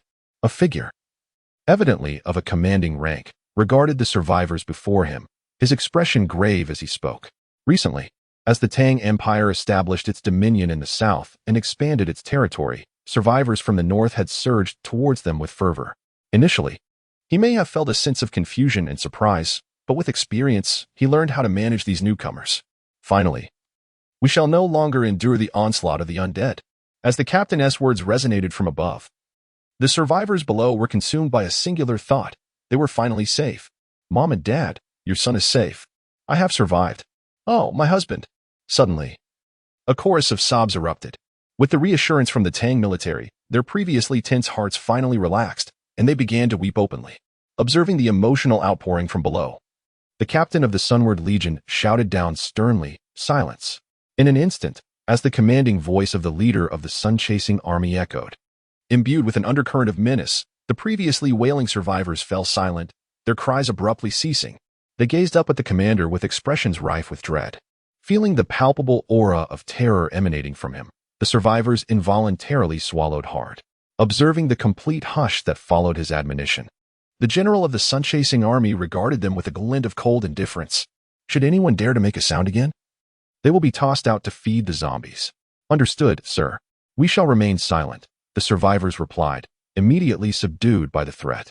With the atmosphere now tranquil, the leader of the sun-chasing army continued, while you may be safe now, the Great Tang Empire does not harbor idlers. You are on the territory of the Great Tang Empire, and you will be assigned tasks. You will either work in factories or toil in the newly cultivated fields to grow food. In short, you must contribute to your existence within the Great Tang Empire. You will be required to register your skills and capabilities, after which you will be allocated to positions suitable for you. The commanding officer gestured towards a frail man seated at a table, awaiting the registration process. Do you understand? We understand. The survivors chorused loudly. Go forth and register. At the command of the leader, the survivors obediently made their way to the registration area. What is your name? What skills do you possess? The frail man at the registration desk began inquiring, diligently jotting down the responses in his notebook. My name is Shenzhou, and I am merely an ordinary masonry worker, said a middle-aged man at the front of the line, scratching his head in embarrassment. Very well, Shenzhou, masonry worker. Next, as each survivor reported their name and skills, the registrar continued to document the information. Before long, Alice stepped up to the registration desk. The registrar turned to her and asked, What is your name? What skills do you possess? After a moment of hesitation, Alice replied, My name is Alice, and I possess no other skills. I suppose I could be classified as a sort of agent. This is what I possess. As Alice enumerated her name and the precious skill she held, the registrar was utterly bewildered upon hearing the extraordinary abilities attributed to her. Wait, what do you mean you are a special agent? The registrar abruptly lifted his gaze to Alice, his eyes filled with astonishment and disbelief. He was a survivor in this world plagued by a biocrisis. And due to his exceptional memory and commendable penmanship, he had been assigned the role of a clerk. He had recorded the names and skills of countless individuals. Yet this was the first time he encountered someone claiming to be a special agent. Even in the pre-apocalyptic era, the term special agent was a rarity, something he had only glimpsed in newspapers. He could hardly fathom that, after the world had descended into chaos, he was now face to face with a living embodiment of such an extraordinary figure. Sir, we have a unique individual here, and I am at a loss as to how to proceed with her. The flustered clerk called out to the captain stationed nearby. What is going on? The captain approached, drawn by the clerk's urgent tone. What is it? A hint of confusion flickered in the captain's eyes as he regarded the clerk. Captain, there's a discrepancy regarding this person's identity. She claims to be a special agent, akin to a spy, although we are in the midst of an apocalypse. What should we do with someone of this caliber? I am truly unsure how to register her. The clerk awkwardly gestured towards Alice, addressing the captain. A special agent? A spy? The captain's interest peaked as he fixed his gaze upon Alice standing at the registration desk. While she appeared unassuming at first glance, he sensed an underlying aura of danger emanating from her, prompting him to regard her with a grave demeanor. Special agent, what is your name? The captain inquired directly. My name is Alice, came her resolute reply. Alice? Chapter 62. No one shall starve again. Hojunji, is this my death sentence? Are you truly a special agent? The captain furrowed his brow slightly at Alice's declaration. Indeed, I was once a special agent, but now I am merely an ordinary survivor. Alice shrugged her shoulders. Listening to her words, the captain across from her couldn't help but nod slightly. Indeed, based on his current understanding of this world, it had irrevocably descended into an apocalyptic state. Perhaps this individual named Alice was once an agent of some bygone nation, but now she was merely an ordinary survivor. Since she was just an ordinary survivor, he decided to treat her as such. Please share your most proficient abilities. You shall henceforth be a citizen of the Tang Empire. At that moment, the leader of the sun-chasing army spoke calmly. Thank you, my lord, Alice respectfully replied with a bow. Meanwhile, as Alice, the protagonist of this world, joined the Tang Empire, Emperor Li Qingqian was leading his team to a village where he discovered a plethora of goods. Observing the bounty before him, a glimmer of joy illuminated Li Qingqian's face. Excellent, excellent. The future of the Tang Empire lies here. Li Qingqian gazed at the grains of seeds before him, suppressing the excitement that surged within. While he may not possess the qualifications of an adept farmer, he was acutely aware of the significance these seeds held. If he could successfully cultivate them within the Tang Empire, he could not claim that no one would ever perish from hunger again. However, he could assert with certainty that as long as one was not an exceptionally indolent individual, unwilling even to till the soil, the specter of starvation would be averted. For these seeds were all of high yield potential. Corn, sweet potatoes, and even cultivated rice, not to mention the astonishing presence of wheat. Though he was uncertain of the origin of these wheat seeds, especially in the southern regions where rice predominated, such details mattered little. What truly counted was that the existence of wheat implied the promise of abundant harvests across both the northern and southern territories of the Tang Empire. He resolved to continue searching, hoping to uncover even more varieties of seeds. Li Qingqian solemnly instructed. Originally, he was patrolling his domain within the city. But on a sudden whim, he led his soldiers to the countryside, eager to witness the state of rural life amidst the apocalypse. Upon entering the rural expanse with his Tang soldiers, he found it equally plagued by zombies. However, the crisis here seemed less severe compared to that of the urban areas. Or perhaps the scale of the undead in the countryside was simply not on par with that of the city. Soon, under the assault of his Tang soldiers, the zombies in the rural area were swiftly eradicated. Following their defeat, some seeds of grain were naturally unearthed from the land. Li Qingqian felt no surprise at the discovery of these seeds, for it was entirely commonplace. The countryside was a realm capable of self-sufficiency. Often, unless under pressing circumstances, there was little need for the rural populace to venture into the city, as the necessities for sustenance were readily available. After all, life's essentials were contained within the countryside, and unless faced with a grave illness requiring urban intervention, the elderly residents typically remained rooted in their rural homes. The emergence of these grain seeds, in Li Chengqian's view, was entirely expected. However, their presence invigorated his plans with newfound audacity. Perhaps the time had come to return sooner. With these seeds, the entire populace would rally behind him. Li Qingqian was overwhelmed by a profound sense of excitement. Regarding these high-yield seeds, he envisioned the possibility of all the citizens of the vast Tang Empire unhesitatingly rallying to his side. Would the populace of the entire Tang Empire indeed choose to stand with him? Li Chengqian did not regard this as an insurmountable challenge. Rather, it was an issue that would undoubtedly come to light. He firmly believed that the common folk would inevitably make the most judicious choice. Those who could ensure the populace's sustenance would find unwavering support from them. If he, as the emperor, failed to provide a prosperous life for the people, and a rebel emerged who could fulfill that promise, the citizens would not hesitate to forsake their emperor in favor of the usurper.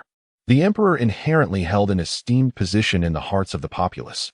However, if he could indeed secure their well-being and stave off hunger, Li Qingqian could scarcely fathom how the people might respond to him in such circumstances.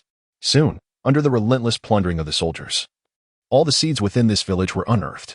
Li Qingqian gazed at the seeds before him, a profound excitement stirring within his heart. How splendid! The future holds great promise. In the world of the biohazard crisis, Li Qingqian had discovered seeds that would alleviate the hunger of the common people, right here in the Tang Dynasty. At this moment, Dui also learned of the successful coup by Crown Prince Li Qingqian. Are you saying that His Highness the Crown Prince has succeeded in the Xuanwu Gate incident? Dui exclaimed, his eyes shimmering with excitement. In response to the fervor reflected in Duhi's gaze, a commoner standing before him offered an odd reply. Indeed, the news has spread throughout the entire city of Chang'an.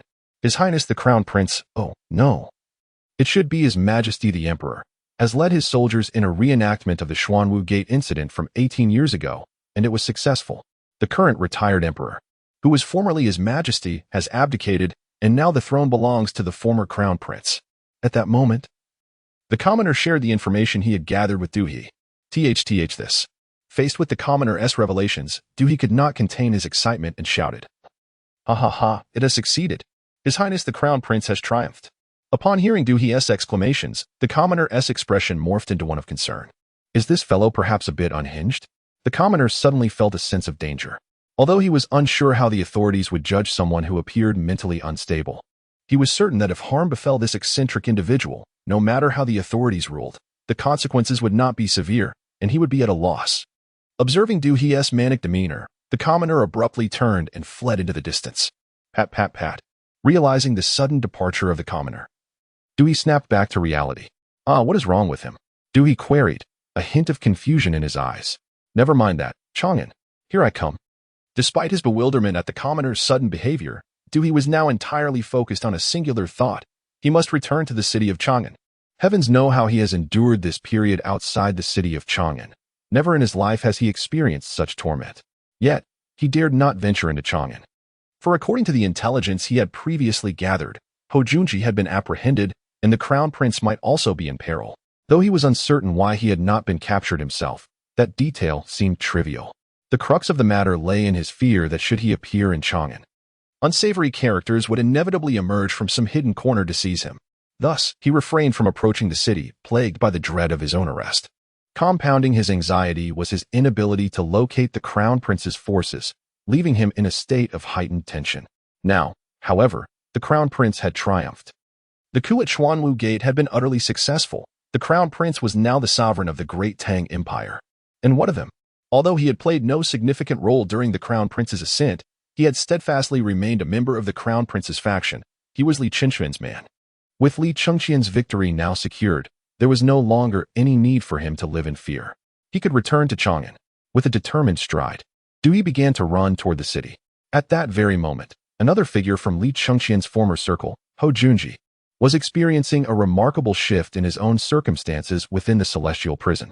What is the meaning of this? Hou Junji exclaimed, taken aback by the sudden change in demeanor of those before him. Their treatment of him had not been overtly harsh in recent days, yet it was far from commendable. He understood that the revelations regarding his association with the Crown Prince had sealed his fate, and he resigned himself to await his judgment. But now, the conditions he was being afforded had undergone a dramatic transformation, leaving him bewildered. As he surveyed the lavish spread before him, an unsettling thought crossed his mind. Could it be that this was to be his last meal? His final repast before execution?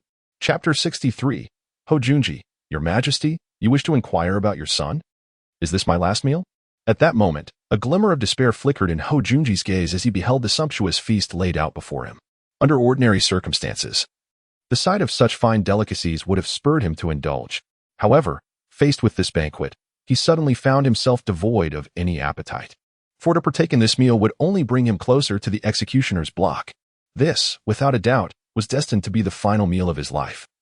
How could he possibly approach it with the same mindset as in days gone by? In his mind, a singular thought lingered. His days were numbered. Observing the despair etched on the face of Hou Junji, the jailers who entered with dishes cautiously inquired, "My lord, do these provisions suit your palate?" Witnessing their tentative demeanor, Hou Junji gently shook his head. "You may withdraw. These offerings are sufficient." With an array of fine wines and delicacies laid before him, Hou Junji found no appetite for further indulgence. He yearned for solitude, and the presence of the jailers was a distraction he could ill afford.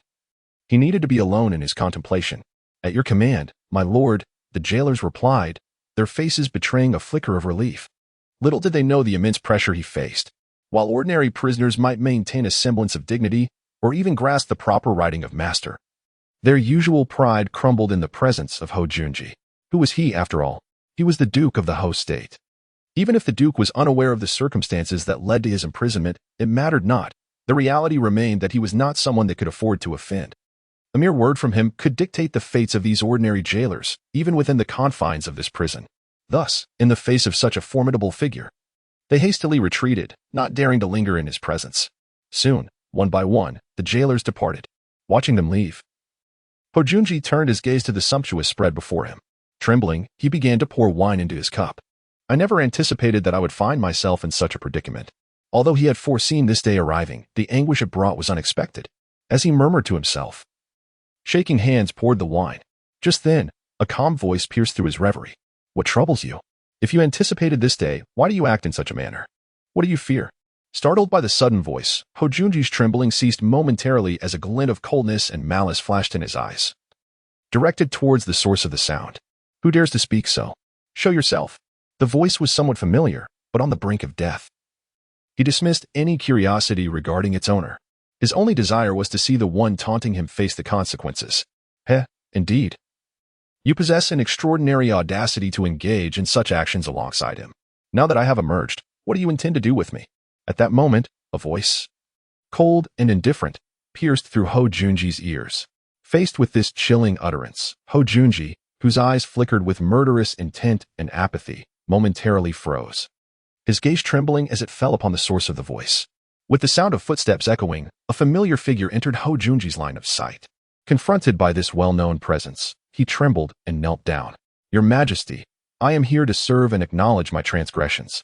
In an instant, as he sank to his knees, he stammered before the figure that stood before him. I have emerged now. Pray tell, what do you wish to do with me?" Li Shimin regarded the kneeling Hou Junji with a gaze devoid of emotion. Indeed, it was Li Shimin who had come to the dungeon to see Hou Junji, now a prisoner under the influence of unscrupulous individuals.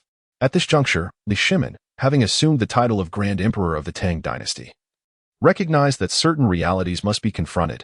Additionally, some individuals whom he had previously suppressed during his reign as emperor might need to be released. Thus, he ventured into the dungeon to meet Hou Junji, eager to glean insights about Li Chengqian from him. It may seem somewhat perplexing for a father to seek understanding of his son through others. Yet, Li Shimin could not deny this truth. Upon reflection, He realized he knew little of Li Qingqian, only the version of him from the past. The question lingered, what had transformed Li Qingqian into the individual he had become today? Li Shimin expressed his profound bewilderment regarding the events that had transpired. After much contemplation, he ultimately resolved to visit the celestial prison, hoping to glean some understanding of Li Qingqian, whom he regarded as a wayward son. In response to Li Shimin's chilling remarks, Hojunji could not help but betray a flicker of trepidation in his gaze. With a gulp, Hojunji swallowed hard. "Your Majesty, I acknowledge my transgressions," he stammered, fully aware that he could not utter anything else at that moment. His mind was consumed with a singular thought, a fervent hope that Li Shimin would pardon his earlier impulsive words. Observing Hojunji's trembling demeanor, Li Shimin could not help but shake his head slightly. Rising to address him, he declared, "I have come here to inquire of you. If you can provide satisfactory answers, you shall be permitted to leave this prison and regain your freedom." Li Shimin spoke softly.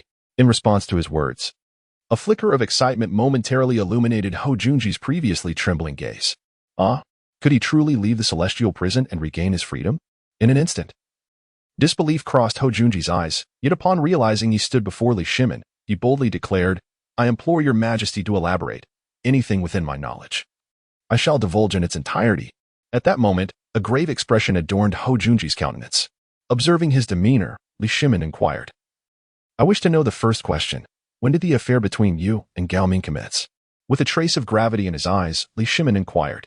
He was eager to ascertain the precise moment when the conspiracy to rebel, orchestrated by Hojunji and his astute companion, had commenced. In Li Shimin's perspective, it was conceivable that his esteemed ally had begun to change the moment he initiated plans for insurrection. He yearned to discern the exact moment of this transformation. Upon hearing Li Shimin's probing questions, a hint of bitterness flickered across Hojunji's face. "Your Majesty, this." Uncertain of how to respond to Li Shimin's inquiry, Hojunji hesitated. What is this? Are you defying the imperial decree? Or do you truly wish to venture into the realm of the dead?" Li Shimin gazed at Hojunji with a frigid stare. In the face of his icy scrutiny, Hojunji trembled involuntarily. "Your Majesty, I confess that I am uncertain when the matter between myself and His Highness, the Crown Prince, first began. From what I recall, it has been quite some time. Initially, I sought to advance my position, yearning for the merit of the dragon, perhaps too hastily, which led me to set my sights upon the Crown Prince. His situation was also far from favorable, and thus we found common ground. I needed the merit of the dragon to elevate my status in my twilight years, while the Crown Prince aspired to ascend the throne of the Tang Empire with utmost urgency. Hence, we forged an alliance." Hojunji candidly articulated the reasons behind his and Li Qingqian's conspiracy. Why did he conspire? In essence, it was driven by his desire for greater stature in his later years. However, therein lies the dilemma. The mighty Tang Empire loomed large, making the pursuit of elevated status nearly impossible. Thus, he pondered how he might attain such heights. Ultimately, he set his sights on the merit of the dragon, believing that with its endorsement, he could secure a loftier position. This was the rationale behind his choice to conspire with Li Qingqian. As he listened to Hojunji's words, Li Shimin's brow furrowed slightly. "Are you implying that my wisdom has long since been altered? That he prepared for rebellion long ago?" In a moment of profound disbelief, Li Shimin found himself at a loss in accepting this harsh reality. He had presumed that his astuteness had developed over time. However, he was taken aback to discover that the seeds of rebellion had long been sown in the minds of others. This revelation struck a chilling blow to his heart. Nevertheless, despite his dismay, as he gazed upon Hojunji, he voiced another pressing question that lingered in his mind. "Have you had any connections with the noble clans? Have you garnered support from them?" Chapter 64. The noble clans behind Li Qingqian. Li Shimin, my father is deeply pained. Have you garnered support from the noble clans? As Li Shimin's words faded, a chilling gaze emerged in his eyes, fixating intently on Hojunji. Should the latter indeed divulge any connections between his rebellious son and the aristocratic families, then Li Shimin would be compelled to take certain actions, contingent upon the veracity of such ties. In response to Li Shimin's inquiry, Hojunji displayed a look of slight bewilderment as he regarded the emperor. Had they garnered support from the noble families? Absolutely not.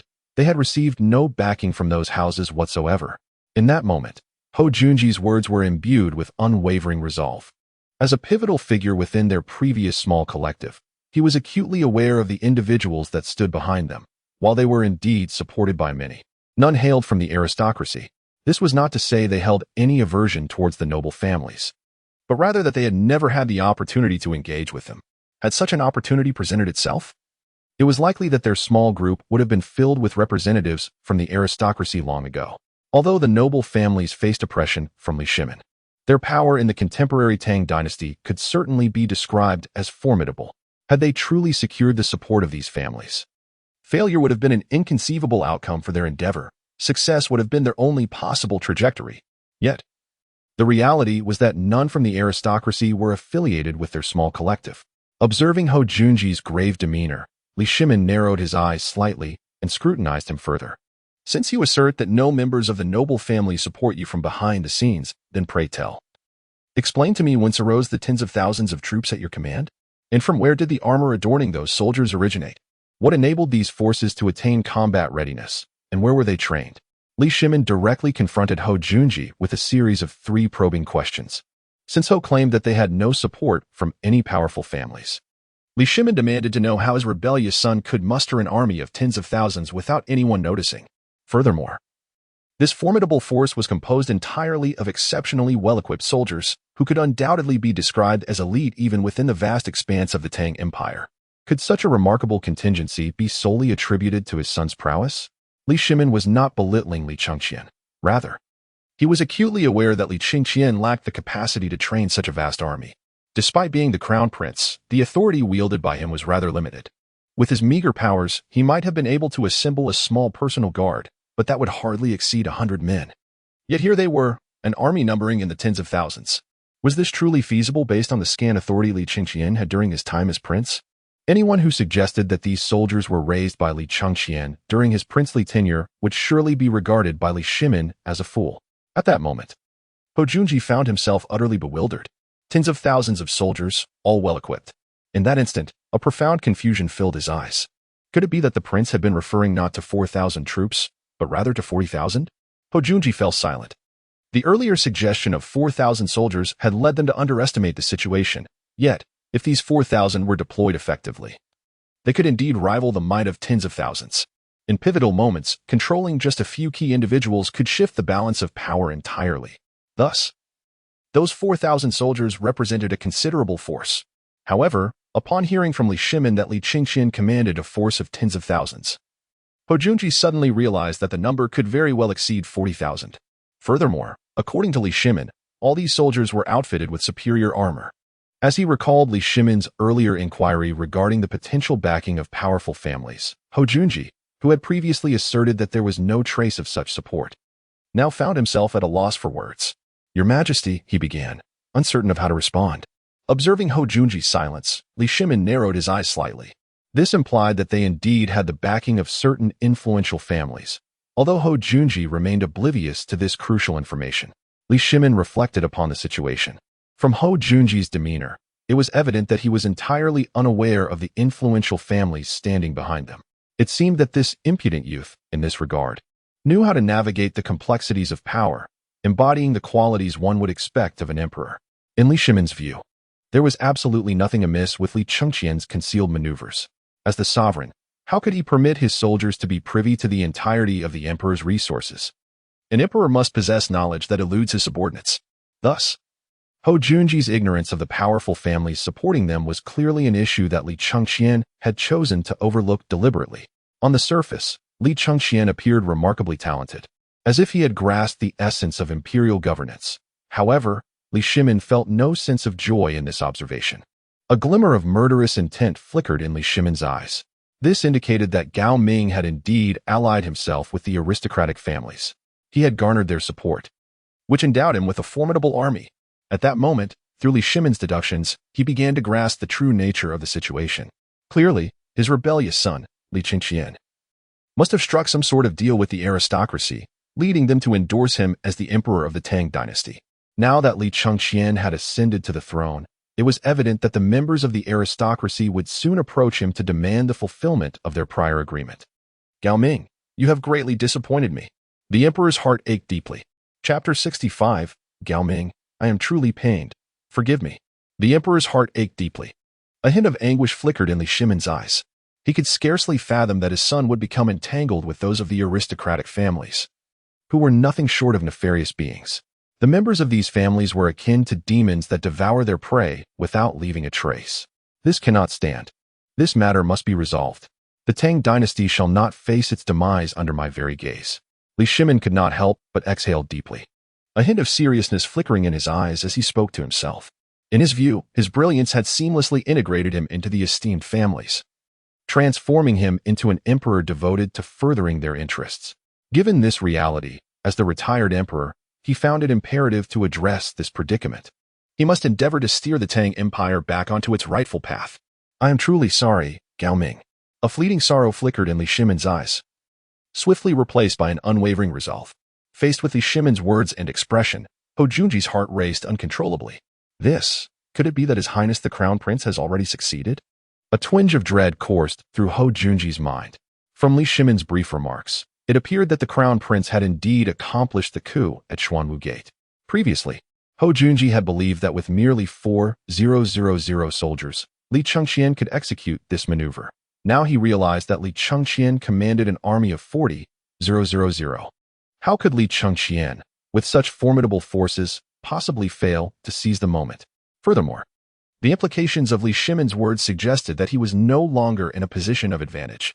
What circumstances could render the emperor, Li Shimin, devoid of any upper hand?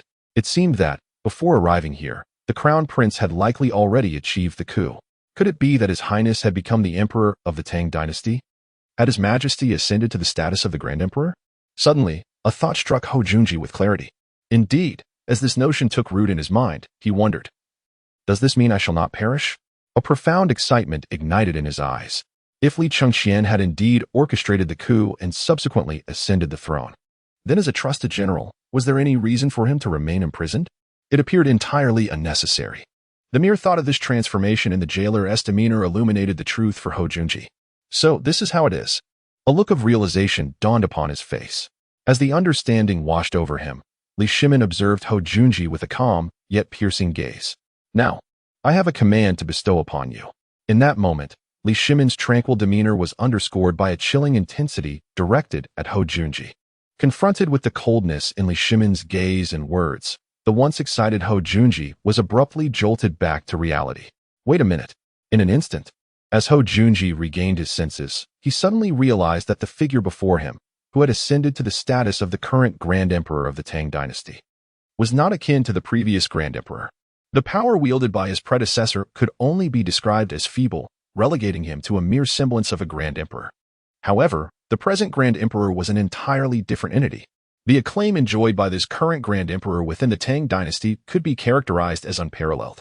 He retained an extraordinary reputation within the military. With a mere gesture, countless soldiers would promptly heed the commands of Li Shimin. Even though they were fully aware that Li Shimin had assumed the title of Grand Emperor, this mattered little to the ordinary soldiers. Their singular thought was that their sovereign required their strength, and thus they were prepared to seize their weapons and follow their emperor into battle. This is the magnetic charisma of Li Shimin. It was precisely because Li Shimin possessed a charm that Li Chengxian currently lacked that Hou Junji gazed intently at Li Shimin in that moment. Your servant pays his respects to your majesty. What are your commands? Whatever orders your majesty bestows, I shall ensure that all information is conveyed to you.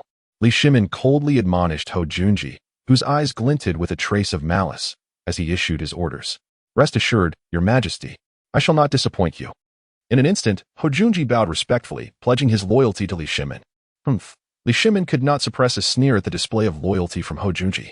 In that moment, he found it impossible to trust the sincerity of the man who had previously betrayed him. What value did his loyalty hold now?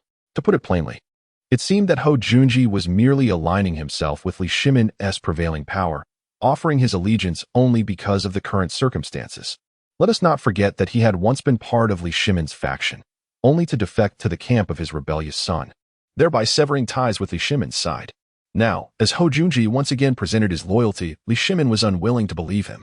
However, recognizing the potential utility of Hou Junji at this moment, Li Shimin chose to tacitly accept his allegiance for the time being.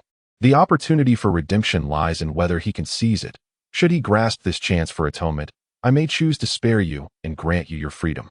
Li Shimin gazed calmly at Hou Junji and spoke, as commanded, your majesty. In response to Li Shimin's words, Hou Junji replied with utmost respect, do not waste these provisions. Having received the desired reply from Hou Junji, Li Shimin prepared to leave the prison. Before his departure, he noticed the fine wines and delicacies laid out on the table and reminded Ho Junji, "Take heed." Upon hearing the emperor's admonition, Ho Junji glanced at the sumptuous spread and took a seat at the table with composure.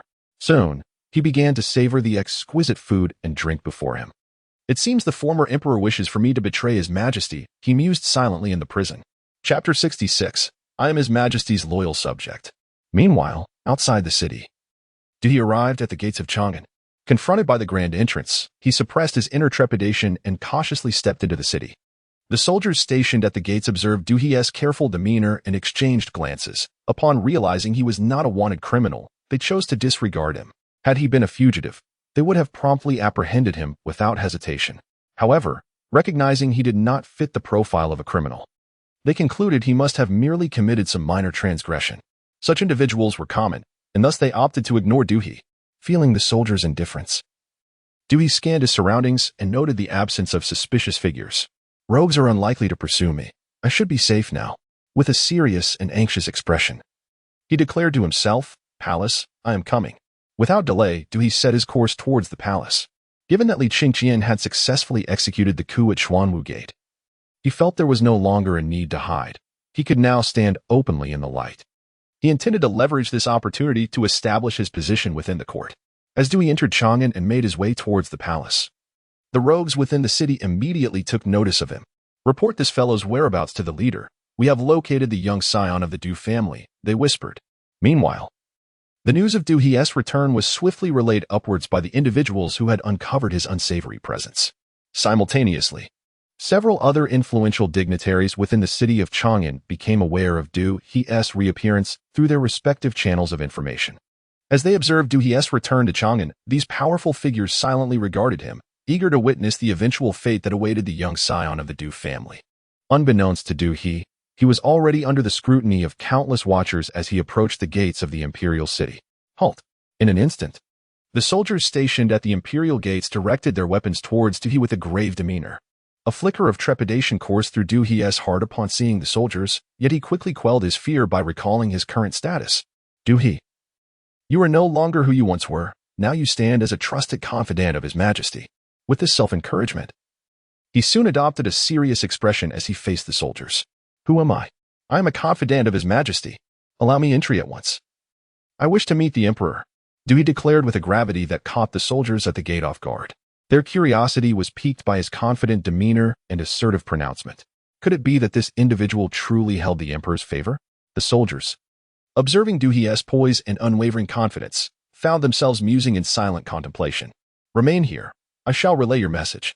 Should you dare deceive us, you shall learn the meaning of cruelty," one of the soldiers warned sternly, directing a penetrating gaze at Du He. "Very well, I will await your return. Simply inform them that I am Du He," he replied, unperturbed by the soldier's threatening words. He was no imposter, and thus he felt no fear. In fact, he hoped the soldier would expedite the process of notifying the authorities. "I shall wait." Observing Du He's demeanor, one of the soldiers cast a penetrating glance at him before promptly dashing towards the palace.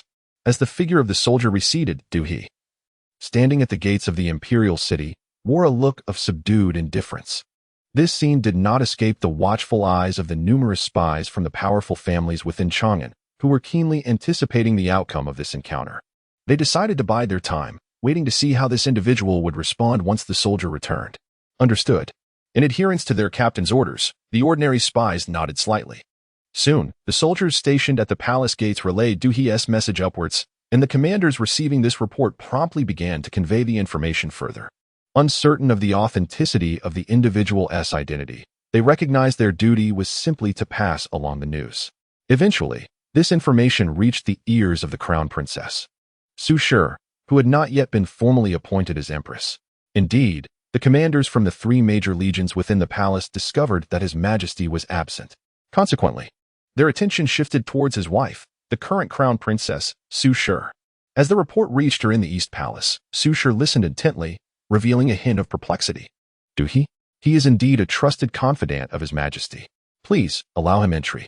Although Su Shi was not entirely aware of the nature of the relationship between Li Chengqian and Du He, she understood that it was significant. Thus, in the absence of Li Chengqian, She took it upon herself to make a decision. Let him in, as I have said, the Crown Princess stated calmly. Chapter 67. The Crown Princess Su Shi's Dilemma. Du He's stay in the palace as footsteps echoed. Du He's eyes reflected a flicker of unease as he gazed upon the palace. Having visited the palace numerous times, Du He's mindset at this moment was markedly different from his previous visits. Historically, he approached the palace with a sense of purpose, generally maintaining a positive outlook. But now, at this moment, Du He was engulfed by a profound sense of restlessness, which in turn instilled a wave of fear within her. With a gulp, she could not help but swallow hard. Simultaneously, as Du He swallowed, Li Shimin, having returned to the palace through various channels, learned of Du He's arrival and that she had been taken to the East Palace. Upon receiving this news, Li Shimin couldn't help but furrow his brow slightly. Was it that she could no longer remain outside Chang'an? Or had she come, already aware of the outcome, to prepare for the impending enjoyment? Li Shimin narrowed his eyes slightly, a trace of displeasure flickering in his tone.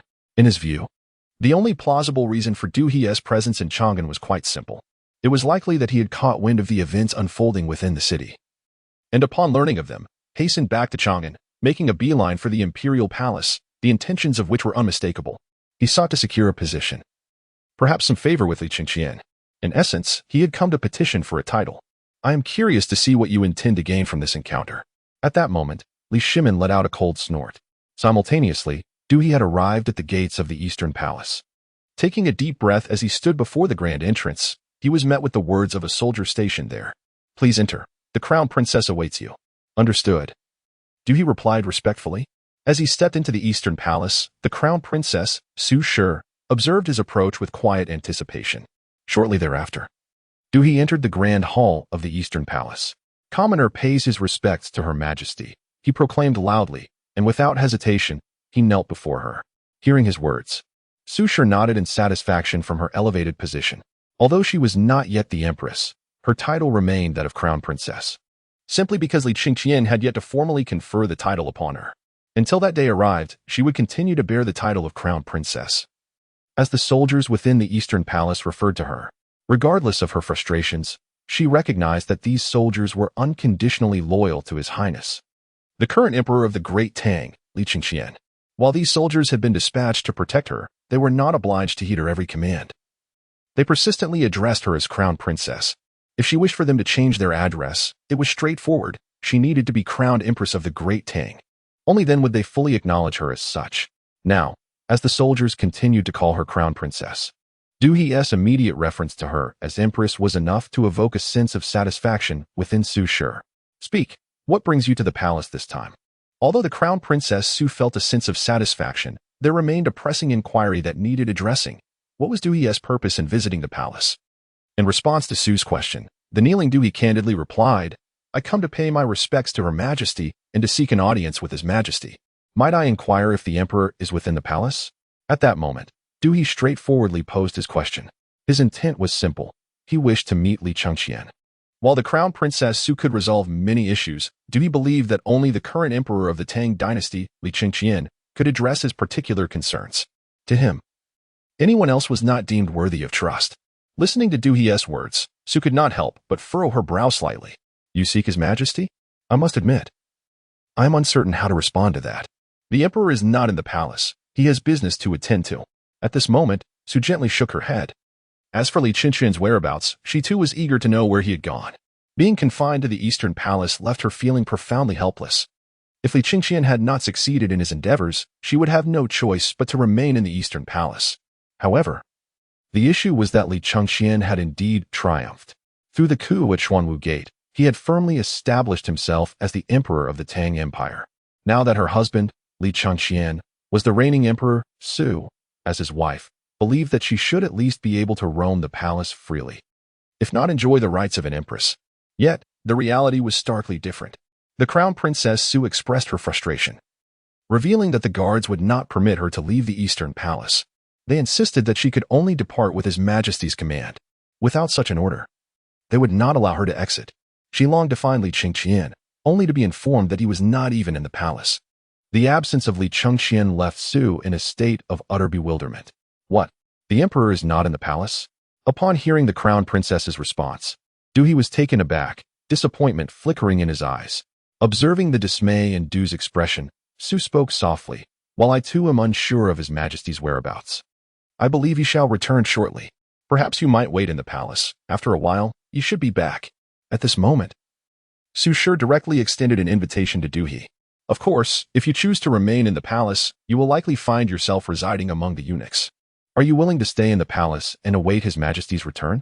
As soon as Su Shi's words fell, Duhi nodded without hesitation. I pay my respects to your highness. I am willing. At this moment, Duhi expressed that he had no reservations about the situation. Indeed, for Duhi, the prospect of staying within the palace was daunting. He lacked the courage to do so. What kind of place was the palace? How could it possibly be suitable for a normal man like him?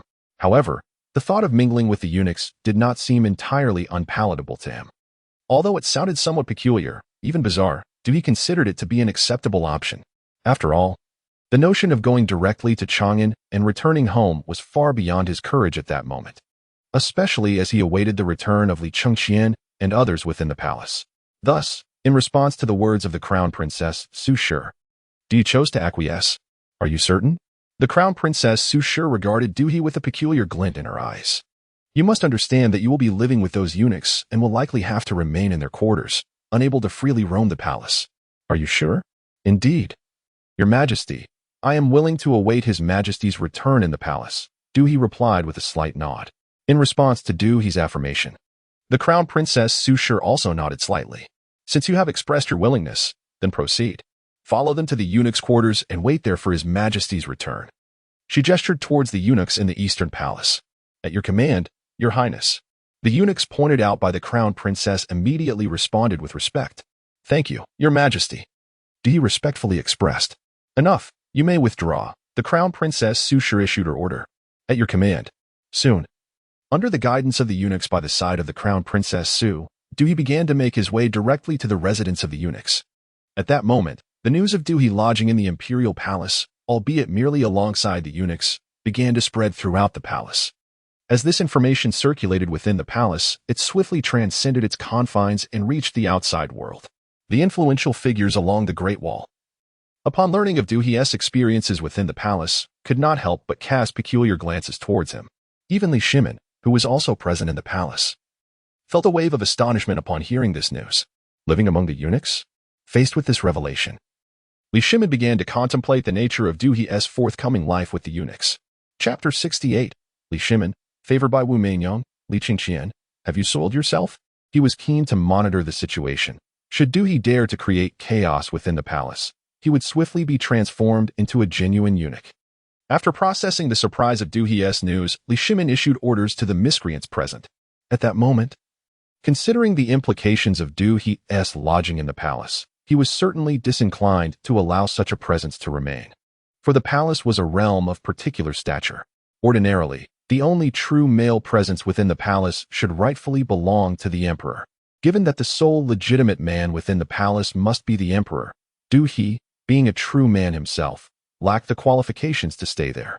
Of course, unless he were a so-called true minister or a trusted confidant, the emperor might permit him to reside within the palace, but only if he met the standards of a genuine trusted aide. What manner of being was Duhi?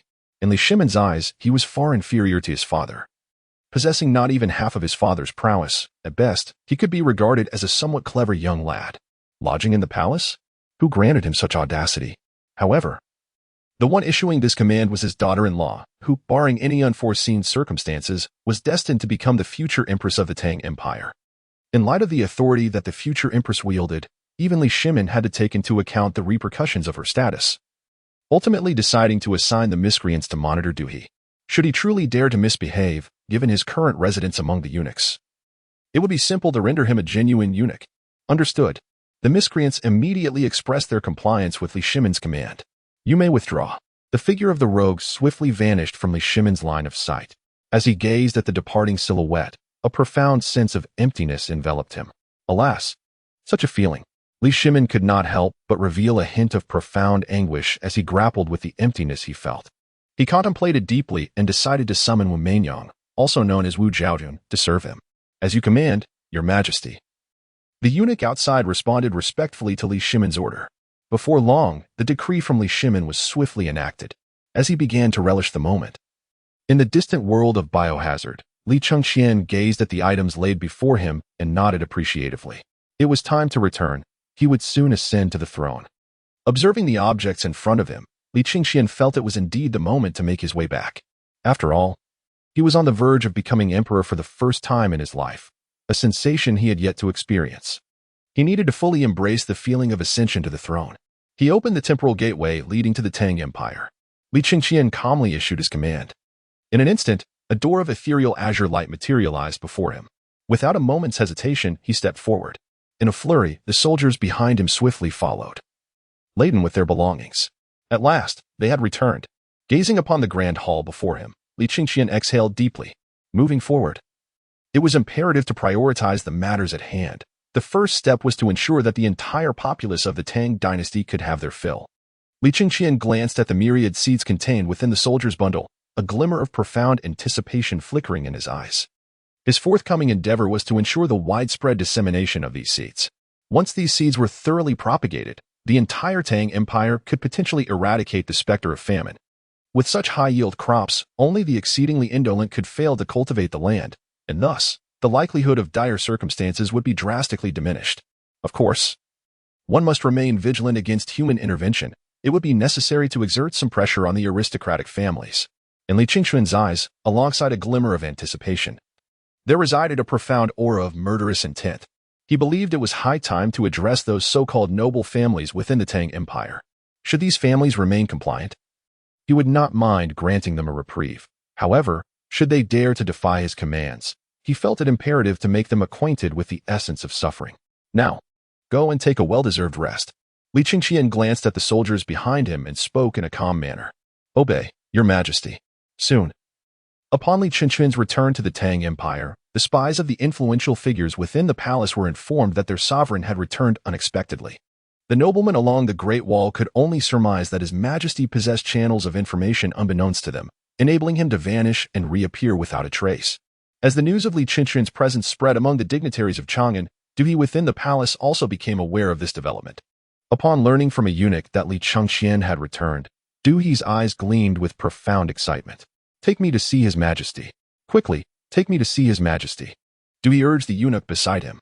Of course, my lord, please wait a moment. We shall escort you to His Majesty at once. The eunuchs understood Duhe's urgency well, having witnessed him repeatedly inquire about the sovereign's return during the past days.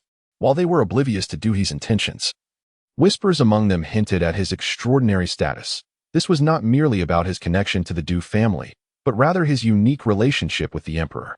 It was said that he had been part of the emperor's circle even before Li Chengqian ascended the throne, and now, with the emperor reigning supreme.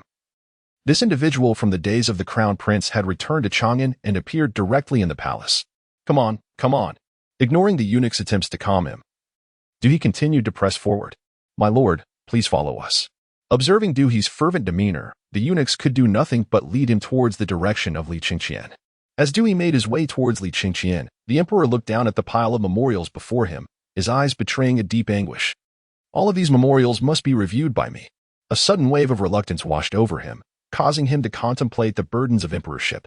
While the power of ruling over the entire realm was indeed exhilarating, the sheer weight of these memorials made Li Chengqian question his desire to continue as emperor.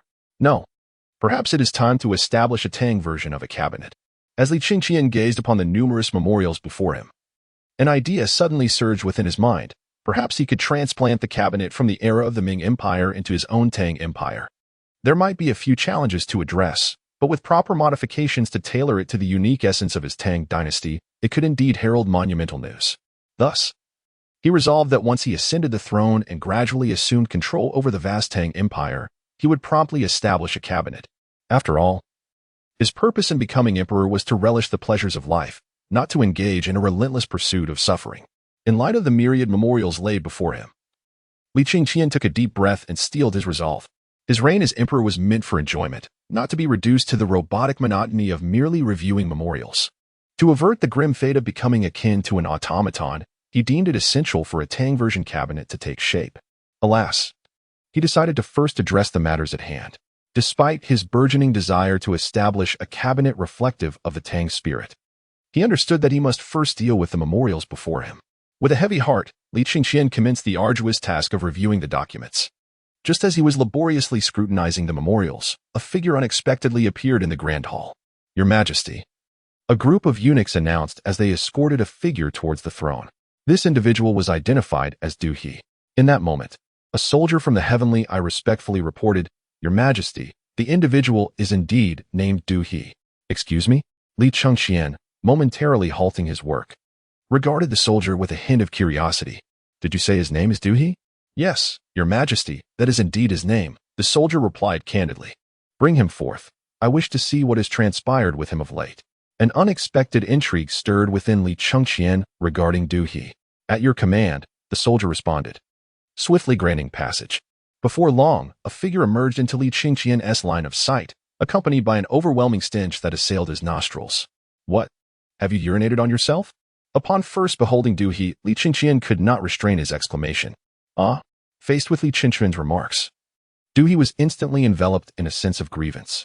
"Your Majesty," he felt a wave of injustice wash over him. Why did he emanate such an unpleasant odor? To put it plainly, it was because he had been residing with the eunuchs during this period, living among the eunuchs who, having lost their manhood, often found themselves in a state of uncleanliness, inevitably led to an environment rife with a foul stench. Consequently, Du He, by virtue of his proximity to them, also found himself tainted by this odor.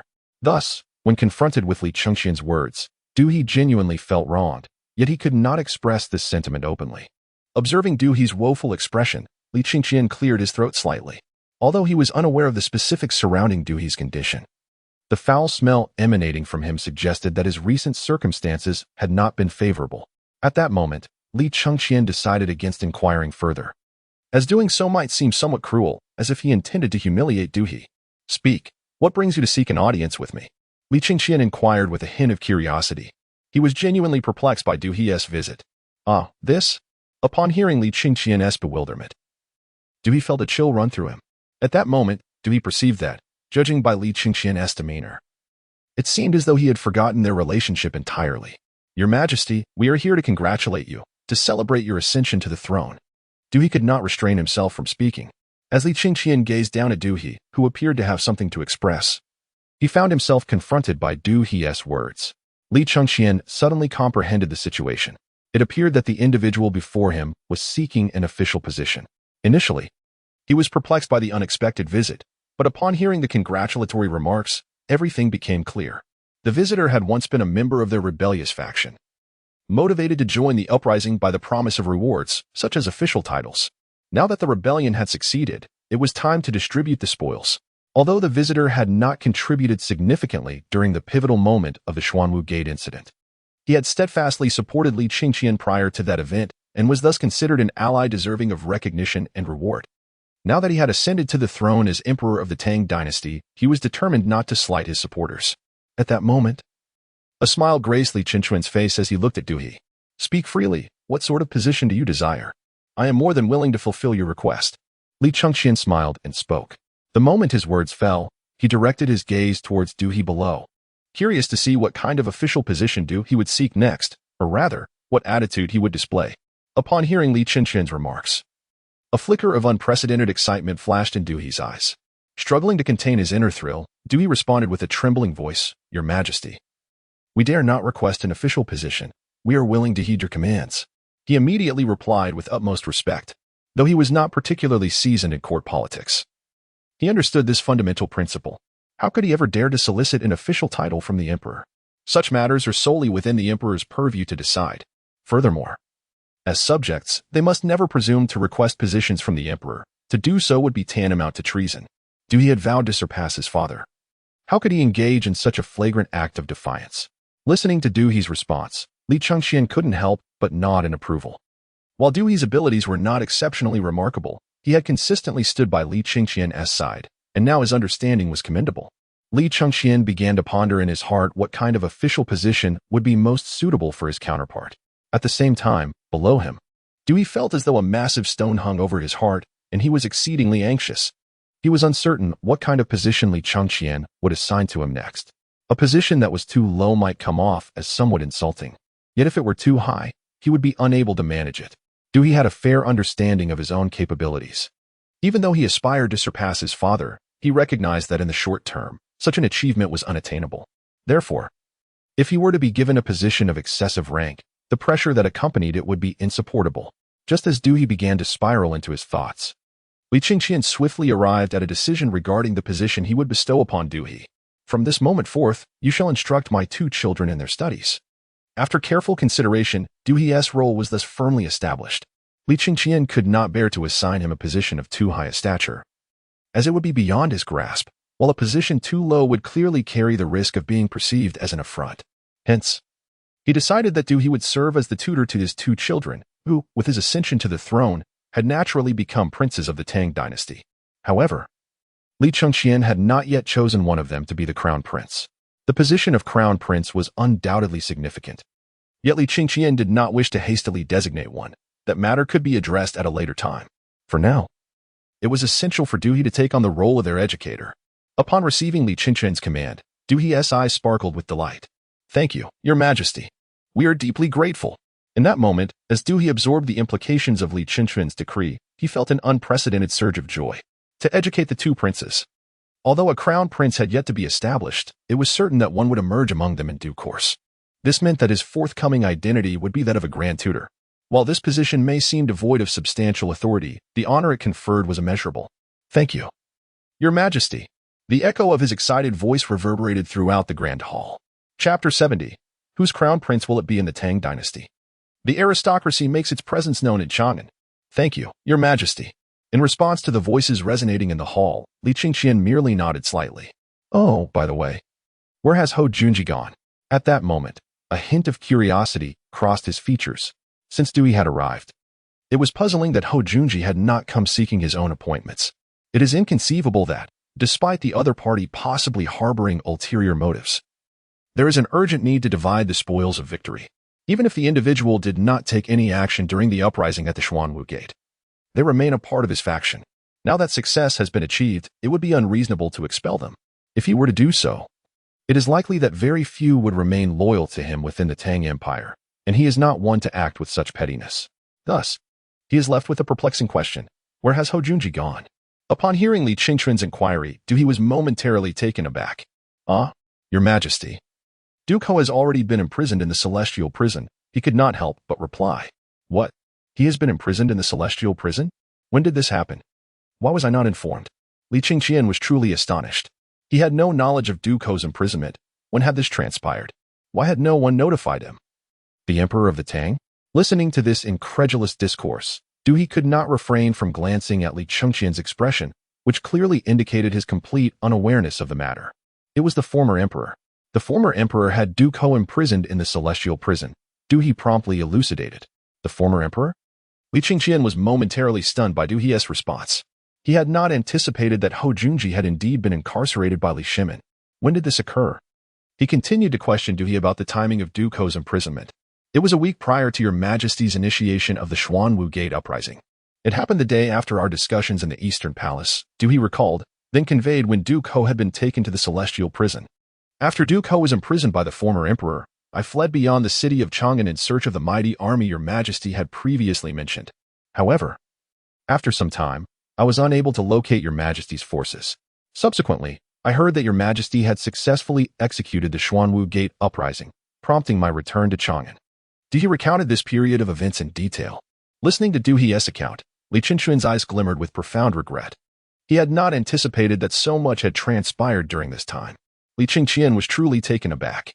Prior to this moment, he had never paid attention to them. His focus had solely been on himself. Thus, he was utterly unaware of the myriad events that had transpired during the time he seized power in the Xuanwu Gate incident and ascended as the emperor of the Tang Dynasty. Now that he had been imprisoned in the Celestial Dungeon, it was time to set him free. Li Chengqian could not help but shake his head slightly. In his view, the reason why Hou Junji was imprisoned in the Heavenly Dungeon was likely due to the complete rift that had formed between him and Li Shimin in the Taiji Palace. Subsequently, Li Shimin had swiftly apprehended Hou Junji. After all, at that time, Li Shimin was entirely unaware that he held command over a military force. He believed that the only military power at his disposal was that commanded by Hou Junji. Thus, he promptly took Hou Junji into custody. From Li Qingqian's perspective, the fact that he had not inquired about the whereabouts of the other party during this prolonged period of time was rather remiss. It was now imperative to release him from the dungeon. "As you command, Your Majesty," a eunuch in the grand hall promptly acknowledged. "Very well. You may now go and cleanse yourself thoroughly. Once you are refreshed, the matter of how to educate the two princes shall be entrusted to you. Do not let me down." Li Qingqian gazed solemnly at Du He. Faced with his two nominal sons, he found himself at a loss regarding how to arrange their futures. However, the blood that coursed through their veins undeniably belonged to him, a fact that could not be altered. His current identity was that of the erstwhile crown prince of the Tang Dynasty, Li Qingqian. Having traversed time to become this individual, he naturally bore the weight of all the consequences associated with him, including the fact that these two sons were, by all accounts, his own. Yet, his emotional connection to them was not as profound. Nevertheless, despite the shallowness of his feelings, certain obligations remained. Thus, he resolved to appoint a teacher for them. While the abilities of Du He were yet to be evaluated, his inclusion in this team indicated that he was indeed a pivotal figure within it. Entrusted with the education of the two princes, this arrangement suggested a significant investment in their upbringing. As for what lay in his heart, that mattered little. What was vital was the apparent regard he expressed towards his sons. "Rest assured, Your Majesty, I shall not disappoint you," Du He declared. Brimming with fervor in response to Li Qingqian's request, he had already begun to contemplate how he would guide the two princes.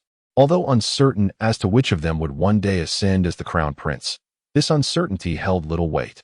What truly mattered was that the future crown prince of the Tang Dynasty would be his pupil. The thought that the future emperor might also belong to his tutelage filled Du He with profound excitement. As footsteps echoed nearby, Du He commenced his approach towards the distance. Observing Du He, energized and resolute, Li Qingqian could not help but shake his head slightly. "Teach them well. As for the crown prince of the Tang, we shall discuss that later."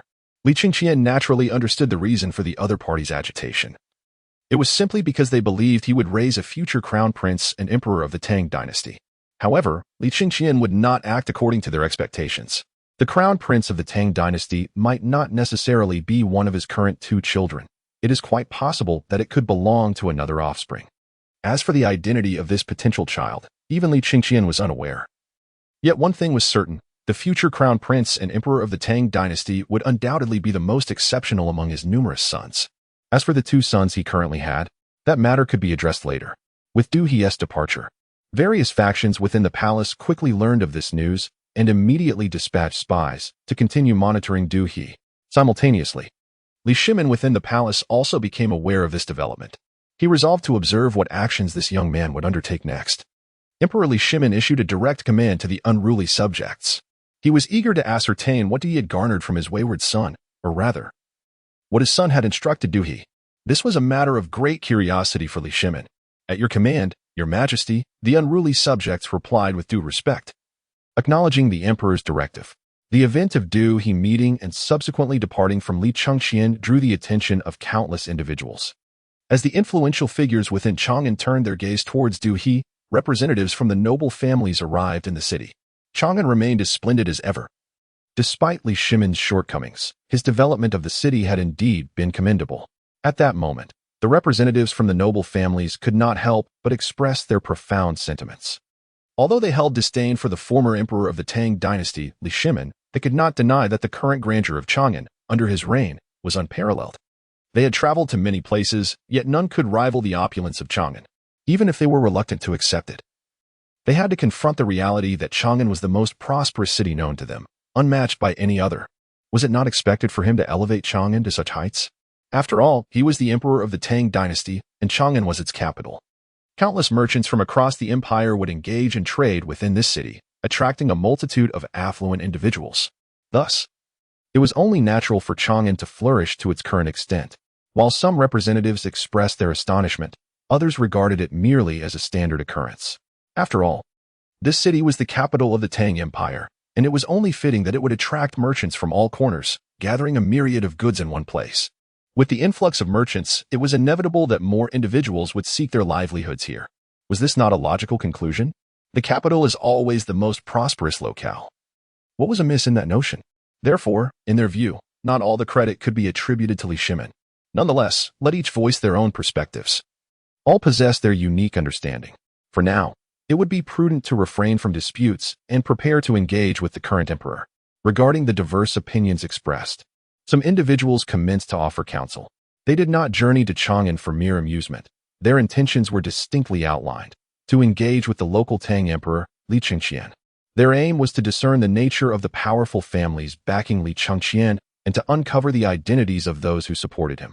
Should it transpire that no influential families stood behind the emperor, then he must harbor certain secrets. Most importantly, if it were indeed the case that the emperor lacked such support, they might contemplate a mutually beneficial exchange of interests. They could furnish him with all that he required, while he, in return, would pledge certain promises or bestow upon them tangible rewards. In essence, a win-win outcome. It was deemed sensible to first settle in and gather intelligence, gaining a thorough understanding of this Tang emperor before preparing to pay him a visit. In response to this counsel, several individuals in the vicinity expressed subtle agreement. Let us proceed. Prepare to engage meaningfully with this Tang emperor. At that moment, the representatives of the noble families unified their perspectives, though they may each harbor individual aspirations.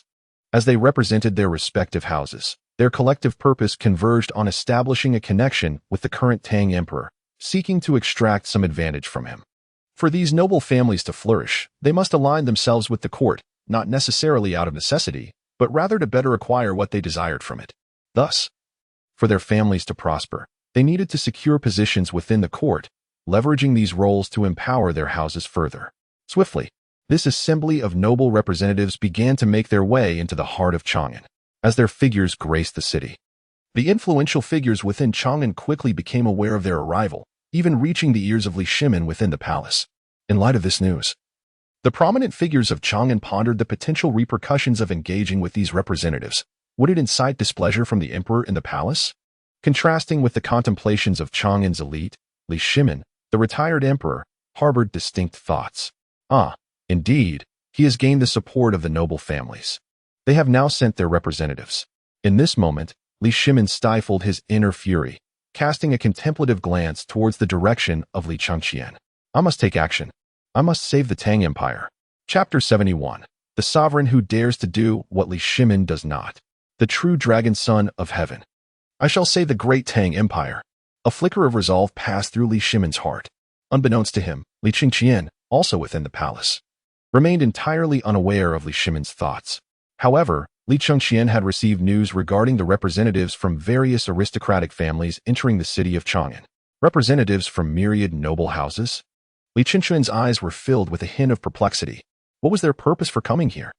It was evident that he felt genuine confusion in the face of the arrival of the aristocratic families. There had been no communication whatsoever between him and these families.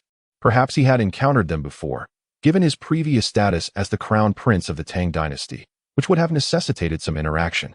However, there had been no exchange of interests between them.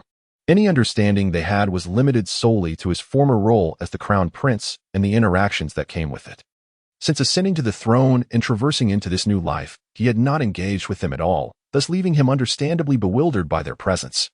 Keep a close watch on them. Observe their every move. Li Chengqian issued a direct command. Although he felt a wave of perplexity at their arrival, it did not imply that he would choose to disregard them. Their identities were significant. Had they been mere commoners, who would pay them any mind? Yet, their lineage was that of noble families, and Li Chengqian had always approached such families with caution, even viewing them as adversaries. Now, representatives of these enemies had ventured into his domain. At the very least, they must be kept under surveillance. As you command, Your Majesty. The soldiers of the heavenly eye immediately acknowledged his order. With the sound of footsteps fading away, a glimmer of cold indifference flashed in Li Chengqian's gaze. Should anyone dare to cause a disturbance at this pivotal moment of his ascension to the throne, they would find themselves facing his wrath. At that moment, he directed his attention towards the group of young nobles. Though he remained uncertain of their intentions, he was resolute that this was his time to ascend as emperor. If they dared to instigate trouble during his coronation, he would ensure they felt the fury of the emperor of the Tang Dynasty. What Li Shimin dared not undertake, he has now been compelled to do. Although Li Shimin did indeed impose limitations on the aristocratic families during his reign, such measures were merely suppressive in nature. While these actions may have inflicted some damage upon the aristocracy, they ultimately fell short of delivering a truly debilitating blow. Although Li Shimin was an exceptionally great emperor, he ultimately refrained from confronting the aristocratic families. However, for Li Chengqian, the situation was entirely different. To him, the aristocrats were merely insignificant. Should they dare to threaten his interests, he would make them understand the true meaning of a contemporary Huang Chao. Unlike Li Shimin, he would not hesitate to act against the aristocrats. If they endangered his interests, he would undoubtedly demonstrate the devastating wrath of an emperor, leaving countless casualties in his wake. At that moment, while the surface of Chang'an appeared to be remarkably tranquil, the underlying tension could only be described as tumultuous. The local ruffians were the first to sense this burgeoning atmosphere, and they displayed an unusual sense of restraint during this period. As Chang'an maintained its deceptive calm amidst the brewing storm, the day of Li Qingquan's ascension to the throne had arrived. As the moment of his coronation approached, the city of Chang'an was suddenly engulfed in a sea of jubilance. Amidst this celebration, Li Qingquan, adorned in a robe embroidered with 5-clawed golden dragons, appeared before the gathered officials. His presence marked the commencement of the coronation ceremony. Boom, boom, boom. The resounding beat of drums echoed throughout the realm. As the drums reverberated, fully armed soldiers flooded every corner of Chang'an. The troops from Li Qingquan's 3 major legions emerged, and while the first 2, the Sun-Chasing Legion and the Iron Blood Legion, were expected, the appearance of the Dragon-Scale Legion left all in attendance awestruck. The sight of the Dragon-Scale Legion's scaled steeds evoked disbelief among the onlookers, particularly among the nearby citizens and officials. They gazed in astonishment at the horses, covered in scales, and those from other regions of the Tang dynasty were equally dumbfounded. How could there possibly exist horses clad in scales? They had neither heard of nor seen such creatures before. If one were to insist, such horses would only be found in myths. Yet they were not in a realm of fantasy. The citizens of Chang'an were left in sheer amazement at the Dragon-Scale Legion. Realizing that their current sovereign was indeed a true son of heaven, these scaled horses could only be legendary dragon steeds. This was the only explanation for their scaly appearance, as they must be dragon horses. Thus, the current emperor was undoubtedly the true dragon son, a genuine sovereign of the realm. At this moment, the citizens of Chang'an were fervently engaged in discussions. For the people of Chang'an, their admiration for Li Qingquan reached a zenith. This was the legendary dragon horse. An emperor commanding such magnificent steeds must surely be the true dragon son of heaven. The mere thought of their sovereign being the genuine dragon son of heaven sent the populace into a frenzy. In contrast to the excitement of the common folk, some of the aristocratic youths, upon beholding the dragon-scaled warhorses, felt their eyes glimmer with intrigue. If these scaled steeds were to become ours, we would possess these extraordinary creatures. As various scions of noble families pondered this in their minds, they could not help but regard the dragon-scaled warhorses as remarkable beasts. The notion of a legendary dragon horse or the current emperor being the true dragon son of heaven was of little concern to them. They believed only in what their eyes beheld. To them, dragon-scaled warhorses equated to rare and wondrous beasts, and these must surely belong to the aristocracy. Chapter 72. Ascending the throne, I am the holy martial emperor. Long live your majesty. With the appearance of Li Qingquan, soldiers began to kneel on one knee, vocally proclaiming their allegiance. In an instant, as the soldiers knelt, the common folk followed suit. Long live your majesty. The entire populace of Chang'an echoed this cry, their figures dutifully bowing to the ground. As the ordinary citizens humbly knelt before Li Qingquan, the civil and military officials quickly followed. With the overwhelming majority of Chang'an's inhabitants now kneeling, Li Qingquan, adorned in the dragon robe, emerged into their view. The sound of footsteps reverberated in the air. Amidst this chorus of footsteps, Li Qingquan surveyed the sight of officials and citizens alike, all bowing in reverence. Simply witnessing this scene ignited a profound fervor within him. From this moment forth, I shall be the emperor of the Tang Empire. Gazing at the spectacle before him, Li Qingquan spoke resolutely to himself. Shortly thereafter, he began to stride towards the royal palace. Indeed, this grand coronation ceremony was held under the watchful eyes of the citizens of Chang'an. As for why such an unconventional coronation was orchestrated, it is quite simple. Li Qingquan possesses a profound understanding of a fundamental truth. One must not distance oneself from the populace, even if his presence is merely a fleeting glimpse. It allows the common folk of Chang'an to discern the true essence of their Tang emperor. While this may appear to be an ordinary occurrence, it serves to inform the citizens of who rightfully embodies the title of the Tang emperor. As for the previous emperor, Li Shimin, he too held the title of Tang emperor. However, he belongs to a bygone era. Li Qingquan's ambition is to transform the entire Tang Empire to reflect his reign, thereby necessitating the imposition of his own mark upon it. Firstly, it is essential for the citizens to recognize who the rightful Tang emperor is. He has accomplished this, At the very least, the people of Chang'an are now aware that the current sovereign is no longer the well-known Emperor Taizong, Li Shimin, but rather the former crown prince, Li Qingqian. Soon, as the ceremonial proceedings commenced, Li Qingqian ascended to the Taichi Palace and took his place upon the dragon throne. In the presence of Li Qingqian seated upon the dragon throne, officials stood obediently along either side of the grand hall. "We pay our respects to your majesty." In an instant, a chorus of reverent voices echoed throughout the hall. Listening to the sounds emanating from below, Li Qingqian, seated upon the throne, regarded the numerous officials before him and nodded slightly. "From this moment forward, I am the emperor of the Tang Empire. Henceforth, my reign shall be known as Shenzhou." Li Qingqian directly addressed the officials in the grand hall, proclaiming that he required no other to announce the remainder. He was the rightful emperor of the Tang dynasty. As his words resonated, the officials of the Tang once again raised their voices in unison, exclaiming, "We pay our respects to your majesty." Amidst their fervent shouts, the officials were inevitably lost in contemplation. The title of Shenzhou Emperor, which had emerged from Li Qingqian's lips, gave them insight into the nature of the current sovereign. The character Sheng indicated that the emperor seated upon the dragon throne possessed an arrogant spirit, lofty enough to rival the heavens. The use of Sheng as a regnal title spoke volumes, while the subsequent character Wu further reinforced this notion. This title heralded an era wherein the Tang Empire would embrace a more martial disposition, hinting that expansionist endeavors were on the horizon. Contemplating this prospect, some of the civil officials felt a twinge of dissent. However, they quickly recognized the necessity of adhering to the orders at hand.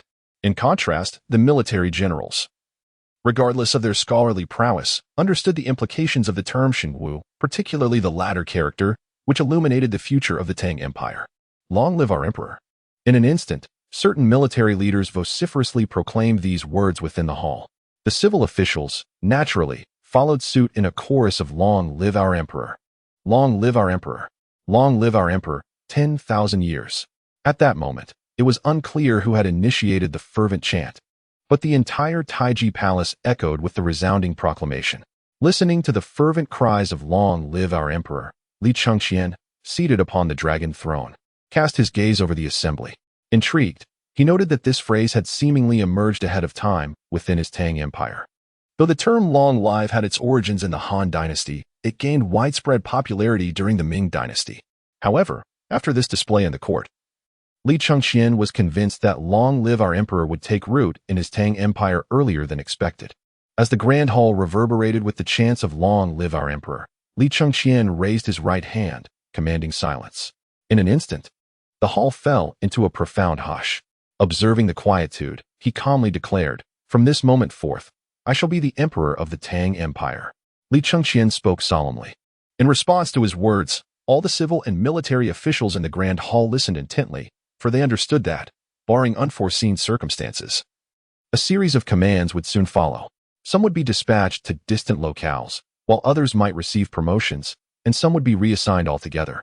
In essence, this was akin to the age-old tradition of a new official igniting a fervor upon their assumption of office.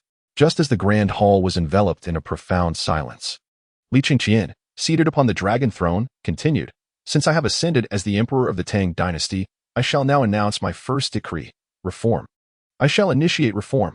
In an instant, as his declaration resonated throughout the hall, all the officials instinctively held their breath, their expressions reflecting disbelief as they gazed upon their sovereign.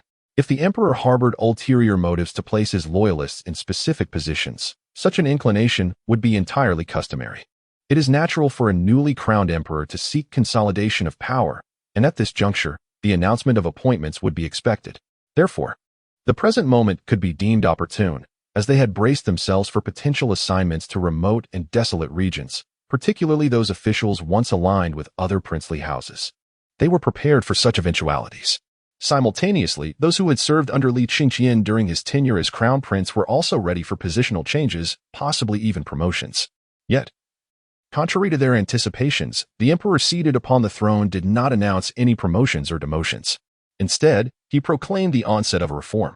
Reform.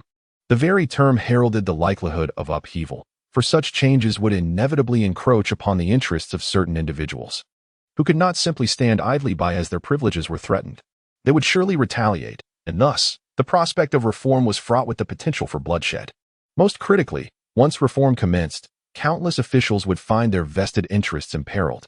Would they merely observe as their benefits eroded? Even in the absence of clarity regarding the nature of the reforms, they were acutely aware that such changes would infringe upon their interests. "Your Majesty," they implored, "you have only just ascended the throne. If reform is instigated at this juncture, it may plunge the Tang dynasty into instability." Meanwhile, at the forefront of the civil officials, the esteemed Long Sun Wuji, both the current national uncle and the Duke of Zhao, boldly stepped forward, observing his presence. The other officials in the Grand Hall promptly followed suit, their voices rising in urgent chorus. "Your Majesty, the matter of reform must not proceed." In an instant, a cacophony of anxious voices echoed within the hall. The generals from the military ranks were momentarily at a loss, unsure of how to react.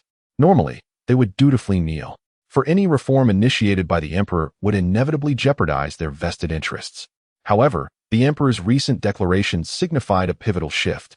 The Tang dynasty would soon embark on expansionist wars. With war on the horizon, these military leaders could naturally anticipate accruing benefits from one battle to the next. As for their other interests, though they held some, in the face of the prospect of war, those interests paled in comparison. Thus, the generals found themselves hesitating on whether to step forward. As many of the generals remained uncertain, several chose to remain rooted in place, exhibiting no intent to move. Particularly those at the forefront, such as the dukes, displayed a resolute unwillingness to budge. Observing this, the other generals too decided to stand firm, mirroring the stance of their leaders. Notably, figures like Cheng Yaojin, despite their silence, exchanged knowing glances, their hearts quietly lamenting the impending bloodshed. In that moment, Cheng Yaojin felt a profound sense of foreboding. He understood that the current emperor was no ordinary ruler. He had ascended to the throne through the upheaval at Xuanwu Gate. An emperor who could seize power in such a manner was not to be trifled with. Did they not remember the nature of the last emperor who rose through the same tumult? Had he ever bowed to them? Therefore, in the face of this successor, equally forged by the trials of Xuanwu Gate, Cheng Yaojin dared not underestimate him, regardless of his youth. For today, he bore the weighty title of the Emperor of the Tang Dynasty, and crucially, he wielded command over the military. Faced with an emperor who commands the army, all resistance is rendered futile, a truth that Cheng Yaojin understands more than anyone else. Thus, when confronted with Li Chengqian's proposed reforms, Cheng Yaojin neither supports nor opposes them. He is acutely aware of the multitude who depend on him for their livelihoods, rendering him incapable of taking a definitive stance in favor of the reforms. To do so would inevitably alienate a significant faction. Conversely, he cannot afford to oppose them either, for such a stance would surely incur the wrath of the emperor seated upon the dragon throne. If the adversary dares to act against the retired emperor, would they hesitate to turn their hand against him? Certainly not. Li Chengqian, observing the generals standing below and the civil officials kneeling in supplication, noted the disparate postures. Not all generals remained standing.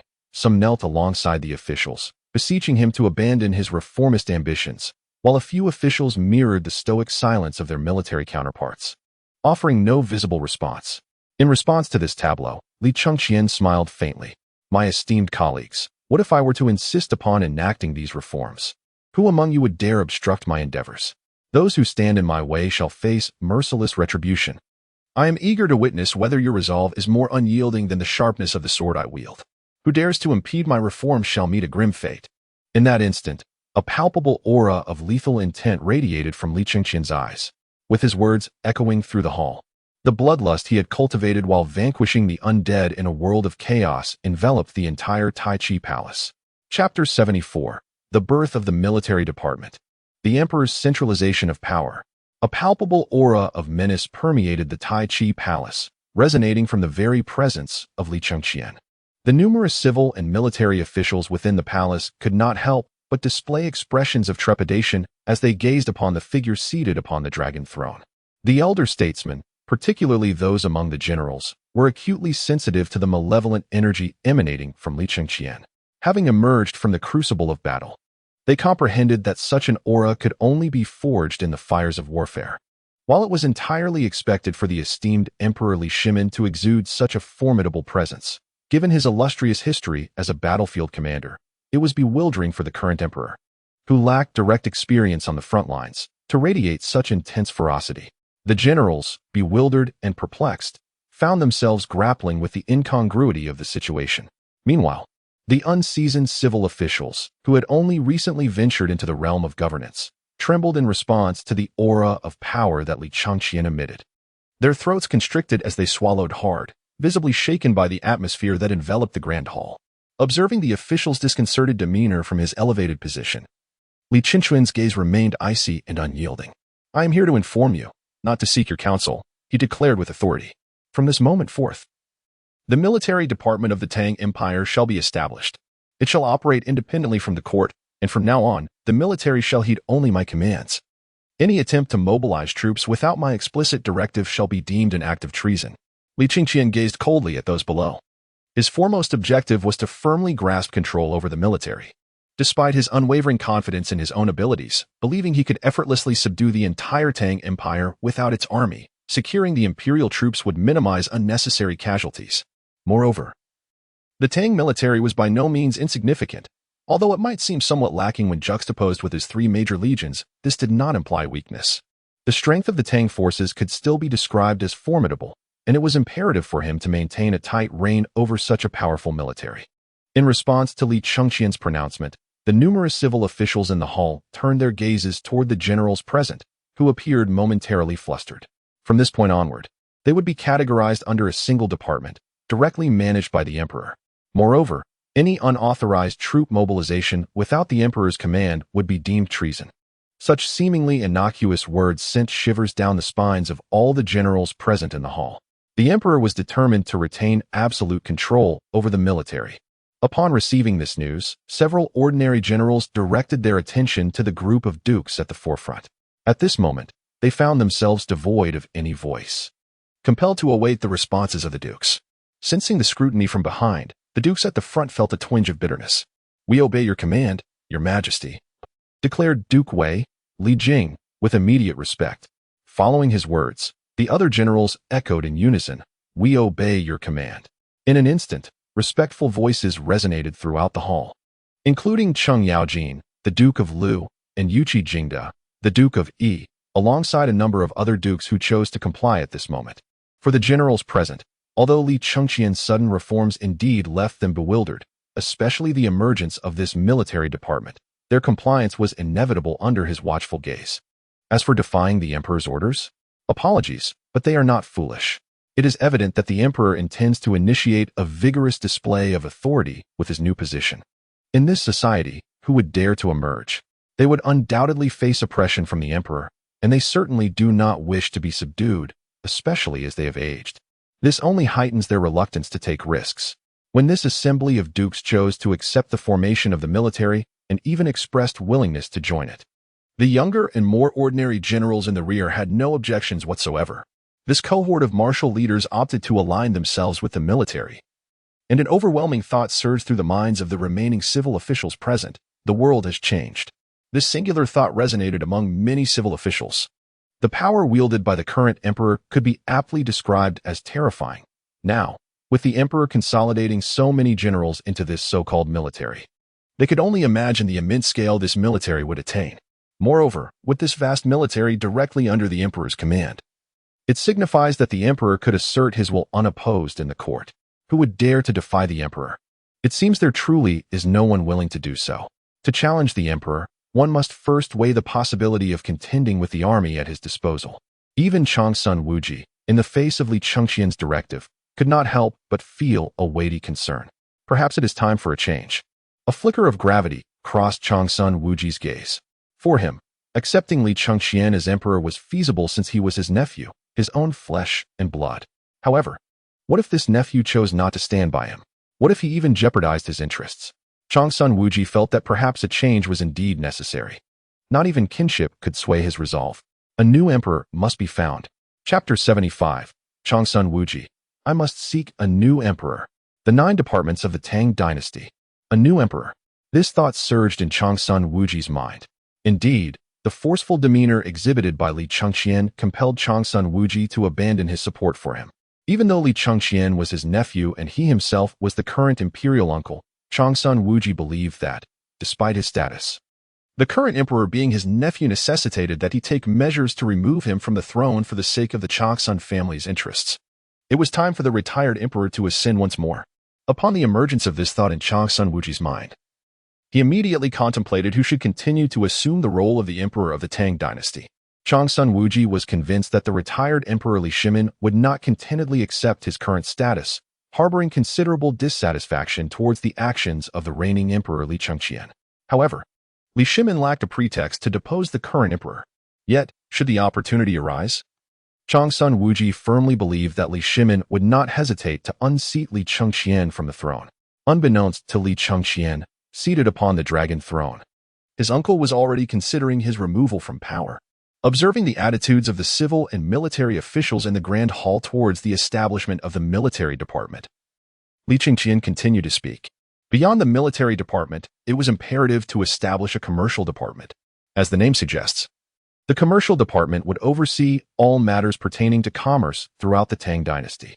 Everything related to commercial affairs would fall under the jurisdiction of this department. Li Chengqian glanced at the officials below before continuing, If we consider the military matters, they might have some connection to them, albeit not particularly significant. However, when it comes to commerce, their involvement is undeniably profound. Regarding military affairs, they can only claim awareness. Once the emperor firmly secures control over the army, it becomes evidently disadvantageous for them. At that juncture, they would find themselves utterly powerless to oppose the emperor's commands, as the military, under the emperor's dominion, renders any resistance futile. Yet, what can they do? They are perpetually unable to infiltrate the ranks of the military, which remains firmly under the control of the generals. The emperor has summoned all these generals into a singular military command, and no amount of protest from them would yield any effect. However, the situation regarding commerce is markedly different. Which official among those in the court would dare assert that their families have no ties to commercial enterprises? Indeed, no one would possess the audacity to confidently declare that their lineage lacks involvement in commerce. This is simply inconceivable. It can be stated that, in the current court, whether civil officials or military generals, their families, to varying degrees, control certain businesses. Hence, the current emperor's decision to establish a Ministry of Commerce to oversee all commercial affairs in the Tang dynasty implies that their family-owned businesses would fall under the jurisdiction of this so-called ministry.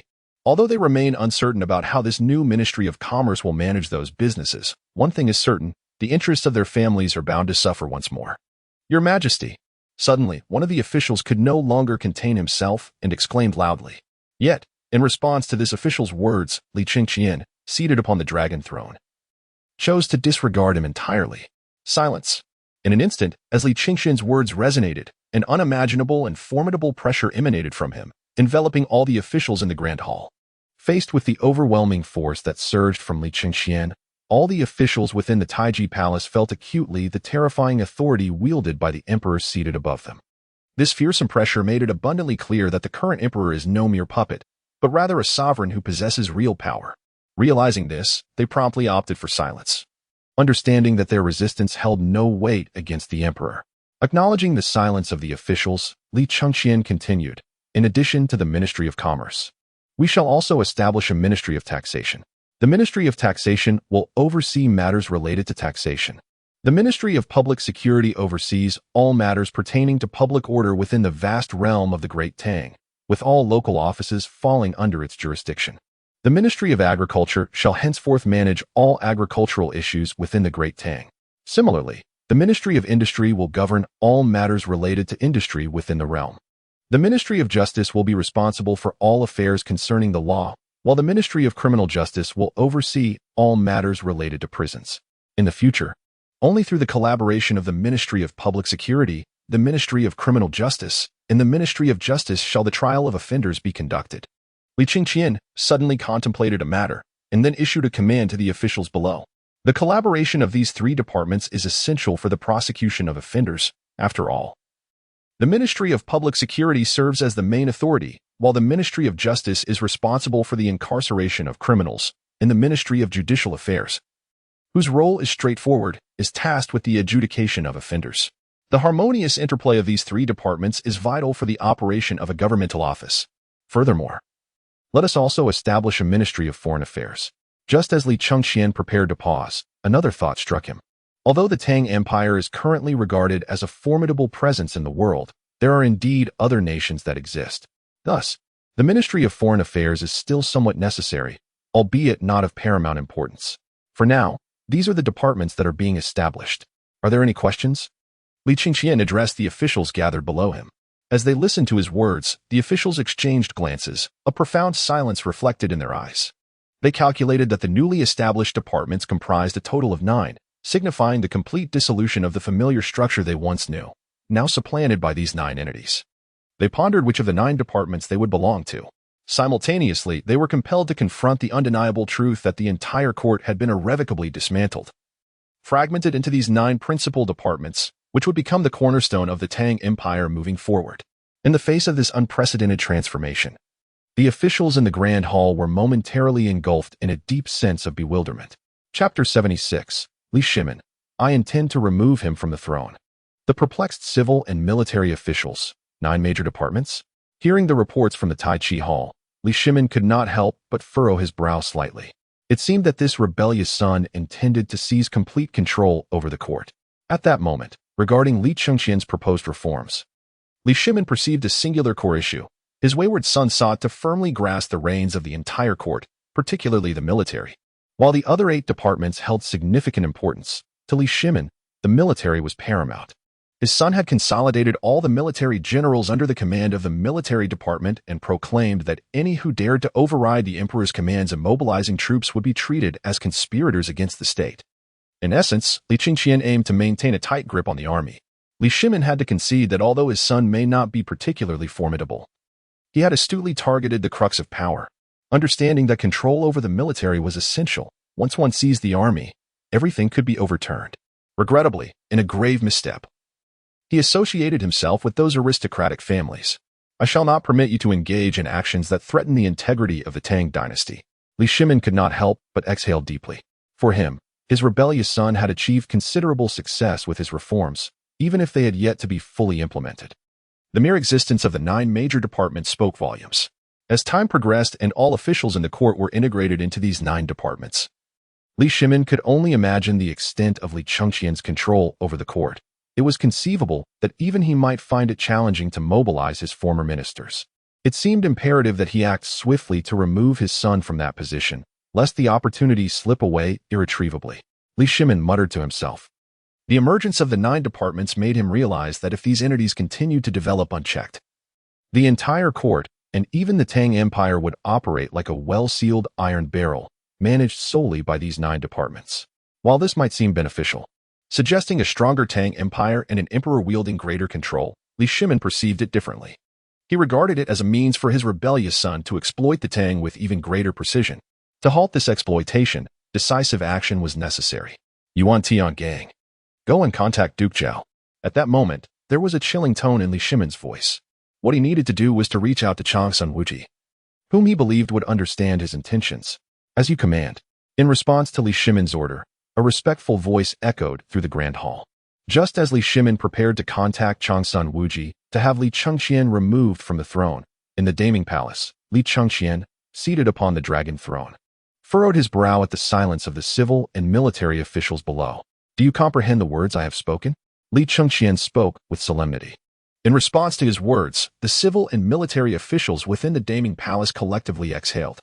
Having taken some time to digest the implications of the 9 departments that His Majesty intended to reform, it was precisely because they grasped the significance of these 9 departments that they now regarded the figure seated upon the dragon throne with a blend of complexity and apprehension. The emergence of these 9 departments heralded a complete dismantling of the existing systems throughout the Tang Empire, marking a pivotal shift where the entire empire would henceforth revolve around these core entities. From this moment onward, these 9 departments would be the heart of the Tang Empire, and all officials would find themselves as integral components within this framework. They could almost foresee that the emperor's grasp over the court would become unfathomably robust. Observing the silence that enveloped the officials, Li Qingqian continued to elaborate. Among these 9 departments, the Ministry of Agriculture and the Ministry of Industry would remain untouched. He would personally oversee their arrangements. He proclaimed to the entirety of Tang that all workers and farmers possessing sufficient confidence in their abilities could take up official positions within the Ministry of Agriculture and the Ministry of Industry. At this juncture, confronted with the officials' complex gazes, Li Qingqian dropped a bombshell. What? Your Majesty intends to appoint farmers and craftsmen as court officials? Instantly, The already bewildered officials were rendered even more perplexed by Li Chengxian's declaration. The implications of allowing farmers and craftsmen to assume such roles were beyond their imagination.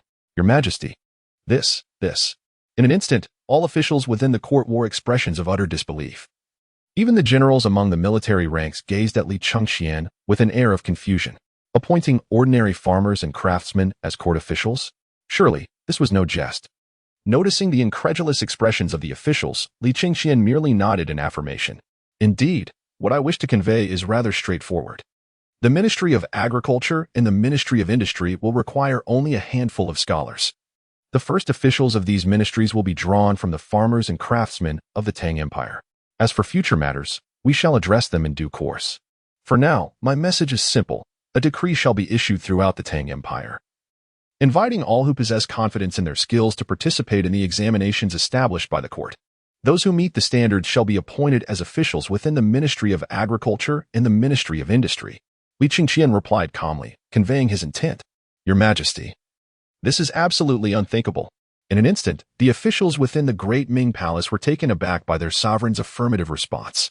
This no longer appeared to be a jest. It seemed His Majesty genuinely intended to appoint those ordinary farmers and craftsmen as officials in the court. Your Majesty, this is utterly unacceptable. In unison, all the officials within the Great Ming Palace fell to their knees. Chapter 77. My Tang Dynasty does not require useless individuals. Why not? Li Chengxian directly inquired, addressing the resounding voices that echoed through the Great Ming Palace. Please, enlighten me as to why we should not allow those ordinary farmers and craftsmen to serve as officials in the departments of industry and agriculture? Li Chengxian appeared to genuinely heed their opinions, his tone imbued with a hint of tranquility as he inquired, Your Majesty, how can those peasants and artisans, who have scarcely read a book and can barely recognize characters, possibly hold positions in the court? They may not even comprehend Your Majesty's edicts, which could render the court inoperable. In that instant, a flurry of anxious voices began to express their concerns. Although the Ministry of Industry and the Ministry of Agriculture were not particularly significant departments, they were resolute in their opposition to the inclusion of ordinary farmers and artisans within these ranks. They could tolerate the presence of scions from humble backgrounds in the court. For those individuals had once belonged to influential families and could be considered, albeit marginally, as part of their faction. However, as for the farmers and artisans, that was simply unacceptable. They deemed these individuals fit only for contempt. They absolutely could not permit such lowly persons to share the same court as themselves. In their eyes, there existed an insurmountable chasm between their respective standings, and the presence of farmers and artisans in the court was utterly intolerable. In response to the official's remarks, Li Chengxian could not help but smile coldly. You should understand the implications of the names Ministry of Agriculture and Ministry of Industry, should you not? Li Chengxian spoke in a low voice. Upon his inquiry, the officials within the Grand Hall could not help but nod slightly. They were not devoid of understanding. They could naturally infer the functions of the Ministry of Agriculture and the Ministry of Industry from their titles. We are aware, they replied in unison. Since you comprehend the roles of these ministries, might you provide a thoughtful response for me? Should we not appoint some farmers and craftsmen as officials in the Ministry of Agriculture and the Ministry of Industry? Are we to entrust the guidance of these laborers, who toil in the fields and maintain infrastructure, to those who merely possess knowledge of literature and writing? Should we allow scholars to impart wisdom through the teachings of Confucius, instructing them on how to act? Li Chengxian's tone grew increasingly frigid. Regarding the Ministry of Agriculture and the Ministry of Industry, my stance is unequivocal. The first generation of officials in both ministries must emerge from the common populace. The criteria for their assessment are straightforward. It is essential to evaluate the farmers and artisans on their ability to cultivate the land and utilize their respective skills. The Ministry of Agriculture must consist entirely of individuals who are well-versed in farming, possessing an intimate familiarity with the fields. If one lacks such knowledge and is unaware of how to till the soil and grow crops, what purpose do they serve in the Ministry of Agriculture? My Tang Dynasty has no need for the presence of such individuals. Li Chengxian's gaze was imbued with an icy demeanor. While the Ministry of Agriculture and the Ministry of Industry may have the presence of scholars, they must never dominate the mainstream. My Tang Dynasty has no need for inefficacy. These two ministries are fundamentally rooted in craftsmanship. Hence, an excess of mere bookish scholars is utterly unacceptable. Such scholars may exist, but they must be relegated to clerical positions, while the true labor must be performed by those skilled in agriculture and various crafts. This encapsulates his sentiment. In light of Li Qingquan's stance, the officials in the Grand Hall exchanged glances, each reflecting a shared discomfort. The emperor's message was unequivocal. While a few learned individuals may inhabit the Ministry of Agriculture and the Ministry of Industry, they will forever remain a minority. The prevailing influence in these ministries will belong to the very laborers and craftsmen they disdain. The thought of collaborating with those they look down upon left the officials of the Daming Palace feeling profoundly unsettled. Moreover, they were confronted with a pressing issue. Among the 9 major ministries, the military was evidently beyond their influence. And now the addition of 2 more ministries, agriculture and industry, meant that there were even more departments beyond their reach.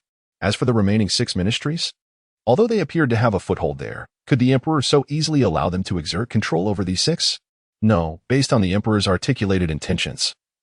It seemed imperative that all 9 ministries be staffed by individuals well-versed in their respective domains, just as the military must consist of martial generals. The Ministry of Agriculture should comprise farmers, and the Ministry of Industry should be filled with artisans. What are the other 6 ministries? For instance, does the Ministry of Commerce imply that all officials therein must be merchants? Should the judiciary be populated exclusively by those well-versed in the laws of the Tang Dynasty? In the Ministry of Taxation, must it not consist solely of individuals profoundly familiar with tax matters? Contemplating these implications, the officials in the Daming Palace wore expressions akin to having swallowed a fly, their countenances remarkably dismal. Observing the disheartened assembly, Li Qingquan nonchalantly waved his hand. If there is business to address, present it. If not, you may retire. Li Qingquan spoke calmly. In response to his words, the numerous officials in the Daming Palace found themselves momentarily at a loss for words. Observing the silent hall, Li Qingquan, seated upon the dragon throne, bellowed, dismissed. Instantly, upon hearing his command, the officials respectfully exclaimed, "Long live our emperor, 10,000 years." As waves of congratulations echoed through the hall, each official began to exit in succession. As they departed from the Daming Palace, a flicker of cool indifference passed through Li Qingquan's eyes. "Now, I shall observe whether you choose to act." At this moment, a glimmer of intrigue danced in his gaze. With the departure of the officials, news of the reforms discussed during the enthronement ceremony swiftly spread throughout the city of Chang'an. The establishment of the 9 departments plunged the city into fervent discussion. What do the 9 departments signify? Chapter 78. The tumultuous Chang'an city, living off imperial rations. As the populace of Chang'an absorbed this news, they were instantly filled with bewilderment. In light of the commoners' confusion, some knowledgeable citizens stepped forth to elucidate. If I am not mistaken, it means that the departments of the court will no longer resemble those we are accustomed to. For His Majesty has initiated a comprehensive reform of the court structure. Henceforth, there will only be these 9 departments. So there will only be these 9 departments in the court from now on? What do these 9 departments entail? The citizens of Chang'an could not help but voice their inquiries. For the ordinary populace, their curiosity was piqued regarding the implications behind these 9 departments. They yearned to comprehend what these entities would govern. After all, they resided in Chang'an, and once these 9 departments commenced their operations, they would undoubtedly be the first to be affected by their governance. Thus, they were eager to discern the true meaning of these 9 departments and the direction of their administration. Currently, it remained unclear what these 9 departments specifically entailed, but it was known that His Majesty had established them, marking a departure from the previous departments. From now on, only these 9 departments would occupy the court. Some slightly more discerning citizens shook their heads, aware of the significance behind the 9 departments but still questioning their exact nature. Apologies. But they have not convened in the court. How could they possibly comprehend the true essence of these 9 major departments?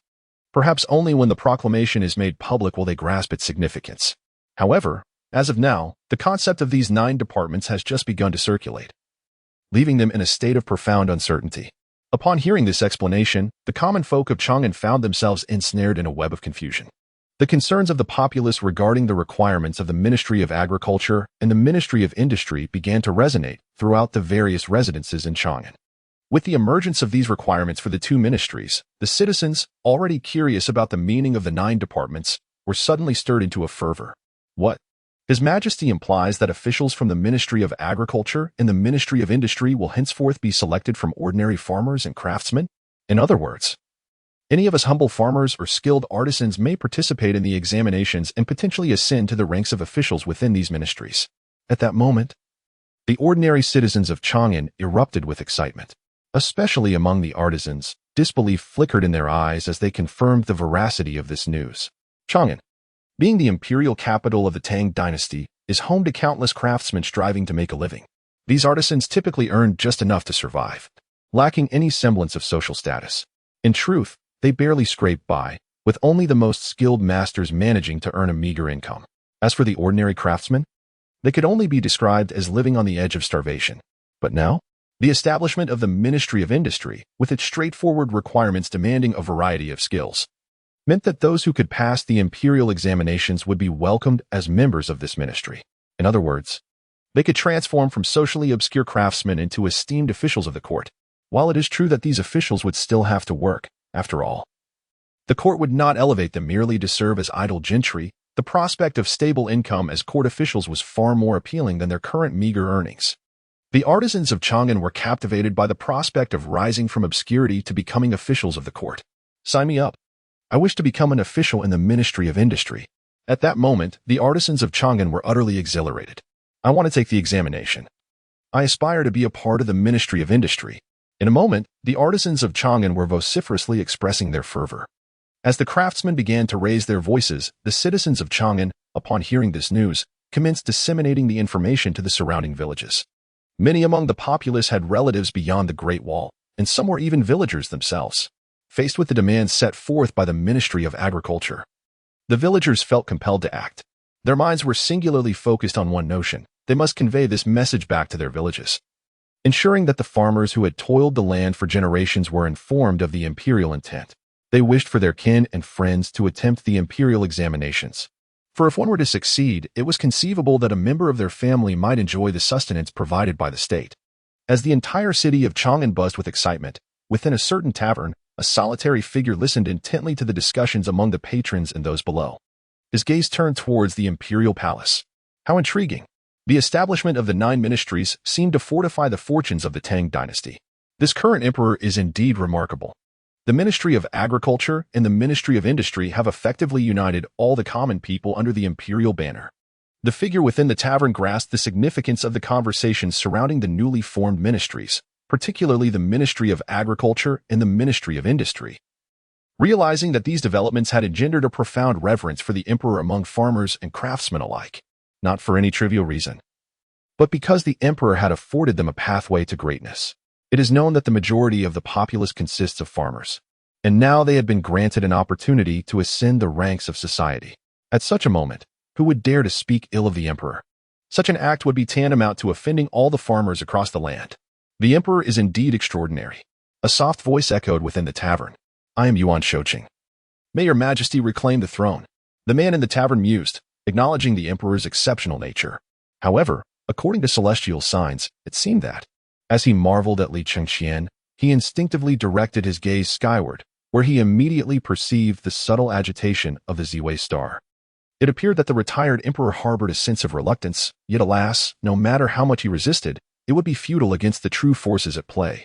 From the scene he beheld in the celestial realm, it was evident that the retired emperor Li Shimin would take action, resulting in a subtle ripple within the Tang Dynasty.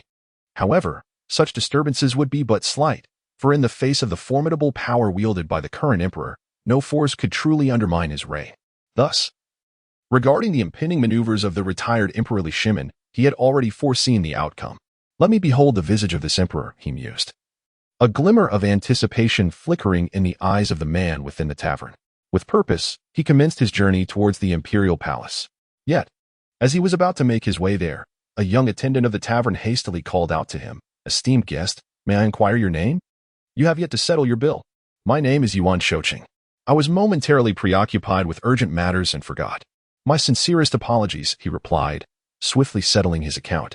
With a clatter, Yuan Shouqing completed the payment and departed the tavern, heading resolutely towards the palace. At that moment, unbeknownst to him, Li Shimin stealthily entered a concealed passageway. Li Shimin directly traversed the secret passage to arrive beyond the palace walls. Shortly thereafter, he materialized within the residence of Duke Xiao, Long Sun Wuji. The moment Li Shimin's figure graced the halls of the Duke's abode, Long Sun Wuji was utterly taken aback. Your Majesty, what is this? Faced with the presence of Li Shimin, Long Sun Wuji stood in bewilderment, gazing at the emperor before him. Shouldn't Li Shimin be within the imperial palace? How is it that the other party has suddenly appeared at his residence? In response to Chang Sun Wuji's bewilderment, Li Shimin simply waved his hand dismissively. These are trivial matters, unworthy of concern. This time, I have come to you to discuss matters of great significance. Li Shimin spoke solemnly. Upon hearing his words, Chang Sun Wuji quickly regained his composure. Indeed, while Li Shimin's sudden appearance in his residence was somewhat startling, it seemed to pale in comparison to the pressing matter at hand, the necessity of discussing how to dethrone the current emperor and facilitate Li Shimin's return to the throne as the abdicated sovereign. Your Majesty, we have matters to discuss, Chang Sun Wuji promptly interjected. Faced with Chang Sun Wuji's evident urgency, Li Shimin could not help but reveal a hint of curiosity. Please, elaborate. I invite you to share your thoughts first. Li Shimin inquired with a hint of confusion. At this moment, he was genuinely curious as to why Chang Sun Wuji appeared so frantic. What could have transpired? Listening to Li Shimin's words, Chang Sun Wuji spoke directly. Your Majesty, I implore you to ascend the throne once more. The Tang Dynasty requires your leadership. The Crown Prince's actions are utterly reckless. Chang Sun Wuji displayed a hint of desperation as he addressed Li Shimin. Your Majesty, if we allow the Crown Prince to continue on this reckless path, a grave calamity will undoubtedly befall the Tang Dynasty. The flourishing era of Zhengguan, which you have painstakingly established, will be utterly destroyed. Chang Sun Wuji passionately implored. At this moment, his sole intention was to persuade Li Shimin to reclaim the throne, to unseat the Emperor Li Changqian. Hearing the urgency in Chang Sun Wuji's words, Li Shimin narrowed his eyes slightly, gazing intently at him. Wuji, do you truly comprehend the gravity of your words? Should you pursue this course of action, the Tang Dynasty will inevitably plunge into chaos and warfare. It would throw our hard-won stability into utter turmoil. Are you suggesting that I sacrifice the entire Tang Dynasty for your personal desires? Li Shimin cast a grave glance at Chang Sun Wuji, as if the latter's suggestion were utterly reprehensible. I shall never acquiesce to your request. Li Shimin spoke with a voice filled with anger. However, for Chang Sun Wuji, who was well acquainted with Li Shimin, it was clear what lay within the emperor's heart. Perhaps half of Li Shimin's sentiments were genuine, yet the other half seemed merely a superficial display of emotion. Your Majesty. Yet,